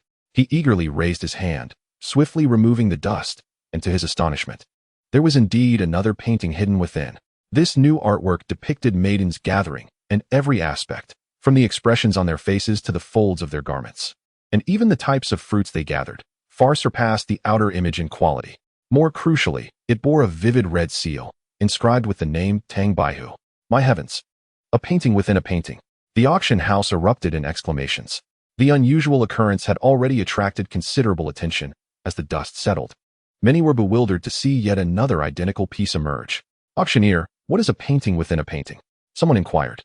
This technique was popular in ancient times. Affluent merchants would employ it to safeguard their authentic artworks from theft by overlaying a counterfeit layer on top, just like this painting, which superficially appeared to be a replica, yet concealed a treasure within. Most importantly, the genuine piece was indeed the handiwork of Tang Baihu. I conservatively estimate its market value to be around 2 billion, and it is absolutely priceless. This is a late work of Tang Baihu, with every detail executed to perfection. Wow! Many people were astonished, rising from their seats. The painting that had cost 300 million was, in fact, a priceless treasure? Miao Renfeng's expression darkened. He was not concerned whether the painting was valued at 2 billion or 3 billion, but after mocking Long Aotian, he was instantly slapped in the face. This realization was a bitter pill to swallow, leaving him feeling an uncomfortable knot in his chest. This is truly an authentic masterpiece. Inside the private box, Chen Xiaojun was also taken aback, gazing at Long Aotian. Yes, but the auctioneer made one mistake, Long Aotian clarified. The ancient merchants were not merely afraid of theft. During times of war, they utilized the painting within a painting technique to preserve the original works. I simply did not expect it to be a late work of Tang Baihu. This is quite the windfall. Chen Xiaojun stared intently at Long Aotian, realizing she increasingly found him enigmatic. Or perhaps she had never considered that she could engage with him in such a manner. He was indeed a puzzle. As she pondered this, a rosy hue crept across her cheeks. Long Aotian carefully stored the painting, intending to present it to Huang Tianxi upon his return. This gift would serve as a token for the esteemed elder, Shun Tsongyu. In contrast, the Qianlong Lianzhong seemed rather insignificant. The auction continued. Yet the fervor had diminished, and Long Aotian felt drowsy, nearly drifting into slumber. The penultimate item of the auction was presented, a jade pendant. As the auctioneer revealed it, Long Aotian's gaze sharpened, fixating on the pendant. Its origins remained a mystery, and its value was indeterminate. The interpretations regarding the pendant within the ancient realm were diverse and inconclusive. It was known that there existed a total of 7 such pendants, yet their whereabouts were unknown, leaving attendees hopeful that they could gather them all. The starting bid for this jade pendant was set at 10 million, with increments no less than 1 million. The bidding commenced. Although the pendant appeared quite appealing, the lack of clarity regarding its dynasty indicated limited potential for appreciation. Spending money to bid for it in hopes of collecting all 7 seemed somewhat imprudent. Better to await the next item, which was undoubtedly the Qianlong Lianzhong. I bid 30 million. Long Aotian had scrutinized the jade pendant for quite some time before finally deciding to make a move. Chapter 57, 17 billion. The crowd turned their heads, invigorated by Long Aotian's bid. Could this pendant, like the painting, conceal some hidden mechanism? 31 million, 35 million, 40 million. Some began to test the waters with their bids. After all, the attendees of this auction were affluent individuals, and 30 to 40 million was merely pocket change for them. Even if it were to sit idly in their possession, they wouldn't allow such a treasure to fall into another's hands. 100 million. A voice suddenly echoed from the hall. Miao Renfeng. This time, he had resolved firmly. He could not allow the pendant to be claimed by Long Aotian. Willing to engage in a fierce contest, if necessary. Does the Miao family intend to compete with me for this pendant? Long Aotian inquired with a slight smile. His tone nonchalant. What do you mean by that? Miao Renfeng retorted coldly. An auction is a contest of skill. What do you mean by competing? You purchased that painting earlier. Did I raise any objections? Long Aotian continued with a casual demeanor. Since I did not, refrain from your prattle. If you want it, then raise your bid. I fear that if I raise my bid, you may not be able to follow suit. Long Aotian countered sharply. Huh, unable to follow suit? Ask my Miao family if there is any debt we cannot repay. Miao Renfeng shot back. As for you, having just made a fortune, if you can't play the game, then you should withdraw. You nearly reminded me. That painting was worth 20 billion, wasn't it? Long Aotian said with delight. Subtracting my 3 billion cost, that leaves me with 17 billion. Thus, for this jade pendant, I bid 17 billion. If your bid exceeds this amount, then take it. You. Miao Renfeng was taken aback, cursing inwardly. This brat was not following the established conventions. The jade pendant was already valued at a staggering 1 billion. Yet he astonishingly offered 17 billion. Goodness, is money at auctions so easily earned nowadays? The other guests gasped in disbelief. 17 billion. What a colossal sum for such a trivial object. One would have to be quite deranged to engage in such folly. 17 billion once. The auctioneer excitedly raised his small hammer, envisioning immense profits, with commissions that would be considerable. 17 billion, twice. Young man, you shall not take this jade pendant from me. Miao Renfeng gritted his teeth, declaring, I bid 171 million. The crowd erupted in astonishment at this new figure. Miao Renfeng, if you cannot afford it, perhaps you should refrain from bidding. Adding a mere million at this juncture is utterly ridiculous. It is nothing short of a disgrace for the Miao family. What are you doing? Miao Renfeng was acutely aware of his own impropriety. Is it not the case that each increase must be no less than a million? If I have added an extra million, where lies the fault? Young Master Miao, if you are lacking in funds, it would be best to keep silent. It matters not if you embarrass yourself, but should it bring shame upon the Miao family, that would be rather inappropriate. I relish it. Miao Renfeng was on the brink of violence. If you possess the gall, increase your bid. I will always outbid you by a million. I refuse to believe you can reach 100 billion, or even 1,000 billion. Very well, at 171 million, the jade pendant is yours. I never anticipated you would add another million. Do you not realize this pendant is hardly worth such a sum? Long Aotian remarked with a smile. Are you not raising your bid? Miao Renfeng's voice trembled. No, I shall not. The crowd paused in astonishment. Long Aotian spoke with such confidence, yet chose not to bid further. Alas, a rare spectacle abruptly halted, leaving the onlookers somewhat vexed. 171 million sold. As the auctioneer's hammer fell, an ominous premonition filled his mind. Young Master Miao clearly lacked the funds for 17 billion. How would he settle the payment? Auctioneer, you have experience with antiques. Please inspect this pendant for me. Miao Renfeng's expression darkened. Verify if this pendant is indeed of superior jade, or if it possesses some hidden significance. Examine it closely. Should you make an error, I shall hold you accountable. By the way, where is the electric heating tool? Despite his overwhelming displeasure, the auctioneer meticulously examined the pendant and employed the heating tool for a brief while, ultimately stating, Young Master Miao, I have thoroughly inspected it. The craftsmanship of this pendant is commendable, yet it bears no further secrets. Perhaps I am merely old and my sight failing. After your payment, you might consider consulting an expert elsewhere. No hidden significance. I have spent such a fortune on this wretched trinket. Miao Renfeng was left speechless. Young Master Miao, this item was never truly valuable. My initial bid of 17 billion was merely a jest. However, it was unexpected that you added an additional million. Are you truly foolish with your wealth? Although the Miao family is affluent and does not lack this sum, such extravagance is unwarranted. Long Aotian's voice resonated from the private room, eliciting suppressed laughter from the crowd. Do you think Miao Renfeng is a fool? Spending 17 billion merely to provoke Long Aotian, only to find himself outmaneuvered. Isn't this akin to the folly of a landlord's naive heir? Miao Renfeng's expression darkened. His countenance rife with murderous intent that he could not conceal, he coldly declared, Fine, you have won this round. But remember, in the realm of the masked king, it would be wise for you to remain unseen. Otherwise, I will surely kill you. The audience merely chuckled. Those seated in the private room were prominent figures, and such threats held no weight against them. Aotian, do you truly not desire that jade pendant? Chen Xiaojun inquired, observing Long Aotian's calm demeanor despite the setback. Of course I desire it. This pendant is tied to my lineage, Long Aotian replied with a smile. Then why did you not bid again? You've already profited 17 billion, and didn't Huang Tianxi also give you money? Why abandon it suddenly, especially after offending him? Chen Xiaojun expressed her apprehension. Rest assured, that jade pendant will end up in my possession, Long Aotian replied with a smile, gesturing to the auctioneer, the final item, the Qianlong refining seal. After Long Aotian's commotion, the auction of the seal appeared rather mundane. Although it belonged to the Qianlong emperor, its market value would barely reach 3 to 4 billion, and it would not command a high price.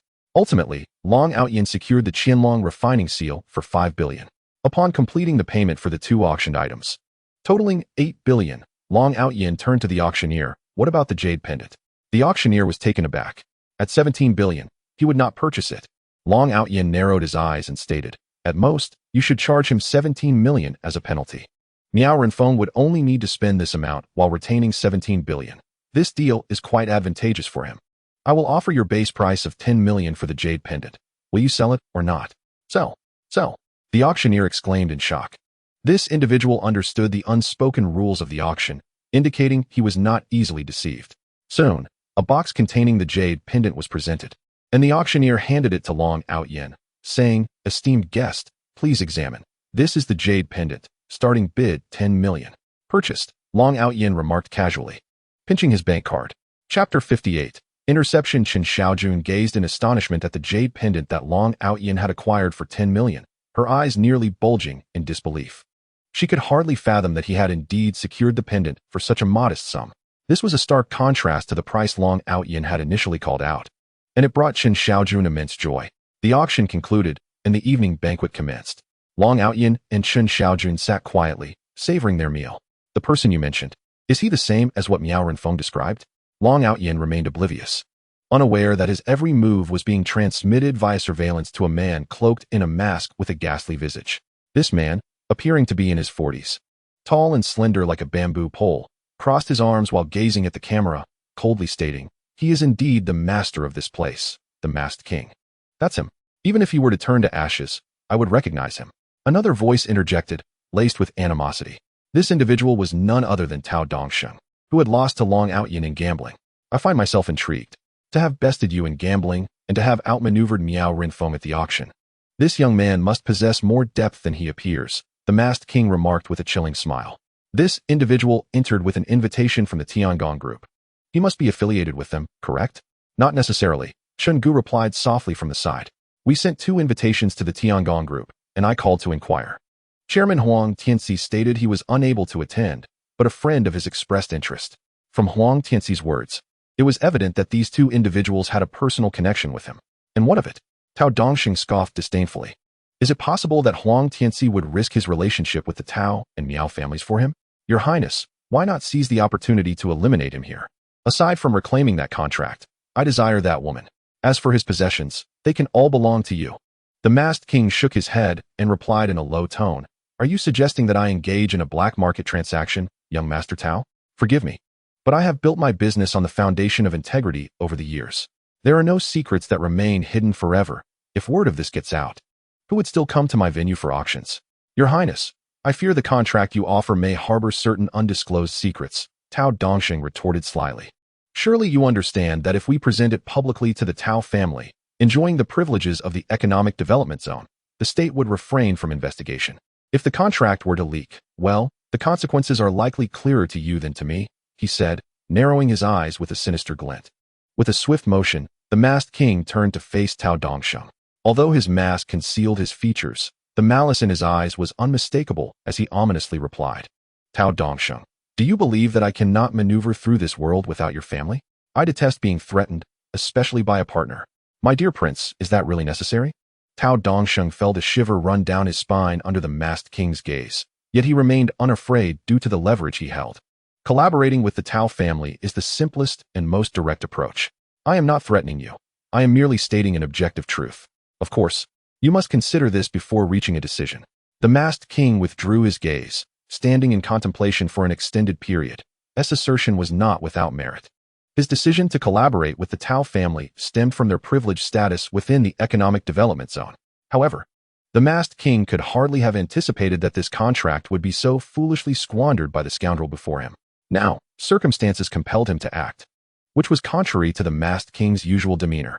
Furthermore, the insolent attitude of Tao Dongsheng was particularly irksome. "My lord, have you reached a decision? Shall we allow him to depart quietly, or should we prepare to intercept him? I await your definitive instruction." He was on the verge of leaving. As Long Aotian finished his meal and stood up, Tao Dongsheng pressed him further. "Young Master Tao, perhaps my alliance with your family was a grave error." At last, the masked king could no longer deny the reality, issuing a dispassionate command. "Kindly fetch him. Inform him that I wish to discuss a matter of importance. Unrestrained and lawless. You shall accompany him. Should he refuse to come, you know what must be done." "Understood, my subordinate will comply." From the shadows of the room, 2 murky voices echoed. Long Aotian and Chen Xiaojun strolled along the riverbank, hand in hand, enveloped in a rare moment of tranquility, each silent and unwilling to disrupt the warmth of their companionship. Chen Xiaojun gazed at Long Aotian's profile, recalling his formidable presence earlier that day, which was undeniably captivating. "What are you looking at?" Long Aotian asked, smiling without turning around. "I'm just admiring your handsomeness." Chen Xiaojun blushed, her voice barely above a whisper. "Everyone says the same," Long Aotian shamelessly admitted. "Aotian, I find myself increasingly intrigued by you. It seems there are many secrets you have yet to unveil." Chen Xiaojun remarked playfully. "Do you remember Zhouing?" She tore my clothes when I first joined the booking group. You took off your shirt for me, revealing a myriad of scars. One scar appeared to have pierced your heart. Can you tell me how you acquired it? Are you certain you wish to know? Long Aotian's brow furrowed slightly as he halted. Yes. Chen Xiaojun nodded earnestly, trusting him completely. One day, I shall tell you, he replied, positioning himself protectively in front of her and casting a cold smirk into the darkness. You have been stealthily trailing me for quite some time. Reveal yourselves. I would prefer not to unearth you myself. As his words fell, 5 or 6 figures emerged from the shadows, with none other than Tao Dongsheng leading the group. Tao Dongsheng's gaze towards Long Aotian was laden with malice as he coldly declared, You have been warned, boy. Beware of the fire you provoke. Yet you chose to ignore my warning and insisted on claiming that contract. Now, not only will you perish here, but your woman shall also belong to me. Is this a desperate attempt to evade the consequences of your loss by resorting to robbery? Long Aotian replied, unperturbed, with a calm smile. Do not blame me for my candor. A mere handful of rotten potatoes clearly lacks the requisite merit. They may be unworthy, but what of us? Are we deemed worthy enough? A male voice echoed from the shadows, followed by the emergence of 2 figures. Long Aotian's eyes narrowed sharply. Although the 2 individuals walked out one before the other, their every step was remarkably synchronized, clearly the result of extensive training. They exuded the essence of soldiers. From their breathing to the faint aura of menace that surrounded them, Wu Fei and Wu Tian positioned themselves approximately 5 paces away from Long Aotian, a distance from which they could launch an attack at any moment. Wu Fei glanced at Long Aotian and remarked coolly, It seems you hail from a military background as well. I do not wish to complicate matters. Surrender the contract and accompany us to meet the masked king. And what if I refuse? Long Aotian chuckled. They were merely mercenaries, a little too presumptuous. Die, Wu Tian proclaimed, releasing a wave of lethal intent that flowed like mercury, infiltrating every crevice. Chapter 59. The opportunity arises. Wu Fei and Wu Tian fixed their gaze on Long Aotian, as if he were already a corpse. Tao Dongsheng sneered, pointing at Wu Fei and Wu Tian. You arrogant little brat. You still don't recognize them? Allow me to introduce. They were once mercenaries, responsible for countless lives. To them, you are no more than a lamb awaiting slaughter. Don't think that even the special forces from the southwestern district can save you. Those blind soldiers who dared to surround them met their demise, with 8 killed as they broke through the encirclement. Long Aotian's previously intrigued expression darkened suddenly. His voice a chilling inquiry that seemed to echo from the depths of hell. You killed 8? And they were active military personnel? Are you the perpetrators of the Eagle Blood incident from 3 years ago? Tao Dongsheng laughed heartily. At last, you possess some discernment. Indeed. They orchestrated the Eagle Blood incident 3 years ago, targeting the very elite of the Eagle Special Forces. Thus, I advise you to heed their words. Otherwise, you won't even comprehend how you met your end. Chen Xiaojun's hands trembled nervously as she observed Long Aotian, only to find a trace of sorrow on his face, his gaze brimming with lethal intent. Soldiers perish on the battlefield, dying for their country and their people. And that is where their noble souls find rest, a fate to be revered. However, should they fall at the hands of scoundrels, their spirits remain unanchored, their grievances unresolved, and their souls eternally barred from reincarnation.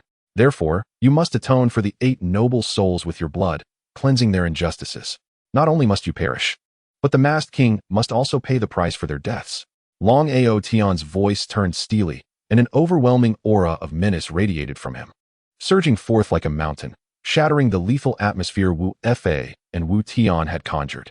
A powerful air of death enveloped them, and Wu Fei and Wu Tian realized that what stood before them was no mere man, but a ferocious beast risen from the depths of hell. The tragic deaths of soldiers in the Eagle Blood incident had ignited Long Aotian's wrath. Yet despite his formidable presence, Wu Fei and Wu Tian remained unfazed, confident that together they could withstand any assault.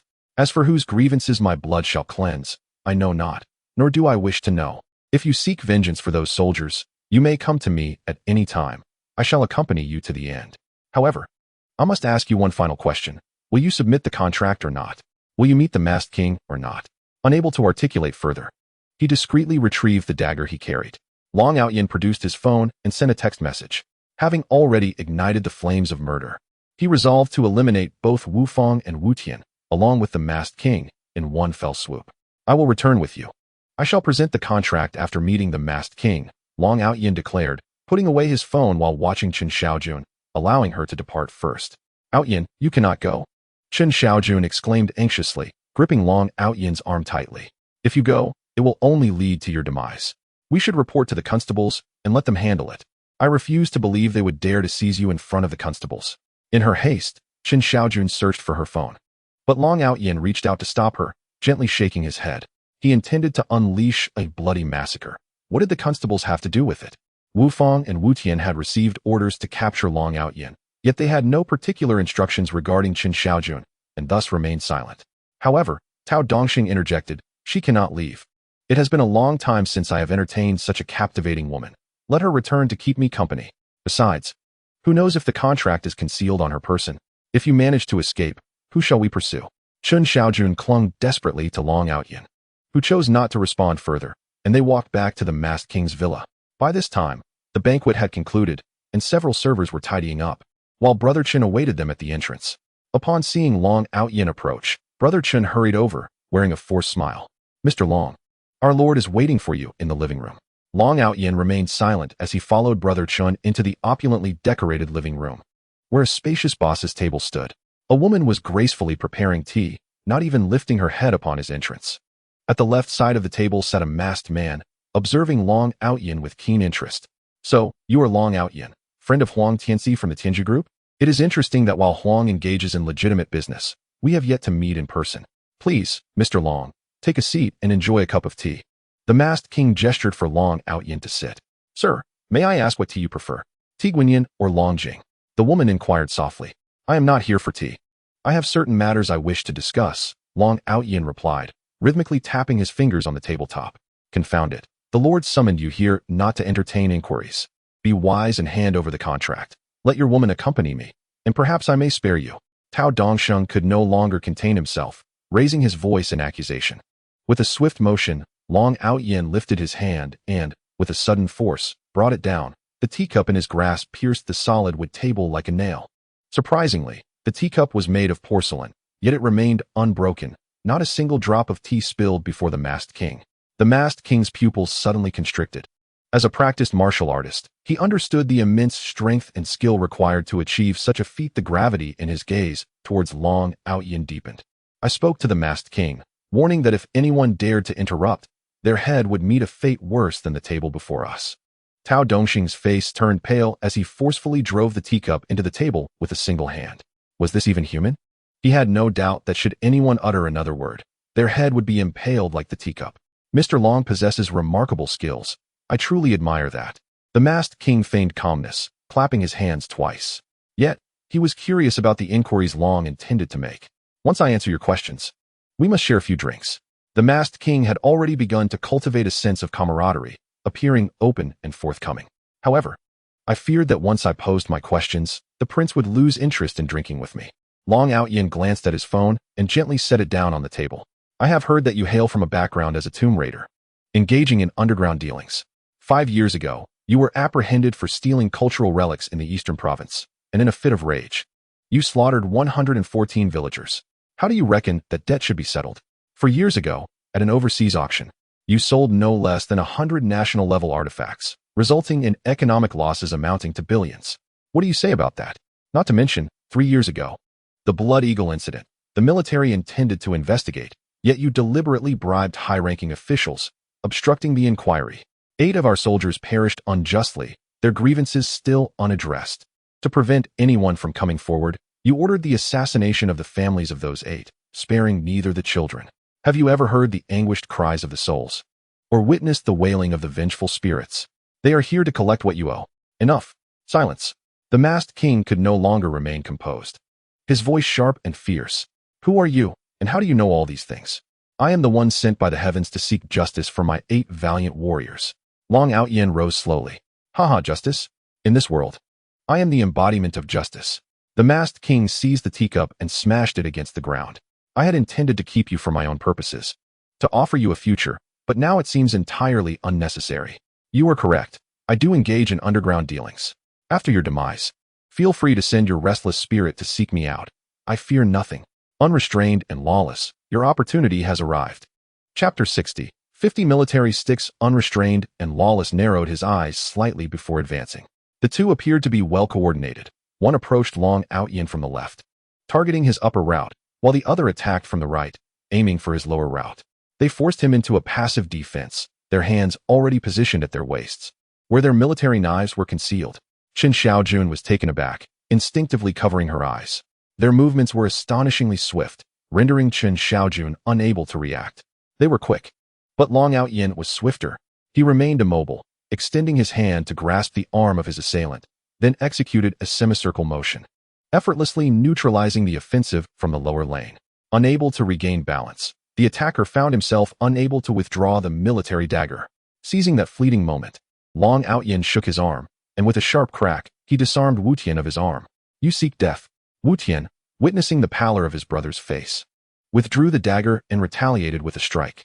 Aotian smirked coldly, forcefully pulling Wu Tian in front of him. The dagger's momentum was unstoppable, piercing Wu Tian's waist with a sickening thud. Wu Tian frowned immediately, and before he could react, Aotian's hand had clamped around his throat like a vice. "You two traitors should have perished 3 years ago." Aotian lifted them both high, declaring, "I vowed to cleanse the grievances of my soldiers with your blood. Now, their souls may find peace." With 2 resounding cracks, Wu Tian and Wu Tian's necks were brutally snapped by Aotian's grip. The living room descended into profound silence once more. Masked King and Tao Dongsheng were utterly unprepared for the demise of their 2 fierce warriors at the hands of Aotian in a mere encounter. They had perished just like that. "Masked King, what do we do? Your subordinates are dead." Tao Dongsheng shrieked inappropriately, hastily retreating behind Masked King, his eyes filled with terror, gazing vacantly at Aotian. Ultimately, Tao Dongsheng was merely a wealthy second-generation heir, having never witnessed such carnage. He was accustomed to bullying others. Upon witnessing the death of his own men, he lacked the courage to confront his adversary. "Haha, so it seems Wu Tian and Wu Tian could not capture you. You returned intentionally?" Masked King remained still, quickly grasping the crux of the matter. "Long, you could have escaped, yet you chose to return. This is the gravest error of your life. Anyone who opposes me, Masked King, does not leave alive. Today, you are doomed." With Masked King's words reverberating, a dozen waiters suddenly surged into the living room, simultaneously drawing guns from their waists. "Is this your final support?" Aotian wiped the blood from his hands, coldly inquiring. "Long, I admire your audacity. Faced with a dozen guns, you remain so composed," Masked King said slowly, gazing at Aotian. "In truth, I had long wished to cease. Your appearance has undoubtedly served as a wake-up call, compelling me to halt. I have dug too many graves, taken too many lives, and trafficked too many antiquities. Any one of these transgressions, if revealed, would be a capital offense. The sins I have committed in this life can only be atoned for in the next. I prefer immediate retribution." Aotian gazed at his own hands. The debts incurred in this lifetime should be repaid promptly. Thus, when he reaches the abode of Yama, he would not be bound and could reincarnate freely. "If I do not end your life today, how can I justify the blood-soaked garments donned upon me by the brave warriors? I concede your prowess. Even my closest guards are no match for you. Yet, no matter how formidable you are, do you not see the dozen guns trained upon you? Those who remain are my brothers who have traversed the land with me, avenging the over 100 villagers slaughtered in the eastern province's cultural relics massacre. This is their handiwork. Moreover, each of them fell with a single shot, never requiring a second. I share this with you to convey that, to deal with you, a single bullet suffices." The Masked King raised his right hand high, and the attendants readied their weapons. As he abruptly lowered his hand, the gunfire erupted. Bang, bang, bang. Such a torrential volley of shots would surely turn him into a sieve. The Masked King closed his eyes, feeling a pang of reluctance at the thought of Aotian's lifeless body sprawled on the ground. "Masked King, it seems your men have perished?" However, just as he shut his eyes, Aotian's voice echoed. "What?" The Masked King trembled, hastily reopening his eyes. To his astonishment, the dozen attendants who had rushed in remained in their armed stances, yet all lay sprawled in pools of blood. Their eyes were wide open, as if in disbelief, each with blood and brain matter oozing from their skulls, resembling poorly prepared tofu. "What is happening?" The Masked King stood frozen, turning to Tao Dongsheng. "I do not know." Tao Dongsheng lacked the strength, collapsing onto the ground. At that moment, Fire Leopard entered, fully equipped, seemingly ignoring the Masked King entirely as he approached Aotian. Reporting to the Dragon Head, the Sharpshooter Battalion has completed the annihilation mission, having eliminated 13 enemies. Furthermore, upon receiving orders, we thoroughly investigated the Masked King's assets. The total cash amounts to 130 billion, with countless properties and antiques under his name. We are currently conducting a comprehensive audit. Presently, we have secured the scene, capturing 61 individuals and executing 32 on the spot. This area is now under our complete control. What? The masked king's head buzzed with disbelief as he stared at Long Aotian. Who are you? How could you possibly ascertain the extent of my assets? Impossible, impossible. You must be bluffing. Say what you will. Long Aotian picked up a handgun, aiming it at the masked king's head. I mentioned earlier that the debts of this life should be repaid without delay. Do you believe me now? All your wealth, all your antiques will be seized by the state and securely stored. You should find solace in that. As he prepared to pull the trigger, Long Aotian was suddenly interrupted by Fire Leopard. Dragonhead, please hold for a moment. According to our investigation, the masked king may have a relative residing in Kyoto. If we act rashly and kill him, I fear it may bring you trouble. The masked king suddenly recalled this matter and hastily spoke. My uncle resides in Kyoto, along with you. But before he could finish his sentence, Long Aotian pulled the trigger, silencing him forever. A small hole appeared on his forehead, and he could scarcely believe that Long Aotian truly dared to fire a gun. Fire Leopard, are you instructing me on how to conduct my affairs? Long Aotian glared at him darkly. I dare not. Fire Leopard quickly knelt, not daring to lift his head. Even if his uncle is my superior, this man must be dealt with. Anyone who dares to obstruct me must pay the corresponding price. Upon return, you will receive 50 military canes as punishment. Long Aotian spoke coldly. Yes, I am grateful for your leniency, leader. Fire Leopard replied, trembling, before standing up. Chapter 61. Delivering the daughter. Long Aotian discarded the gun and turned to look at Chen Xiaojun. She had been frozen in shock ever since those gunmen had inexplicably perished. Once again, these soldiers had appeared and rescued them. She had expected Long Aotian to express some gratitude, but to her astonishment, he ordered someone to receive 50 military canes. Moreover, the one receiving the punishment appeared utterly unconcerned. What was happening? Aotian. Chen Xiaojun wanted to inquire, but suddenly remembered the confidentiality of the situation and fell silent. Do not worry, I am here. Long Aotian smiled at her. If you are tired, feel free to rest here for a while. I will arrange for the area to be cleaned shortly. Chen Xiaojun nodded vacantly. Sensing that after the soldier's arrival, Long Aotian had transformed into a different person, emotionless, somewhat cold-blooded, and instilling fear. Long Aotian then turned his gaze towards Tao Dongsheng. Before he could utter a word, Tao Dongsheng quickly knelt, exclaiming, Brother, I beg you, do not kill me. I swear, I will confess. The land sold to the Tao family by the masked king conceals numerous antiques. My father insists on acquiring that land, as it may connect us to the individuals behind the masked king. This is all I know. Please do not kill me. I can offer you money, whatever amount you desire. Long Aotian shook his head, replying indifferently, Money is of little consequence to me. Then tell me what you desire. I will grant you anything. I only plead for my life. Tao Dongxing nearly wet himself, desperately begging. You will serve me from now on, toiling like a beast. Long Aotian hesitated for a moment. Since the Tao family had an interest in that land, it might be wise to keep Tao Dongsheng as a lead to uncover the individuals behind the masked king. Thank you for your mercy, my lord. Thank you for your mercy. Tao Dongsheng repeatedly bowed his head on the ground, feeling as though he had narrowly escaped death. He was so elated that he felt like crying.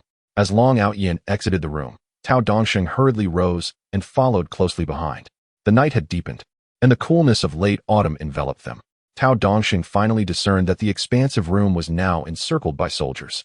On the floor lay 32 corpses, each struck between the eyebrows.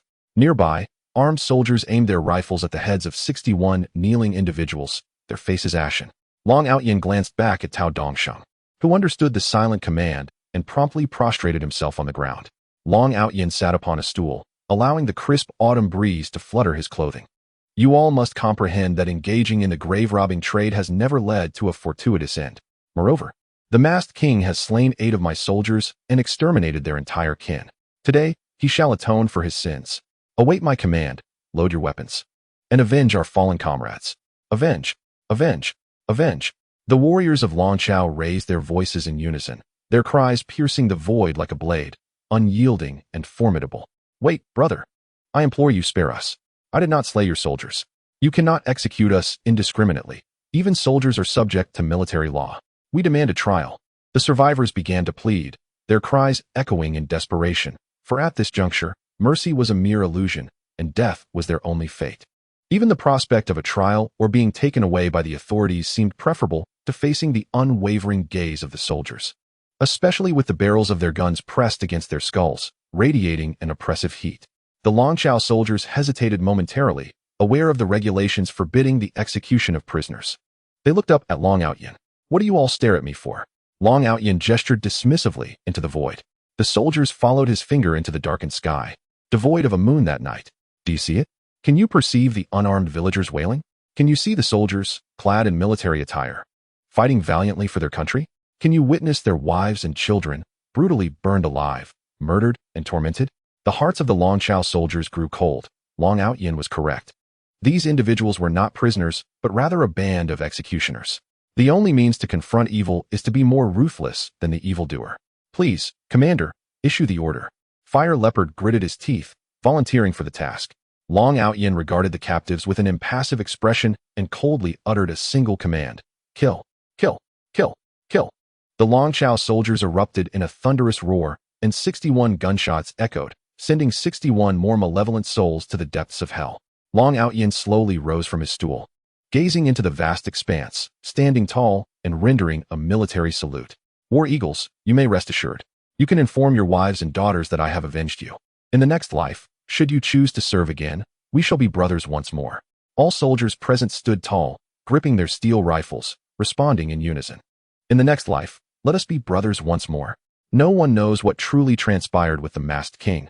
Almost overnight, his opulent and extravagant villa became surrounded by officers. The townsfolk are abuzz with rumors, speculating that the masked king was once a tomb raider. So why was he not apprehended sooner? Long Aotian, can you not spare me some worry? I assigned you to guard the southern border, not to commit murder. Are you aware of the gravity of the situation? You have gained some audacity, executing prisoners. I am tempted to put an end to you myself. The phone crackled with angry shouts from the other end, yet Long Aotian seemed oblivious, casually playing with Xuanxuan while nonchalantly responding. As for offering an explanation, he could not be bothered. Does the Dragon's Nest army require justification for its actions?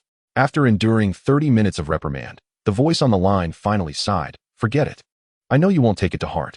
Just so you know, criticizing you is the superior's intention. With all that has transpired, the public deserves an explanation. But from my personal perspective, this is how it should be done. Damn it, the Blood Eagle incident has been resolved. All the bandit leaders executed on the spot, with not a single survivor. Listen to that. How utterly formidable. But do not get too cocky. Make time to visit the capital. The necessary protocols must still be followed." "All right. When I have some free time, I'll come. I need to take my daughter," Long Aotian replied. The other end of the line was about to scold him again, but Long Aotian had already hung up. Chapter 62. I have it covered. Chen Xiaojun left early in the morning. Long Aotian took Xianxuan to kindergarten and then found a tea house to leisurely savor his tea. As noon approached, the phone on the table suddenly rang. He glanced at it and saw it was Chen Xiaojun calling. "Aotian, it seems I, Chen Xiaojun, am somewhat hesitant." "What is it, my esteemed director?" Long Aotian teased. "This it concerns Jiancheng. I just heard he has died," Chen Xiaojun stated, word by word. "Oh," Long Aotian frowned. By all accounts, Jiancheng was in his 40s, in the prime of life, and had no known ailments. How could he have passed away? "Yes, I was equally shocked upon hearing the news," Chen Xiaojun composed herself. "Due to business matters, Director Zheng has been abroad these past few days. It seems he was somewhat indulgent. After arriving overseas, he sought out 3 women and took some substances. The next day, he was found dead in one of their beds, with officers confirming that he died from excessive indulgence leading to myocardial ischemia." "Excessive indulgence?" Long Aotian smirked coldly. "Understood. You focus on your work, I will handle the rest. By the way, you need to inform me which country Jiancheng traveled to." "Italy, apparently the land of Miss Christina," Chen Xiaojun replied without hesitation. After hanging up the phone, Long Aotian remained silent for a long while before dialing an international number. The phone rang for only a brief moment before a hearty voice resonated from the other end. "Haha, Long, it appears you have not escaped the clutches of Tina. How does my daughter's charm taste? Truly, you are fortunate. However, having you as the son-in-law of the William family brings me great pride. When will you visit Italy? I shall treat you to the finest women and the most exquisite wines." Long Aotian managed a wry smile, recognizing that Tina's father, William, remained as unconventional as ever. His words strikingly direct. Yet, this candidness was also what Long Aotian appreciated about him. "William, Tina sought me out. We had a private meeting. But it lasted no more than 5 minutes," Long Aotian replied. Given your vigorous demeanor, how could you not last beyond 5 minutes?" William inquired, perplexed. "Do not worry, Long. With today's medical advancements, your issue is hardly a concern. In your leisure time, be sure to exercise more and indulge in nourishing foods. You will surely recover. Puffed. Long Aotian spewed the tea he had just sipped, incredulous at the absurdity of the conversation. William had clearly misunderstood the situation. However, Long Aotian had little desire to clarify and stated earnestly, "Let us discuss this later. I require your assistance in investigating a matter. The individual in question is Jiancheng, who perished within your jurisdiction. The constabulary has attributed his death to excessive indulgence. I hope you can conduct a thorough inquiry into the cause of death and compile the findings for me." "Certainly, that is quite manageable. I shall provide you with a satisfactory response within 24 hours. William boisterously assured him, before adding with a more serious tone, "Moreover, Long, while you are still young, hurry and have a child with Tina. Even with only 5 minutes, that is more than sufficient for procreation. With your lineage and the blood of the William family, your offspring will undoubtedly be noble, destined for greatness." With that, Long Aotian abruptly ended the call, feeling a twinge of sympathy for Tina. One could only wonder how she had endured having such a father over the years. "Sir, may I add more water to your tea?" The proprietor of the tea stall approached, offering to refill Long Aotian's cup. "Also, I noticed you have been here all morning. Are you not hungry? I had some fried sauce noodles for lunch. Would you like a bowl?" "Rest assured, they are on the house." "Very well, please prepare a bowl for me." Long Aotian replied with a smile. "Please wait a moment. It will be ready shortly." The stall owner returned the smile. Before long, he emerged with 2 bowls of fried sauce noodles and a few small dishes, setting them on Long Aotian's table before taking a tray to a quieter corner to eat. "Boss, I have no one to share a meal with. If you do not mind, please join me here," Long Aotian suggested, picking up his chopsticks and stirring the noodles as he spoke. "Then I shall keep you company and engage in conversation." The stall owner hesitated briefly, but with the lunchtime lull, he decided to sit down. "May I inquire your surname, esteemed proprietor? How long have you been running this tea house?" Long Aotian casually inquired. "My surname is Li. You may call me Old Li," he replied with an endearing smile. "This tea house has been passed down by my parents. I took over 3 years ago. It has likely been around for 30 years, I suppose." "Ah, time certainly does not wait for anyone. I am nearing 50. What did you do in your youth?" Long Aotian asked, intrigued. "Youth, huh?" A hint of bitterness crept into Old Li's expression. "In my younger days, I was rather foolish, wandering the streets, and, in a moment of recklessness, I ended up taking a life. I spent over 20 years in prison, and upon my release, it felt as though the world had transformed. I suppose I can find some semblance of peace in this tea house. Alas, I paid the price of my youthful folly with 2 decades of my life." Long Aotian sighed. "Indeed, if given a second chance, I would never have roamed the streets."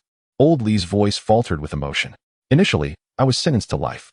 My mother passed away during my 10th year of incarceration. When I was finally released, I was fortunate to find my father still alive. He told me that in their entire lives, they had never held their heads high, all because of me." Long Aotian fell silent, suddenly reminded of his own origins. While others knew their parents, he remained entirely unaware of his. "Ah, my apologies." Old Li wiped the corners of his eyes and beamed a smile. "You see, as we age, we tend to ramble, and I fear I may have disturbed your meal. Let's not dwell on it. Please finish quickly, for I must attend to my duties." As he spoke, Old Li lowered his head and took hearty bites of his noodles, allowing hot tears to fall into his bowl. Long Aotian said nothing, merely observing him quietly. Everyone makes mistakes in their youth. Some can be rectified, yet others are irreparable. Just as they were nearing the end of their meal, a woman clad in revealing attire, casually chewing on a toothpick, sauntered over. "Old Li, you haven't paid your management fee this month. You need to settle it promptly." "Sister Rome, I paid it at the beginning of the month, did I not?" Old Li quickly stood upon recognizing her. In terms of age, Old Li could nearly be her father, yet Sister Rome was a figure of the underworld, one he could not afford to offend. Enough with the nonsense. Sister Rome displayed impatience. "What you paid at the beginning was protection money. This is management fee. 2 entirely different matters. We charge management fees based on the shop's area, 40 yuan per square meter. Yours must be at least 200 square meters, right? Fine. Let us settle on 200 square meters, so you owe me 8,000. Don't give me more. I'll be upset if you do." Old Li's face blanched. Having already paid 5,000 in protection money at the beginning of the month, now he was expected to fork out another 8,000 for management. That totaled over 10,000. Although the property was his, how could he sustain his livelihood under such circumstances? Sister Rome, could it possibly be less?" Old Li smiled nervously. "Less? How much do you suggest?" Sister Rome eyed him skeptically. 2,000. I can give you an additional 2,000 each month. What do you think? Old Li implored. 2,000. Do you think Sister Rome is begging for alms? Sister Rome retorted, her anger palpable. Old Li, don't overstep your bounds. 8,000 is already generous. Otherwise, I'll demand 12,000 from you. If you fail to recognize the situation, I'll summon 100 or so brothers to support me every day. In no time, your tea house will go under. Wait, Sister Rome. I'll get you the money. I'll get it. Old Li bowed his head, trembling all over. The thought of bringing in 100 ruffians to create a ruckus terrified him. How could he possibly conduct business with such a crowd? Old Li gritted his teeth, feeling the strain, and reluctantly bent his body to fetch the money. Boss, add water, and do it quickly. Just as he passed by Long Aotian. Long Aotian suddenly spoke up. Startled, Old Li looked up and said, Sir, please wait a moment. Let me see her off first. Wait. Why should I wait? Long Aotian snickered. Just sit here and chat with me about the latest happenings in the tea house. I rather enjoy our conversations. Today, I'll take care of this venue. His voice calm, he tossed nearly 10,000 yuan onto the table. Chapter 63. Brother who Old Li wore a bitter expression under normal circumstances. Receiving such a sum would bring him joy. However, today was different. Sister Rome was here to collect management fees, and Long Aotian was forcing him to engage in conversation, undermining Sister Rome's authority. Sir, perhaps you should leave first? Old Li lowered his voice, forcing a smile. I won tea charge for today's tea. Consider it my treat. Sister Rome held considerable power in this area, and individuals like him could hardly afford to offend her. Long Aotian toyed with the teacup and casually inquired, Is this place rented? No. It belonged to my father. Old Li replied, puzzled by the question. Does Sister Rong have any official documentation to demand management fees from you? Not really. Old Li suddenly realized where the conversation was heading. Then why do you feel compelled to pay? Long Aotian countered. I have no choice. Old Li chuckled bitterly, shaking his head. Did you not hear? I offered to pay less, but Sister Rong threatened to bring 100 or so people to support her every day. Just imagine, if 100 people occupy this place. How can I conduct business? Even if I report this to the authorities, they would be powerless.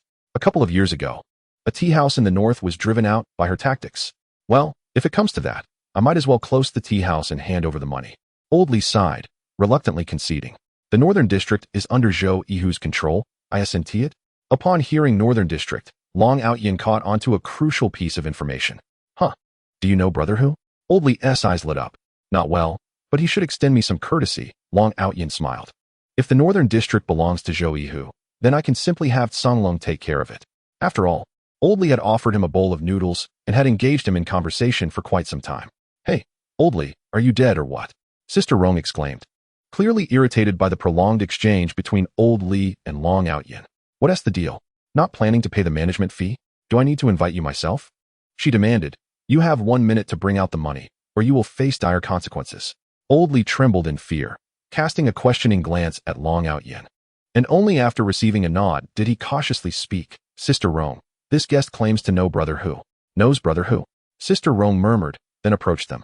She scrutinized Long Aotian with a serious gaze, then scoffed derisively. Old Li, stop joking around. Look at him, dressed in clothes worth less than 200. How could he possibly know our Brother Hu? Old Li remained silent, gazing suspiciously at Long Aotian. Indeed, Sister Rong's words held some truth, judging by his attire. He hardly resembled a wealthy individual. If Zhou Yihu were to hear your words, he would undoubtedly slap you. Long Aotian shook his head, unperturbed, and continued. I simply came here for a cup of tea and happened to witness this situation. I must inform you that from now on, no fees are to be collected here. No fees. Then what shall we eat? Sister Rong retorted. What you eat is not my concern. There are countless jobs in this world. Surely one will suit you. Long Aotian placed his teacup down. So, you are essentially denying us a means of survival? Sister Rong's voice elongated, laced with contempt. Who dares to cut off our livelihood? I will sever theirs. She shouted, her ire palpable. With that, Sister Rong seized the teapot from the table and swung it towards Long Aotian's head. Old Li panicked. The teapot was filled with hot water. Should it spill on Long Aotian, it could scald him. Not only would they have to pay the management fee, but they would also need to cover Long Aotian's medical expenses.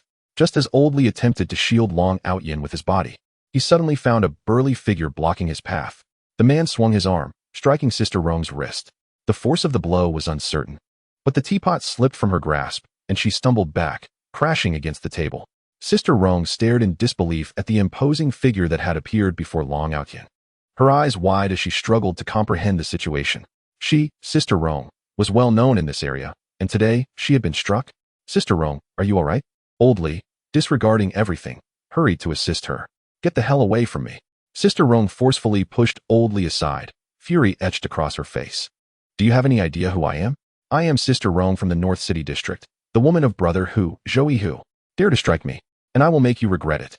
The gaze of the burly man, Song Long, was filled with disdain as he coldly retorted, no matter who you are, to me, you are no different from an ant. Quickly apologize to our dragon head. Perhaps he will show you mercy. Otherwise, we shall have to let Zhou Hu collect his woman's remains. Haha, my brother Hu coming to retrieve my body. How could you even conceive of that? Sister Rong hadn't been listening, but upon hearing this, she nearly exploded with rage. Very well, I shall call Brother Hu and have him bring his men. I am eager to see who is truly collecting whom. After finishing her words, Sister Rong took out her phone, and Old Li immediately became flustered. Rushing forward to grasp Sister Rong's hand, anxiously saying, Sister Rong, it's merely a trivial matter. Must we trouble Brother Hu? Get away. Sister Rong coldly retorted, pushing Old Li back into his seat. This is no longer a matter of money. Can't you see I've been assaulted here? If you dare utter another word, I swear I shall end you. With that, Sister Rong stepped aside to make the call, prompting Old Li to rise. If Zhou Hu were to arrive, it would surely spell doom for those two young men. However, Long Aotian reached out and grasped his arm, smiling faintly. Old Li, sit down. My dear ancestor. How can you even think of sitting? Old Li exclaimed, nearly losing his breath in fear. I have heard rumors that Sister Rong and Brother Hu are involved. She just claimed to be his woman. This young man dared to strike her. It will surely be troublesome when Brother Hu arrives. Ask around. Who dares defy Brother Hu's orders in this area?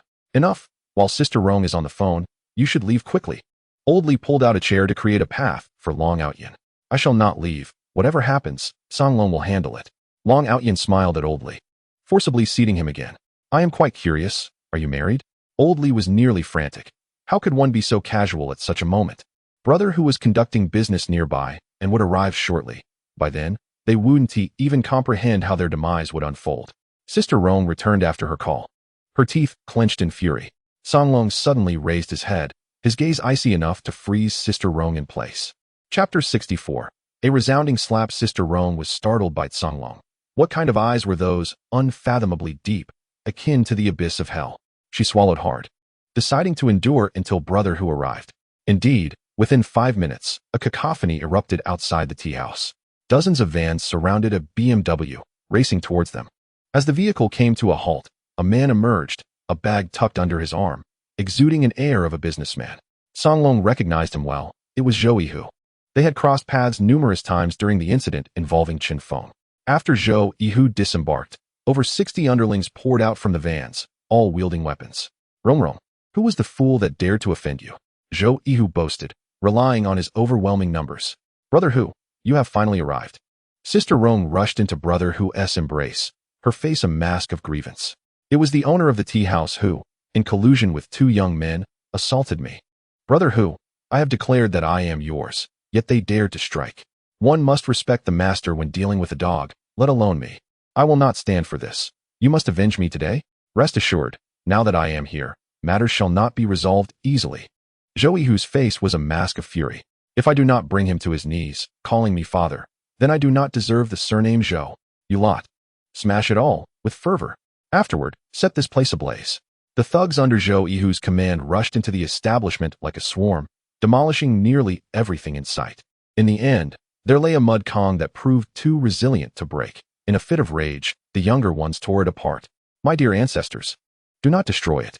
Old Li's eyes glistened with tears as he exclaimed. Is it easy for me to run a shop? Every month, I pay protection fees just to earn a little. What more do you want from me? You've destroyed my Kong. Where shall I sleep tonight? Old Li. Take a sip of tea, do not rush. Long Aotian poured a cup for Old Li. I see your tea house is rather old. Let them smash it. And then we shall construct a new one for you. Would that not be splendid? Build a new one. If they do not burn my house down, I will be grateful to the heavens. Old Li shook his head, surveying the wreckage with a pained expression. So, you have offended Sister Rong? A thug approached Old Li, brandishing a club. You must be tired of living. Who in the underworld does not know of Sister Rong's ties to Brother Hu? How dare you strike her? No more words. Come with me. You shall kneel before Brother Hu. Old Li's knees buckled, and he was about to kneel submissively when Long Aotian grasped him firmly. Have Zhou Hu come here to see me. Song Long's gaze narrowed ominously. Huh, you command Brother Hu to meet you? You have quite the audacity. The thug waved over a few companions. Spare me your nonsense. If you do not kneel, I shall beat you down. Crack. Before the thug could finish, Songlong swiftly kicked him directly in the knee. A sharp crack echoed as the thug collapsed uncontrollably to the ground. Ah, my leg, my leg. The thug writhed in agony, cold sweat beading on his forehead, howling in despair. Ultimately, the pain rendered him unconscious. The remaining thugs and Old Li were momentarily stunned. Breaking someone's knee with a single blow, was such cruelty even necessary? Old Li, having lived a couple of years longer, noted how seamlessly Songlong had dispatched the thug's leg, murmuring, "Are you soldiers?" Long Aotian smiled, but said nothing. "I shall repeat myself. Bring Zhou Yihu to me." To cripple a thug was hardly a feat worthy of bragging. He shrugged his shoulders and addressed the remaining few. Brother who? Trouble brews. Xiao Qi has been severely beaten." A ruffian exclaimed in shock and hurried to find Zhou Yihu. Over there, Zhou Yihu ignited a torch, preparing to set the establishment ablaze, and frowned upon hearing the news. "What did you say? Brother who? There are 3 men over there, one of whom is a towering brute." The ruffian continued to explain. "Just a moment ago, Xiao Qi approached them, demanding they kneel before you, but they refused. Then Xiao Qi got into a heated argument with them, and that giant struck, breaking Xiao Qi's legs, rendering him utterly incapacitated. Xiao Qi, usually clever and resourceful, could effortlessly manage matters without Zhou Yihu needing to utter a word. Upon learning that Xiao Qi had been crippled, Zhou Yihu was consumed with fury. He cast aside the torch and strode towards Long Aotian, exclaiming, "How dare they harm Xiao Qi? I will ensure they pay with their lives." The younger subordinates rallied together, their murderous intent palpable, rushing towards the 3 men without a moment to spare for the flames. "Brother who? He was the one who attacked Xiao Qi." The ruffian pointed at Songlong, gritting his teeth. Zhou Yihu followed the ruffian's finger and, upon catching a glimpse, felt a chill run down his spine, his entire body shuddering. Heavens, is that not Songlong? He and Ying took turns tormenting Chen Feng, leaving him in a state worse than death. How could this esteemed figure be here? "Brother who? The one who struck me is him." Rong Jia, unaware of Zhou Yihu's stunned silence, declared arrogantly, "Kid, our brother who is here now. Didn't you want him to collect my remains? Then come at me. I stand right here, eager to see if brother who can truly collect my corpse." "Shut your mouth." Zhou Yihu, feeling a surge of madness, turned and slapped Rong Jia across the face, leaving her dazed and unable to comprehend the situation for some time. How had she been struck? Wasn't brother who supposed to target that hulking figure? Zhou Yihu, feeling equally frustrated, knew he had no choice but to act. "Don't think for a second that I will hesitate, even if it meant slaying my own father. I would not falter." Rong, have you been so fortunate in life that you dare to disrespect Lord Songlong? Do you believe that with a mere word, I would not hesitate to end your life? Be wise and promptly apologize to Lord Songlong." Good heavens, did I hear that correctly? Zhou Yihu actually referred to that brute as Lord and demanded an apology from Rongjia? Lao Li stood in a daze, glancing between Zhou Yihu and Songlong. Songlong was clearly a bodyguard for Long Aotian. If Zhou Yihu referred to him as Lord, then Long Aotian must be even more formidable. Lao Li trembled, rising unsteadily to his feet. "Brother who, what are you doing?" Rongjia, either rendered dazed by Zhou Yihu's strike or simply lacking in wit, questioned. "When beating a dog, one must consider its master. If I am struck, must I apologize to the one who harmed me? I refuse to call you brother who under such conditions." Zhou Yihu was on the verge of madness. Anger surged from the depths of his heart, and he kicked towards Rongjia's head. Subsequently, he extended his large hand, akin to a fan, and struck Sister Rong's face with considerable force. "Damn it, it is not for you, a mere woman, to interject when I am called Tiger Brother. Wretched woman, do you think you can deceive me? You are still too inexperienced. How could the esteemed Lord Songlong be someone you can offend? I will teach you to be stubborn. I shall knock out your teeth." The sharp sound of slaps echoed, crisp and clear. At first, Sister Rong understood the situation, but soon her head began to throb, and although she remained conscious, she could no longer feel the pain. A group of underlings watched in stunned silence, bewildered that it was indeed Tiger Brother who was ruthlessly beating Sister Rong. "Kneel," Songlong commanded coldly, his gaze fixed on Zhou Yihu. Chapter 65. Relentless as a killer with a thud. Almost simultaneously with Songlong's words, Zhou Yihu obediently knelt on the ground, not daring to lift his head. "Lord Songlong, this is undoubtedly a misunderstanding. This woman is one of my subordinates. I instructed her to collect protection fees. However, I never imagined she would offend you here. You may do as you wish. I will not plead for her." His subordinates felt a chill run through them, for it is said that a day spent as husband and wife creates a bond of 100 days, even if Sister Rong were no longer of any significance. He might at least plead for her, hoping that the noble lord would spare her life. Zhou Yihu, you possess great audacity, Long Aotian suddenly interjected. As Canglong shifted his position, Zhou Yihu caught sight of Long Aotian, who was leisurely sipping tea at the table behind him, and he was nearly struck with panic. Kneeling, he prostrated himself with fervor, his forehead soon bloodied from the repeated impact. Lord Long, I truly did not know you were here. Had I known, I would not have dared to come even if it meant my death. I merely heard this woman say she had been beaten, so I came to check. I truly did not realize it was you. I implore you, Lord Long, considering our past cooperation, please spare me. Seeing his subordinates staring at him in confusion, he was instantly enraged. Damn it, do you all wish to die? Hurry and kneel. Plead for mercy from Lord Long. Quickly, before it's too late. The underlings promptly reacted, kneeling in a row to beg for mercy from Long Aotian. Old Li gasped in astonishment at this scene. Good heavens, who is this young man? Even the notorious Zhou Yihu of the northern city is kneeling before him, begging for mercy, and he appears utterly unfazed, as if Zhou Yihu were less than a dog in his eyes. Enough, Long Aotian spoke softly, his voice barely above a whisper. He gazed at Sister Rong, who had begun to recover somewhat. She had realized, through Zhou Yihu's actions, that the origins of these two young men were undoubtedly profound, so much so that they instilled fear even in Zhou Yihu. She trembled all over and, following Zhou Yihu's kneeling, also knelt beside him, wanting to say something, but her swollen jaw restricted her speech to only muffled sounds, her eyes pleading for mercy. Sister Rong, I allowed you to leave. Why did you not depart? I expressly forbade you from collecting protection fees here. Why did you not heed my words? You have escalated the situation to such an extent. How do you intend to conclude it? Long Aotian regarded her coldly. In truth, Sister Rong had committed no grave error. She had merely been entrenched in this life for too long, forming a habitual mindset. She believed that anyone who sought money, particularly a tea house owner, must comply. While this notion seemed inherently reasonable, she had not anticipated encountering Long Aotian. My Lord Long, I implore you to handle this woman. Zhou Yihu hastily bowed his head and pleaded. Humph, I shall not take action, lest it be said that I bully women, Long Aotian scoffed, casting a disdainful glance at Zhou Yihu. However, Zhou Yihu, we must calculate the damages for the destruction of the tea house. Furthermore, you arrived here with such a multitude. Were you intending to arrest me? My lord, even if you lent me 1,000 lives, I would not dare to apprehend you. Zhou Yihu's voice trembled with the brink of tears. Before coming here, she never mentioned it was you. Even had she uttered a single word, I would not have dared to approach. My lord, I beg of you, I will compensate for the damages to the tea house.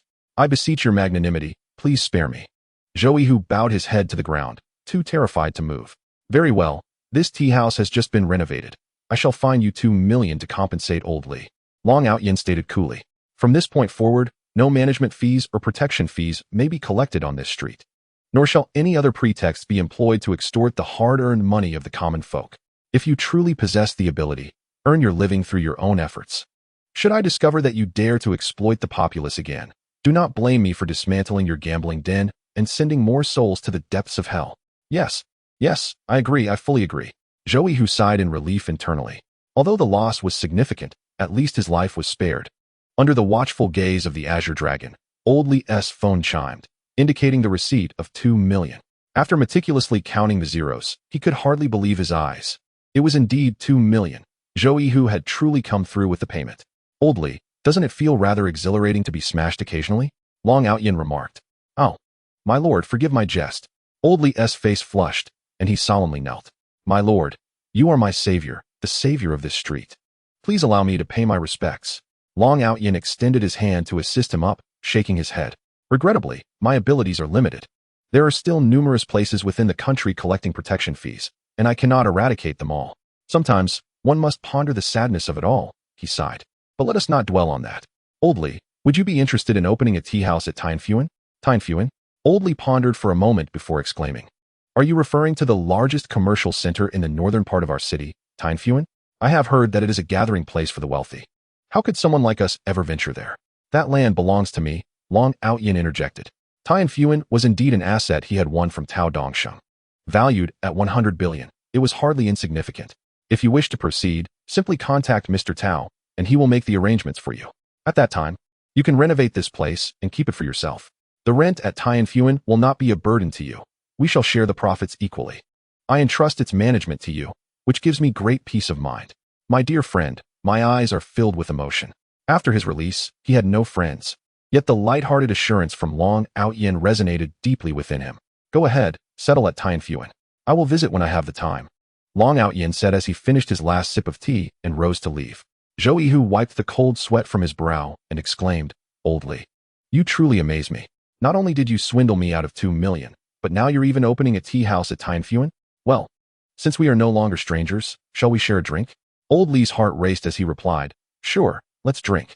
But, brother Hu, should I return this 2 million to you? Old Li felt a bit anxious. Oh no, Old Li, don't consider me just a friend. If Lord Songlong were to find out, he would surely take my life. Without further ado, he instructed, send Xiaoqi and Rongrong to the hospital. The rest of you, sit down, let us drink with Brother Li. With Long Aotian gone, Zhou Yihu resumed his boisterous demeanor. Brother Hu, if I may ask, why are you so afraid of Lord Long? As the drinks flowed, Old Li affectionately wrapped his arm around Zhou Yihu's, saying, To me, he seems like a soldier. But do you fear them? There are many types of soldiers, special forces, support troops, cooks, too many to count. But Lord Long, he carries an aura of bloodshed. This scent is something I only recognize when I have taken a life, yet I can sense it in him. What do you make of that? Zhou Yihu said, belching softly. Does that imply that Old Li is on edge? Is it true that Lord Long has taken many lives? Bingo, you've hit the nail on the head. Zhou Yihu laughed, raising his glass once more. Dear brother, as long as you follow Lord Long faithfully, he will not treat you poorly. When you rise to greatness, do not forget your little brother. If you can lend me a hand, I will be eternally grateful. Certainly, absolutely. Old Li buried his astonishment deep within and nodded in agreement. Chapter 66. The crime must be punished. Long Aotian picked up Xuanxuan from kindergarten and had just returned her home when he received a call from Chen Xiaojun. Aotian, where are you? Chen Xiaojun sounded somewhat troubled over the phone. I've got a flat tire. Could you come pick me up? All right, at your office? Long Aotian keenly sensed that something was amiss, yet he refrained from probing further. Yes, I'll be waiting downstairs in half an hour. Please hurry and don't be late, Chen Xiaojun urged. After hanging up, Long Aotian furrowed his brow. Songlong, who stood nearby, inquired, Dragon Head, is something wrong? I'm not sure, Long Aotian replied, gently stroking Xuanxuan's hair. Have Nighthawk look after Xianxuan here. You and I need to make a trip. Within half an hour, they arrived at Chen Xiaojun's office. Understood. Song Long squinted slightly as the master and servant exited the villa. He hailed a taxi along the way, ushering the driver to the passenger seat, and with a swift acceleration, they sped off. As they approached the peak hour of the evening commute, the roads became increasingly congested. However, Song Long's adept driving skills allowed him to navigate through the traffic with remarkable agility, maintaining a high speed throughout the journey. Consequently, what would typically be an hour-long drive was reduced to a mere 20 minutes. The driver, still reeling from the experience, stumbled out of the car as it came to a halt, immediately retching. Your car is rather old. Otherwise, we could have arrived in 15 minutes, Song Long remarked, pursing his lips as he retrieved 10,000 yuan, a sum sufficient to offset the penalties for running 2 red lights. Wow, the driver exclaimed, eagerly accepting the money with a servile grin. Brother, when you need a ride again, just let me know. Even if the car is in Monin, I'll bring it back for you immediately. How pathetic, Song Long chuckled, urging him to leave. Off you go. Sure thing. The driver happily drove away. Today, Chen Xiaojun donned a denim ensemble that accentuated her curvaceous figure, sporting a white shirt tucked snugly into her overalls. At first glance, she bore little resemblance to a corporate executive. Instead, she appeared more like a student, albeit one exuding a distinct feminine allure. She anxiously awaited Long Aotian at the company entrance, but as fate would have it, a red light halted him. He gestured for her not to worry, indicating that he had already arrived. At that moment, a Mercedes-Benz emerged from the Yui Group building, coming to a stop before Chen Xiaojun. A man with a cigarette dangling from his lips leaned out the window, grinning as he addressed her. Director Chen, is it really so difficult to treat you to a meal? I just returned from abroad, and there are many business matters I am unfamiliar with. You'll have to enlighten me. Tonight at the Rose Hotel, will you accompany me, or will you arrive a bit later on your own? As he spoke, he exhaled a plume of smoke, his lascivious gaze betraying no attempt at subtlety. Chen Xiaojun gritted her teeth inwardly. The man was Zheng Heng's son, Zheng Xian, who had taken over the Yui Group almost concurrently with Zheng Heng's demise. Although Chen Xiaojun held a significant portion of shares, they were not formalized by contract. Merely a verbal promise from Zheng Heng. He had intended to announce the transfer of shares to her during the upcoming board meeting after finalizing a particular business deal. However, no one anticipated that Zheng Heng would pass away in a foreign land before the meeting could convene.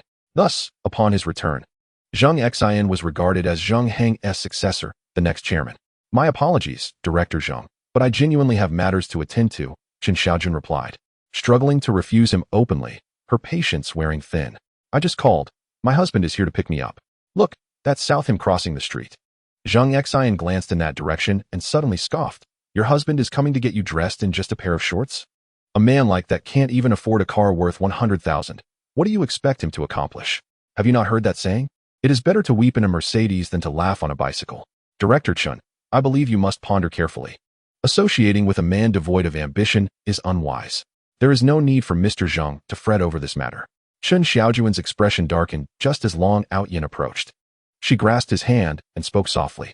Long Aotian regarded Xuanxuan and could not help but notice the resemblance between Xuanxuan and Zheng Heng.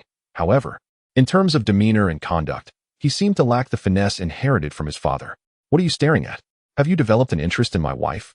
Is a jest not permissible? Xuanxuan scoffed, growing increasingly disdainful of Long Aotian's capabilities. I truly cannot comprehend how such a beautiful woman as Chen Xiaojun could marry you. It should rightfully be me. Chen Xiaojun, allow me to be forthright. I find you quite appealing. Contemplate your choice. Will it be with me? In which case UE Group shall be yours, or with him, in which case you need not return to work tomorrow. Mr. Zheng, how can you act thus? UE Group has only just begun to flourish. You cannot dismiss me. Chen Xiaojun had hoped that Long Aotian's arrival would temper Xuanxuan's arrogance. Yet he seemed to escalate the situation further. This is a decision made by the board. I am powerless to alter it. Xuanxuan feigned innocence, extending his palms.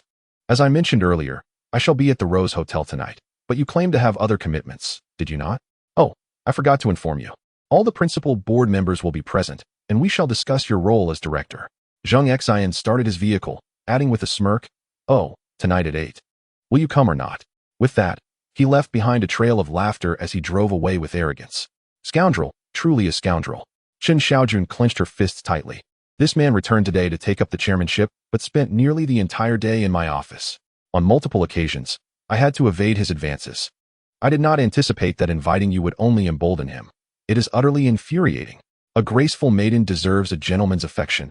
Who could blame you for your beauty? Long Aotian said with a faint smile. What time is it? And you still have the inclination to jest. Chen Xiaojun pouted in displeasure. Did you not hear him? The Rose Hotel tonight. Surely you know what kind of place that is? Couples in our city often choose to rendezvous there. If I attend, even if nothing occurs, I shall be presumed to have engaged in something. Yet, if I do not go, my hard-won position will be lost. Long Aotian, what am I to do? Just as Long Aotian was about to respond, his phone vibrated. He gestured for Chen Xiaojun to wait a moment and opened a message from Tina's father, William. The more he read, the darker his expression became, until it was suffused with an ominous intensity. Very well, I shall accompany you tonight, Long Aotian spoke coolly, his face betraying no emotion. Aotian, what troubles you? Chen Xiaojun, sensing his sudden shift in demeanor, asked with a hint of fear. Xuanxuan, a spy from the island nation, stood at the center with a grim expression. Long Aotian, his gaze darkened, was consumed by wrath upon learning of Xuanxuan's treachery. In a fit of rage, he confronted Zheng Heng, who met his demise at Xuanxuan's hands. The sin of patricide is unforgivable. The nation must impose a fitting punishment. Long Aotian radiated an explosive energy, a clear indication of his utmost fury. Chapter 67, A Toast to Destruction at 8 o'clock that evening. In the private room of the Rose Garden at the Rose Hotel, Xuanxuan sat surrounded by the board members of UE Group, who expressed their sorrow over Zheng Heng's untimely passing and their loyalty to Xuanxuan. Beside him sat a young man, a few years his junior, who remained silent, his hawk-like eyes surveying the expressions of those around him. Tonight, I have gathered you all for a meal, and I trust you understand the purpose, Xuanxuan said, cigarette in hand, addressing the assembly. I shall acquire your shares at market value, and you need only sign the contract shortly. Let it be known, should anyone refuse, they must bear the consequences. Mr. Zheng, given the favorable terms you've offered, who would be foolish enough to decline? One man interjected, forcing a smile. Indeed, selling our shares at the original price while enjoying a 50% dividend is splendid. I had broached this matter with Zheng Heng years ago, but he was opposed. Now, it seems you are in charge, another chimed in. However, Mr. Zheng, there is a matter I must bring to your attention, an elderly gentleman pondered aloud. When your father was still alive, he brought in Chen Xiaojun, who later became the group director, as you may be aware. This woman might prove challenging. I heard that during her interview, her husband showed up and called Zheng Dong. I was just about to mention that. Xuanxuan interjected dismissively, a sneer gracing his lips. Chen Xiaojun is indeed strikingly beautiful. Tonight, I intend to employ a strategy of seduction. I shall ensure she is compliant. Mark my words, if Chen Xiaojun arrives, we must ply her with drink. She will not escape my grasp tonight. Ha ha ha. Upon hearing this, the elderly man fell silent, shaking his head in resignation. Yet, a middle-aged man across from Xuanxuan suddenly spoke up. Rest assured, Mr. Zheng, unless Chen Xiaojun receives a warning and decides not to come, we shall not let her slip away. By the way, Mr. Zheng, should I reserve a room for you? He inquired. I have already arranged for the presidential suite. Xuanxuan replied, his thoughts drifting to Chen Xiaojun's figure, stirring a restless excitement within him as he licked his lips. I have heard this woman is quite cold while at work, showing no favoritism. I find such individuals irresistible. I relish the challenge of conquering them. Once I have made her comfortable tonight, she may very well seek me out again. Oh, and you all know Lu Yan from the HR department, correct? 3 years ago, I had my way with her, and just this afternoon, we indulged again in the office. Ha ha ha. The crowd was momentarily taken aback. Lu Yan was renowned as the ice queen of the Yui group. If Xuanxuan could win her over, how easy would it be to ensnare Chen Xiaojun? Some individuals began to fantasize about Chen Xiaojun's appearance, and as their imaginations ran wild, they couldn't help but lick their lips in anticipation. At that moment, a knock resonated from outside, and a server entered, nodding respectfully. Mr. Zheng, Chen Xiaojun has arrived. Indeed, she had come. Xuanxuan's eyes sparkled, and the others were equally invigorated. However, Chen Xiaojun had brought someone with her, claiming he was her partner. He was waiting at the door of the private room. And since his name was not on the list, the server sought permission to allow him entry. Of course, Mr. Zheng is hosting. Who can come and go as they please. A middle-aged man waved dismissively, instructing the server to let Chen Xiaojun enter alone. Hold on. The server was about to comply when Xuanxuan interjected. Chen Xiaojun mistakenly believed that bringing her man would temper his behavior. She could not have been more mistaken. I want him to come in, and then you all drink until he is thoroughly intoxicated.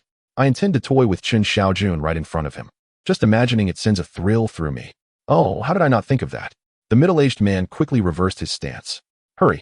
Bring both Chen Xiaojun and her husband in. I can hardly wait to assist Mr. Zheng. The server complied, thinking to himself, that unfortunate Chen Xiaojun.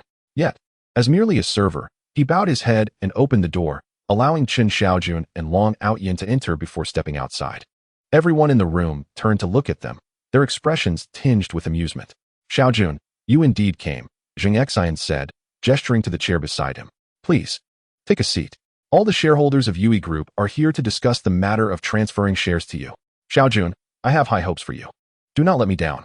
Chen Xiaojun noted the solitary chair beside him and remained rooted in place, responding coolly. Thank you for your kind offer, Mr. Zheng. This is my husband, whom you have met. He has come uninvited today, without prior notice. I hope you can provide an additional chair for him to sit. Oh. The rules of the table state that if someone new joins, they must first take 3 shots. Xuanxuan eagerly revealed his intentions. You see, today is our internal high-level meeting at Yui Group, and if he doesn't drink, I cannot allow him to take a seat. Xuanxuan's tone was manipulative, and even someone as straightforward as Chen Xiaojun could sense the underlying tension. The prospect of downing 3 shots of strong liquor from 3-ounce cups was daunting. Consuming that much would nearly equal a pound. Just as Chen Xiaojun was about to refuse, Long Aotian's gaze shifted from the silent young man. He calmly stated, if that is the case, I shall drink. With that, he seized the bottle and poured himself a full glass, downing it in one swift motion. The next round commenced with the second and third cups. As one bottle of liquor was emptied, Long Aotian promptly retrieved another, exclaiming, drinking from such small cups is rather unsatisfying. He then signaled for a larger glass, determined to enjoy the full measure that a bottle could yield. The onlookers were momentarily taken aback. Did Long Aotian truly lack any sense of moderation? He had just consumed an entire bottle of high-proof Wuliangya, and yet he showed no signs of nausea, insisting on a larger cup and more drinks. Surely, he must be out of his mind. Indeed, Xiaojun's husband possesses an extraordinary capacity for alcohol. Xuanxuan thought, suppressing a chuckle. Servant, fetch a large cup.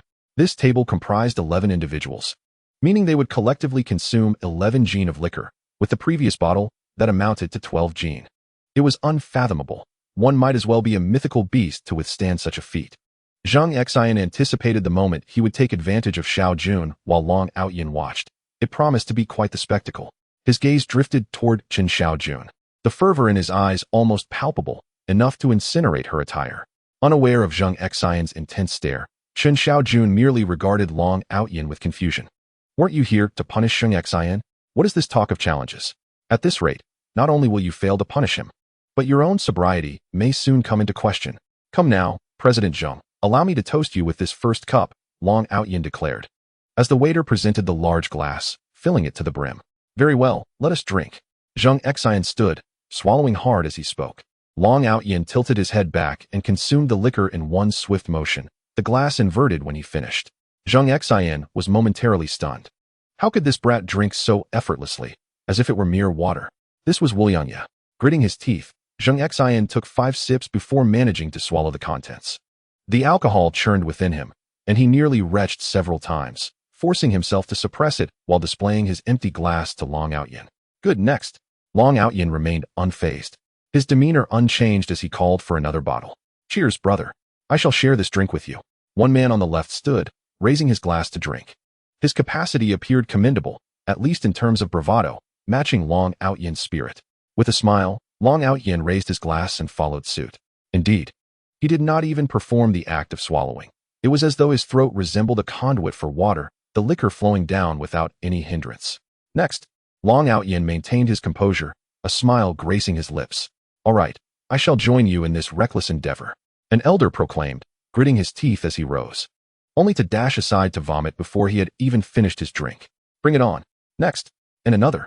In a single bout, Long Aotian consumed an astonishing 11 bottles of Wulianya, culminating in a total of 12 bottles when accounting for the initial penalty drink. Moreover, and most importantly, aside from a slight flush on his face, he exhibited no signs of discomfort whatsoever. In contrast, those who were eager to ply him with drink found 2 or 3 of their number already slumped over the table, while the others, intoxicated, gazed at Long Aotian with astonishment. It was not that their tolerance for alcohol was lacking. After a long day of labor, they were weary, and who could consume so much? It was a full bottle in one go. This wine is truly exquisite. Allow me to toast everyone with another glass before I take my seat, Long Aotian declared, raising his cup once more. The crowd gritted their teeth. Having reached this point in their drinking, they had no choice but to comply. Counting this glass, Long Aotian had consumed a total of 13 bottles, surely nearing his limits.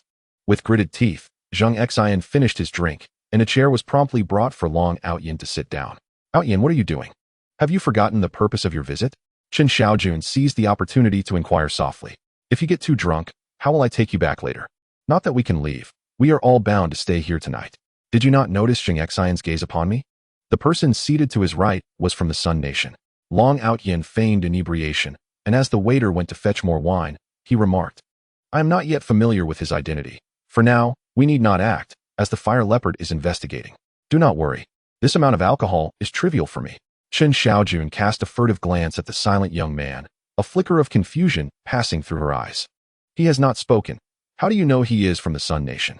The waiter brought over 3 cases of Wulianya, and Zhang Xian observed that those around him seemed unable to endure any longer, each one straining to keep their heads from collapsing onto the table. He cursed inwardly.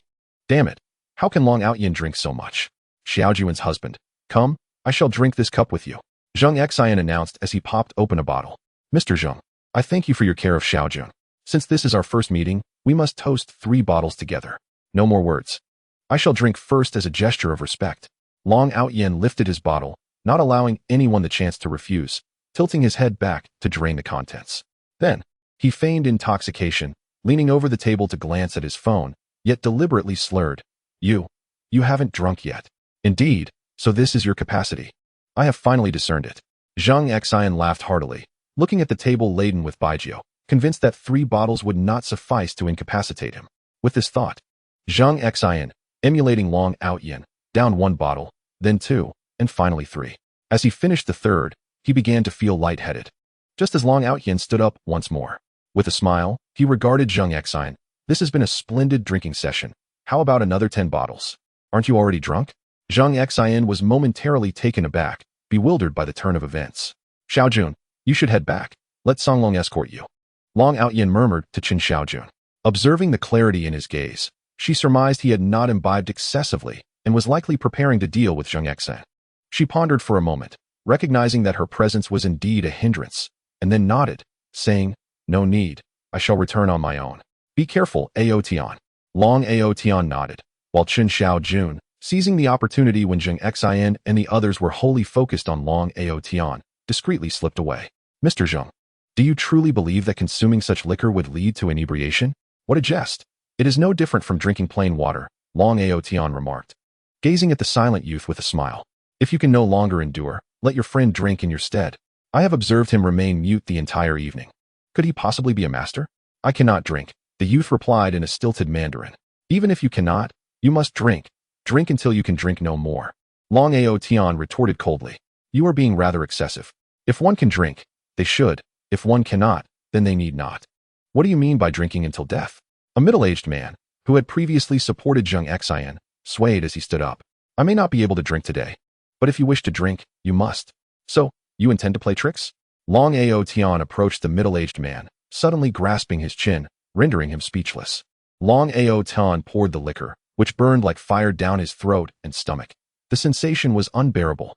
He felt nauseous but could not relieve himself, only whimpering in desperation. At last, when the bottle was emptied, Long Aotian released his grip, and the middle-aged man collapsed to the ground. He clawed at his throat, expelling mouthfuls of blood. Long Aotian produced another bottle, consuming it with the bottom facing down, and coldly stated, I have finished another bottle. Now it is your turn. I warn you, for every bottle I consume, you must match me. Not a cup less, nor a person fewer. Must I take matters into my own hands? You take matters into your own hands? The plight of that middle-aged man lies before us. He was forced to vomit it all out. Who would dare let you force them? It was uncertain who first seized the bottle, but the others quickly followed suit, gulping it down. This was hardly drinking. It bore more resemblance to poison, and even poison was not consumed in such a manner. Long Aotian was not targeting them directly. He approached the youth with a bottle in hand, asking, will you drink yourself, or shall I assist you? I told you, I cannot drink. The youth frowned and replied coldly. Moreover, I did not partake in the scheme to intoxicate you or your wife. You should be pouring it down their throats. Slap. No one anticipated that Long Aotian would raise the bottle and bring it crashing down upon the youth's head. Taken by surprise, the youth was momentarily dazed, instinctively cursing. Baka, Anata no Koto wa. Long Aotian seized him by the throat. You from the Tianxian society may cause chaos abroad, but have you dared to extend your reach into Huaxia? Today, I shall uproot you completely. At the entrance of the Tianxian society, the young man was momentarily taken aback and inquired, who are you? How do you know about the Tianxian society? I not only know you are from the Tianxian society, but I am also aware of your collusion with Xuanxuan to murder Jiancheng. Your aim was to seize control of the Yui group as the headquarters of the Tianxian society. Your crimes are numerous and warrant execution. Upon finishing his declaration, Long Aotian forcefully snapped the young man's throat with a resounding crack. Chapter 69, Dust to Dust, Soil to Soil. Witnessing this scene, everyone felt their legs turn to jelly, staring in horror as the young man collapsed to the ground. A few, still somewhat conscious, staggered to their feet and attempted to flee towards the door. However, just as their hands brushed the doorknob, a voice outside commanded, return. The Longchao army is here on official duty. Everyone remained seated. It continued, any who dare to move shall be slain. Shortly thereafter, a squad of armed soldiers entered, led by none other than Huo Bao. The crowd trembled in fear. What was the military doing here? They were merely enjoying a drink. Was it necessary to involve soldiers? Reporting to the dragon leader, I have returned to deliver my report. Huo Bao approached Long Aotian and saluted with military precision. Upon investigation, the Tianxian society intends to establish a spy network in Huaxia, aiming to supply intelligence to the Sun Nation. There are a total of 28 leaders in the Tianxian society, aside from one named Nakamura, who perished at the hands of the dragon leader. The remaining 27 have all been annihilated by our forces. It was then that the gathered crowd realized these soldiers were searching for Long Aotian. Could he be affiliated with the military? They regarded him with cold stares, only to witness him, hands clasped behind his back, coldly proclaim, sever their heads and deliver them to the command of the Sun Nation. How dare these insignificant rodents invade our Huaxia and covet our state secrets? Issue a decree from the Longchao army to the world. Any who dare to invade Huaxia shall be hunted down, no matter the distance. Yes, I shall obey. Huo Bao replied, hoisting Nakamura's lifeless body and departing. In an instant, the private room was left with only Long Aotian and Xuanxuan among others. The alcohol had long since sobered them, yet their bodies remained paralyzed with fear, especially Xuanxuan, who felt as if he would lose control of his bladder under Long Aotian's gaze. How did Long Aotian know about the Tianxian society? How was he aware of Nakamura's collusion in the murder of Xuanxuan? Yet, these questions paled in significance. The Tianxian society had attempted to take control of the Yui group, only to be crushed by Long Aotian. What on earth was happening? Calm yourself. As Long Aotian advanced toward him, Xuanxuan yearned to flee, but his legs refused to obey. Speak of your crimes. Long Aotian drew a chair closer, fixing him with a steely gaze. What crimes? Xuanxuan pondered. Even under threat of death, he could not confess. The man you killed, I do not even know him. He might have been brought by someone else, or perhaps just a freeloader. Moreover, I am now the chairman of the Yui group. If you dare to cross me, I shall revoke Chen Xiaojun's position as director by tomorrow. Do not fret over this matter.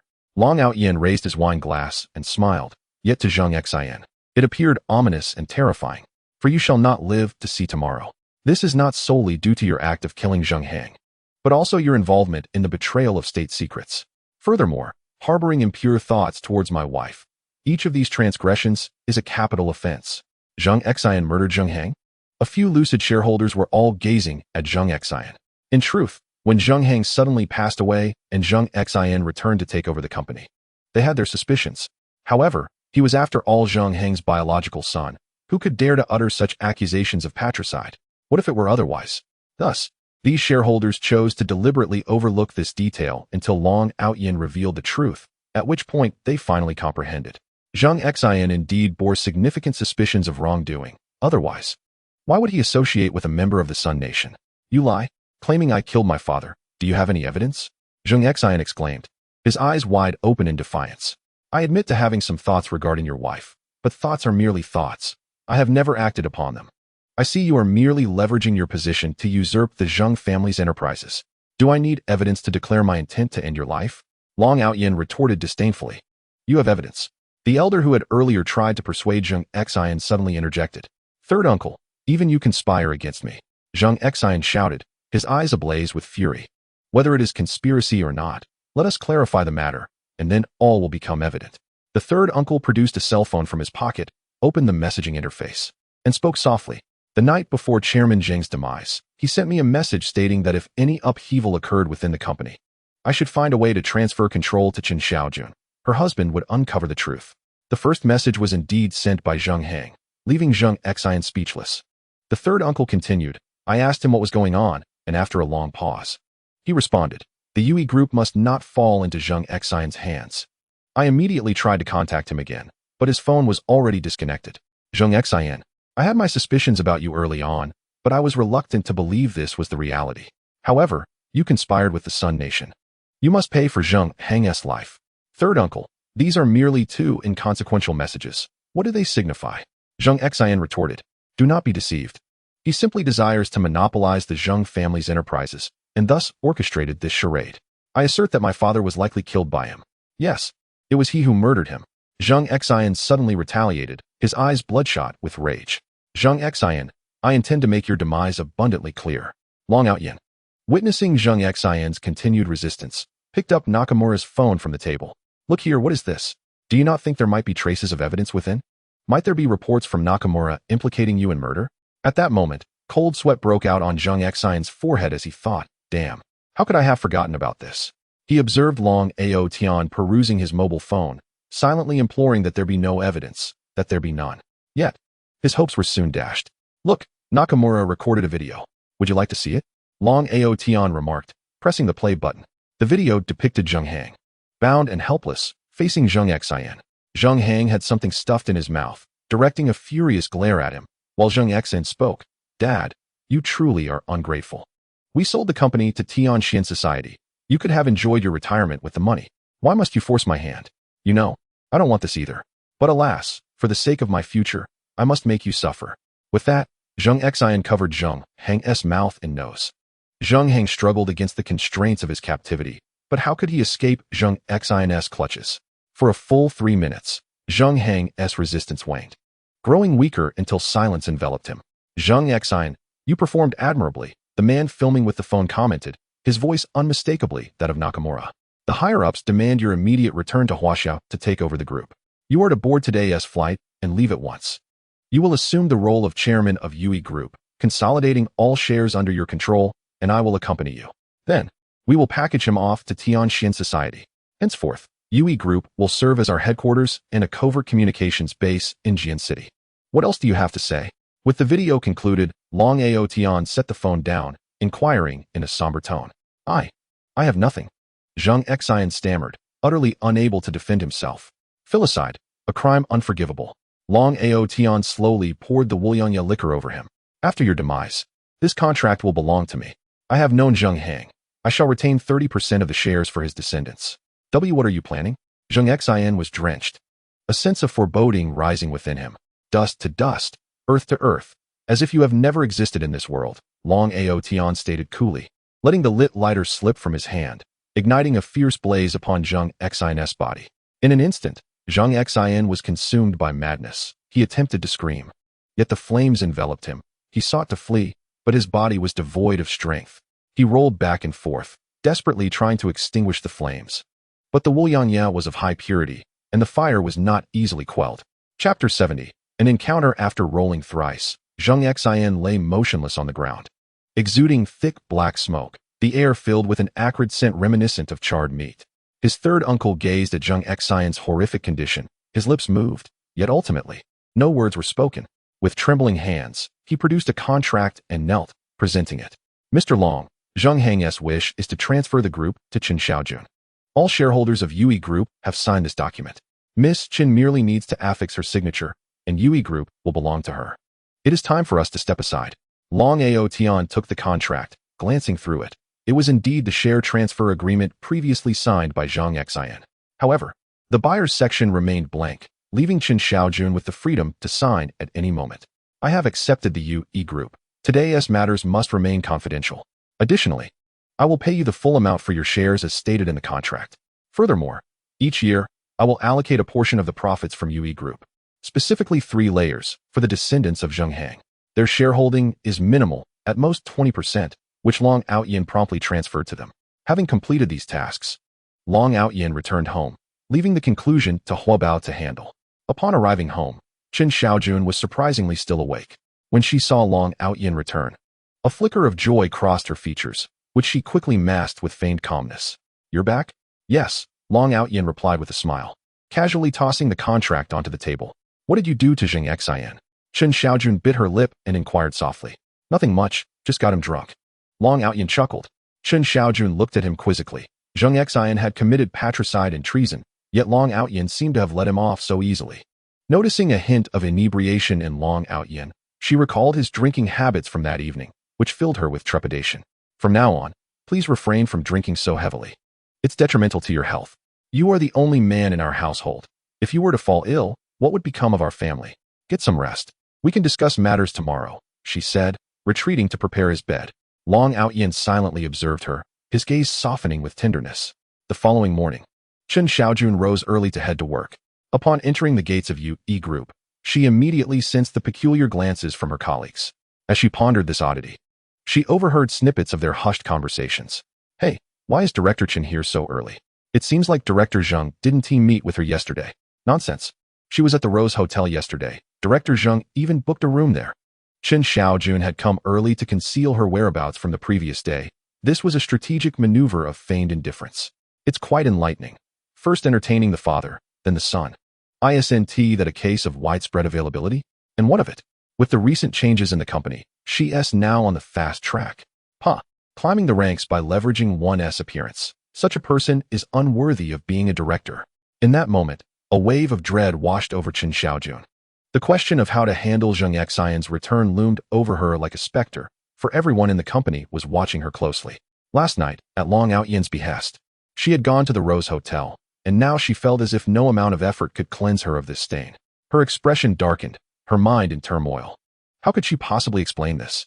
If she were to speak up, wouldn't that only serve to draw more attention to the truth? Director Chen, I'm here to collect last month's reports. May I have them, please? Lu Yan from the HR department entered Chen Xiaojun's office, her face devoid of emotion. 3 years prior, she had been involved with Xuanxuan, often spending time with him while her husband struggled.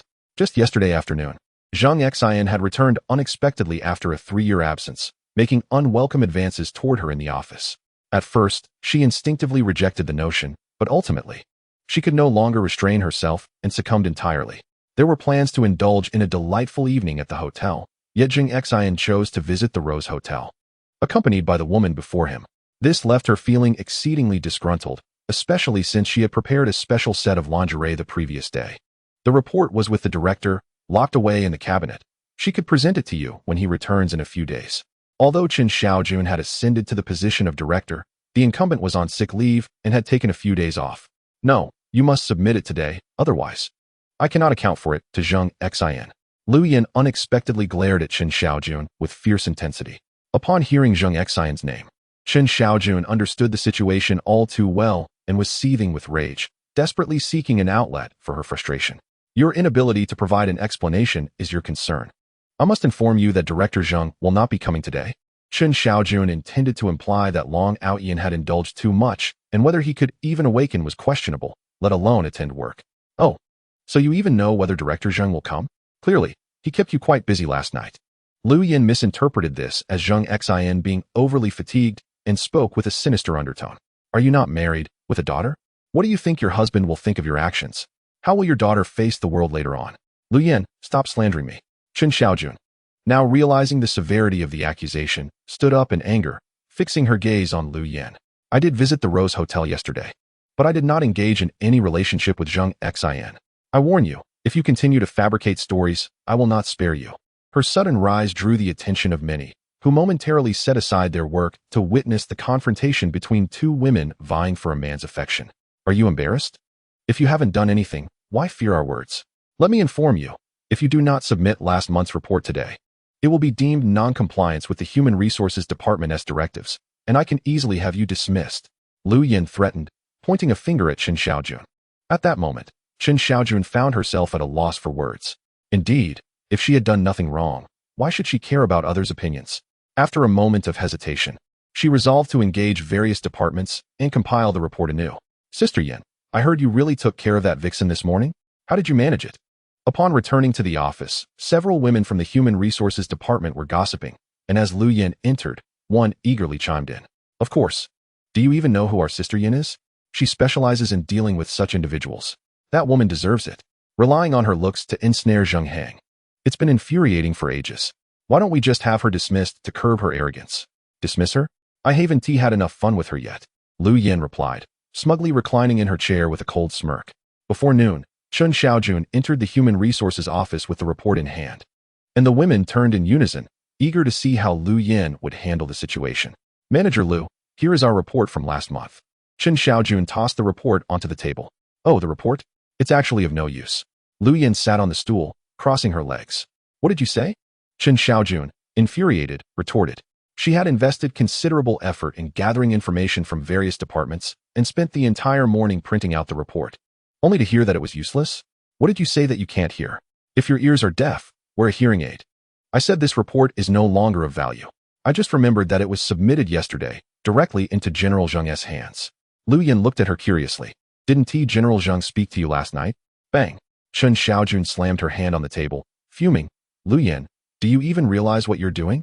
You had me prepare this report, and I wasted my entire morning running around the company. Do you really think that just because you are the HR manager, you can do whatever you please? Indeed, I relish seeing you in such a flurry, scurrying around for favors. Lu Yan shot back disdainfully. Don't think that just because you're a director, you're something special. I am the head of HR, not under the thumb of a wretch like you. Slamming the table in front of me. Who do you think you are? I'm telling you, I'm standing my ground. What are you going to do about it? Chen Xiaojun glared at Lu Yan, her teeth clenched. You better remember what you said today. After speaking, Chen Xiaojun turned and strode toward her office. Chapter 71. Who is so arrogant I remember what I say? Lu Yan shouted at Chen Xiaojun's retreating figure. A woman who rose through her charms must not think she is so exceptional. Beware that your daughter learns not the good, but your skill in enticing men, huh? Lu Yan yelled, but Chen Xiaojun had already entered her office, unable to hear. Those nearby couldn't help but laugh, as Lu Yan's words echoed their thoughts. Shortly after Chen Xiaojun left, a woman entered. Glancing back at the direction Chen Xiaojun had gone, she smiled at Lu Yan. Lu Jia, how did you end up in a quarrel with her? This woman is not easy to deal with. Her seductive skills are top-notch. I heard that General Zheng went to the Rose Hotel with her yesterday, and he still hasn't arrived. Just a vixen. Let me show her what I'm made of. Lu Yan sneered, then inquired, is your finance department not busy? Why do you have time to come see me today? Speaking of business, I nearly forgot. Yesterday, just before closing, General Zheng approached me. The woman, wearing a look of envy, smiled somewhat ingratiatingly. He said the HR department is the most overworked in our group, and you should take your team for a little outing, a total of 7 days. General Zheng even specially allocated 200,000 for your department's team building. Really? Lu Yan's eyes sparkled. It seems Xuanxuan hasn't forgotten about me. 3 years ago, it was the same. After every encounter with me, Xuanxuan would always gift me something. This time it is settled. He has taken control of the company, making the manipulation of its funds exceedingly convenient. There is no pretense. I intended to inform you yesterday, but the workday had already concluded. Lu Yan, allow me to share with you that overseas travel has recently become exceptionally popular. Perhaps you and your companions might consider it. The woman cast a flirtatious glance and added, if you venture abroad, do not forget to bring back a souvenir for me. Rest assured, even if I were to forget anyone, you would not be among them. Lu Yan replied with a radiant smile. Very well. I shall transfer the funds to your account shortly. I must attend to other matters now, the woman said before rising to take her leave. Later that afternoon, shortly after beginning her shift, Lu Yan received a text message notifying her of a deposit of 200,000 yuan into her bank account. Our Human Resources Department has received a windfall. President Zheng has rewarded us with 200,000 in a trip abroad. She exclaimed, everyone, take a moment to review your urgent tasks and complete them promptly. We shall be departing in the next couple of days. To celebrate this financial boon, I shall treat the entire company to dinner tonight. Lu Yan cheerfully declared, though inwardly she harbored her own calculations. The company boasted at least 200 employees, necessitating the reservation of 20 tables. If each table cost approximately 1,000 yuan, the entire sum would be spent.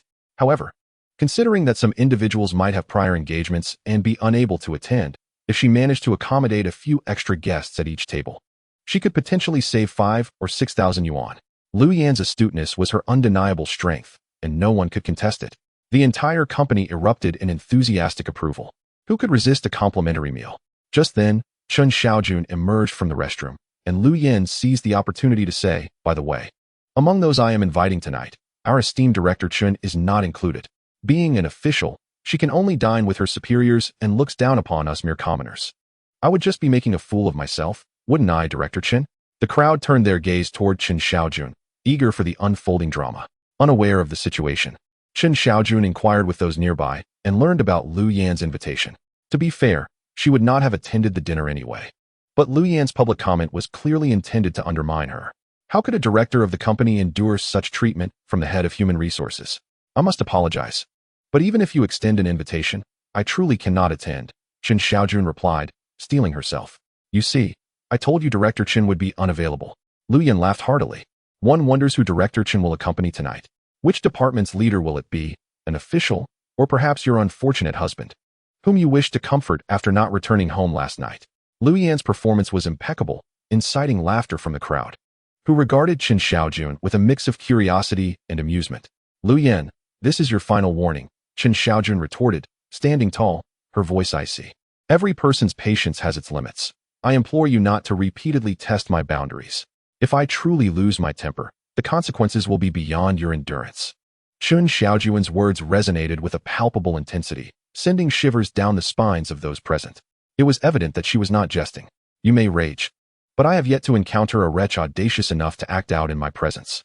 Lu Yan retorted defiantly, refusing to yield an inch. I have just tested your limits. What do you intend to do about it? Rob me? Kidnap me? Or perhaps imprison me? If you truly possess the capability, gather 10 burly men to deal with me, for I am in dire need of an outlet for my frustrations. Bring it on. If I were afraid, I wouldn't be here in the Human Resources Department of Yui Group. This is your doing. Chen Xiaojun glanced at Lu Yan, disregarding her previous intention to visit the restroom, and turned back towards her office. After calming her thoughts, she dialed Long Aotian's number. Aotian, I have a matter to discuss. Chen Xiaojun's voice was devoid of warmth. Since Xuanxuan has committed patricide and is a spy for the island nation, he cannot serve as the chairman of the group. Could you arrange for Huang Tianxi to acquire Yui Group? I will appoint him as chairman and maintain full control. Rest assured, once Yui Group becomes profitable, I shall repay Huang Tianxi in full. Chen Xiaojun harbored considerable confidence regarding the acquisition of Yui Group, particularly since she already held a substantial stake. Oh, Long Aotian expressed mild surprise, recalling that this was the first time Chen Xiaojun had made a request of him. Is that not feasible? Chen Xiaojun's disappointment was barely concealed. No, I just find it peculiar, Aotian replied with a smile. In fact, I already ensured Xuanxuan's passage to the afterlife yesterday, and I have also acquired the Zheng family shares. However, committing to full control might be a challenge. I promised the Zheng family that I would allocate 30% of the profits to them annually. You have already purchased the shares? Chen Xiaojun's emotions fluctuated from despair to elation. Why did you not inform me of this yesterday? You did not inquire, Aotian responded with a hint of grievance. How infuriating. Humph, I shall not engage with you further. Chen Xiaojun scolded him in mock anger before hastily ending the call. At that moment, Aotian was seated in old Li's tea house, which had relocated to Tianfuan, now co-managed with Tao Dongsheng. This tea house comprised a 6-story standalone building, with the first 3 floors designated for tea and discussions, while the latter 3 housed a casino.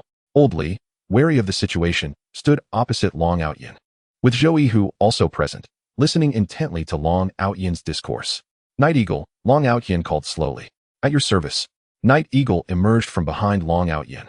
As it was Canglong's turn to guard Xianxuan today, return to the Emperor's scenic community, retrieve the contract from the table, and deliver it to Chen Xiaojun. Aotian instructed calmly. She proactively inquired about power. Given her character, she would not do so unless faced with extreme difficulty. Also, look into who dares to act so brazenly now that Xuanxuan is deceased. Understood, I shall comply. Night Eagle acknowledged with a salute and departed. Chapter 72. The chairman's secretary with Nighthawk's exceptional efficiency. The source of the issue was swiftly uncovered. In less than 2 hours, Nighthawk returned to Aotian, holding a piece of paper. His subordinate had ascertained that the individual who had offended the matriarch was a woman named Lu Yan. Lu Yan. Aotian glanced at the paper and suddenly let out a cold chuckle. This Lu Yan is still involved with Xuanxuan, yet 5 years ago, she exploited her position to sell numerous confidential documents. With the evidence on this paper, it should be sufficient to imprison her for 7 or 8 years, perhaps even 8 years. Indeed, Nighthawk respectfully replied. You may proceed. Aotian handed the paper back to Nighthawk, speaking in a calm tone. Dismiss all employees at UE Group who harbor ulterior motives from their current positions, and those involved in illegal activities should be handed over to the authorities. This scene must be witnessed by all employees to help Chen Xiaojun establish absolute control. Understood. Nighthawk's eyes gleamed with determination as he turned to leave. After receiving a response from Aotian regarding the acquisition of shares, Chen Xiaojun felt a significant sense of relief. Although her tenure at UE Group had been brief, she had worked in the Chen family for quite some time and was well acquainted with various operations. She took up a pen and paper, drafting her plans for her tenure. She aimed to lead UE Group to unprecedented heights of glory. Yanjia, I will have to stay late today. The board has just issued a command to appoint a new chairman tonight. A young girl entered and remarked mysteriously. Didn't they say Xuanxuan wouldn't be coming today? Lu Yan instinctively thought it was Xuanxuan. Well, I can't say. Chen Xiaojun could very well be lying. The young girl replied, sitting beside Lu Yan and fanning her with a hand fan. The chairman is about to take office. And our Yanjia will be leaving this office soon. I've heard that the position of the chairman's secretary is still vacant. You'll be living and working closely with the chairman, Yanjia. Don't forget your sisters. Upon hearing the young girl's words, Lu Yan was momentarily taken aback. Indeed, the position of the chairman's secretary had remained unfilled. If Xuanxuan were to ascend to the chairmanship, and if she served him well, that position might very well be hers. Why didn't I think of this earlier, allowing others to bring it up? Don't be ridiculous. The chairman's secretary position undoubtedly requires extensive selection. As HR personnel, what business do we have in such matters? Lu Yan pushed the young girl playfully, her hands trembling with excitement. What is wrong with being in HR? Can't one from HR serve as the chairman's secretary? The young girl flattered Lu Yan. Chen Xiaojun, after all, became the deputy director as soon as she arrived. Our Yanjia is certainly not inferior to her. If you ask me, that position of chairman's secretary is meant for our Yanjia. Lu Yan nodded vigorously, but eventually, her expression turned disdainful as she remarked. Don't compare me to Chen Xiaojun. It's beneath me. All right, my esteemed secretary. The young girl embraced Lu Yan's shoulders. Yanjia, shall we go see what Chen Xiaojun is up to? As the secretary to the chairman, it is your duty to familiarize yourself with the employee's work before assuming your role and report to the chairman.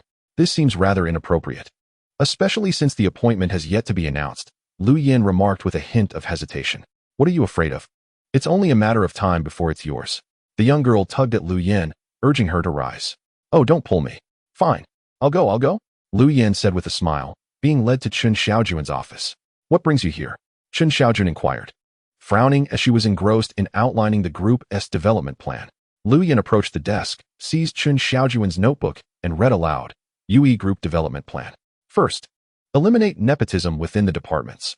Only one partner from a couple or romantic relationship is permitted to remain in the company, and indiscriminate relationships are prohibited." "Hey, Director Chen, just focus on your design work. It's not your place to set company policy. If there's nothing else, please leave," Chen Xiaojun retorted, snatching back her notebook coldly. "Is it so wrong to pay a visit?" Lu Yan shot back with equal disdain. "Stop looking at me with that sour expression, as if I owe you money. I'm here to inform you that today's work hours will be extended to announce the chairman's appointment." Chen Xiaojun was already aware of this, regarding Lu Yan with suspicion. "What does that have to do with you?" "Of course it relates to me. Do you know who the appointed chairman is?" Lu Yan declared confidently, a smug expression on her face. "It's Xuanxuan. He is the newly appointed chairman. Once the position of chairman's secretary becomes vacant, I shall ascend, and I will be second only to the chairman. Chen Xiaojun, I advise you to treat me well, or you'll regret it once I take office." Chen Xiaojun was left speechless, internally thinking, "Lu Yan, have you not yet awakened? The new chairman is clearly me. Xuanxuan has already gone to the netherworld to report to his father." Chen Xiaojun was uncertain whether or not to enlighten her. "What's wrong? You seem to have just heard this news," Lu Yan said with a smug smile. "Once I wield power, the first thing I'll do is drag you down from your director position and assign you to clean the toilets. Haha. The fall from grace will surely be delightful for you. Don't even think about resigning. Typically, resignation requests take 3 months to be approved, meaning I have 3 months to make your life miserable." "Lu Yan, I truly don't know what to say." Chen Xiaojun shook her head vigorously, contemplating before stating, "I won't say anything more. You'll understand during the meeting that your ambitions are utterly unattainable. That will be all for now. I have matters to attend to.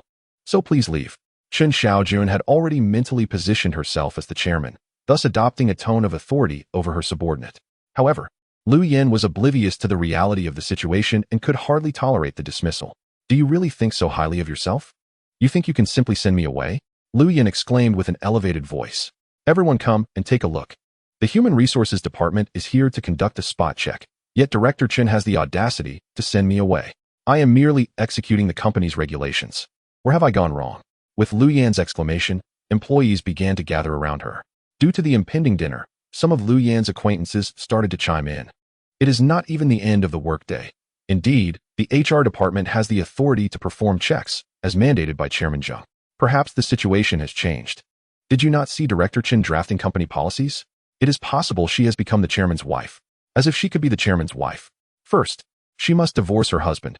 Who knows if he would agree? Surrounding individuals murmured in discussion, yet Chen Xiaojun remained silent, merely taking note of their expressions.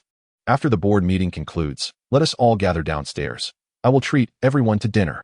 As Lu Yan observed Chen Xiaojun's silence, feeling victorious, she resolved to be generous. "After dinner, I will also take everyone out for karaoke. In short, today we shall revel, and not leave until we are intoxicated." Cheers erupted from the employees like a tidal wave. Could there be anything more delightful than free food and free singing? No, there is not. Chapter 73. My mother calls me home for dinner. At that moment, a Mercedes-Benz 500 screeched to a halt at the entrance of UE Group.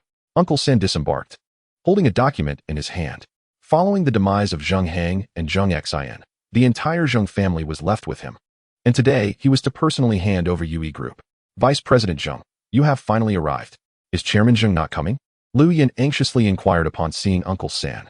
"Xuanxuan." Uncle San cast a cold glance at Lu Yan. "He will not be coming. I will announce his matters shortly. For now, gather all the employees. I need to hold a meeting. Inform everyone that there will be significant personnel changes, and prepare them mentally." As he spoke, he entered Chen Xiaojun's office, and their conversation was inaudible to outsiders. "Congratulations, Sister Yan. You will soon be the chairman's secretary." "Indeed. Who among us can rival Sister Yan? With both looks and capability, this position is undoubtedly yours. By the way, Sister Yan, are you treating everyone to karaoke today because of this news?" Lu Yan smiled but did not respond, as an ominous premonition surged within her. If Xuanxuan was not coming, then where had he gone? Moreover, why was Uncle San visiting Chen Xiaojun's office? Could it be that Chen Xiaojun was receiving a promotion? Before she could ponder further, the office door opened, and both she and Uncle Sen stepped onto the podium to speak. All eyes focused on them, awaiting Uncle San to announce the new personnel appointments. Before I officially announce the personnel changes, I must first address the matter of Xuanxuan. Xuanxuan, driven by greed, was bribed by the Japanese organization Tianxian, and orchestrated the assassination of Zheng Hang. Such individuals deserve no mercy. Last night, at the Rose Hotel, they were justly dealt with by the military. Astonishingly, upon his arrival, my uncle detonated a bomb, leaving all the staff in a state of disorientation. Xuanxuan had been seduced by the island nation and had even murdered Zheng Hang, his own father. What manner of cruelty allows one to turn against their own kin? Liu Yin was plunged into despair, stubbornly believing that Chen Xiaojun had merely booked a room with Xuanxuan at the Rose Hotel, which fueled her animosity toward him. Little did she know, Chen Xiaojun spoke the truth. Xuanxuan had indeed been killed by the military. Setting aside the heinous act of Xuanxuan against Zheng Hang, his demise meant the loss of her support within the Yui group. Was she to toil relentlessly as she had before? I witnessed the events surrounding Xuanxuan firsthand, and I am willing to bear all legal consequences. What I wish to convey is that the matter has passed. No one shall discuss it further. Although the Zheng father and son are no longer present, the group must progress, and the design garments must reach the market. With the Zheng family's numbers dwindling, the remaining shareholders have signed an agreement to divest all their shares. I hereby announce the new personnel appointments. I appoint Ms. Chen Xiaojun, the former director of the group, to the position of chairwoman, effective immediately. This appointment takes effect today, at this very moment. We welcome Chairwoman Chen to deliver her address. If Xuanxuan's death shocked the employees, the second announcement from my uncle was nothing short of an earthquake. Let us not forget that he previously stated he had signed with all the shareholders to sell their shares. Who, then, is the purchaser? Who possesses such financial might? When my uncle announced Chen Xiaojun, disbelief washed over everyone as they gazed at her. Impossible. How could it be Chen Xiaojun? Liu Yin appeared stricken by a profound blow. Muttering, Vice President Zheng, there must be some misunderstanding. You have announced it incorrectly. I refuse to believe it is her. It cannot be her. Liu Yin seemed entranced, nearly collapsing if not for the support of those beside her. Before my uncle could speak, Chen Xiaojun asserted her authority as chairwoman, calmly stating, how could it not be me? You are not mistaken. I have acquired the shares of Yui Group, and I am the newly appointed chairwoman. Here is the contract for my acquisition of Yui Group. Tomorrow, I will make a copy and post it on the company bulletin board for your reference at any time. I hereby announce 10 company regulations. First, Yui Group will henceforth be renamed Aotian Group, with the finance department responsible for the rebranding, to be completed within 3 days. Second, we shall eliminate nepotism within all departments. Chen Xiaojun recited the company regulations, which were astonishingly identical to those Liu Yin had previously reviewed. Silence enveloped the room. The group had a new chairwoman, one who held absolute authority. If they wished to remain employed at Yui Group, now Aotian Group, they must abide by the company's regulations.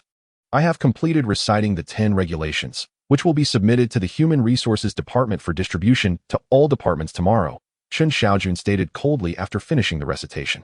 In the course of future work, I will establish new performance evaluation standards and various incentive measures to ensure that we do not lose any talent. Corresponding guidelines will be released in due course. Now, I ask everyone to trust me. I am determined to lead Aotian Group towards a more brilliant tomorrow. A voice, uncertain yet bold, broke the silence, leading the charge in applause. A thunderous wave of clapping soon engulfed Chen Xiaojun, regardless of who assumes the role of chairman. As long as Aotian Group stands strong, they remain indifferent. After delivering her remarks, Chen Xiaojun turned and returned to her office, exhaling deeply. In her previous tenure at the Chen family, she lacked such confidence, but now, Aotian Group belongs entirely to her, backed by Long Aotian's support. She firmly believed in her promises made at the board meeting. Knock, knock, knock. 3 soft knocks echoed from the door. Chen Xiaojun sat upright, inviting the visitor in. Liu Yin stepped inside. Her previous bravado vanished, her hands nervously fidgeting. What is it? Chen Xiaojun inquired after a moment of silence. Chairman, I wish to apologize. Liu Yin stammered. I should not have spoken to you as I did today, and regarding the Rose Hotel incident, I was entirely uninformed. It was all hearsay, and I fell victim to it. Liu Yin, do you realize that your words today amounted to personal attacks? I am at a loss as to where I have offended you. If you feel that Aotian Group is not suitable for you, you may choose to resign. Chen Xiaojun replied, rising to leave. Liu Yin felt as if the world was spinning. Chen Xiaojun had actually suggested her resignation. Where would she find another job that paid over 10,000? The employees outside had yet to disperse. And suddenly Liu Yin recalled her earlier promise to treat everyone to a meal. Perhaps others could help her find a solution. With this thought, She stepped outside, forcing a smile. Now that the company appointments are concluded, I suppose there is nothing more to do. Let us go eat first, and then sing. Hey, Lu Yan. I just remembered today is my best friend's birthday, so I might not be able to join. Have fun. By the way, Lu Yan, my mother is visiting today. I need to pick her up, so I won't be able to stay either. I've been working overtime for 3 months straight. My husband wants to treat me. So I truly apologize. Lu Yan, my mom is calling me home for dinner. Chapter 74. Xuanxuan. In this moment, Lu Yan genuinely felt the harshness of human nature and the fickleness of relationships. In the afternoon, her colleagues who had flattered her were nowhere to be found when it came time for a meal or song. Exhausted, she slumped to the ground, a flicker of anger igniting within her. Chen Xiaojun, this is all you're doing. If it weren't for you, would I have met such a dismal fate? Since the Aotian group cannot accommodate me, I shall take my leave. With 200,000 in hand, I refuse to be intimidated. With this thought, Lu Yan felt an unexpected surge of strength and sneered at her colleagues. Very well, since you all have matters to attend to, I shall not be treating you to this meal. I understand that you fear Chen Xiaojun, but I do not. You all know well how she rose to her position. I, Lu Yan, declare today that in 5 years, Chen Xiaojun will be begging on her knees before me. With that, Lu Yan disregarded the astonished gazes of those around her and strode towards her office. Just then, 3 officers unexpectedly entered, and the leader, glancing at the portrait in his hand, approached Lu Yan. You are Lu Yan, correct? The officer inquired in a grave tone. Yes, what do you want from me? Lu Yan replied, utterly perplexed by their presence. We have received a report, and upon investigation, we found that you began selling confidential information from the Yui Group 3 years ago, which constitutes commercial leakage. Additionally, you have been accepting bribes to recruit internal talent for Yui Group's competitors, which violates commercial law. Please accompany us for further investigation. This is impossible. Officer, you must be mistaken. I have not leaked any information. Lu Yan panicked, believing that her actions would certainly remain undisclosed. How could it be that the officers were now at her door? Ms. Lu, please cooperate with our investigation, the officer insisted firmly. We would not detain someone without evidence. Please think carefully. If you refuse to cooperate, we will take coercive measures. I haven't done anything. Lu Yan sobbed. Had she known it would come to this, she would have acted differently. A female officer stepped forward, seizing Lu Yan and dragging her outside. I never would have imagined that Lu Yan was such a person.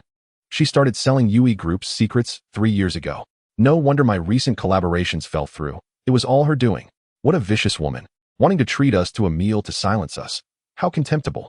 The colleagues who had previously addressed her as Sister Yin suddenly grasped the situation, and the office erupted in a chorus of outrage.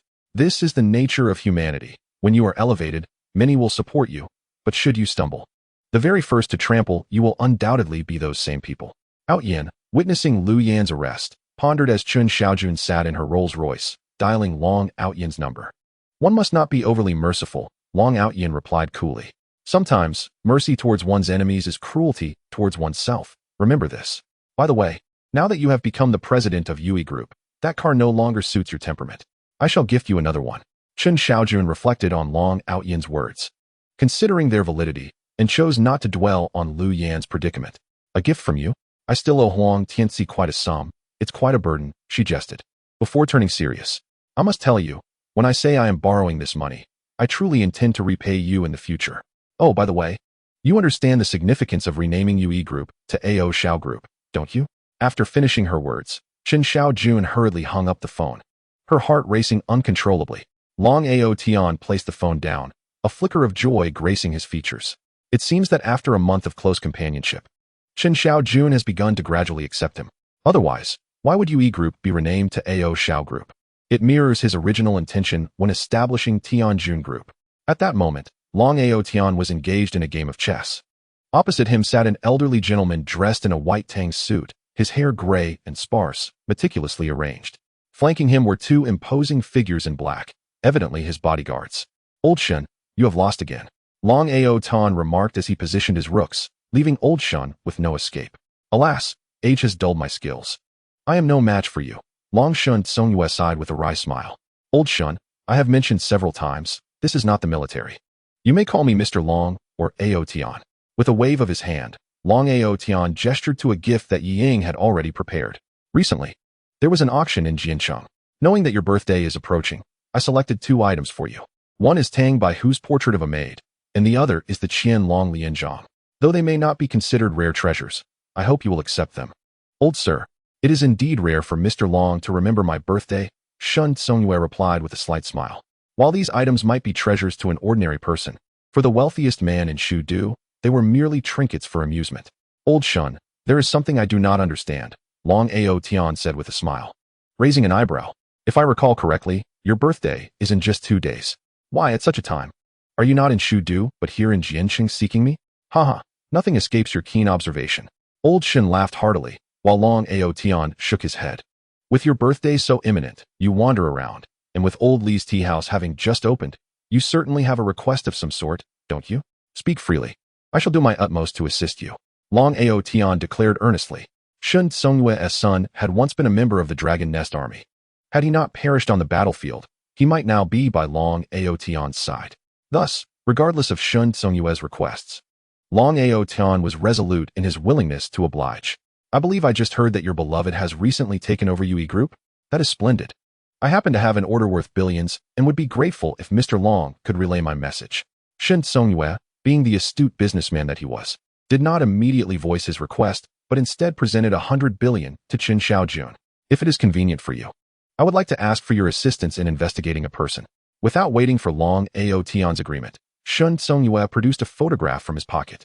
In the photograph, a man and a woman are captured together. The woman, petite and demure, nestles in the man's embrace. The man exudes a refined elegance, yet his brow carries an air of dominance. Who is this? Long Aotian inquired, perplexed, as he studied the image before him. To be candid, that girl is my granddaughter. Shin Bingbing. The man is from the Tang family of Shudu. Their wealth may rank just below mine, yet should not be underestimated. Therefore, I wish to enlist your assistance in investigating Tang Wenhao. It is said he has served in the military, and I suspect his intentions toward Bingbing are far from innocent. Chen Xiaoju spoke gravely, lowering his voice. Oh, Long Aotian furrowed his brow, realizing this entangled him in a familial feud he had little desire to engage in. I see Bingbing and Tang Wenhao as a suitable match. Old Shun, are you perhaps overthinking this? Far from it. Chen Xiaoju detected the implication in his words and rose to his feet. Mr. Long, you are unaware of the intricacies of these noble families. In truth, Bingbing has no intention of marrying Tang Wenhao. She is merely a victim of her family's machinations. They have arrived in Jiancheng this evening, and I implore you to assist me. With that, Chen Xiaoju bowed deeply, as though Long Aotian's refusal would prevent him from rising. Old Shen, you truly place me in a difficult position. Long Aotian shook his head firmly. There is a saying, better to dismantle 10 temples than to disrupt a single marriage. What if I uncover that Tang Wenhao is indeed not of pure intentions? Wouldn't you be left lamenting? Moreover, I have just promised my wife a car. I was planning to select one in the coming days. Perhaps, Chen Xiaoju interjected with a calm smile, Madam wishes to choose a vehicle. I ordered a Bentley half a month ago, currently being modified in Jiancheng. This car is imported, and I have replaced the windows with bulletproof glass, greatly enhancing its safety.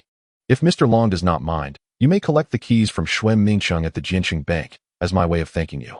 Long Aotian chuckled wryly. So, it seems I am compelled to assist you? Compelled indeed. Well then, at what time and where? Long Aotian sighed.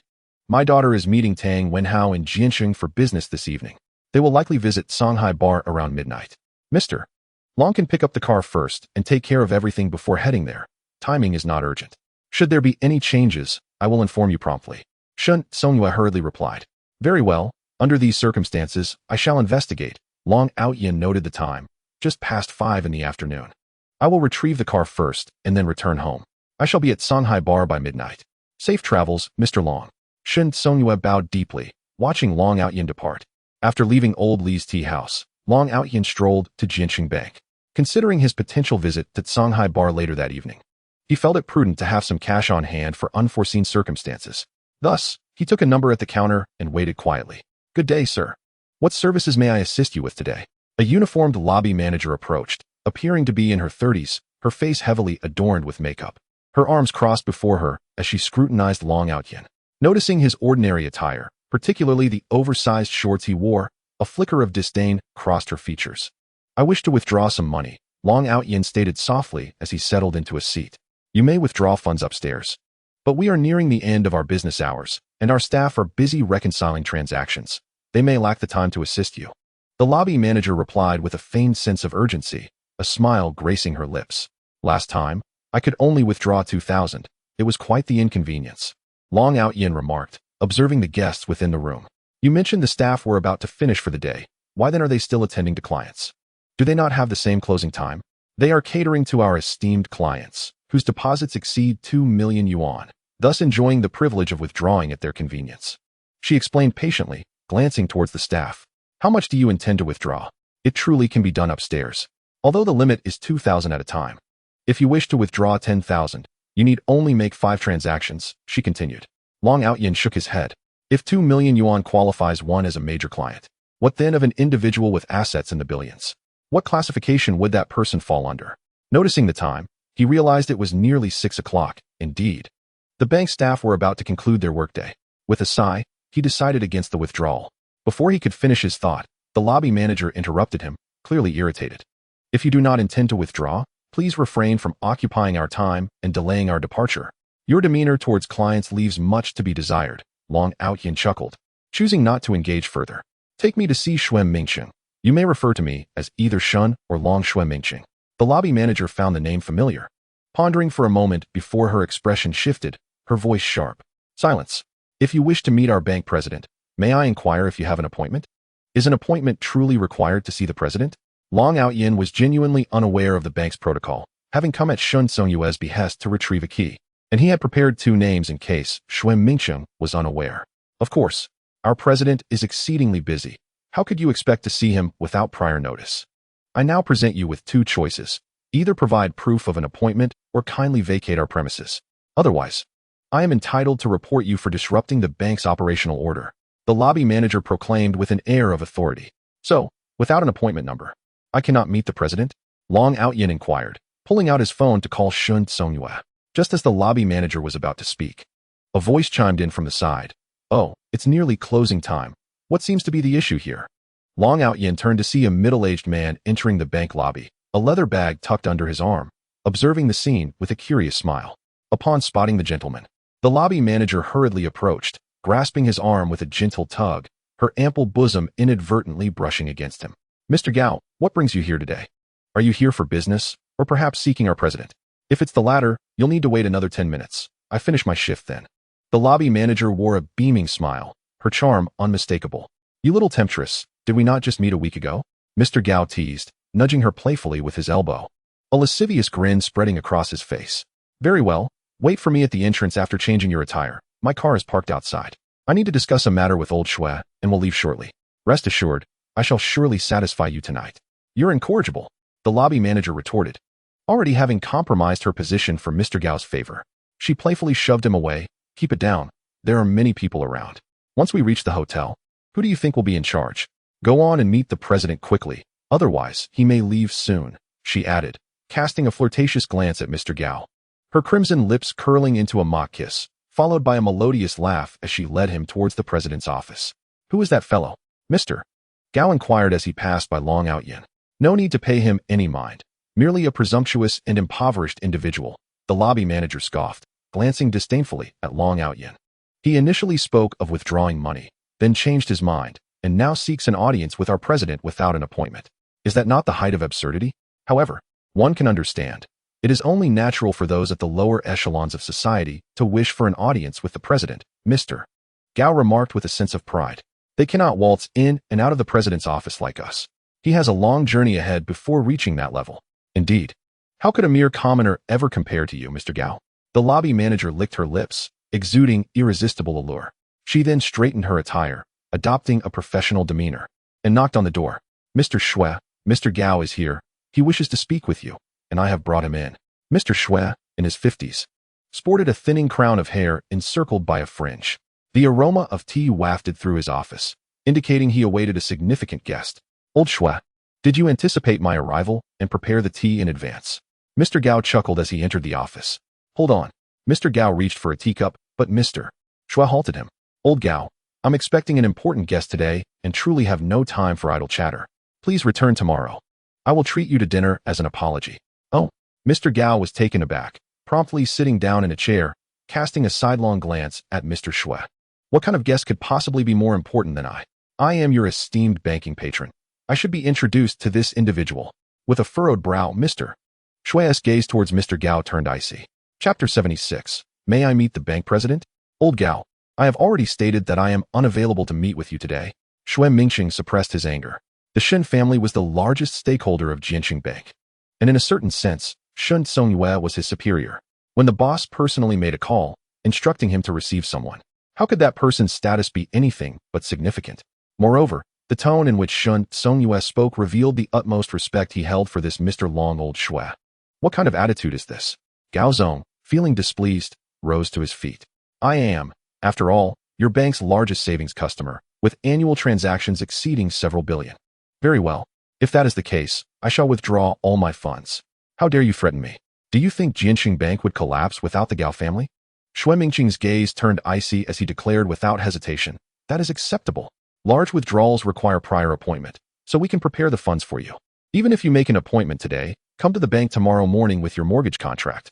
I guarantee all funds will be transferred within a day. Starting tomorrow, Jiancheng Bank will blacklist your family, severing all financial ties. Xue Mingqing's resolve hardened.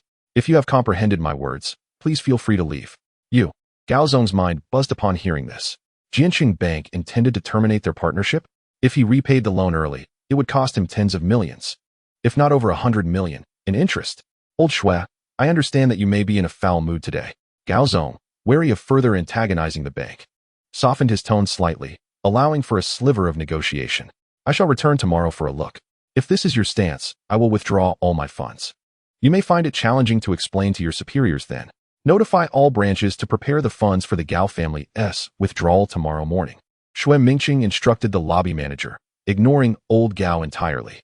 Very well, Old Xue, you are indeed formidable.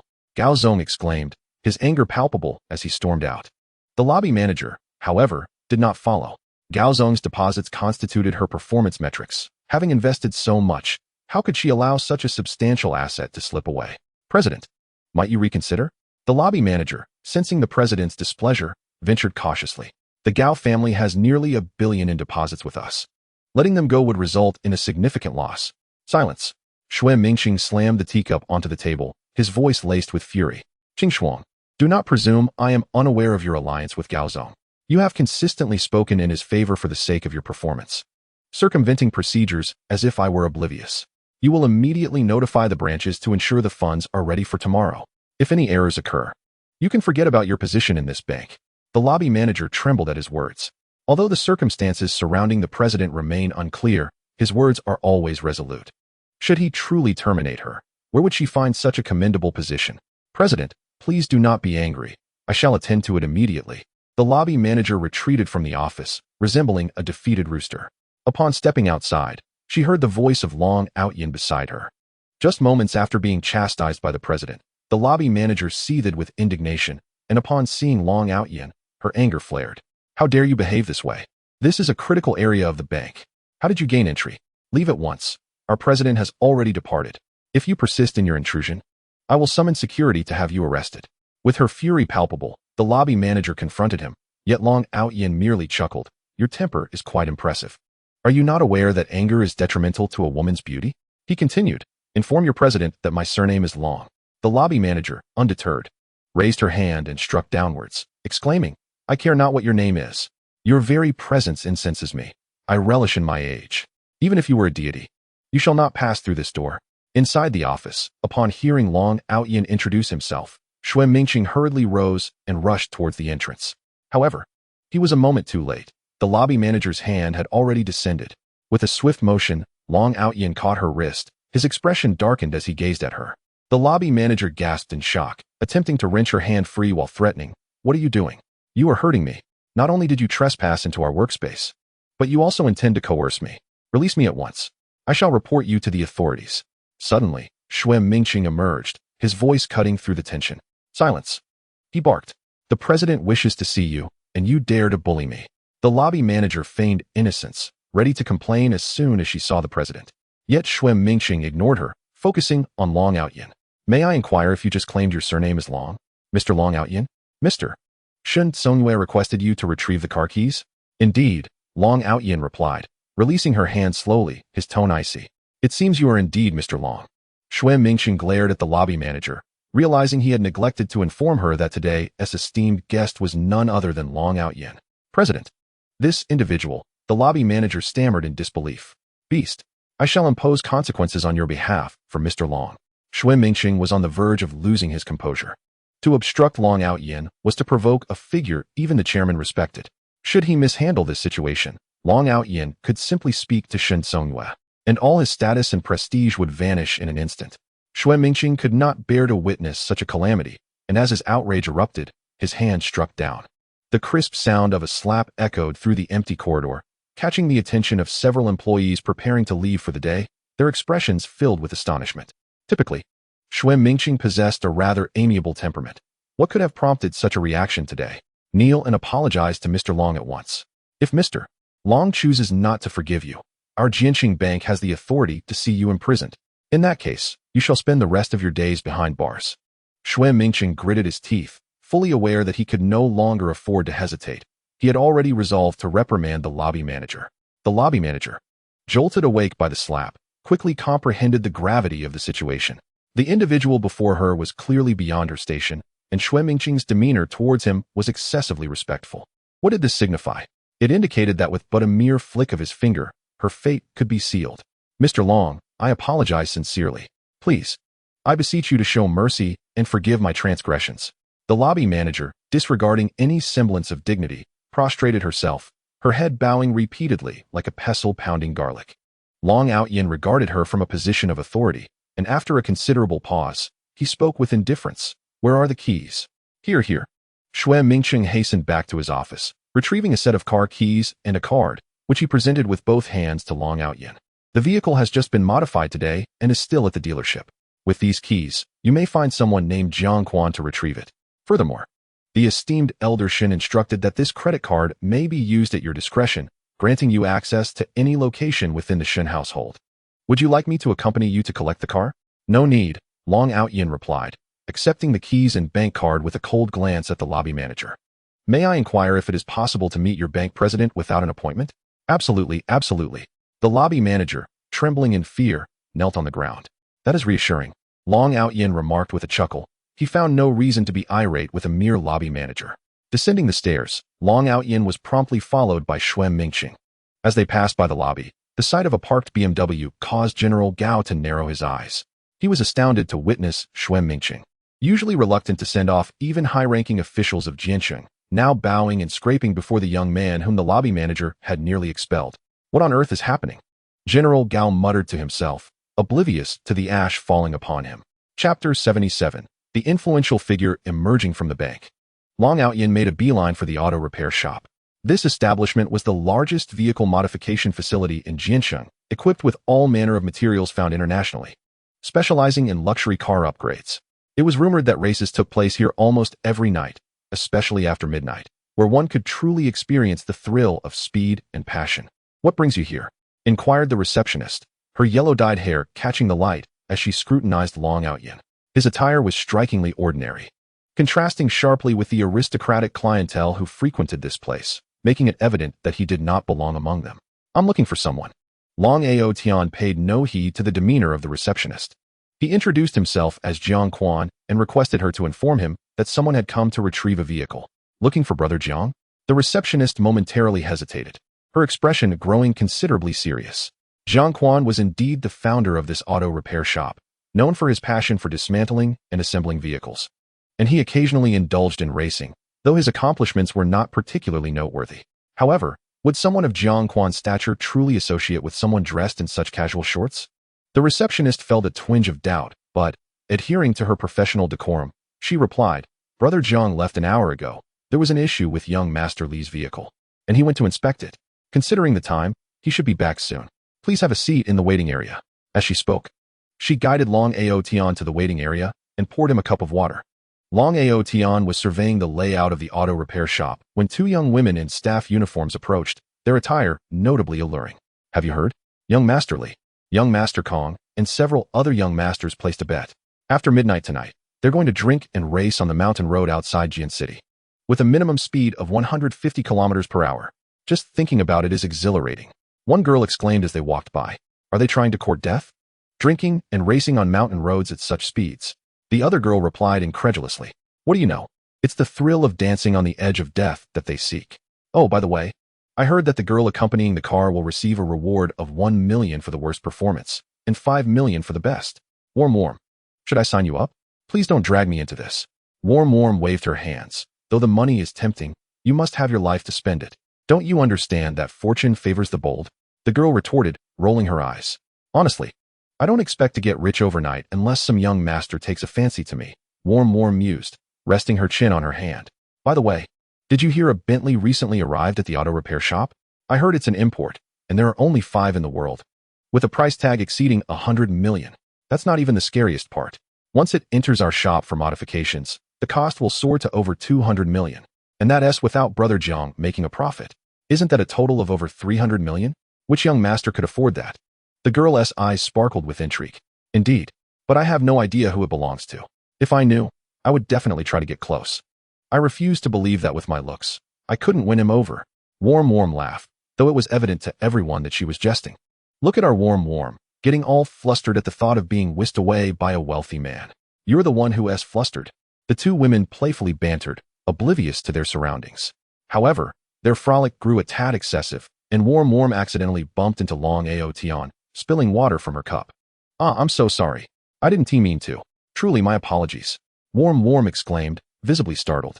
Who, if not extraordinary, would find their way to an auto repair shop? It was only when she discerned Long Aotian's attire that she secretly exhaled in relief.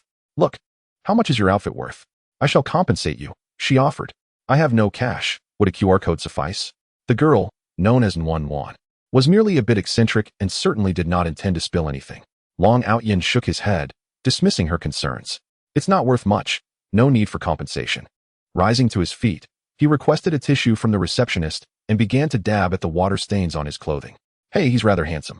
Shouldn't you make an effort to charm him? Another girl nudged Xuanxuan with her elbow. Forget it. He may be good-looking, but he appears quite shabby. In fact, he could have easily demanded an exorbitant sum. Even 1,000 yuan might have been within her willingness to pay. In these times, one fears the combination of poverty and ignorance. Xuanxuan gazed at Long Aotian, shaking her head in disdain and sighing. At that moment, the sound of a roaring engine filled the repair shop as a Lamborghini barreled in. Just as it seemed poised to collide with the front desk, it executed a sharp brake, completing a dramatic drift. Jianggu, do you intend to scare me to death every time? The receptionist exclaimed. Her hand pressed against her chest as she watched the man emerge from the car, trembling with fear. Train your courage. Xuanxuan tossed the keys to the receptionist and asked seriously, did anyone come looking for me to pick up a car? Oh, I almost forgot. The receptionist suddenly recalled Long Aotian. There is someone over there claiming to seek you. However, judging by his attire, he doesn't seem like a wealthy individual. Yet he asserts he is here to collect a vehicle. Jiancheng glanced at Long Aotian, perceiving a remarkable aura in his demeanor, and hurried over to him. Jianggu, will you take me along tonight? Xuanxuan attempted to pull Jianquan back. Get away. Jianquan shot her a glare before swiftly striding towards Long Aotian. Xuanxuan was taken aback, taking a moment to regain her composure. What had come over Jianggu? He had never scolded her before. Excuse me, are you Mr. Long? Jianquan inquired cautiously. He had dedicated half a month to managing this Bentley, and today the Shun family had called, along with Shui Mingqing from the bank, indicating that a Mr. Long would be coming to retrieve the vehicle.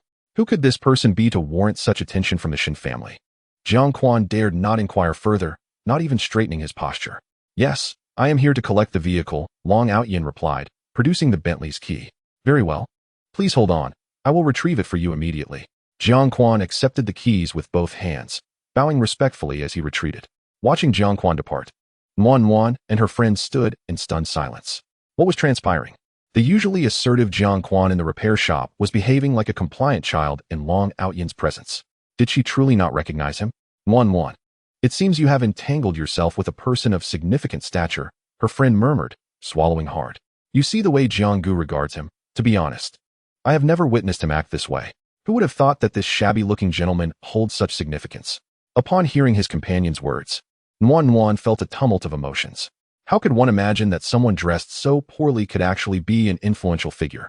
3 minutes later, a Bentley, one of only 5 globally, emerged, its sleek black exterior and white headlights striking an unforgettable impression, accentuated by its uniquely designed rear and spacious interior. Jianquan stepped out of the vehicle, respectfully presenting the keys. Mr. Long, this car has been modified. Its safety features are beyond reproach, capable of withstanding sniper fire. On the road, One might even liken it to a tank. Please accept it. Thank you, Long Aotian replied, accepting the keys. Please do not say that. It is my honor to serve you, Xuanxuan quickly responded. Long Aotian nodded, gently pressing the button to open the car door, which emitted a crisp sound as it swung open. He entered the vehicle and started the engine, driving off in a cloud of dust. Observing the fading taillights, both the front desk attendant and Xuanxuan sighed in melancholy. The attendant finally understood. When Long Aotian mentioned retrieving his car, he was indeed referring to his vehicle at the repair shop. Xuanxuan felt a pang of regret. Had she known he could afford a $300 million car, she should have approached him sooner. Now, it was uncertain when they might cross paths again. On his return journey, Long Aotian tested the car's performance. The modified Bentley exhibited enhanced stability and superior traction with its four-wheel drive. The only drawback was its emphasis on safety, which compromised acceleration. However, for Chen Xiaojun, this was of little consequence. Safety was paramount. Within half an hour, Long Aotian arrived back at the Imperial View community. Upon entering, he sensed an unusual atmosphere. The long-absent Wang Fong sat there with a dark expression, and even Chen Xiaojun's father, his father-in-law Chen Mingyuan, was present. Chen Xiaojun sat on the sofa holding Xuanxuan, her brow seemingly furrowed with anger. "Mommy, Daddy is back," Xuanxuan exclaimed, reaching out her arms. "Daddy, hug." "Of course, my dear daughter," Long Aotian smiled, embracing Xuanxuan. Yet, he wondered why the familial ambience felt so heavy. "Even my father-in-law is here. What has transpired?" Chen Mingyuan, the deputy governor of Qingmiu district in Jing City, typically refrained from involving himself in the Chun family's disputes due to the restrictions placed on public officials engaging in business. Now, upon seeing Long Aotian, he coldly inquired, "Aotian, why don't you explain what you were doing last night at the Rose Hotel?" "Dad, I've already told you." "Aotian, didn't he do anything last night? He merely accompanied Xuanxuan for drinks." Chen Xiaojun interjected, casting a meaningful glance at Long Aotian. However, who could have anticipated that Xuanxuan had a low tolerance for alcohol? We departed, and the subsequent events truly bore no connection to Aotian.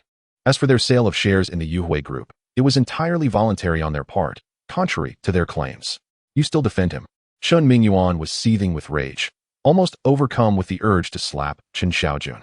"I am well acquainted with the sequence of events. Yesterday, Long Aotian went to the Rose Hotel and indulged excessively in alcohol, incapacitating them all. He then seized the agreement written by the shareholders for Xuanxuan and forcibly appropriated the Yuhui Group. Now, due to the presence of petitioners, the case has been officially filed for investigation. Tell me, what should I, as the deputy district head, do?" "Oh, it appears I was somewhat lenient yesterday." Long Aotian scoffed. "An investigation? I ask, in the land of Huaxia, where Long Aotian serves the nation with unwavering loyalty, having eradicated the Tianxian society, who would dare to investigate him? It is likely the work of those drunken knaves." Wang Fong glanced at Long Aotian, then at Chen Mingyuan, and quietly remarked, "Mingyuan, I suspect there may be some misunderstanding here. Aotian would not act so recklessly. What has happened to you? Why are you defending him today?" Chen Mingyuan shot a sideways glance at Wang Fong. Previously, when he criticized Long Aotian, his wife had always supported him. Wang Fong had her own motives. Although unaware of Long Aotian's true identity, she had noticed Chen Xiaojun's remarkable progress since his return. The reorganized Chen family had not only flourished, but also acquired the Ao Shao group. These were all positive developments. Yet, in the presence of the furious Chen Mingyuan, she fell silent, continually signaling to Chen Xiaojun. "Xiaojun, I must inform you, the Yuhui group has long entrenched itself in Jiancheng, with its clandestine forces deeply intertwined. Certainly not something you can provoke. If you trust me, surrender the chairmanship of the Yuhui group and content yourself with your role as director." Chen Mingyuan stated emphatically, then turned to Long Aotian. "Since your return, I have refrained from seeking you out. 5 years ago, you caused the Chun family to decline, rendering us a laughingstock. However, Xiaojun has not fared well either during these 5 years, which is why I tacitly accepted your union with her. But this incident is entirely your doing, and you must bear the consequences, regardless of how the Zheng family or the shareholders choose to confront you. It has no bearing on the Chen family or Chen Xiaojun." Chen Mingyuan declared in a somber tone, "Starting tomorrow, I demand that you issue a statement." "What statement?" Long Aotian inquired, perplexed. "Quite simple. Declare that from this moment onward, you have no ties to Chen Xiaojun, nor to our Chen family." "Absolutely not." Chen Xiaojun stood up, her eyes brimming with defiance. "If you dare refuse, I will end you, so you won't cause me trouble outside." Chen Mingyuan was genuinely furious now, rising to glare at Chen Xiaojun. Xiaojun, listen to me. Hear me out. Wang Fong, seeing the father and daughter on the verge of confrontation, hastily intervened, pulling Chen Xiaojun aside and speaking in a hushed tone. Your father finds himself in a predicament as a deputy district head. He is under considerable pressure from numerous superiors who insist on the completion of their tasks. I have heard that a certain Zheng Tianyu is a close friend of the district head. Shut your mouth. Before Wang Fong could finish her sentence, Chen Mingyuan turned around and glared at her in fury. This matter is not contingent upon rank, even without Zheng Tianyu's accusations. The company you are forcibly seizing is inherently illegal. Chen Xiaojun, you only have 2 steps to take. The first is to relinquish the position of chairman to Zheng Tianyu, and the second is to completely sever ties with Long Aotian. I can concede the chairmanship, but there is no way I will distance myself from Long Aotian. Chen Xiaojun gritted her teeth, firmly establishing her boundaries. You. Chen Mingyuan was left speechless in his rage. I finally comprehend the uproar. My ears are about to burst. Long Aotian pulled Chen Xiaojun down into a seat, rubbing his ears as he spoke. It is merely that Zheng Tianyu is disgruntled and has reported the matter to your superiors. They are now pressuring you, stating that Xiaojun must return the Yui group. This is exceedingly straightforward. Songlong, Yang, at your service. Suddenly, 2 burly men appeared in the spacious room. As they emerged, their ominous gazes fixated on Chen Mingyuan, their demeanor suggesting that should he utter another word, they could easily take his life. What are you doing? Do you dare to strike me? Chen Mingyuan trembled, and Wang Fong quickly restrained him, fearful of letting him say more. Long Aotian had demonstrated during his return that a single Songlong could defeat 8 or 9 men, all leaving them with broken bones. No matter how arrogant Chen Mingyuan might be, he is ultimately a scholar. Was he seeking death with his words? You all heard what my father-in-law said. Long Aotian gently caressed Xuanxuan's hair. Songlong, go to the Zheng family and ensure that Zheng Tianyu keeps his mouth shut. I wish not to encounter such matters again. Yang, proceed to Qingyang district to investigate the district head's documentation and deliver it to the relevant authorities. Yes, we obey. Songlong and Yang immediately knelt to receive their orders. As they brushed past Chen Mingyuan, Songlong suddenly remarked, if you dare to raise your voice at the dragon head again, I will ensure you regret ever entering this world.